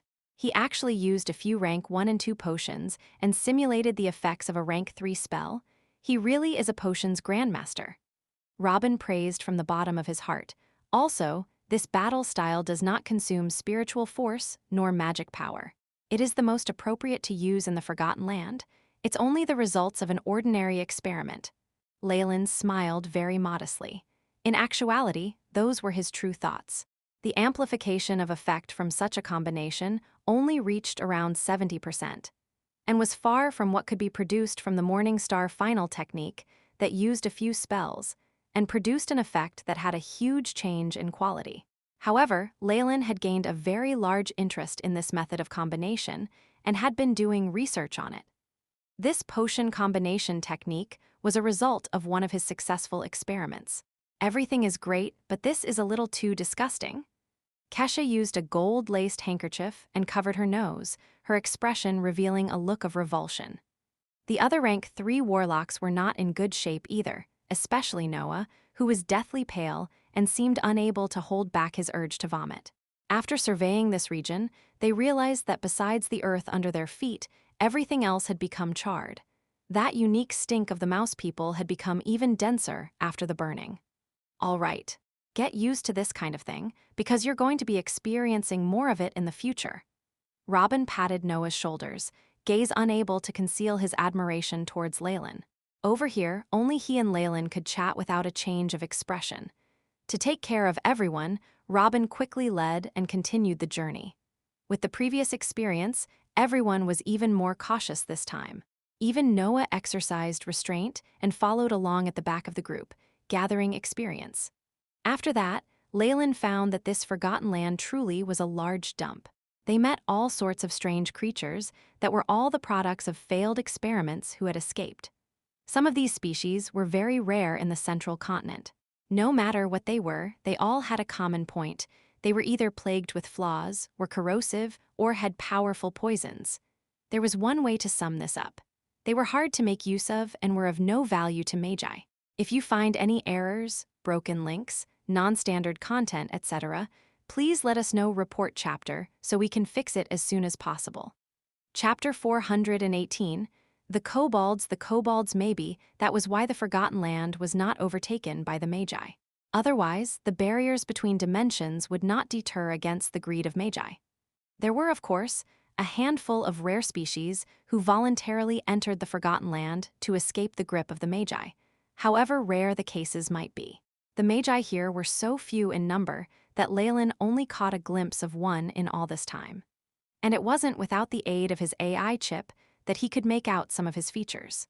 The said Magus was a mature male with peculiar scales embedded in his face, probably the result of a mutation. With the unexpected negligence of Robin, however, he fled at the speed of light upon noticing Leylin's group. The concentration of energy particles continued to drop drastically as time passed, and the group headed further into the Forgotten Land. Often, there was no soul in sight.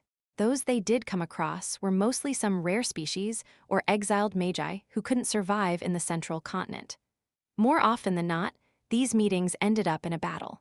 While they showed mercy to many creatures, keeping in mind to conserve their energy, some of these creatures actually initiated the attacks. The most threatening one was a profuse chase by a rank 3 Cthulhu beast which bore the physique of a hill. It took Kesha, Robin, Leylin, and the surrounding Warlocks before the Cthulhu was wholly taken down, and the death of it actually garnered them a heap of rare materials. But unfortunately, a black Horal Snake Warlock was sacrificed in this face-off, removing a member from Leylin's group. Flap, flap, Kesha's pet, a pristine white bird, flew to a stop on her shoulder. Leylin often wondered why Kesha chose to keep a creature that only possessed an investigative nature instead of fighting abilities as her contracted partner. Guys, a tribe of kobolds lies ahead of us. It is a sizable one with a manpower of more than 1,000. I'm afraid we'll have to make a detour, Kesha announced as she opened her eyes. Kobold. Upon hearing that, Leylin did a thorough research on this species through the AI chip. Kobold ovipara, said to be a subspecies of giant dragons. They will reach a height of 3 feet, around 1 meter, upon maturity, and their outer appearance is characterized by a scaly skin which can range from a dark reddish-brown to a faded black. There are 2 taupe horns on the crowns of their heads, and their fiery red eyes possess infrared vision. Furthermore, they can obtain spells through their bloodline and become an expert, similar to that of a bloodline warlock. Giant dragons? The frightful creature that was mentioned in his high-grade meditation technique, Dragon King's mystic, might came to his mind in that instance. The image of the kobold on his AI chip was, however, not close to his imagination of the creature. Nonetheless, the giant dragons of the ancient era were famous because of the majority Aya subspecies, which was said to be able to mate with any species. Thus, these kobolds were only to be expected. But the thing that caught Leylin's attention was actually their bloodline. Rank 3 creatures still existed in small numbers on the central continent despite their rarity. Moreover, Leylin had already reached the status of a rank 3 warlock. It was about time he explored things in that field.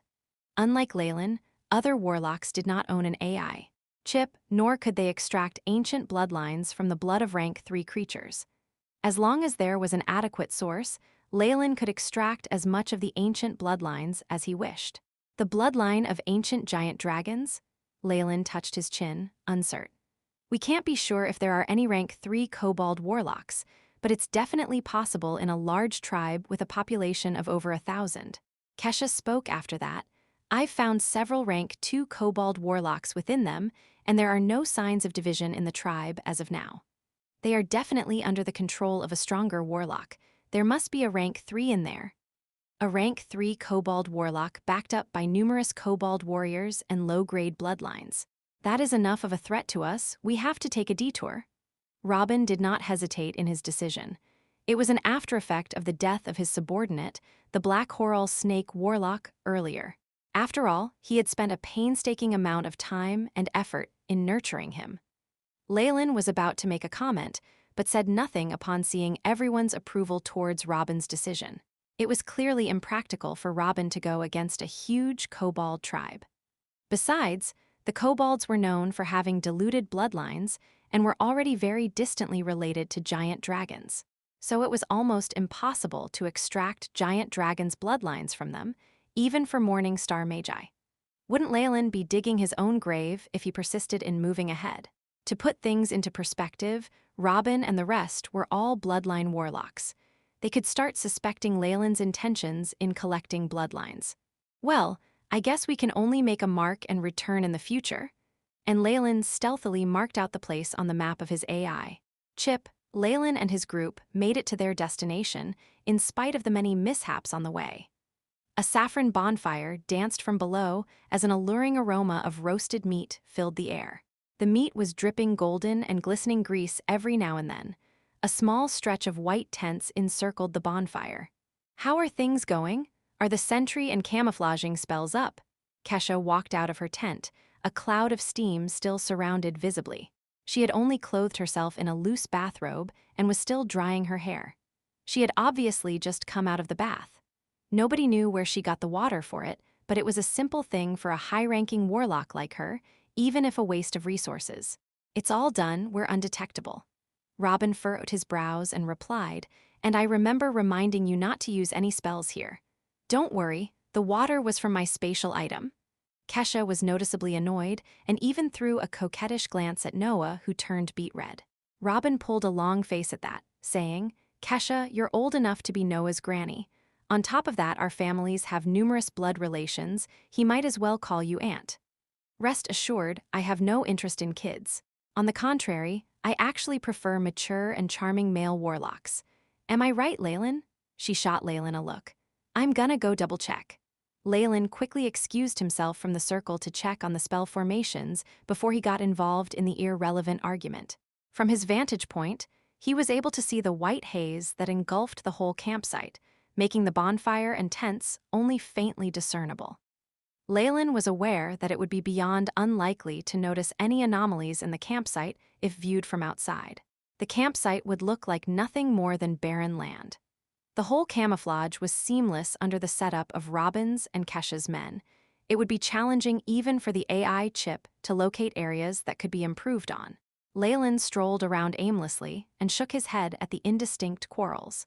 Many families of Chem-In warlocks intermarried to preserve the purity of their lineage and for other benefits. Strictly speaking, every family in the Ouroboros clan was related to every other, and they all could even be traced down to the same ancestors. Hence, it'd be a rotten mess if one were to try and piece the puzzle together. Leylin was sick of hearing about the indecent acts of the aristocrats, and of the fact that they would always be superior regardless. He figured that he might as well use this extra time to study the spell models and relevant information in his AI. Chip, Leylin's eyes lost focus as he devoted the entirety of his attention to the AI chip. Robin and Kesha had made up by the time Leylin returned to the bonfire in the evening. They, too, knew it wasn't a time to discuss such things. Robin gathered all the warlocks next to the bonfire and spoke of the final safety precautions. This pocket dimension was discovered by a barbarian bear tribe from the Forgotten Land, and the information was proliferated in the Forgotten Land instead of being kept secret. Following that, 2 factions, that were led by human magician fugitives and the local barbarians respectively, also marked out this sacred place, opposing the barbarian bears. They are the 3 main factions that will be facing this time. Aside from a trickle of other intellectual species, we can overlook the rest, he explained in detail. The entrance to the pocket dimension is at the midsection of an underground river, guarded by these forces. We must break in swiftly, then fight our way through using either a boundary-breaking spell or by force. A solemn look was painted across the faces of Leylin and the rest. Given the pitiful concentration of energy particles in the Forgotten Land, it would be hard to find useful resources. Thus, this secret place was of utmost importance to the Forgotten Land and its livelihood, especially towards those factions. These factions would not sit back if Leylin and the rest were to take advantage of this land. Though the group was practically undeterred as they were backed by the Ouroboros clan, it must also be understood that the clan would not launch an attack just for them. It just wasn't worth it. To add on, there was no end to the amount of evil and wicked magi and dangerous creatures in the Forgotten Land that couldn't care less about it. Leylin and the rest had to defend themselves throughout the duration of their escape from the Forgotten Land, or else it'd be a truly undignified sacrifice if they were to lose their lives. The boundary-breaking spell was a type of escaping spell that was fast and convenient, customized for entering and exiting pocket dimensions. Though the result varied for different types of lands and might have no effect on occasion, it was still a useful spell. Though, if one was superior in ability, he'd able to travel through the pocket dimension with ease. Obviously, this did not work with Leylin and company. Why else would they painstakingly plot all this? If you find any errors, broken links, non-standard content, etc., please let us know report chapter so we can fix it as soon as possible. Chapter 419, An Unexpected Situation, An Unexpected Situation. What happens after we enter the pocket dimension? Are we going to be working together or alone? Leylin asked unhurriedly from the side, taking a bite of the roast meat. Kesha was gazing at Robin attentively. The reason she was here was due to the temptation of the precious materials in the pocket dimension. It was natural not to choose to work together. You can do as you wish, Robin answered without hesitation. I have a general topographic map here, but it lacks a lot of information. Take a look. Robin had evidently made preparations earlier and produced 2 maps, giving one each to Kesha and Leylin. Of course, after we get everything, I hope we can discuss or perhaps exchange a few things. If anyone here plans to sell their precious materials, the other 2 shall have the preemptive right to purchase them. Robin was very thoughtful, and since Kesha and Leylin had no issues with that, they both nodded. A snaking river flowed out from underground, the sound of surging water echoing throughout the cavity in this underground world, making it feel even more oppressive. In another area, not only were there powerful defensive spell formation, setups, and runes that glimmered, there were even magi and beings of other races patrolling the area. Though these people looked pitiful wearing clothes filled with creases and patches, their auras were very powerful and wild. Leylin and his group all entered shadow stealth state and snuck in. Not far away from them, black bear humanoids, upright creatures with animal skins around their waists as well as other accessories, were standing guard. Barbarian bears? This was the first time Leylin had seen such a creature. Unlike the half-beastmen who had escaped from the laboratories, barbarian bears were truly from another world. They were extremely intelligent, and their bodies were very resilient. An adult barbarian bears was comparable to a rank 1 branded swordsman or bio booster, as well as other sub-branches of ancient magi. After awakening, the power of their totems, elder barbarian bears, and barbarian bear shamans could gain the ability to obtain magic with offerings and turn into frightening magicians. Just this tribe alone could take on the role as the kings in the Forgotten Land. In front of Leylin, there were no less than 100 elite barbarian bear warriors, as well as numerous elders and barbarian bear shamans. And their opponents were not limited to barbarian bears. A few short green creatures strolled past the barbarian bears patrol group, holding multicolor staffs with different ores and gems embedded into them. These staffs emitted detection magic, which caused Leylin to back up.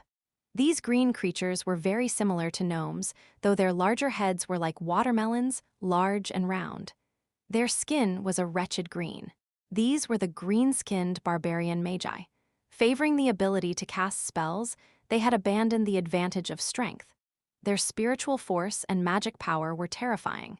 Every single one of them was akin to a human rank 2 Magus, and some even emanated the strength of rank 3. What do we do? Kesha's voice traveled into Leylin's ear. Don't act recklessly. Look, Leylin pointed in another direction.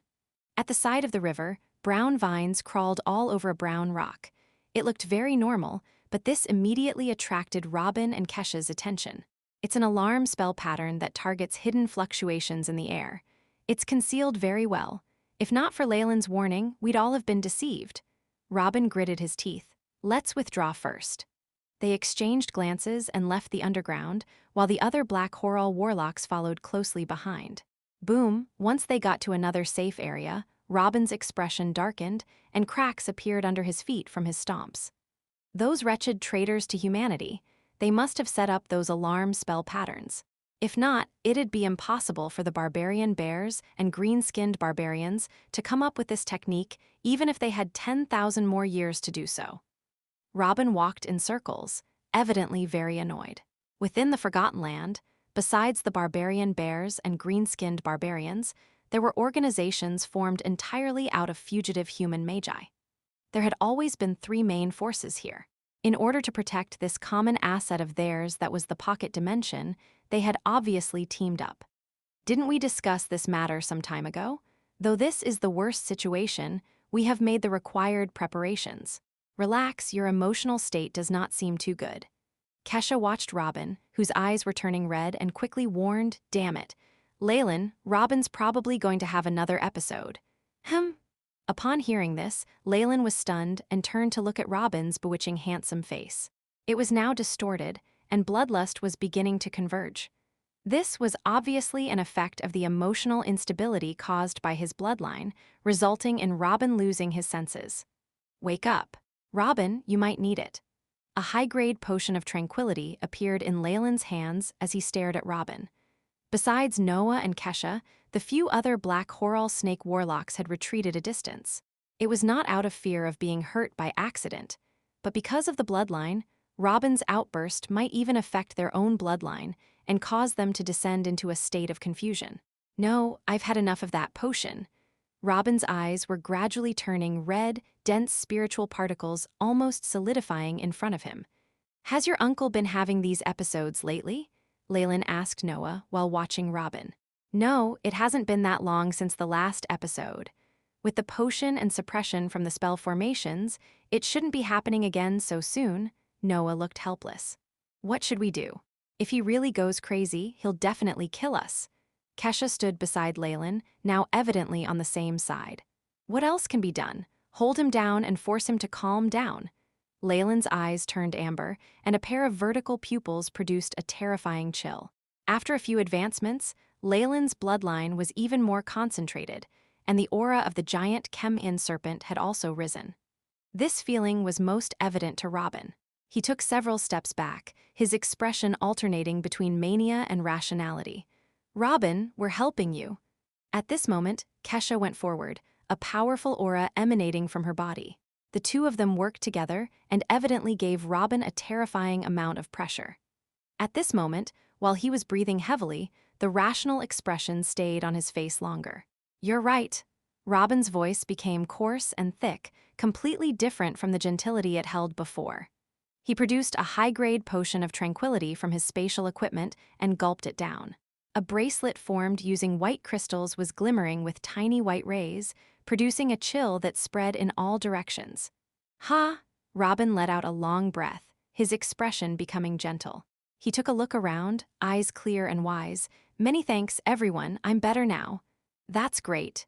Noah cheered, while Kesha and Leylin looked like a weight had been lifted off their shoulders. If Robin really were to act up now, they would have to give up on the plan despite their unwillingness not to. Robin, what's going on? Why did it suddenly happen? Kesha expressed her disapproval towards Robin. My apologies. The outburst of emotion was too sudden, and I could not control it at all. Robin laughed wryly. The defect of emotional instability caused by the bloodline had always been an issue for warlocks. Even with all types of suppression potions and spell formations, they could only ease the issue, not cure it. This was why Leylin's potions of tranquility were in such high demand. With Robin's strength and thoughts, he shouldn't be stirred up so easily and invoke the emotions from his bloodline. Looks like there's something he must have from the pocket dimension, which caused him to be so irritated and be made susceptible to those emotions, Leylin rationalized. Compared to other high-ranked warlocks, he had used the breath of the icy jade Scorpion Emperor to treat his bloodline in Twilight Zone. That was why he had experienced no episodes till now. Based on the AI, chip simulations, and Leylin's own calculations, he did not have to worry about this until he reached the Morning Star realm. Other warlocks would not be so fortunate. Even a rank 3 hydro-phase warlock like Robin would often be affected by these emotions. As for Kesha, Leylin's eyes swept past her, and he found at least 3 types of spell patterns that acted as alarms and bloodline suppressors. All right, now we think about what happens at the end of the plan, Leylin spoke, gathering Robin and Kesha's attention. Though we are now a distance away from the pocket dimension and have also especially set up a concealing spell formation, an outburst of aura like what just happened could be sensed by our opponents. We need to decide on what to do as soon as possible. Upon hearing this, Robin looked sorry and embarrassed. This whole situation was caused by him. Rank 3 warlocks, merely by using their auras, could generate giant energy undulations, and it was unknown whether their setup was enough to conceal that. It can't be helped. We should enter stealthily, and if it doesn't work, we barge in. Robin gritted his head and made his choice. Now that they might have discovered the undulations and are coming here, we should just head straight to the entrance of the pocket dimension. As I am the reason for the delay, I will place myself at the back of the group and enter after all of you have done so. Robin bowed slightly. At the rear, he would require much strength to face the crazed counterattacks from other powers. Even Robin would find this difficult to bear, which made his sincerity clear. Hence, Leylin and Kesha immediately agreed to Robin's suggestion. If you find any errors, broken links, non-standard content, etc., please let us know. Report chapter, so we can fix it as soon as possible.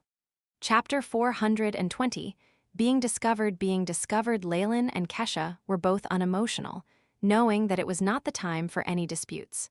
Their opportunity was fleeting and could not be wasted.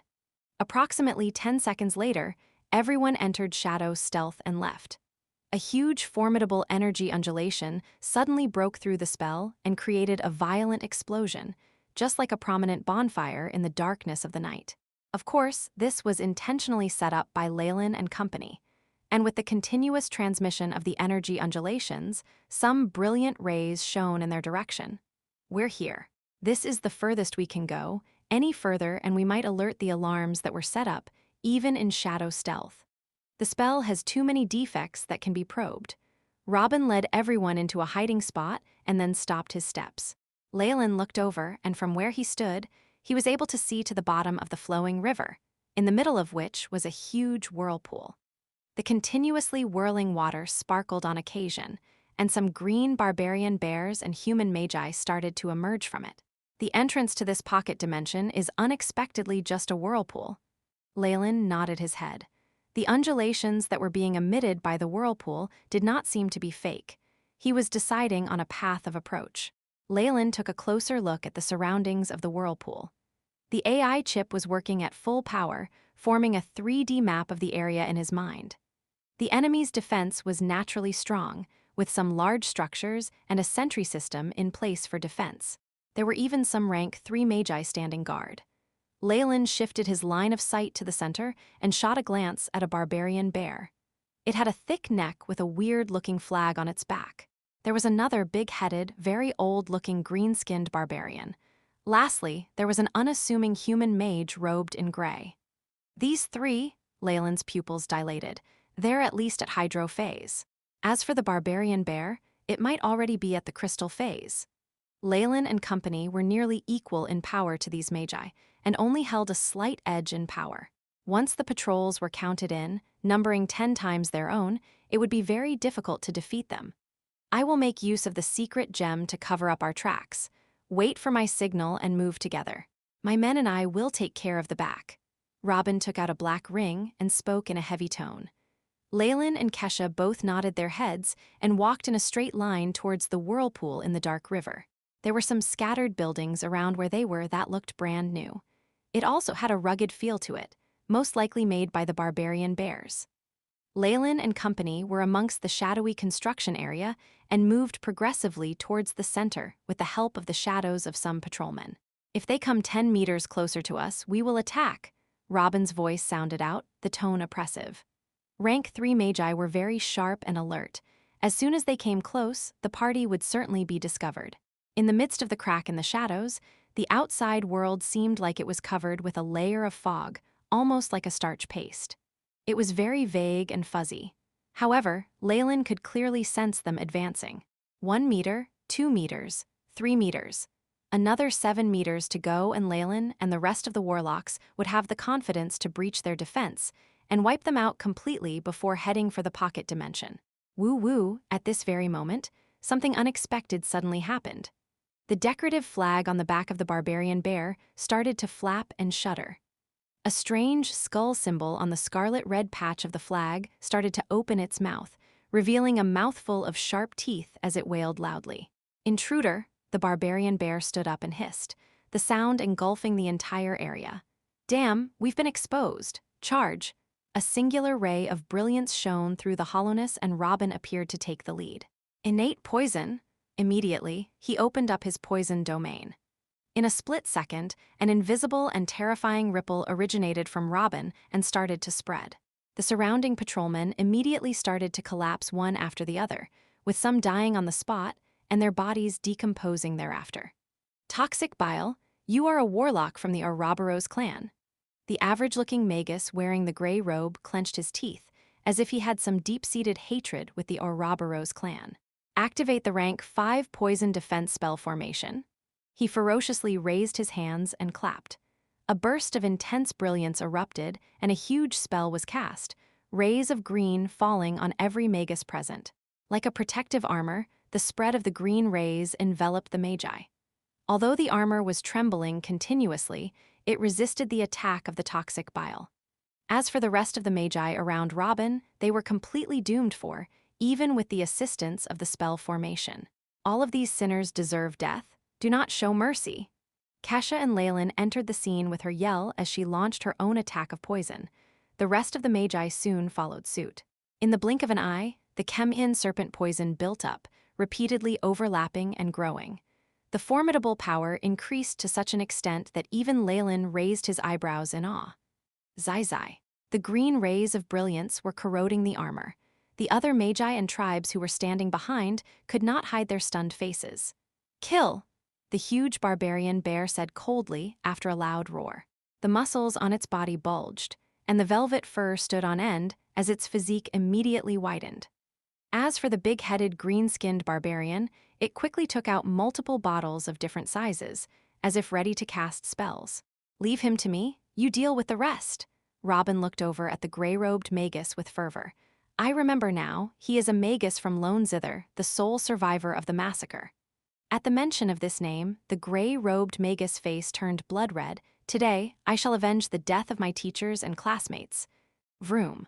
A ball of black flame ignited from his body, just like a human-shaped column, and dashed towards Robin.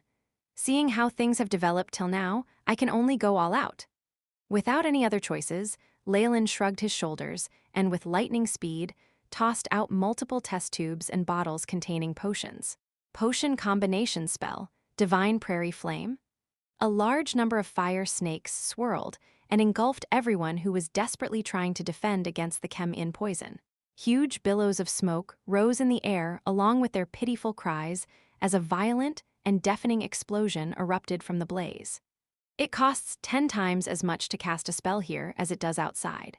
We need to preserve some strength to defend ourselves in case enemy troops catch up with us. So," Leylin drew out the black meteor sword from his waist. The grooves on its blade buzzed continuously, as if thirsting for blood. "Cross slash." Leylin grasped his fallen sword and delivered a single forward hack. A black cross-shaped ray from the edge of the blade streaked across and dismembered a majority of the Magi into pieces. The Chem-In poison from the blade immediately caused their flesh to decompose. "We are not here to kill people. We only have to get into the pocket dimension." Leylin looked at the surroundings and saw the human gray-robed Magus blocked by Robin, while Kesha had picked to go up against the huge barbarian bear. He found it puzzling as to why she liked such big challenges. Noah, on the other hand, led the black coral snake Magi and continued with the attack. The entire field was a sea of confusion and chaos.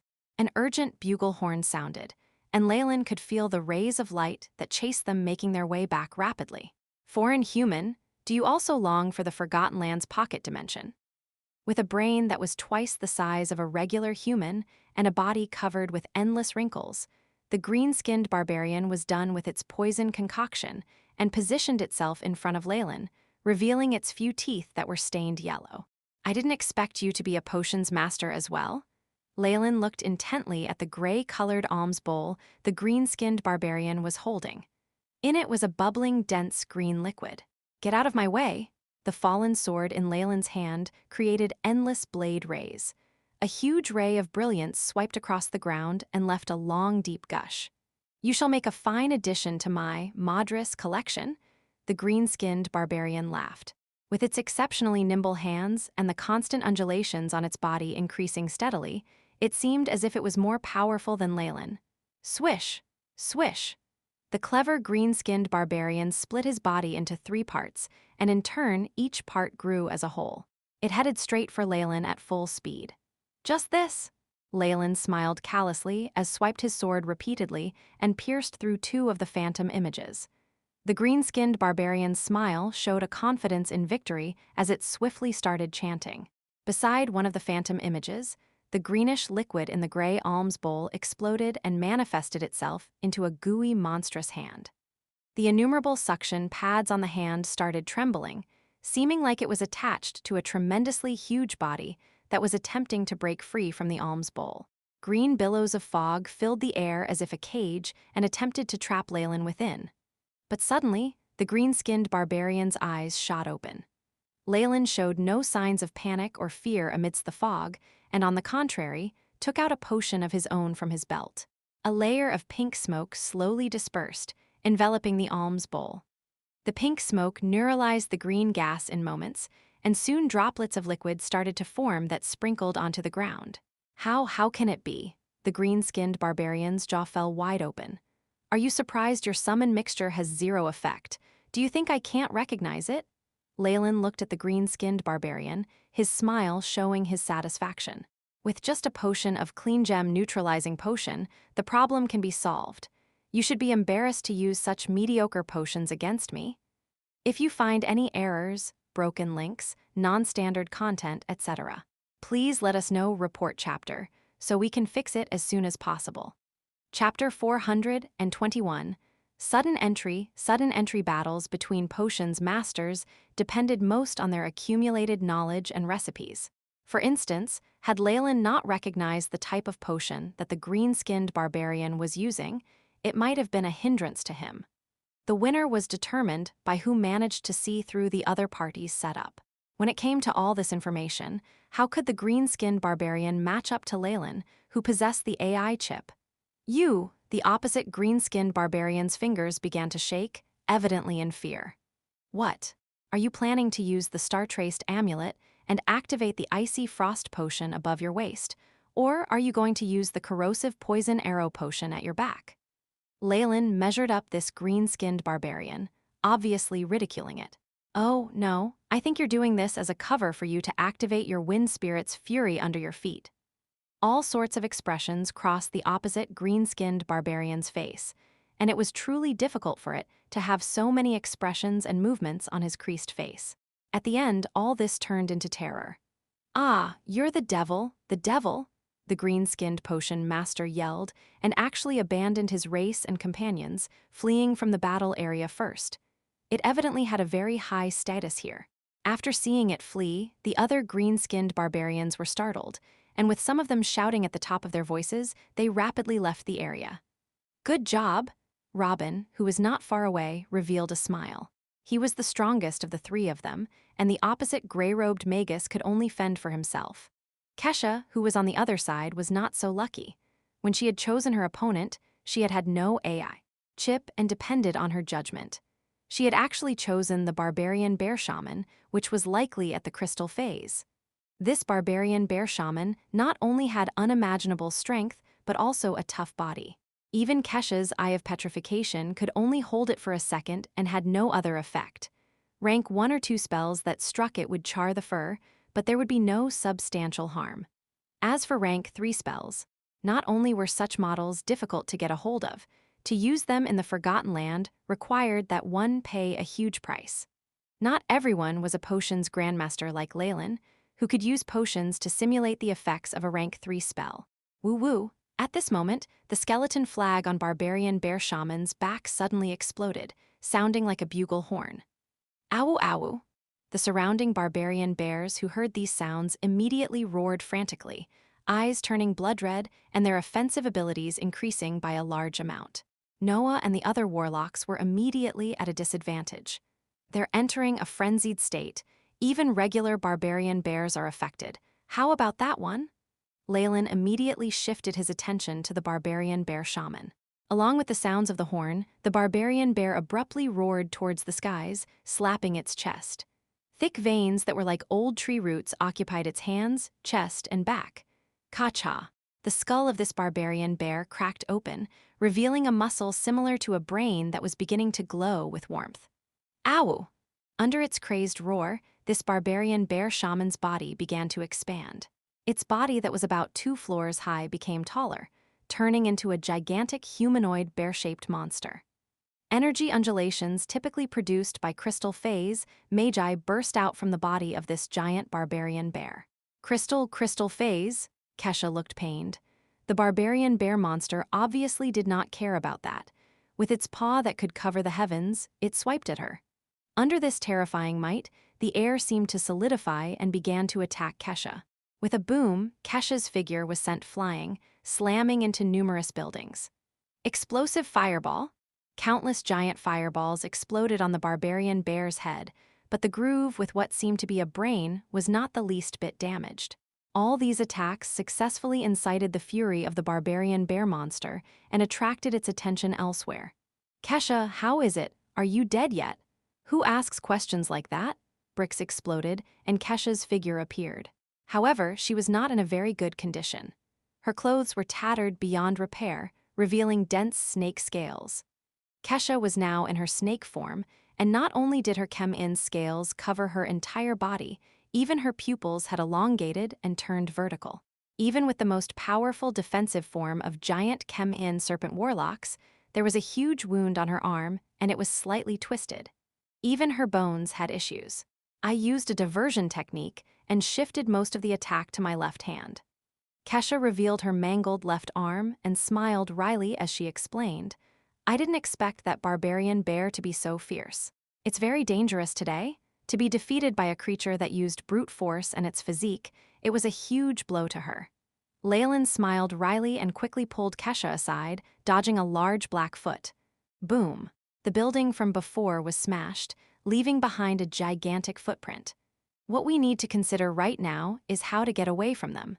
Besides, the support troops and Magi who we attracted before are coming this way. The traps we set up can't hold them for too long, so we need a plan. Leylin quickly told Kesha, his words reaching Robin, who was a distance away. Ow! At this moment, the giant barbarian bear monster was already destroying everything, whether it was its ally, the green-skinned barbarian, fallen Magi, warlocks of the Ouroboros clan, or even barbarian bear warriors. All were attacked without distinction. A black Horal snake warlock was grasped in the palm of the gigantic barbarian bear monster and produced miserable shrieks of fear. You monster, die! His facial muscles twisted as he yelled, terrifying rays converging in his hands and turned into a large axe, striking down at it.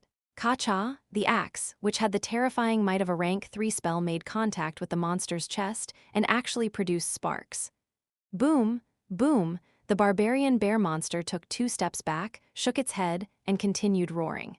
With a swing of its arm, it threw the rank 3 black Horal snake warlock into its mouth and began to chew.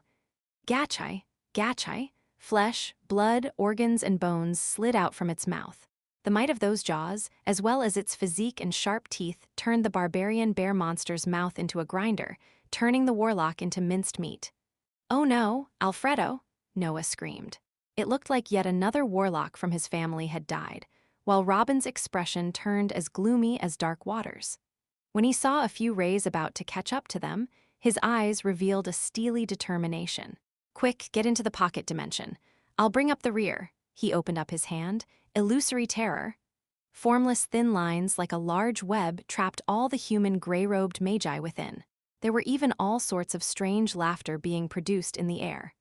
After that, he stood in front of the giant barbarian bear monster and helped Noah and the others stall for time. The seal spell formation is completed. At this moment, a warlock who had been by the dark river called out. A scarlet rune launched from his finger and entered the whirlpool of the underground dark river. Pila. A giant blue web immediately appeared on the surface of the river. "Open!" Leylin's eyes flickered with blue rays, his meteor sword streaking across with a strange arc and slashing at the web. Black light flashed, and the blue web immediately broke apart, revealing the black entrance to the pocket dimension in the whirlpool behind it. "Quick, quick, quick, hurry up!" Many warlocks immediately jumped into the whirlpool and immediately disappeared with silver spatial rays. "Senior Robin, let's go." Leylin slashed at the area with the meteor sword, and terrifying chem-in toxins appeared once more, before he unhesitatingly jumped into the whirlpool. Awu, the giant barbarian bear monster's eyes glinted with intelligence, and it charged towards Robin in a frenzy. "What a pity. This is something I only just got my hands on." Robin took a look at the monster and tossed a black ball at it. Countless vines appeared in midair, with green shoots and leaves that formed a large green web that trapped it within. Ball of Binding. This is a one-time use magic object passed down from ancient times. Even crystal phase magi will be held back for at least a minute. Robin sighed and then jumped into the whirlpool.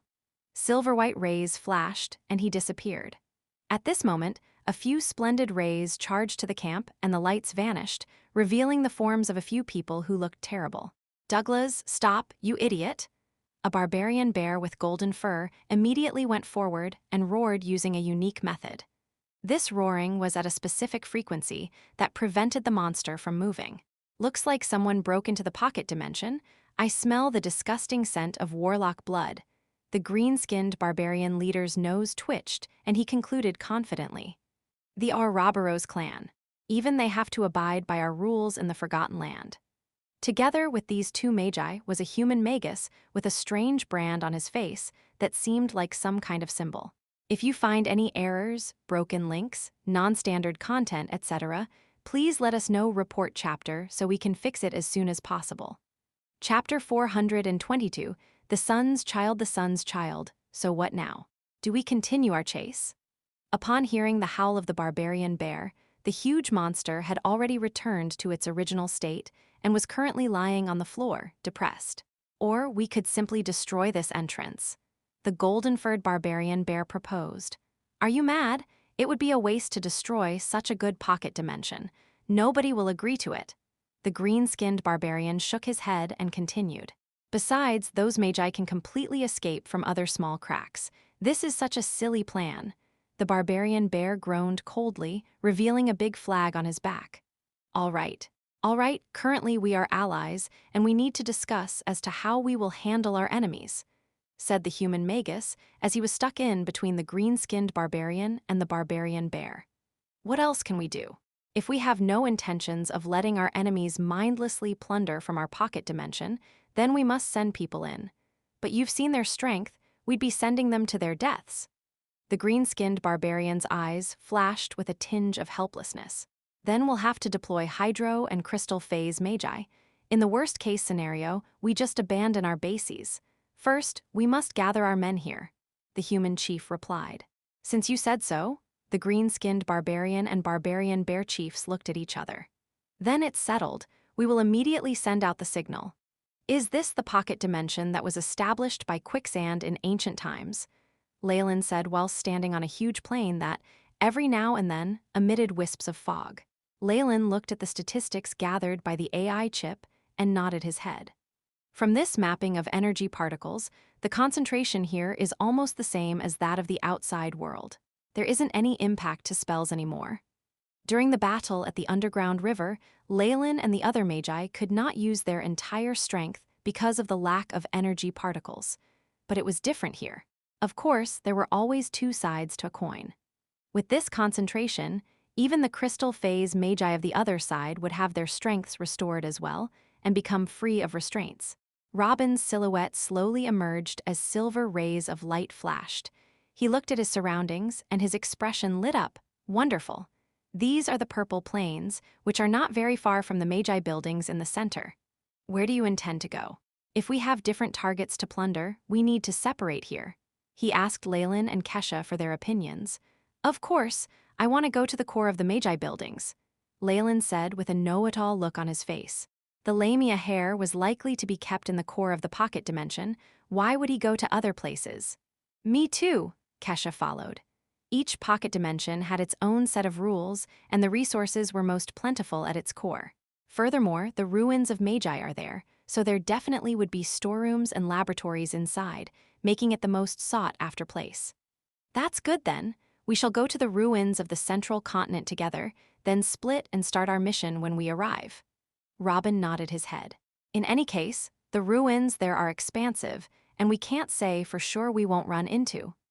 There could still be remaining magi and other creatures from the previous 3 forces that dwelled in the pocket dimension, and not to mention the possibility of armies chasing after them. They ought to move as a group to achieve better security to prevent any mishaps.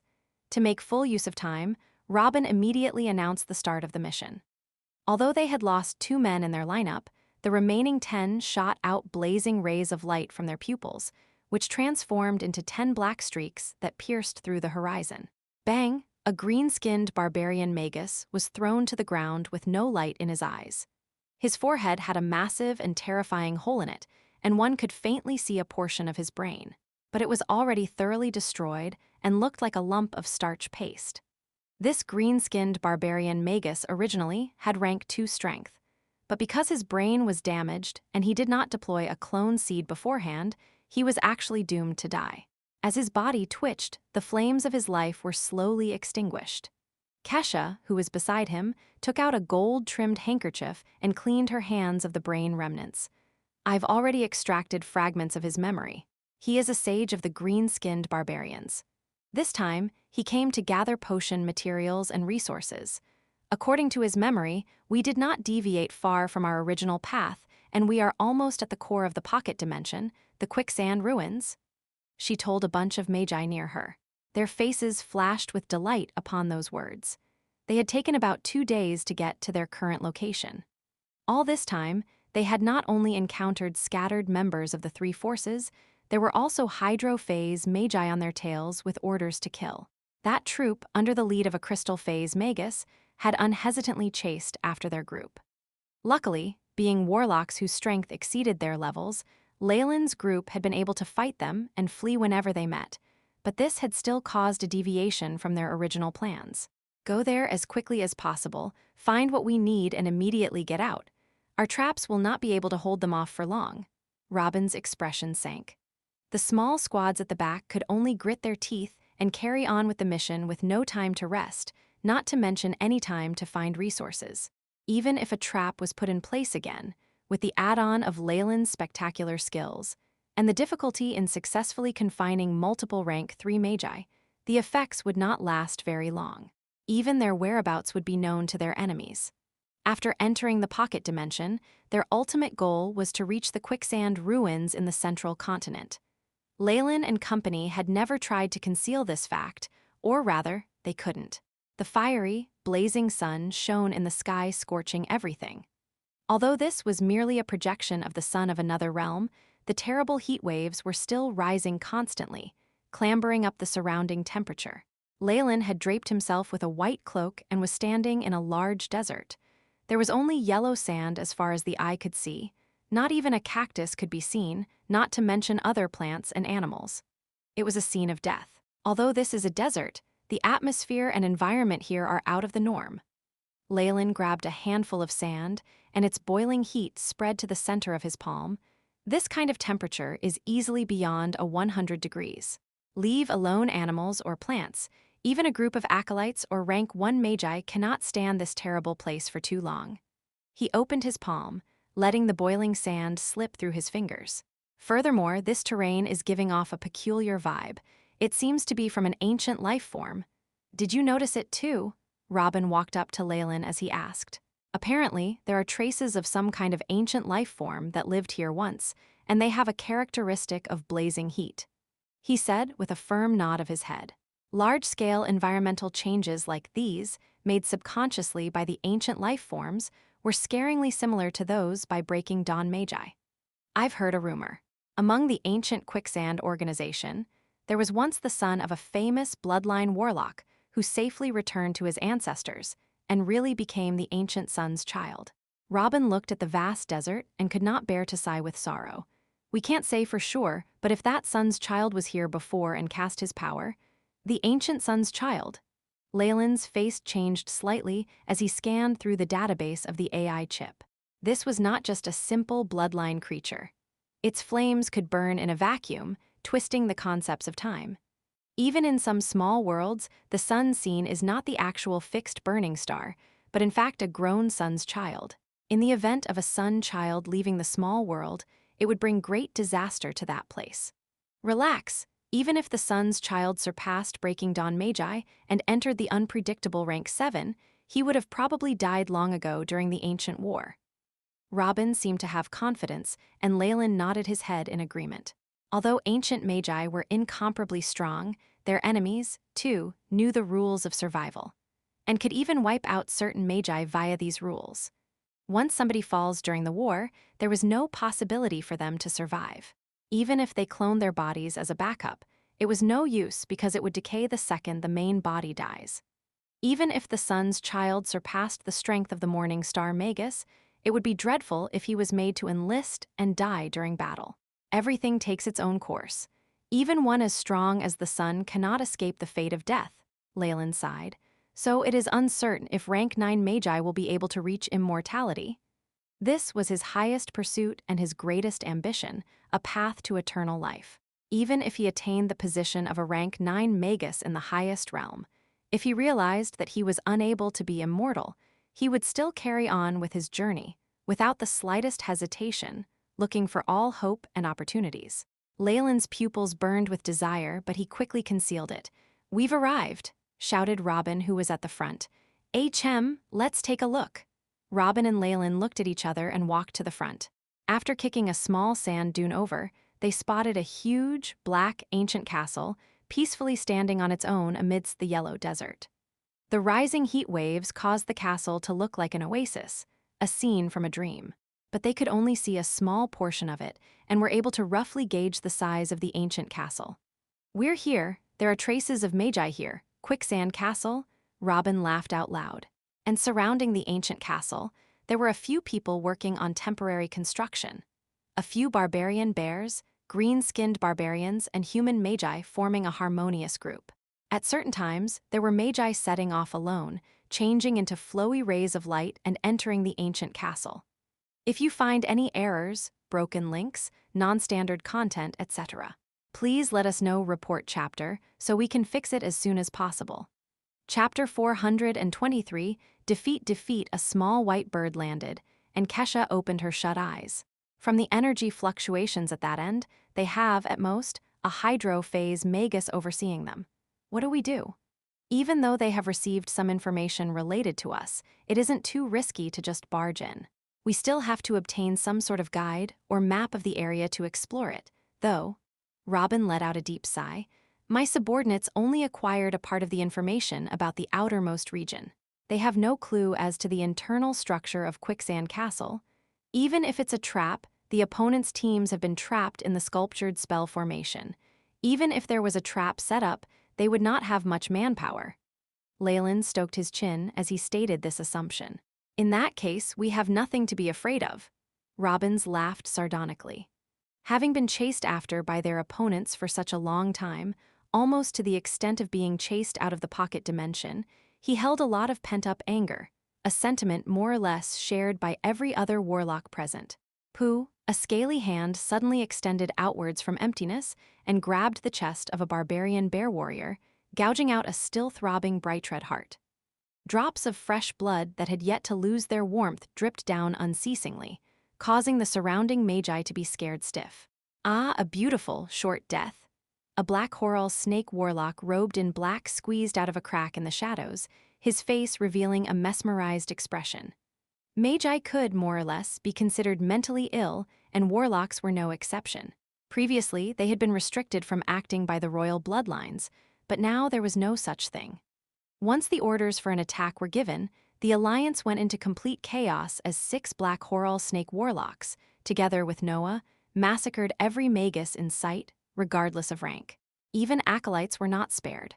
That tragedy had caused some magi to flee. Boom! The central building exploded. 3 magi with gloomy expressions floated in midair, their bodies emanating the terrifying energy of hydrophase magi. "Launch the spells," the one at the center shouted. A ring of fluorescent light flickered, and large runes formed a steel cage, firmly securing the entire campsite within. "I knew you had some tricks up your sleeves. But where are your hydrophase and crystal phase magi? Have they all died?" Just when the 3 hydrophase magi were about to go forth to stop them, a spark exploded out of the darkness. Robin, along with Leylin and Kesha, stepped out to block them with a sneer. There were no Morning Star magi in the Forgotten Land. Even the major powers of the region, like the barbarian bears, had few crystal phase magi. To deploy a small team to hunt after Leylin's team was the most they could do without their tribe leaders. Even for that, they had to give up on many strategic locations. Were this team to be trapped, this alliance in the pocket dimension would have their overall strength greatly reduced. After all, this group of magi was only exploring the place. Nobody had expected them to invade. A mere 1 at the hydro phase and 2 at the vapor phase. "I, Dominic, will ensure that none of you leave this place today." The human magus, who wore black robes with a cross-shaped floral pattern on his face, charged forward as hydro phase spiritual force surged forth like a tsunami. "Oh, really? But in the eyes of us royal warlocks, you are like a lamb to be slaughtered." Robin's eyes showed a tinge of arrogance, and a horrifyingly intimidating strength erupted fiercely from his body. The same happened with Leylin and Kesha. Rank 3 innate spell, Intimidating Gaze. This was the formidable spell that high-level rank 3 warlocks could master. Moreover, even the strength of this spell in the hands of rank 3 black Horal snake warlocks could not compare to when Leylin and party used it, even if they had trained in the same spell. This deterrent strength was entirely attributed to the bloodline. The more concentrated the bloodline, the stronger its ancient roots, the more powerful the effect of intimidation would be. Rank 3 spell formation, the domain of unity. The bodies of the 3 began to glow, the light merging to form a strange triangular diagram. Under the effects of the spell, the dreadful force fields the 3 of them emitted actually started to indistinctly complement each other and increase in intensity, forming a force similar to that of the domain of a true morning star magus. Waves of hissing howls arose, those of ancient predatory giant chem-in serpents. Space vibrated endlessly, and a more than 1,000-meter-tall phantom of a giant serpent appeared. The serpent opened its amber eyes and stared straight at the 3 magi ahead of it, making them break out in cold sweat. A real domain should possess 3 basic attributes: weaken the enemy, strengthen the self, and bend fundamental laws. Leylin had a deep understanding regarding his own domain, all thanks to the large amounts of information hidden in the library of the Ouroboros clan. The terror of an individual giant chem-in serpent can at most weaken its enemies.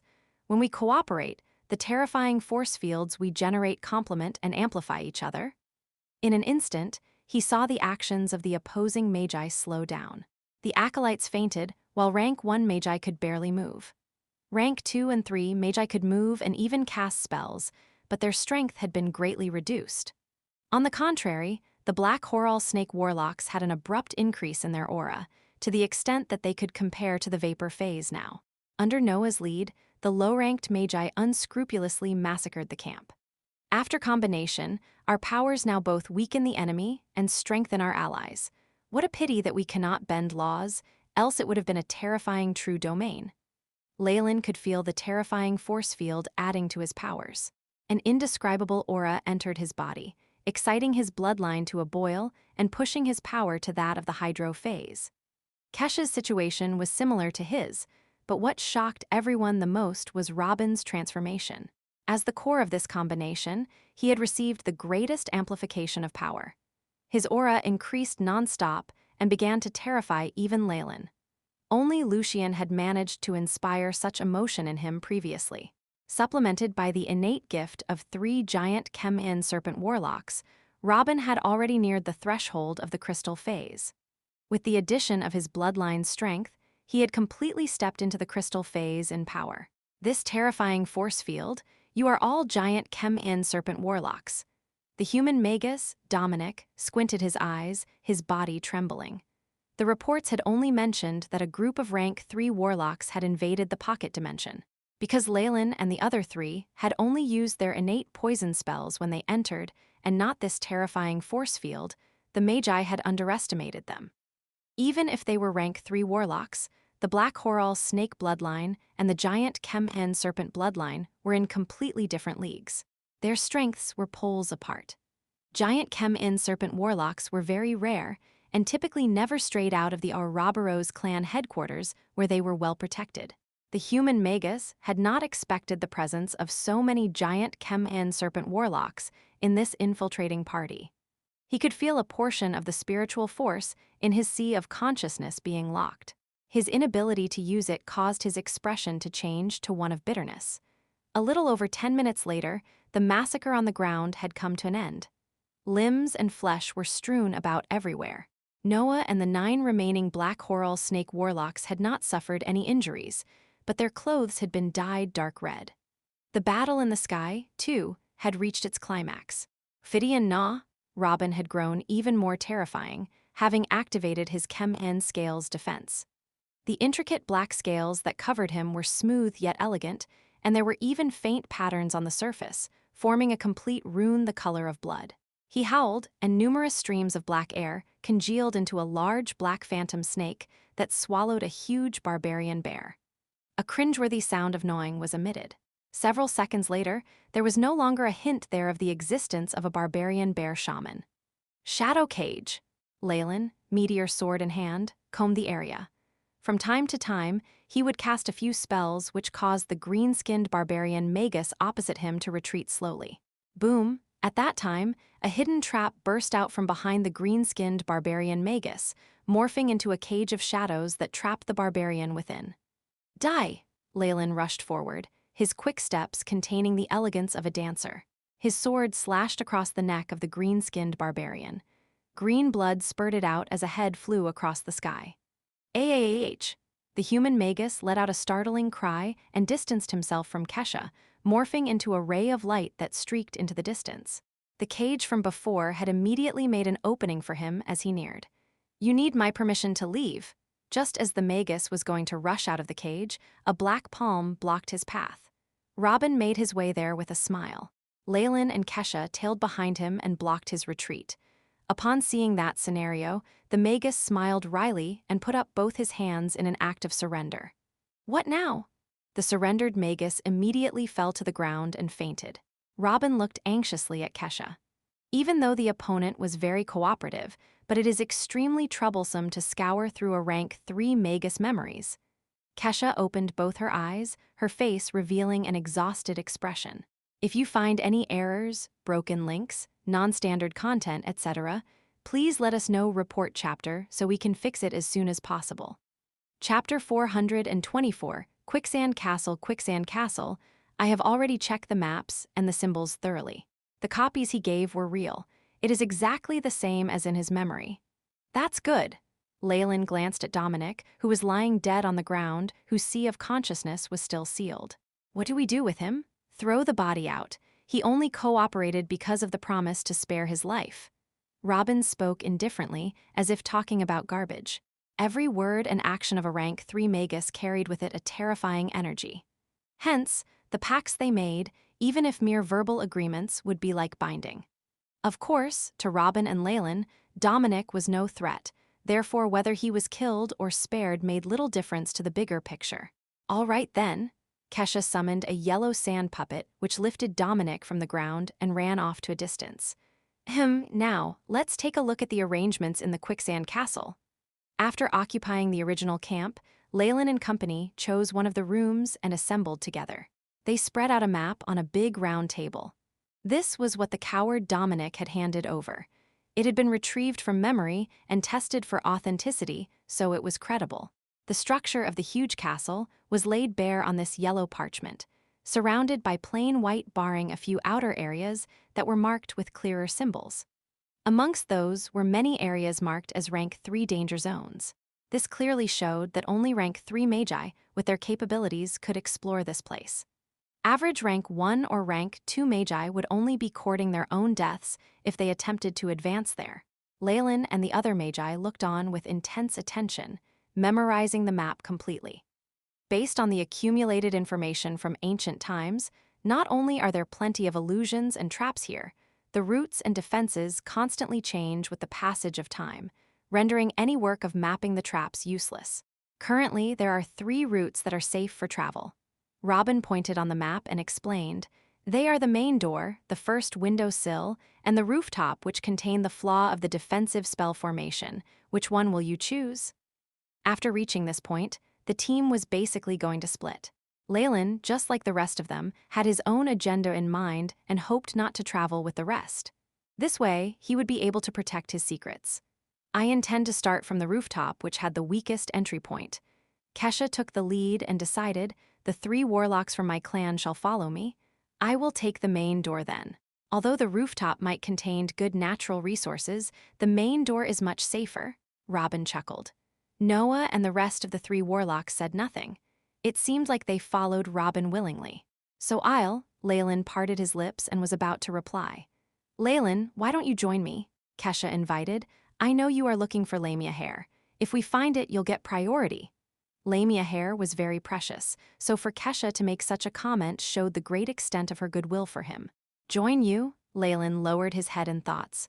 Of course there were benefits, especially in the face of enemy troops and when facing multiple traps. In turn, though, it would create many troubles for him. He still had some strategies up his sleeves that he had not divulged as yet because the time was not right. Sorry, he smiled apologetically. It's nothing, Kesha smiled, as if she didn't care too. All right, let's move out after we have decided on our routes. I do not wish to be chased out again, Robin exclaimed and immediately left the room with Noah and the other 3. In this excursion, both Leylin and Kesha had not suffered much loss. However, Robin had lost 2 of his rank 3 subordinates, something which left him in regret. He felt a sense of urgency to search for more resources to make up for his losses.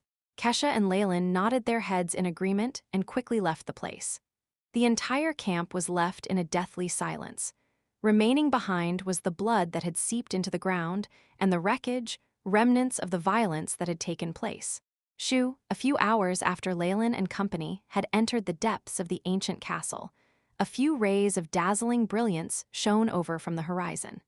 They faded out to reveal the figures of the magi of the various tribes. In the arms of one of the women was the unconscious Dominic.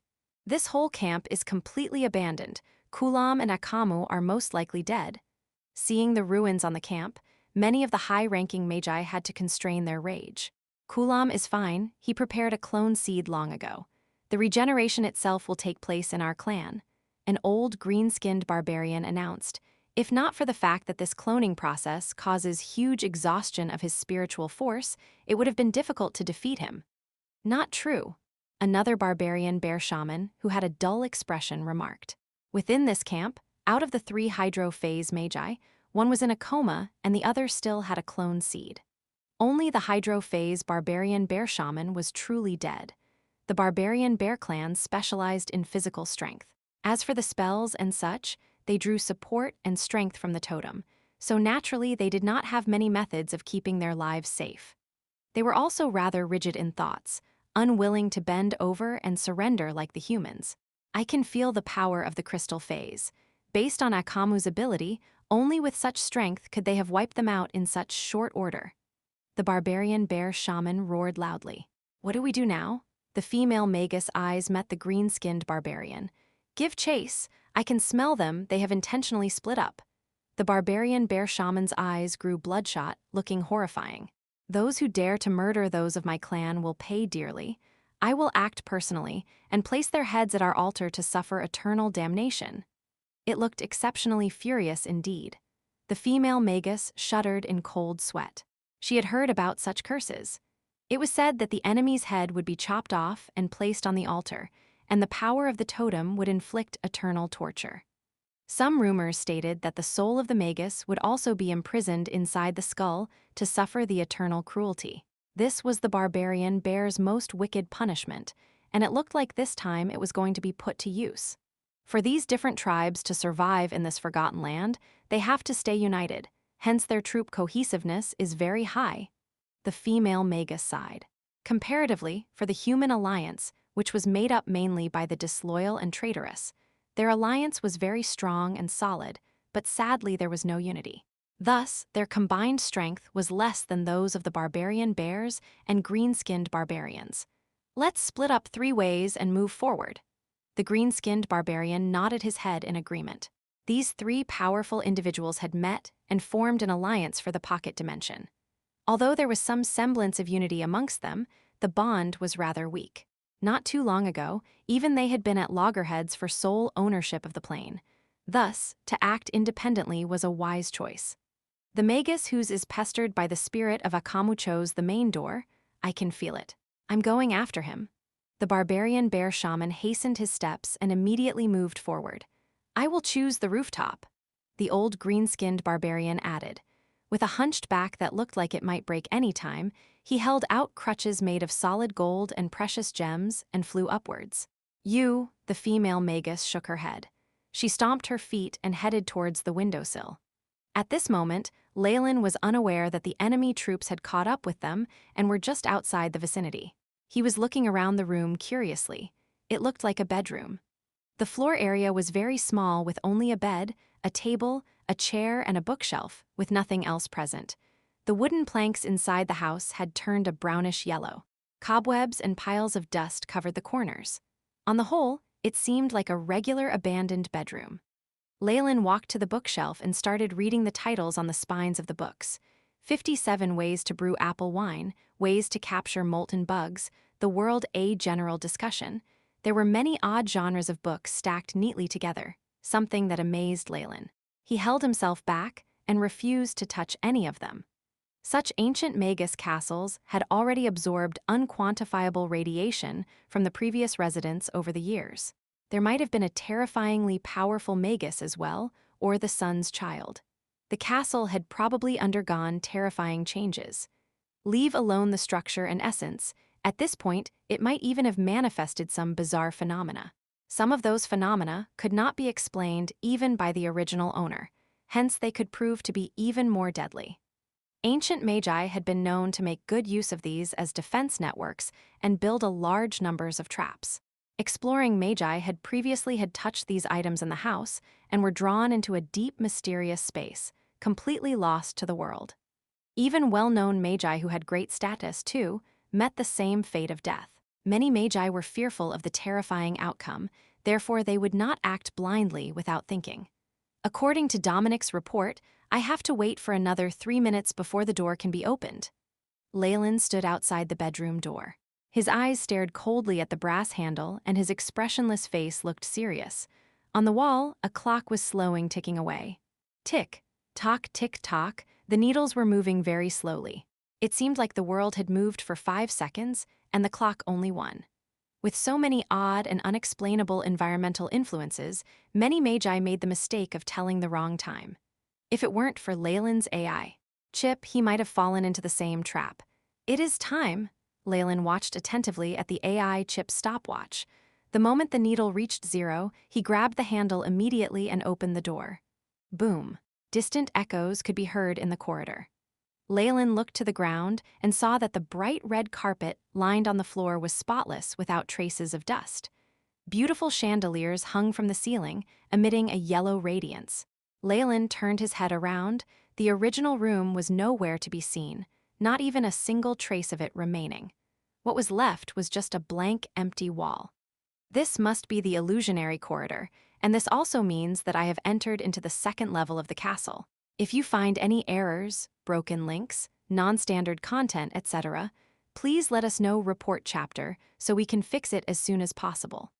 Chapter 425, Ecological Garden. Leylin looked into the information the AI chip had previously recorded.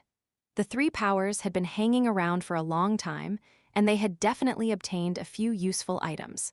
Based on Dominic's information, Quicksand Castle was far larger than it looked on the outside. It was practically a gigantic maze. The numerous rooms outside were the first layer of defense. If they did not leave on time, they would travel through countless rooms and later be trapped inside till their death. The mark of the second layer would first be this illusory corridor. With the dim yellow lighting, Leylin looked through the decorations in the corridor. The two walls were mostly white, with some strange patterns of flowers and plants, but there were no portraits of humans.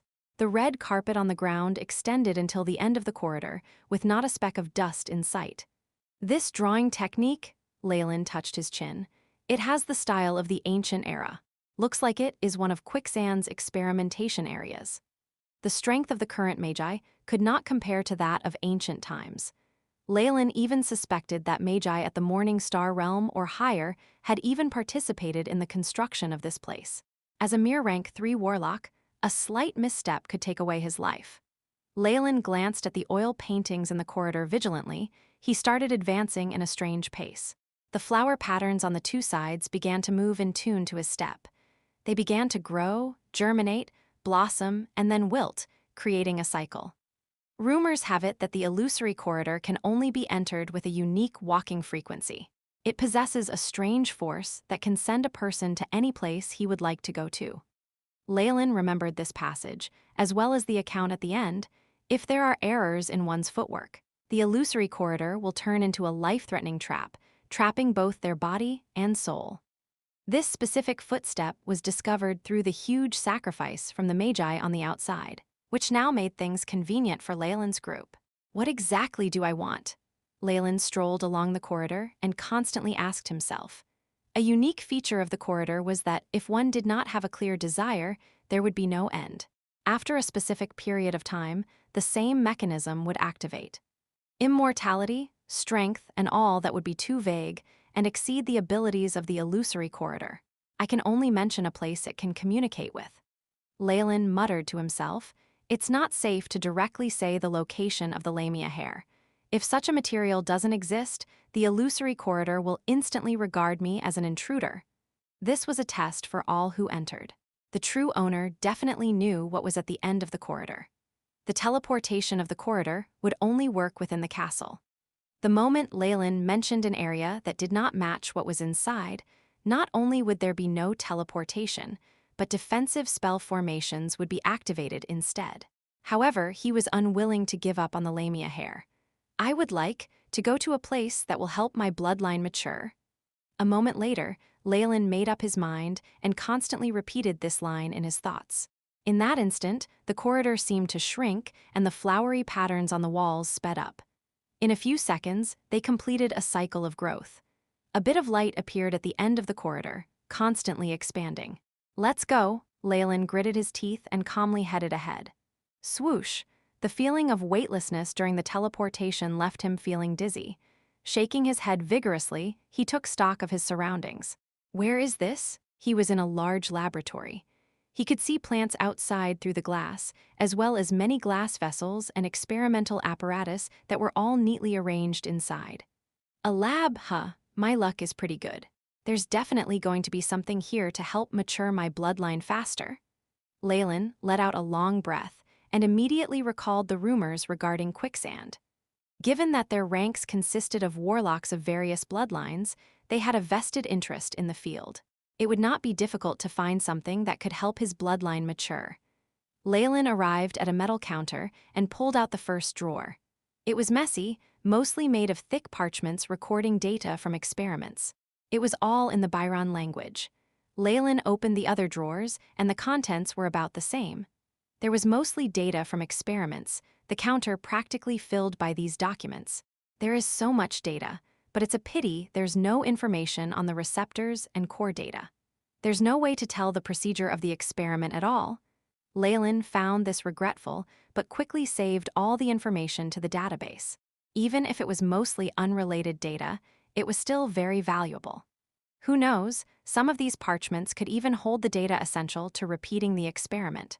In addition, with all its recent advances and improvement in its abilities, it took little time to record everything.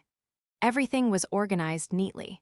It seemed like the Warlocks then had left in an orderly fashion, not leaving much behind. After recording the information, Leylin turned his attention to the ecological garden outside the giant glass wall.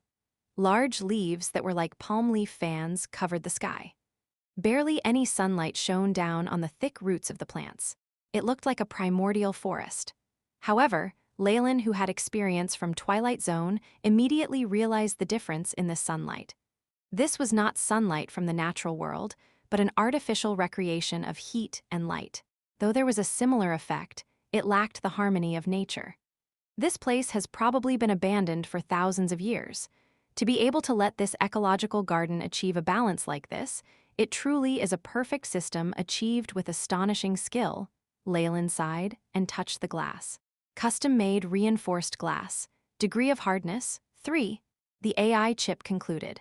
A level 3 hardness meant that regular rank 3 warlocks would be unable to break this glass. Leylin's eyes brightened at this information. Looks like this place was used to hold many powerful creatures. A giant fireball appeared in Leylin's hands, the terrifying heat burning even the air around it into nothingness and searing through the void. Explosive fireball. Enormous flames smashed against the glass wall, the dazzle of the heat and light incomparably piercing. Even Leylin himself had to close his eyes temporarily. When he opened his eyes again, there was an indent in a part of the glass, but not much more. It still stood strong. As expected of a material with a hardness of level 3, Leylin sighed, as he could immediately tell how much power this reinforced glass could withstand. Based on the power of his attack, it needed to be used at least 10 times before he could completely shatter this glass wall. What for? He thought as he stroked his chin. While gathering information, he had also discovered an activating spell which should have been the key to entering the garden. The attack from before was purely to test how strong this laboratory was. Looks like there were at most rank 3 creatures here, so it's not too dangerous. Leylin was now assured. If not, the defense would not be so uncomplicated. Even if there were still spell formations that had yet to be activated, the creatures would still be around rank 3. He quickly arrived at an instrument that was like a disc. After checking it briefly, he found a groove and placed crystallized magic crystals inside, replacing the previous powder. After that, Leylin placed both hands atop the disc, rays traveling from his palms and connecting with the disc. Activate, ka-cha, ka-cha. The entire glass wall began to shake, great amounts of dust and silt sliding off. Rumble. As it had not been activated for a long time, the mechanism seemed to be aged and produced a loud sound as a glass door opened. A crack appeared within the glass, expanding in 2 directions, bringing with it an unusually refreshing breeze. In that instant, Leylin felt every cell in his body dancing in joy and his giant Chemhan serpent bloodline beginning to stir. I didn't notice this before, but it seems like every plant in this ecological garden is an ancient species. Also, they're quite a few times larger than the species we have now, containing traits of the ancient era. Leylin walked out of the laboratory and looked backwards. The laboratory from before was like a giant white egg, set atop a thick stone base. Everything around it looked like a primordial forest. With such obvious traits of the ancient era, and given how lively my bloodline has become, this place is a perfect copy of that period, he determined. Though such an environment may have been the norm at the time. This is very valuable information. Leylin revealed an expression of excitement and immediately commanded, AI. Chip, record the parameters of the environment. Mission established, beginning scanning. Recording parameters of the atmosphere, the AI chip loyally intoned, following through on Leylin's command meticulously. After giving the order, Leylin walked along a giant plant root, meteor sword in hand. At the end of the root was a berry vine, and atop a leaf the size of a millstone, he found bite marks. An animal eating, Leylin looked at the mark on the leaf. It should be omnivorous. These marks are of teeth used to tear flesh. The plan was repairing itself rapidly, erasing all traces of the bites. They grow so quickly, which explains how this cycle was constructed here. Leylin touched his chin and came to the ground. At the root of the plant was a stinking thick, green goop. If you find any errors, broken links, non-standard content, etc., please let us know report chapter so we can fix it as soon as possible. Chapter 426, Blood Vulture. Leylin guessed that this animal was the bottom of the ecosystem's food chain. That was the only way for this cycle to have been sustained through the ages. After all, this was just an ecological garden, not a pocket dimension full of resources. As big as it was, it could not support the entire ecosystem on its own. The organisms here had apparently established their own ecosystem in the absence of the researchers. Groan. A deep howl sounded out and Leylin instantly hid himself, watching the new creature draw near. This creature looked somewhat similar to the snake-necked dragons, but what gave him the chills was its enormous black shell, barbed with spikes. It made the thing look indestructible. Its head stood out in a stark contrast. As opposed to its humongous body, it was tiny with two small bumps at the back of it. It also had a long nose which produced the howling previously. Booms rang out with every step, creating a weak resonant vibration with the ground. This massive creature had to weigh more than 3 tons. It came to a stop in front of Leylin's hiding spot, threatening yet tiny eyes scanning around as it stretched its neck every now and then to nibble on the leaves of the giant plant. Its bite marks were the same as on the leaves Leylin had seen previously. Chip, search the database for the image of this creature, Leylin ordered stealthily. Beep. Mission received, starting to scan image, checking database. Leylin's order was carried out faithfully by the AI. Chip and the answer seemed closer than ever. No matches found in database, starting search for similar creatures. After comparison to similar creatures in the database, this creature is suspected to be a snake-necked turtle. The two are 87.9% similar. A detailed information on snake-necked turtles was then provided by the AI chip as a follow-up. Snake-necked turtle, creature of the ancient era, extinct as of the present. Omnivorous and even-tempered, its shell possesses an astonishing defensive ability, making it the core ingredient of many defensive weapons. Can reach a strength similar to that of a rank 2 Magus upon maturation. Leylin studied the image, an illustration in an antique book the AI chip once recorded, of the snake-necked turtle in concentration. Right. The only differences between them are the color of their shells, the number of spikes on the shell, and their heads. It must be a mutation of some sort. Leylin couldn't say he was surprised. An environment like this would be hard for ancient-era creatures to survive in if they didn't actively evolve. A little mutation was nothing. This may even have been instigated by members of Quicksand. Either way, it'd be truly abnormal if these creatures were to retain all of their ancient characteristics. If that's the case, snake-necked turtle you shall be, Leylin decided. It wasn't like normal snake-necked turtles were alive anymore to contest it. Leylin still stayed, undetected by the snake-necked turtle as it finished its meal and announced its departure with lengthy howls. Failing to resist the temptation, Leylin tailed the snake-necked turtle. Shadow stealth. Leylin's manipulation rendered this spell, which was supposed to be rank 1, stronger than many rank 2 spells. This was especially true when used with Vapor Phase spiritual force. Leylin climbed onto the back of the snake-necked turtle as he fell into the shadows. The solid shell gave Leylin a sense of stability and security, and he observed his surroundings. The area was covered in a thick canopy and massive trees, with hanging vines resembling the Chinese fringe tree. Droplets of water exuded an enchanting radiance as they rolled over the leaves and down the vines.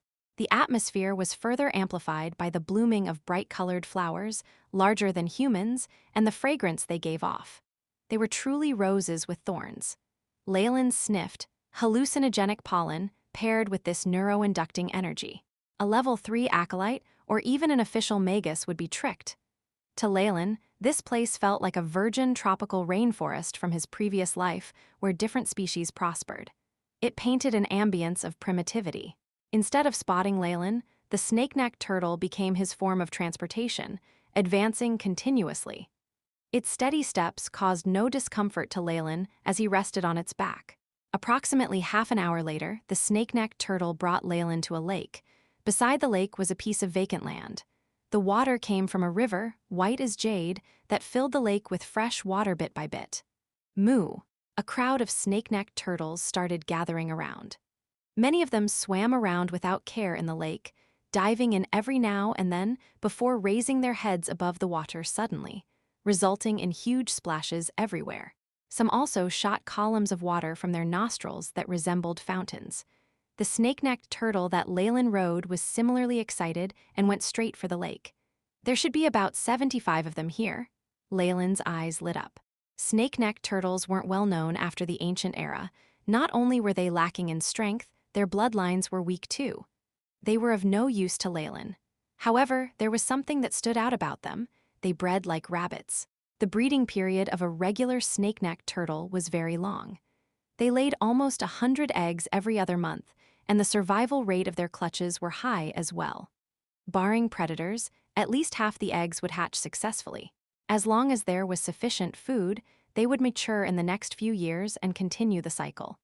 This is how nature balances itself. The strong cannot multiply as fast, and even when they do, it's hard to provide for them. On the other hand, the weak have an insane rate of reproduction and activity. Leylin remembered the mice of his previous life.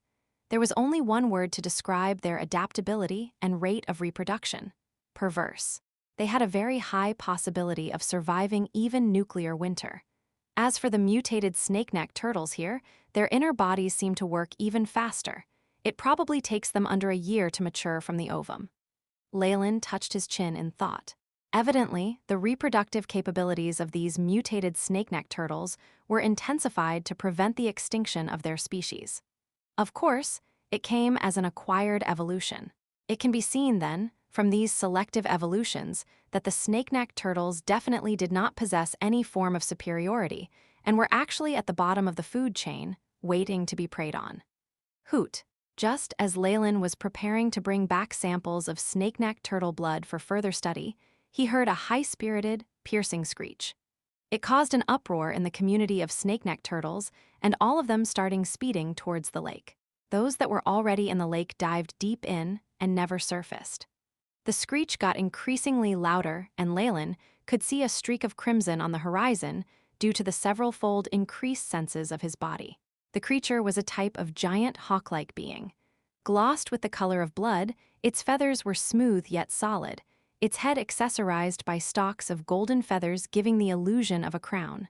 Blood vulture detected. Creature of the ancient era. They attack with sound waves and can manipulate the blood of their target. They possess a strong interest in bloodline-related treasures and are communal creatures.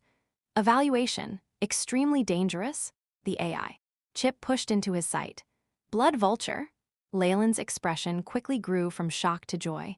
They have extraordinary sensory ability towards idiosyncratic bloodlines on top of their superb vision.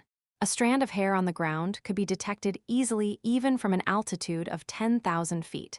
Mostly kept as pets by ancient warlocks to seek bloodline treasures. But Leylin hesitated as he read the danger evaluation of it. Just the strength of this particular blood vulture was enough to caution Leylin. It could equate to a human rank 3. Moreover, the AI chip stated that they were communal creatures. There were definitely more rank 3 members back in its nest, or even a king blood vulture. The king would, no doubt, be a rank 3 crystal phase being, and may even have reached the morning star realm. Hoot! The blood vulture sounded out occasionally as it sailed in the air, causing fear within the community of snake-necked turtles, something which seemed to encourage the vulture even more. Bang! A single snake-necked turtle with a wounded leg stood out as it trailed behind the mass of them and fell to the ground under the stampede. Deciding that it was time to stop the fun, the blood vulture flapped its wings and plunged straight to the ground. The strong winds that followed its action already had Leylin stunned. The remarkable size of the vulture, much bigger than the snake-necked turtle, slowly came into view as it drew closer to the ground. The contrast between their forms was not obvious when the blood vulture flew in the sky, but compared when closer by, the huge snake-necked turtles were like mice to the blood vulture. Hoot! The blood vulture stretched its huge claw and punched a hole in the head of the snake-necked turtle. The thing fell, blood splattering everywhere. If you find any errors, broken links, non-standard content, etc., please let us know. Report chapter so we can fix it as soon as possible. Chapter 427, Entering the Nest Shriek. Upon seeing the blood fluids, the blood vulture's eyes shot out rays of excitement as it started to shriek hysterically. A blood-colored glow shone from his body. Concurrently, Large amounts of fresh blood spewed out of the snake-necked turtle's neck like water from a fountain. It coagulated in midair and eventually formed lumps of blood clot which were swallowed by the blood vulture. Rip. Soon after, the blood vulture stretched out its long, sharp black claws and easily lifted the shell of the snake-necked turtle. Using its claws, it separated the fresh flesh into segments of meat and started devouring the meat. His motions were smooth, as he nonchalantly ate a snake-necked turtle in front of its counterparts. The majestic beast presented a perfect combination of grace and bloodshed. Moo-woo, as they watched their companion being brutally murdered, the rest of the snake-necked turtles mourned but did not dare to take a step outside the lake. Leylin quietly watched this scene and maintained a neutral expression. That was but a common occurrence in the natural world. Before the advancement to a stage where one could survive purely based on the injection of energy, such predatory acts were not considered to be good or bad. The survival instincts were merely the rules of life, meant to be followed and respected. Its ability to control bloodline. On the contrary, Leylin was actually very interested in this specific ability of the blood vultures. Furthermore, differing from the snake-necked turtle, a mature blood vulture was at least at the standard of a rank 3, the minimum criteria to achieve the pure ancient blood. Leylin was extremely interested in the origins of these bloodline creatures. It's just, should I go? Leylin stroked his chin. The king blood vulture could be of morning star rank, and under its detection, Leylin's stealth spell would not be of any effect. However, should the king blood vulture still be of rank 3 status, even if it was at the apex of the crystal phase, Leylin would still be confident in his ability to conceal himself. The number of choices we humans have is very troublesome, Leylin thought. He sighed, feeling like he was at a crossroads in life, with a dense fog shrouding his destiny. In fact, this was a choice people would have come across many times in life in which their final choices can result in different outcomes, both good and bad. Do I go or not? Leylin debated with himself. TRR ring.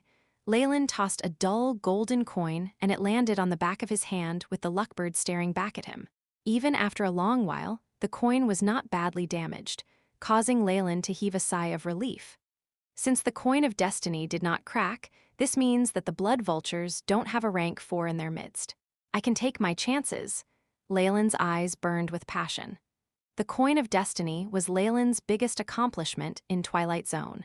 It would, however, bring about huge misfortunes if it were to be utilized to predict the abilities of Morning Star Magi. But despite this flaw, it still benefited Leylin without a doubt. Since not a single crack appeared on the coin when he made the prediction, this suggested that there were no morning star beings blocking his path. That was good enough for him. Even if he used everything he had, he could not bridge the gap between himself and a morning star power. As long as the opponent was not at the morning star realm, Leylin was willing to take the risk. Chew. At this point in time, the blood vulture on the ground had already finished its meal. Leylin was stunned as he looked at the blood vulture fly into the sky with the remains of the snake-necked turtle in its mouth, as if it wanted to bring the remains back into its nest. This is my chance, Leylin's eyes flashed brightly as he initiated his shadow stealth. He concealed his figure in the crevices and stealthily entered the carcass of the snake-necked turtle. The wind howled unceasingly. The blood vulture took off at a high velocity. The friction created by the turbulence had caused sparks to be created with the corpse of the snake-necked turtle. Fortunately, the collision of airflow ceased after it reached a certain height. The blood vulture traveled at a high velocity, causing Leylin's view of the landscape below to be that of a blur. About 10 minutes later, they arrived at their destination. Leylin could barely hide the shocked expression on his face as he saw the huge shadows not far from him. Ahead of him was a huge mountain, solitary and upright. There was not a hint of vegetation. Instead, it gave off a dark glow that made it seem as if it was some kind of metal structure. Scattered all around were huge caves, of which blood vultures could be seen squawking in. They were synchronized in their cacophony. Not only were their penetrating screeches 10 times as strong as those of the individuals, they caused Leylin's chem-in bloodline to have a weird reaction, as if it was about to leave his body. Fortunately, this was just a momentary hallucination. Under the suppression of his vapor phase spiritual force, it disappeared without a trace. The blood vulture's ability to control bloodlines is truly terrifying, Leylin muttered. Furthermore, this ecological garden is far too vast and wide. Leylin developed doubts towards his previous judgment. Don't tell me that this place is not simply an ecological garden or a Magus garden, but a pocket dimension within another. Rumor had it that, among the various pocket dimensions that the ancient Magi left behind as a legacy, some even contained additional pockets of their own.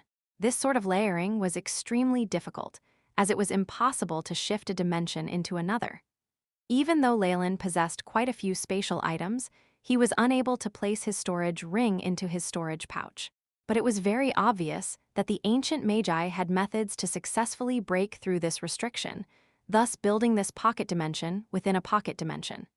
This kind of pocket dimensions were known as cores. It required the huge affluence and power of the ancient Magi to be able to build such a core. And in this core were stored all kinds of resources, many of which would make Morningstar Magi turn green with envy. Since the Sun's Child was within the Quicksand organization, then their powers would be considered top-notch even in the ancient times. Such organizations would hence possess the ability to construct these. Leylin guessed, as such as he looked up at the entirety of Quicksand Castle, which was, in fact, an extraordinary pocket dimension. At this moment, the blood vulture with Leylin let out a harmonious hoot and descended into one of the huge caves. Bam! The carcass of the snake-necked turtle was thrown to the ground, following which the blood vulture started squawking. A few small pink blood vultures ran out from the cave, gnawing at the flesh. It was obvious these small blood vultures were only children. Not only were their bodies shades of pink, they were completely bald, having yet to grow feathers. They were similar in strength to level 3 acolytes. After these blood vultures grow into adulthood, they are able to reach the level of a rank 3 magus. Furthermore, they are able to control bloodlines. Since they were capable of flight too, their eggs, if sold, would definitely be able to obtain a high price. Leylin looked at the baby blood vultures, which were as small as chicks, and thought that it was a pity. Since they were born, these blood vultures would only succumb to the first creature they saw after they exited their shells, and could never be tamed by anyone else. Taking advantage of the blood vultures eating the carcass, Leylin secretly exited the carcass of the snake-necked turtle and went to a corner of the cave. Shadow technique? Leylin used a complicated magic rune on himself. The darkness immediately shrouded him, and Leylin vanished into the shadows. The blood vultures were driving Leylin up the wall, and at the same time, Leylin felt a terrifying life force fluctuating from the centermost cave. That was definitely the king blood vulture, a peak rank 3 crystal phase creature. Under the detection of so many high-ranked creatures, his shadow stealth could not hold out for long, hence Leylin had used yet added another spell. The shadow technique was not exactly a spell but a special technique. When Leylin was in Twilight Zone, he had collected many rank 3 spell models. Even though the majority of them were flawed, there were still a few which were in good condition. So with these models as a starting point, he developed his own special technique that was compatible with shadow stealth. Amongst everything, many of the ancient records of the Dark Elves gave him a lot of insights in his development of the special technique. Shadow technique can be used on its own to hide the user's physical body, or can be used in combination with the rank 1 spell Shadow Stealth, increasing its strength, in which case the final strength will be similar to that of a rank 3 spell. It was very difficult to develop a rank 3 spell independently, but Leylin found Shadow Stealth an easy spell to cast. It was rare to come by such a combination of compatibility with both bloodline and aptitude. Hence, Leylin customized this shadow technique to amplify Shadow Stealth's ability, elevating it to rank 3 status. The combination of the Shadow Stealth and Shadow technique immediately produced a frightening end result. Leylin could clearly feel his own shadow being engulfed by a layer of dense darkness. He had been kept on edge before as he felt that he would be discovered anytime, but now those feelings of trepidation had completely disappeared. So, blood vultures do like metallic surroundings. This is something the books never mentioned. Leylin ignored the exchange of the family of blood vultures and without consent looked around the nest of the blood vulture. The cave was huge and gloomy, dimly lit, and had the foul smell of a certain creature. Of course, this didn't matter much to Leylin. Following the path to the bottom of the cave, Leylin saw a huge bird's nest made with chunks of gold. Beside it were multiple smaller nests weaved with other unknown golden stalks and roots, radiating a faint light. Leylin walked closer and immediately widened his eyes as he was attracted to the objects inside the golden nest. Bloodline crystals, dragonroot fruits, and dried-up bones of bloodline creatures. He was immediately able to recognize a few items.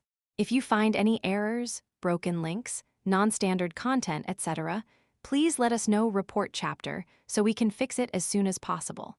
Chapter 428, The Last Supper. Leylin recognized a few items in the golden nest. First was a crimson gemstone. This was a bloodline crystal, a very precious material for warlocks. It could even slightly increase the purity of a bloodline. Though this was practically useless for giant chem-in serpent warlocks like Leylin, whose bloodline had been purified to the limit, it was definitely something that could cause most other warlocks to go all out.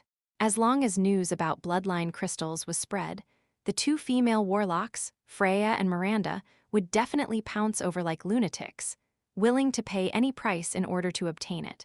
The dragon root fruit was also a very special plant, with a very durable outer layer that even surpassed the strength of Magus alloys. It could be preserved for over 100 years, and magi that ate it could increase the durability of their bodies. Rumors had it that there was a chance of inheriting a trace of a bloodline from within the fruit. This would mean the beginning of a warlock family. Of course, for Leylin and all the others who already had a bloodline, they could no longer change it. However, if traded outside, it would go for a sky-high price. Such a resource could not be measured by price and could be exchanged between Morning Star Magi. The other few things included some skeletons that were each the size of a human femur and the remains of a powerful creature above rank 3. Even after so many years, there was no erosion, and he could still sense some remaining suppression from a bloodline. These remains were actually what were most useful to Leylin. The blood of most bloodline creatures came from the bones, and these specific remains came from powerful rank 3 creatures. With them on hand, he could refine an ancient bloodline out of it. Besides these few items, there were also other bloodline items within the little golden blood vulture nests. Even Leylin, who was very learned and had gathered a terrifying amount of knowledge, could not identify everything. There was no question that these were all bloodline items, and every single one was enough to make any warlock go crazy. I see. Leylin glanced at the pile of bloodline items, a look of understanding flashing in his eyes. It was obvious that the growth of a blood vulture was inseparable from these items. Though they could be used directly, long-term contact with them increased its rate of maturation. It could also increase its strength and awaken its mysterious bloodline ability. This was also why the blood vulture was so enthusiastic about gathering bloodline items. Glancing at all these, Leylin had to expend a lot of effort to suppress the desire within his body. Though these are good, they aren't as important as the lamia hair. Also, Leylin glanced towards the blood vulture outside the cave. He was currently in stealth, and with the added bonus from darkness techniques, he had not been discovered by the bird. Though shadow stealth was great, there was one flaw. If Leylin wanted to take these items away, he would need to dispel his shadow stealth. In that case, he would definitely be discovered the blood vulture, and the whole group might be attracted here. On top of that, with a terrifying king blood vulture, Leylin would need more than 9 lives to survive. This would definitely raise the guard of many other blood vultures, which would not be beneficial to Leylin's future plans. A regular blood vulture nest has so many great items inside. Within the king blood vulture's nest, there should be even better things. A fire began to blaze in Leylin's eyes. The place with the highest probability of having the lamia hair should be the king blood vulture's nest. Leylin immediately recalled the giant cave he had merely shot a glance at earlier, with very profound, horrifying energy waves hidden within. Looks like I'll be stuck here for a period of time. I'll have to find out the behavioral patterns of the blood vultures. Uncle, are you sure this is the place? Noah glanced at Robin, who was beside him. They were now in front of a large door, intricate and complicated patterns on the frame. The 3 remaining black coral snake warlocks were like little followers as they gathered closely behind them. If we activate anything wrongly, we'll lose our way even more thoroughly and be stuck here till we die. Don't worry. Based on the information I received, it can't be wrong. Besides, that item is too important to us. Robin looked grim, yet there was a fiery look in his eyes. I need some time to confirm this. Have all the issues at the back been taken care of? Robin did not even turn back as he asked. I've already set up 5 spells of abduction, as well as created a body substitute. A sinister expression appeared on Noah's face. The moment they catch up to us, they will definitely be teleported to various areas within the maze and then be trapped in the boundless room till death. Barbarian bears are such stupid creatures. He spoke confidently. Boom! At this moment, a giant howl traveled from a short distance away, accompanied with the breaking of a spell formation and a roar, "Little worms, I've found you." Ka-cha. A pink crystal necklace was split open while Noah looked on in disbelief. Never underestimate your opponents? Robin's eyes were still fixed on the giant door, but his voice was transmitted over. They've only broken through our first defensive spell formation. We still have some time. Take care of the spell formations and try your best to buy me more time, Robin commanded, and the other 3 black Horal snake warlocks bowed before leaving immediately. Rumbling sounds were heard constantly, and a large bear monster could vaguely be seen roaring in the spell formation, causing beads of cold sweat to roll down Noah's face. Ka-cha, ka-cha. Crystals shattered one after another, every time being followed by the voices of the subordinates. Second defensive spell formation destroyed. The main body of the defensive formation is damaged. We can hold for less than a minute. AAHHH. The short conversation ended, followed by the abrupt blood-curdling shrieks, signifying the end of these warlocks. Noah clenched his fists. All of them were from his family, but they had all fallen in this exploration. Now, only he and his uncle were left. I'll go and stall for more time, Noah exclaimed. No need for that. Robin interrupted his words and, raising his finger, tapped on the door a few times. Using some strange rule, he drew a circle. A hum rang out as, in an instant, multiple water ripples appeared on the surface of the giant door. The tide surged and then rushed into a brass keyhole. Like a castle of blocks collapsing, the door rapidly broke apart into countless fragments, the 2 sides springing open and revealing a mystical luster within. Wretched maggots, I'll tear you apart. Boom! With a loud sound, the last spell formation hindering the barbarian bear shaman shattered, revealing a giant barbarian bear with firm muscles all over. After seeing Robin, its eyes immediately turned red. Don't mind it, let's enter. Robin pulled Noah through the door. If you want revenge, then come in. The sound of Robin's taunts traveled over. Its eyes completely red, the barbarian bear shaman chased them in. Magnificent rays flashed, and the scene suddenly changed. By the time Noah came back to his senses, he was already sitting at a dining table. On the large white tablecloth was not even a speck of dust, while the silver lampstand had candles burning above it. After which, Noah found that he was unable to get up. Even the spiritual force and magic power that he had been so proud of as a rank 3 Magus could not be used at all. He looked towards his uncle, fear and terror apparent in his expression.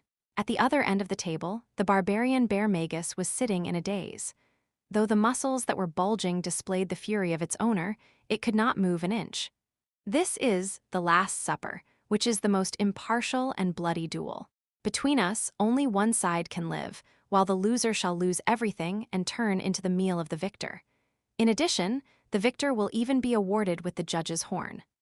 Robin said matter-of-factly, seemingly very familiar with all that was happening. The moment his words sounded, black figures suddenly appeared in seats that had initially been empty.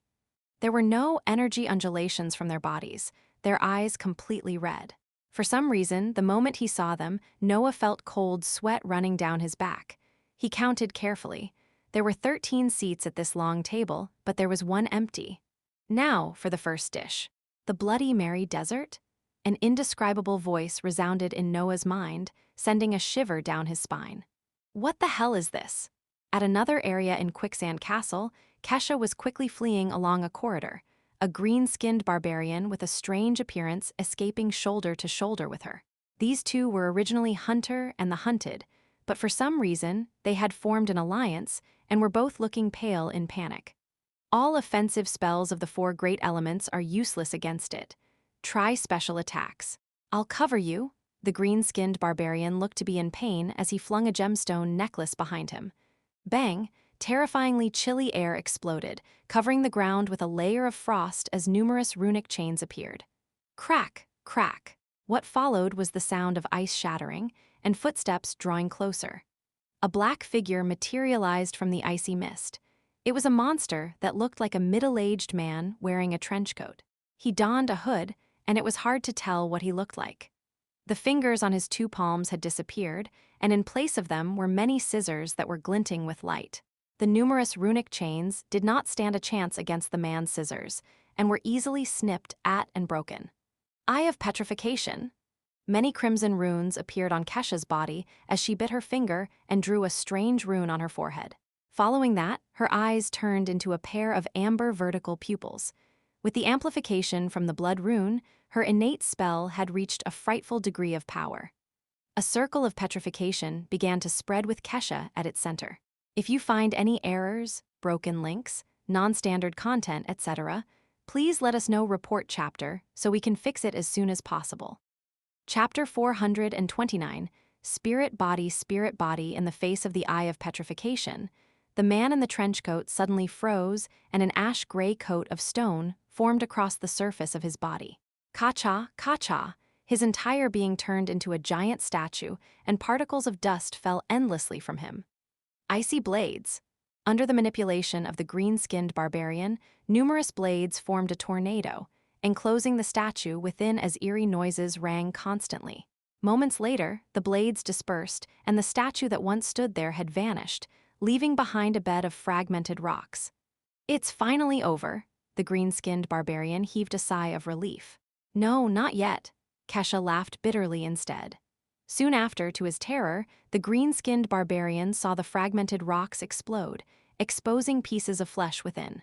Many of them grew tentacles and started amalgamating to reform the man in the black trenchcoat from before. Even a single tear could not be seen on his clothes.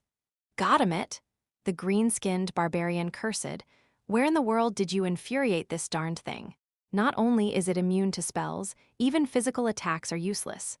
"I have no idea," Kesha's face spelled despair.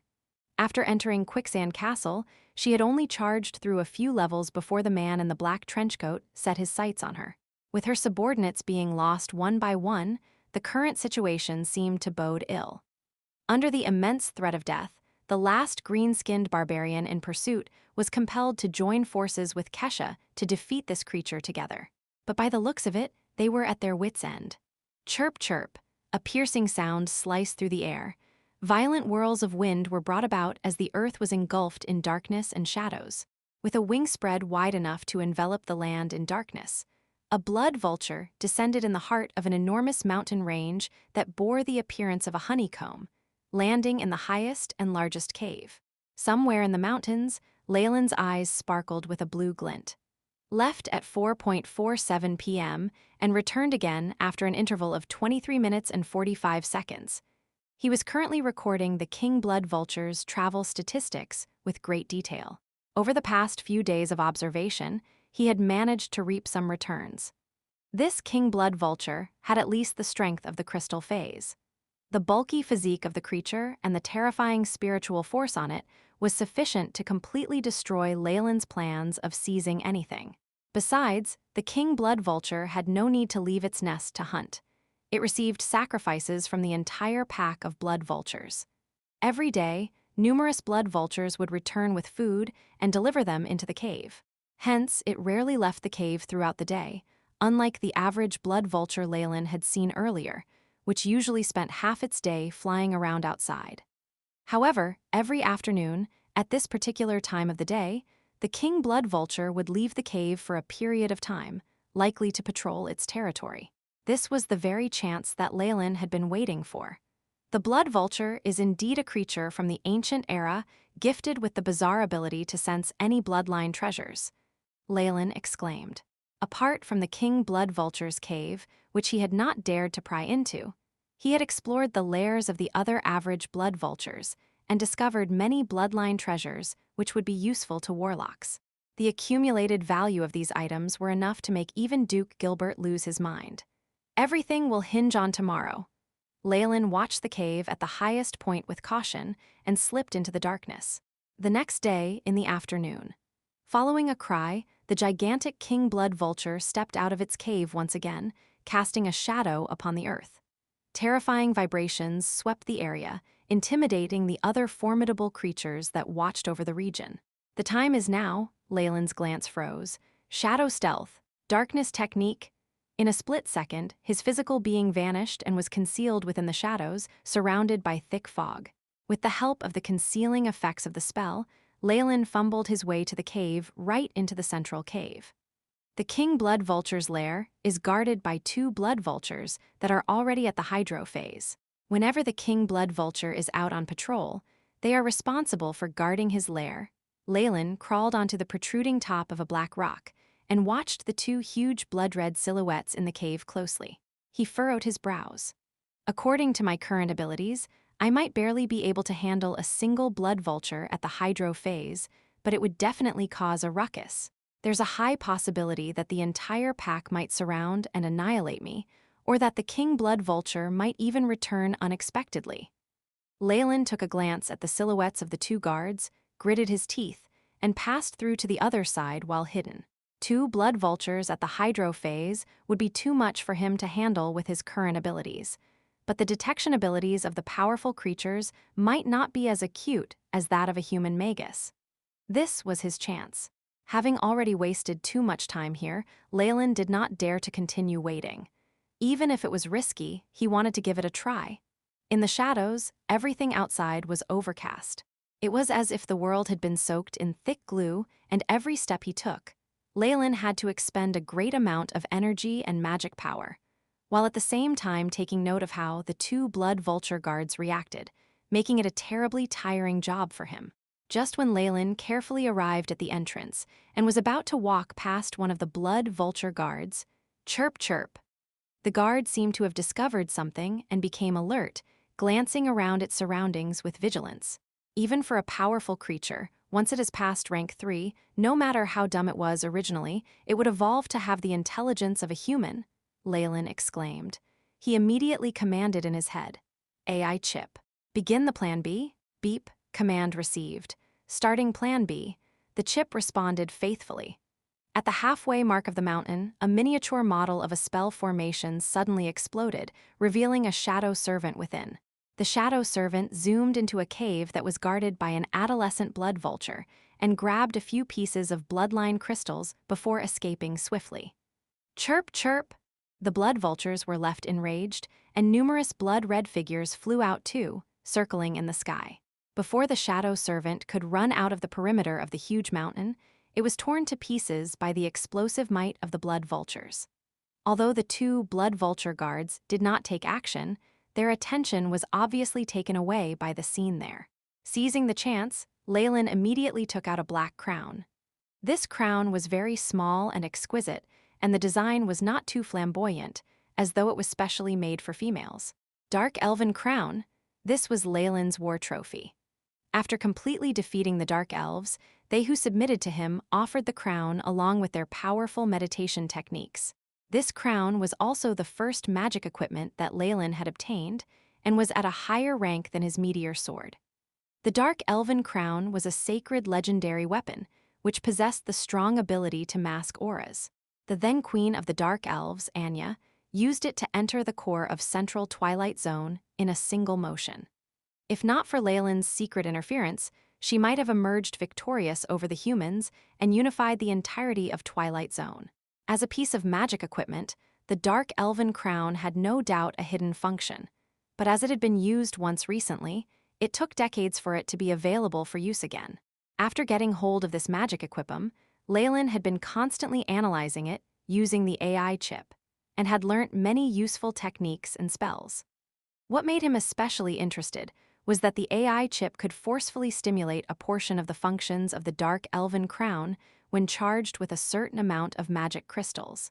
Although it only possessed a portion of its full powers, the Dark Elven Crown was still a piece of magic equipment. Its effect was limited only to Leylin himself. The scary thing was that it could even escape the perception of a Morning Star Magus. This went without saying for the 2 blood vulture guards.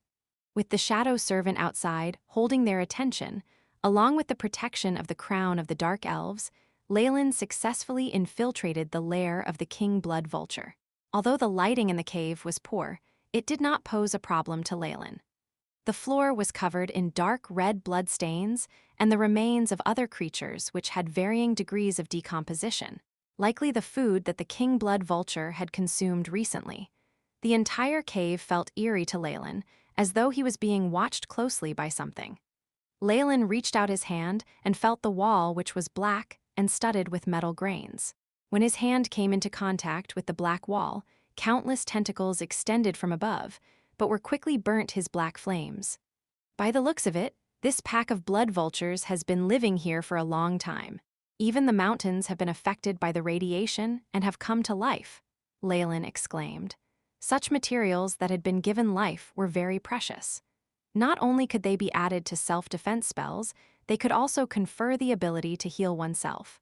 Architecture that was built mainly with these materials usually could last for more than 1,000 years without collapsing. If such materials could be added to Leylin's Magus Tower, its degree of stability would definitely go up a notch. What a pity that plans to exploit this area would certainly be too unrealistic. Leylin continued walking deeper and deeper until he reached the end of the cave, where laid a gigantic blood vulture nest. Gold animal fur and the metal itself were laid out to form a sturdy mat, upon which there was a depression from years of use. Yet, there wasn't a single thing on the mat. Leylin was shocked, but followed with a bitter laugh.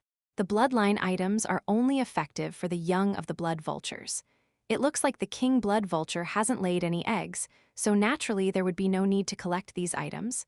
I have to evacuate as soon as possible and ransack all the other blood vulture lairs before that. Leylin was determined. He made a prompt decision on the spot. If there weren't any new discoveries, he would choose to leave immediately, and hardly did a sloppy job. Who would have thought that I would meet a comrade here? An exclamation sounded from a distance, causing Leylin to freeze in his steps. He turned and firmly stared at a corner. There, an illusory figure slowly came into view. A soul? No, an even more powerful being. Leylin watched the figure that had suddenly appeared, as though he was about to face an enemy.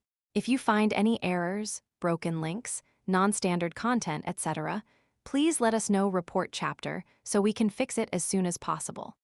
Chapter 430, Activation. The illusion that surfaced was that of an astonishingly beautiful young woman.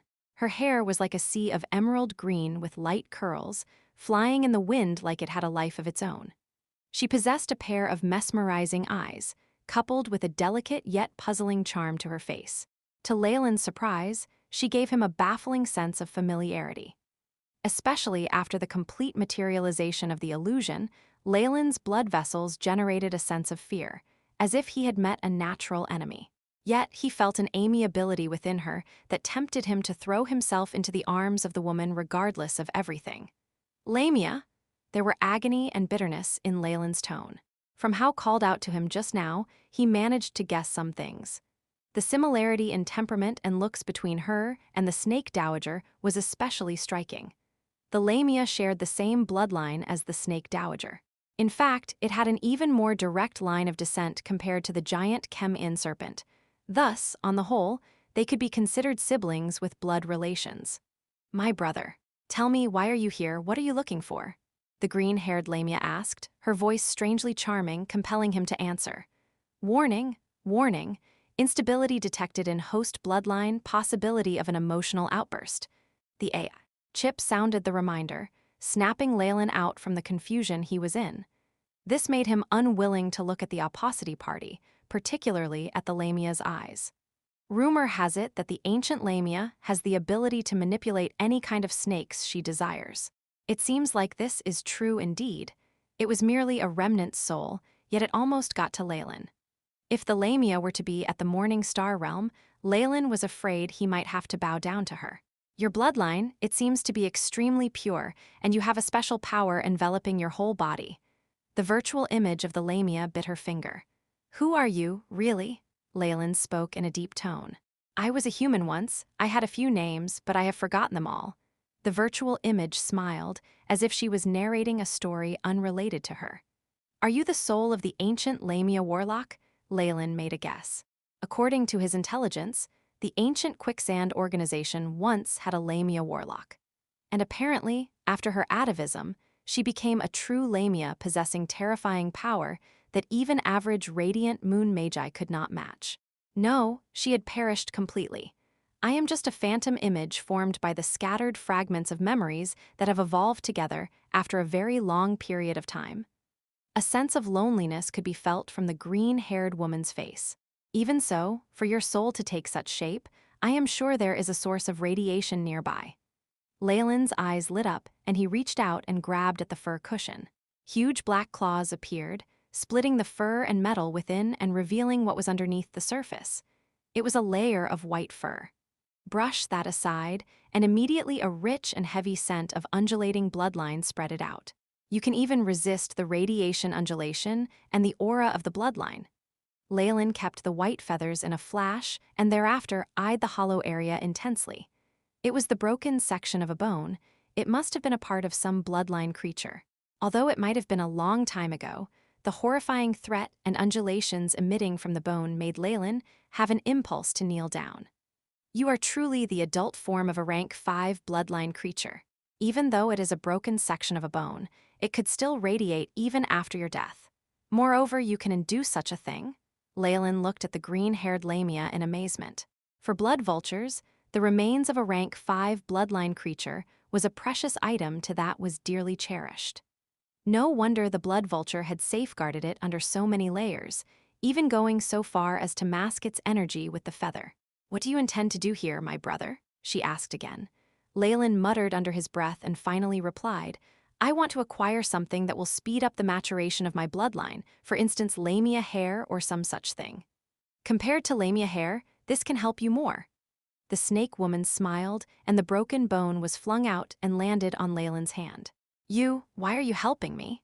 Feeling the ecstatic joy boiling in his bloodline, Leylin knew the broken Lamia bone in his hands were the real deal. He could already feel the transcendence. However, he did not immediately accept it and instead asked some questions. "I have been in existence for far too long. It might be a few hundred years or even thousands. I can never leave the designated finger bones radiation area." The Lamia shot a glance at Leylin. "Do you know how it feels?" Leylin fell silent. Such pain, it did indeed have the ability to drive a Magus crazy to the verge of seeking death. "If you take the finger bone, there will be a shortage of such a radiation environment, and I will gradually fade away." The young woman's silhouette became more and more illusionary, with a smile of relief on her face.